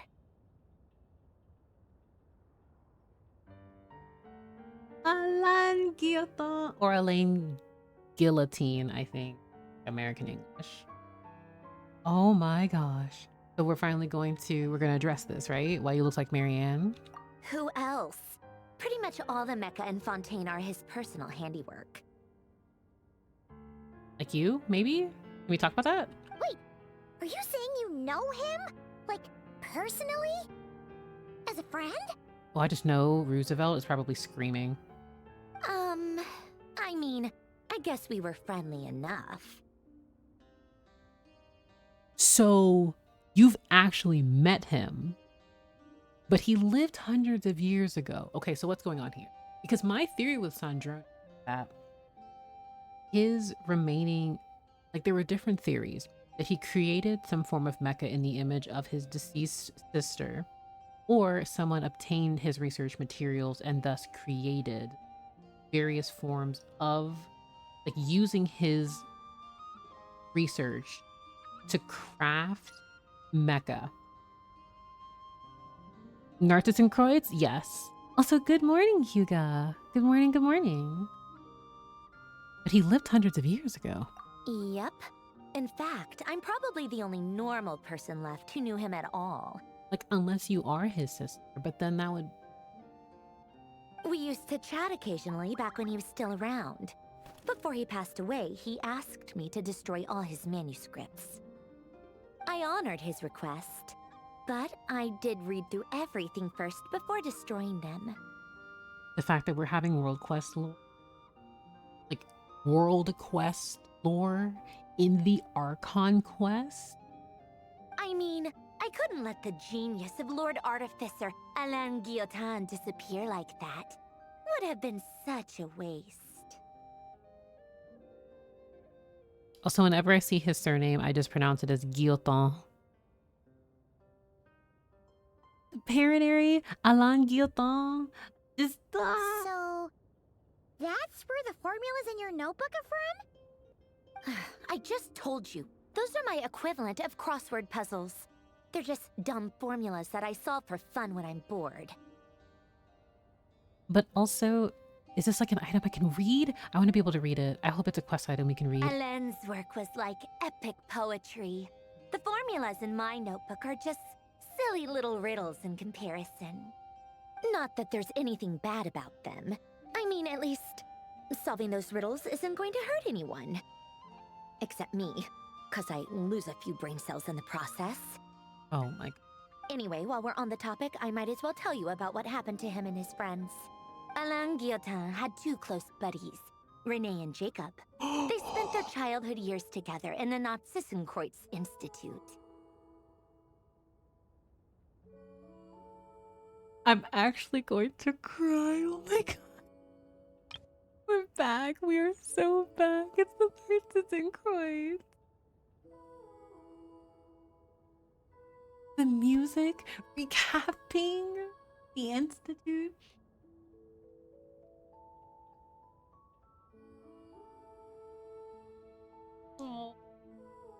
Oh, such a good World Quest series.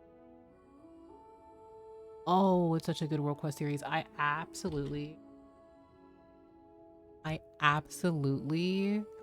can't wait. I can't wait for Arnold's reaction, and I can't wait for Roosevelt's reaction, especially. I can't wait for Ashikai's reaction. I am really thankful that they're doing a recap for those who didn't even finish or can't remember or maybe never stumbled upon it. So I do wonder if the dialogue is different if you didn't do it, but oh my gosh. They were all quite competitive, so there was some rivalry between them, but it was a friendly rivalry. But beneath the friendship and the rivalry ran something deeper. A sense of nostalgia for the past. Unfortunately, childhood would end, the prophecy would come true, the apocalypse would arrive, and the future would never be. Wow. Darkness and Kreutz, you will always be famous. Always. A mad dream that would normally only capture the minds of lunatics begin to take root in their hearts. A dream of saving the world. And if Renee and Alain had been people of lesser wits, that dream would probably have ended up as something for them to joke about in their older years. But alas, they were some of the sharpest minds around. They nurtured that dream with the full power of their intellect, and it grew into something that ate away at their souls. The first of them to fall under its spell was Renee. I love that Sandrone is telling us all of this. Against Alain's wishes, he persisted in experimenting on a mutual friend of theirs to try and save their life. Alain did not approve and parted ways with Renee. It's complicated. Alain wanted to believe that Renee only did what he did for the sake of their friendship. But when he told me about what happened, I could tell he still had some suspicions about Renee's motives. Perhaps the seed that would grow into a nightmare had already sprouted in Renee's mind. Even then. The next time they met, Renee's soul had been completely engulfed by the dream of salvation.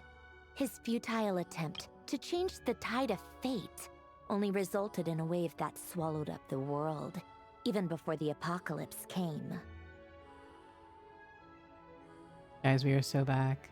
We are so back. I have the biggest smile on my face right now. Truly, truly I do. This is, oh my God. And although that wave died down eventually, I hear that it just recently came back with a vengeance. Oh. As I understand, Renee wanted to live out his dream of salvation once more. But I'm told that the attempted resurgence finally died out for good.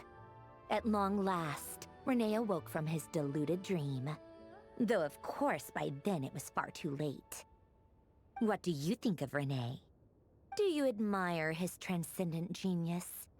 His view that any price was worth paying to achieve the lofty goal of saving the world?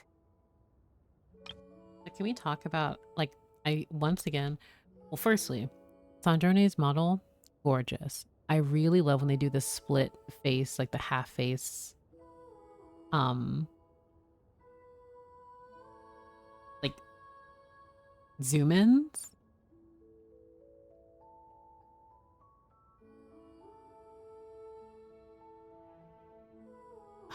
Gosh, sorry, I love this.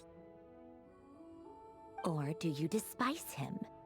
Dismiss him as an evil madman who wrought havoc on the lives of everyone around him as he pursued his delusional dream.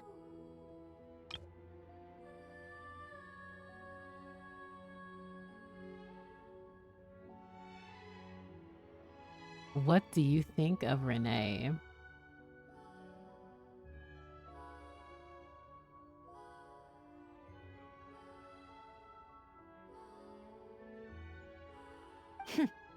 Same difference, really.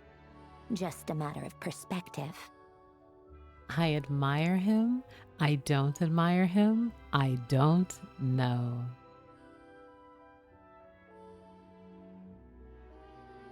Do I want to be chaotic in this response?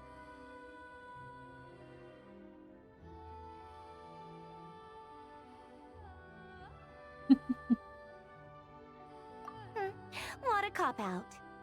But I suspect you'd have a more incisive and insightful answer if we dug into it further. What about you? What's your take on Renee? I don't like fanatics who give up their whole lives for their ideology. Nor do I like fools who let their delusions take control. Maybe I could understand if Renee had just been an ordinary person. But he had a sage-like intellect. And still managed to get himself lost in the labyrinth of his own desires. Anyway, that's enough about Renee. Now, moving on to Alain Guillotin, the Lord Artificer. He managed to put a stop to the first storm whipped up by Renee. But after that, Alain lost his friends and family. To his credit, I suppose, the loss of his family and friends was purely a tragic accident. It's not like Alain sacrificed them for his cause or anything. After that, the only thing supporting his work was the same dream that had dragged his closest friend down to the abyss. But although the desire to save Fontaine drove him to found the Fontaine Research Institute, Alain continued to reject any form of transcendental knowledge or power. He was suspicious and fearful of it, having seen the way it had affected his closest friend.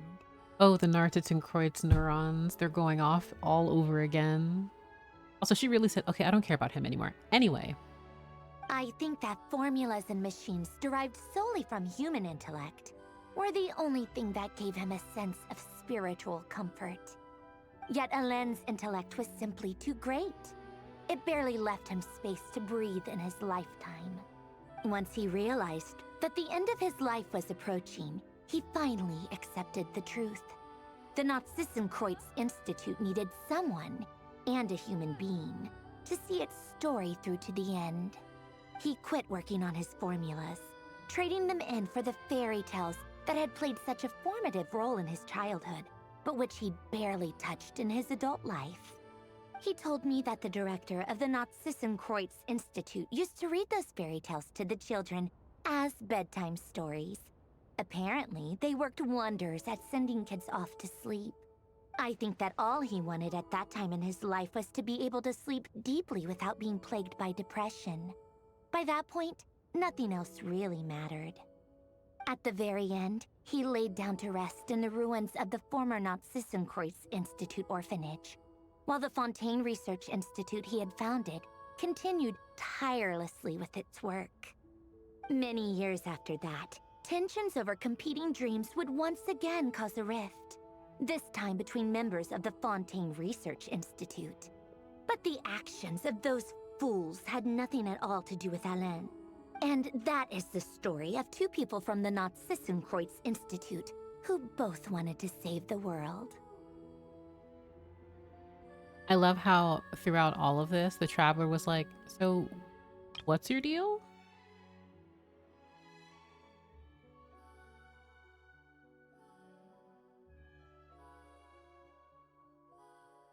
Hmm.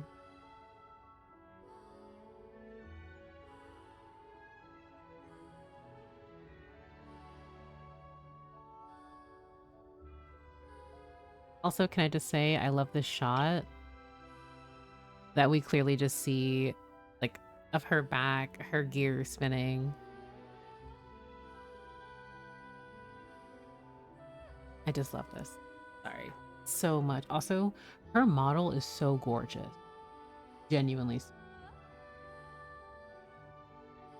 One went all in on his fantasy of salvation without ever looking back, and ended up calmly sinking to the bottom of the deepest sea. The other sought desperately to burn bright in his life, even though he wasn't sure where he was going. I do sometimes wonder, why is it that people like them have such grand hopes of saving the world? Even the grandest tree starts as a tiny seed. So perhaps, for each of them, their mission to save the world began with a very simple desire: to save themselves. This is so interesting. I did enjoy learning about Renee and Jacob. Nod-Krai. But, like, can we talk about you, though, Sandrone? They were young children with friends and family who mattered to them. Desires to explore the meaning of life. Ambitions to have a successful career. They didn't want to see all of that taken away in one fell swoop. Or maybe they just wanted to find something to anchor themselves within the chaos, to stop them getting quietly swept away by the storms of life. But instead, the search for their own salvation took them down the rocky road laid out by fate.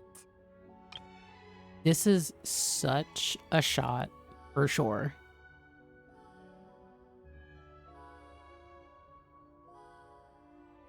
Wow.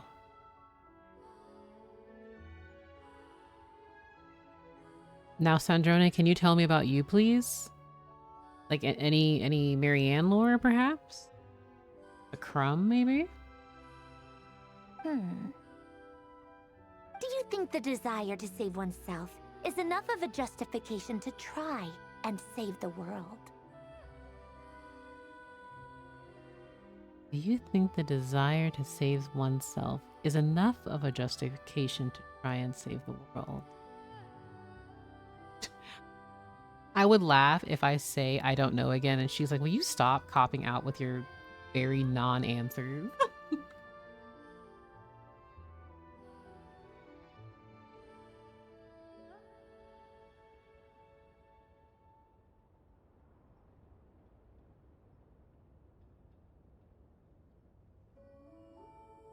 It's not a trick question, but I overthink these questions because I'm like, okay, well, you can have the desire to save yourself, but if you have plans of like destroying the world, then like, and by say destroying the world in terms of changing the world to fit your order, or this isn't even actually supposed to be like Heavenly Principle shade, that example.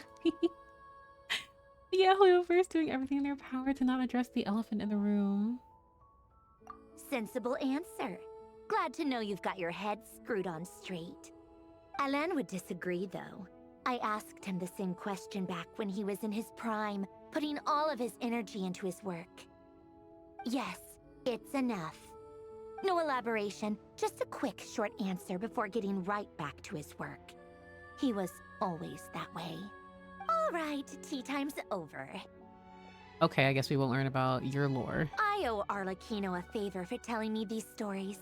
I'll have to bring a whole sack of gifts the next time I visit the House of the Hearth. I'm gonna go tinker with Polonia now. You guys can do whatever you want, as long as it doesn't involve interrupting me. Polonia, exit hibernation mode. Begin diagnostics. Okay. Alrighty. Wait. There, one, I wanted to speak to... I wanted to speak... Oh my god, look! The babies! They're so cute! I wanted to speak to Flint. I guess we cannot. Remember when the quest was like, alright, we're done, and then it just wasn't done? Oh my god. Oh, wait. Oh. That was such an amazing quest. Genuinely, that was such an amazing.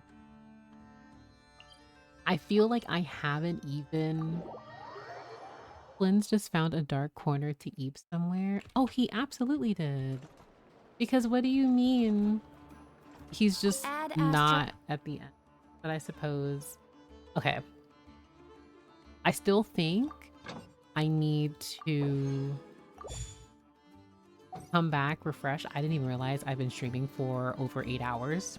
I've just been that engrossed in the quest. But that was so Thank you for good. completing. I love that. Also, wait, I think it's...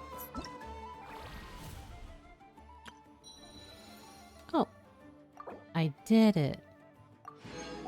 I did it, guys. Almost 9 hours. I take forever. I sorry. And then at some point, I need to, like, continue this. Are you going to discuss or check Twitter? Oh, that's right. There was drip marketing. There's also, like, I still have lingering questions. Well, first, I want to go to where I'm safe. Always. Hold on. I must log out. I want to be here because it's comfy and cute and safe, and I like being here. It's just so comfy. Okay, let me... And before Arnold takes 12 hours, I cannot wait to see Arnold's reaction. But, okay. Actually first, since I'm probably going to... At the very least, even if she does her idols, and make noises. Let me see. Okay, I got... How many... Scared. Okay. What is...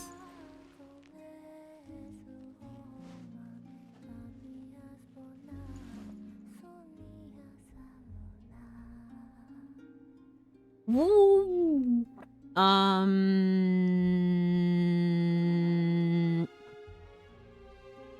Okay. I'm gonna make sure... Hold on. I'm holding. Just give me a moment. Give me a moment. I'm going through...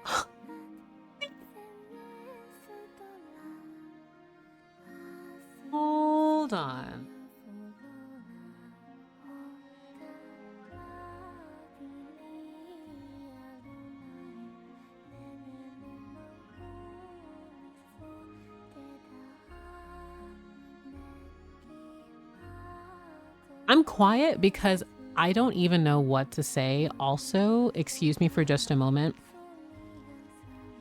The entire house is asleep, and I don't want to be that person. It's also almost 2 in the morning. I don't even think I can transition into... Hold on.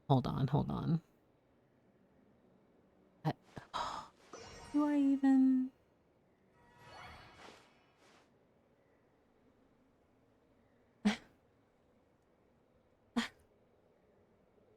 What? What? I'm scared. Did someone misclick? I need to know if someone... Huh?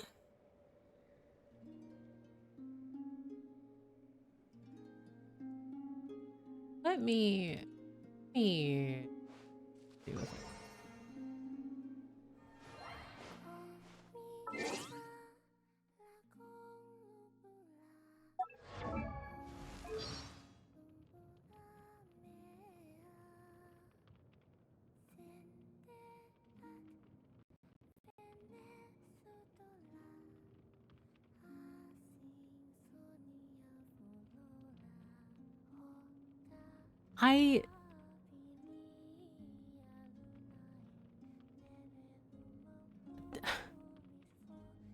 Okay, the reason what and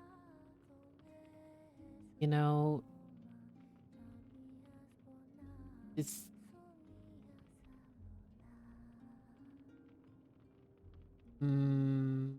also Google please. Google please is like, hey, you checked this out. Look at this and this. I just finished. I'm currently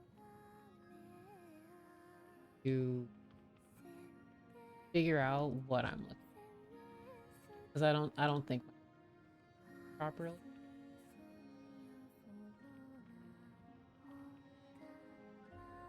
Because I just want to pull it up on stream. And frankly, I just think this is a bit rude.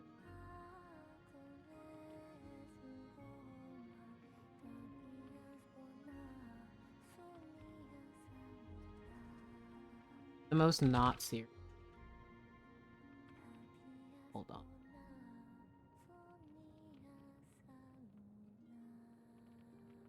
Give me just... I promise. I can... What am I looking at? Hold on.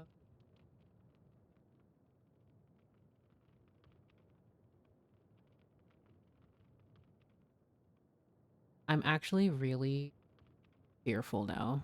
Give me just...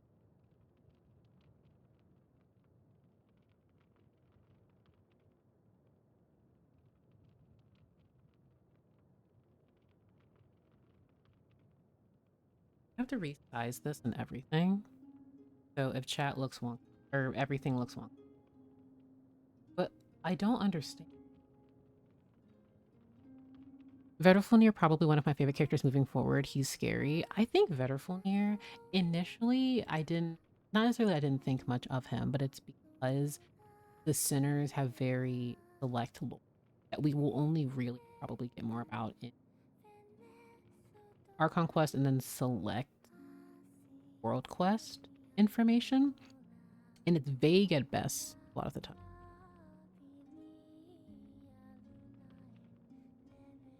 I really want to thank everyone for telling me to check this after stream because I would have probably freaked out.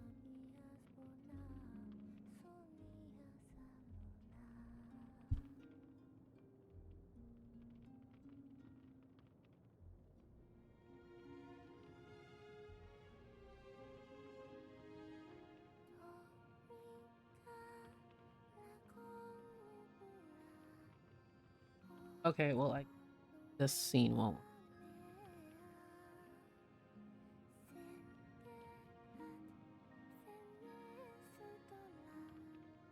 I don't even think.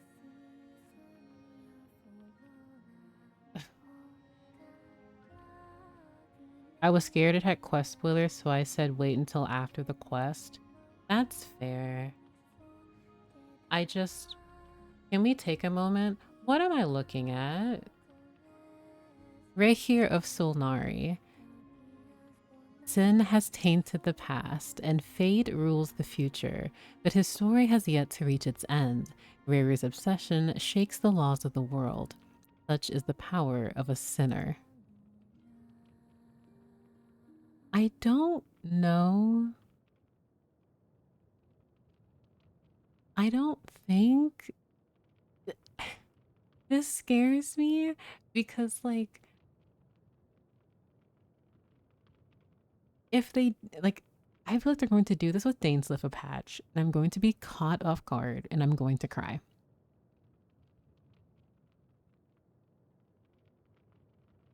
The fact that not only is he, I'm afraid to even look at the comments, the fact that he was like sealed, he was mainly just put away in an abyssal portal thing.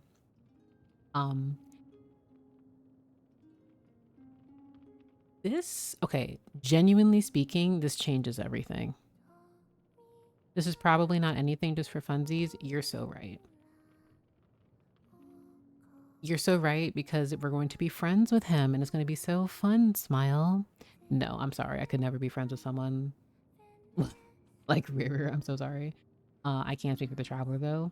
The reason I say this changes everything is because it's commonly believed that if there's any form of incredibly antagonistic or villainous character, that they have to undergo this entire redemption arc,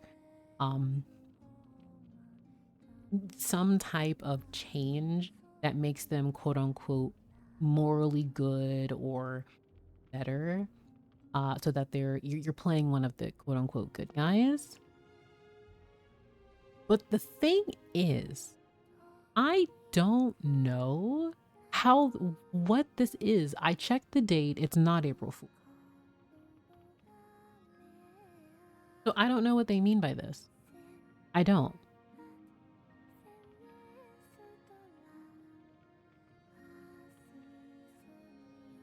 Like, I don't know what to make of this. Like, he's a type of character where you can't do, like, this is just who he is. He is just the manifestation of the abyss. He is a monster. That is who he is. So if they make him playable, I just hope that they keep him as he is. He's just a monster and that's it. Because this isn't a character that you can be like, well, he's good now, because at the same time, like, what is this? Like, are they just showing bosses, I guess? Since I believe he's a Neutron's domain boss. So, like, we have this image, but I don't believe there is another image. Yeah, it's just this. This is so disrespectful. Why would you do that? Why would you do that? Why? This feels like Kaya's birthday art all over again when they showed us Zhongli. Like, they dropped Zhongli's character demo the same day as his birthday 5 years ago. It was just so disrespectful.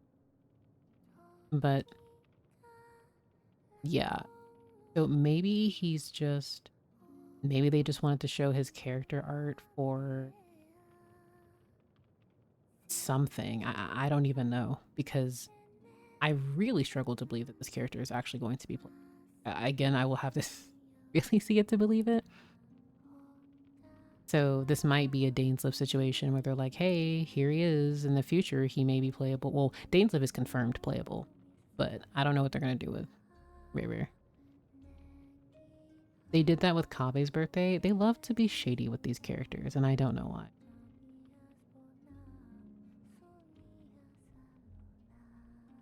This doesn't mean he's playable. There isn't even a second post with a constellation. This is true. This is true. But the fact that he has drip marketing at all is really interesting to me. Because Dainsleif has this. He has this. The only thing we ever got with Capitano was just like the voice actor announcement card. So I don't know. Do I want to read the comments? I feel like I don't. I feel like I'm scared. I feel like on stream I'm afraid to read the comments.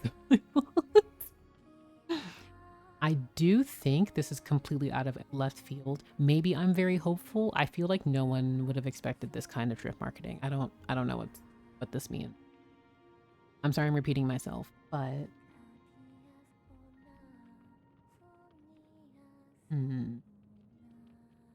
what do we think this means? Because to be fair, after the gods limits trade, they did show the Four Shades. Maybe they're just going to be doing that with antagonists or characters of interest. Because as mentioned, they didn't do a second image with him. It was just... Do you think this means Capitano will be released? Until they give Thrain a form of drip marketing like this to that degree, I will be... And do we think Rare would actually be playable? Or do you think this is just meant to spook us? Smile. Capitano returning with Mari Javari Trust? Sure. Nah, Cap is staying on that throne. The only thing I hope is that they don't pull a Wanderer, because they absolutely cannot. It's bait. They're rage baiting.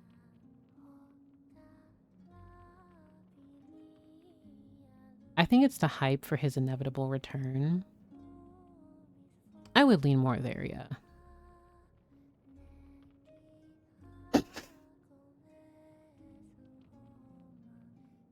When in doubt, Ziox will be there. Also, Kiwi, I'm screaming, and Leah. This is so silly. But yeah, we'll see. What if it's his TCG card? Rare's TCG card, of course. But like okay, I do believe that this is more of a hype for his return. But what's interesting, the thing that... So the reason why I'm a bit conflicted about this is because we know Dainsleif was confirmed playable on the very first Genshin Impact official live stream. And they have not said anything, and until future events programs, unless actually... I'm not going to assume he is playable. Again, unless they are pulling. So he will return with the Lindis, then she will be playable.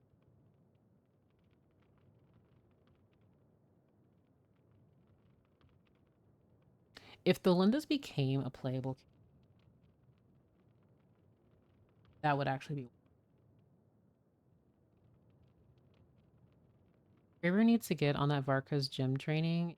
He can be a skeleton. He's fine. Girl got torn to pieces. Gotta find the parts first. Look, both her and Rare were shattered a bajillion million pieces. They'll always come back somehow, I'm sure. I guess Conria arc, best bet. Probably. But this is so wild. Also, I will say the way that my heart like sunk into my chest. But we'll see, I guess. Because I also feel even if they made him playable, his model would be all kinds of funky because he'd be super tall and it feels like it'd just be all over the place. So I don't even know how they would do. So we'll see. To be honest, Riri and Capitano are basically walking mummies. Makes sense that they're not as bulky as Waka. Kind of, but I still feel like Capitano has muscle on him. I don't know. Headcanon, because of course in cutscene, very thin. The only thing he really had in terms, like, he doesn't have like a lot of muscle mass. He's just the default tall model. Would Dainsleif be the Archon equivalent for the Conria arc?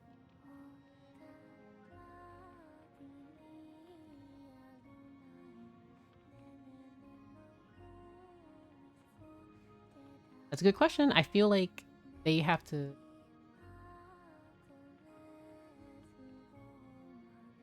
I'm going to put a pin on that because I want to say yes, but also who else would truly represent Conria in the... Assuming, again, there's like a full new region of characters that we're unfamiliar with. Because ignoring, like, it's not like we're going to be able to have the sinners playable like that. And also, Dainsleif is very much so his own character. Like, he's very independent. He doesn't want Connor to be revived. He is very against sinners. He doesn't want anything to do with the Abyss Order. So while he does nostalgia for what was, I don't know if he would want to or even be the... I guess it would be... I feel like it wouldn't even be appropriate to have him as like the quote-unquote Archon for that. Like, not in the actual traditional, the 7 kind. But in terms of being a representative. I mean, he could... I mean, we'd figure out. I'm pretty sure Varka is the same size model as Rara, right? I don't know. I don't recall them ever standing like right next to each other on screen at some point. I don't know how tall. I feel like Rara is super tall. I feel like Rara is like 10'11".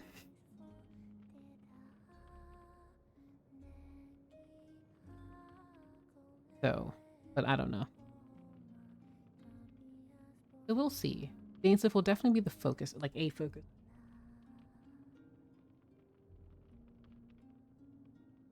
This is not how I expected the end of the quest to be.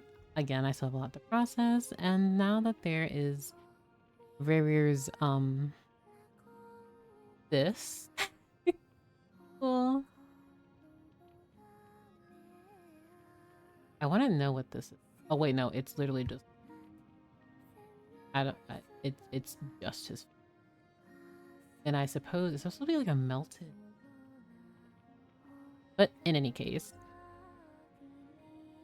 if he's the Archon equivalent, will we offer up stuff to statues of Dane?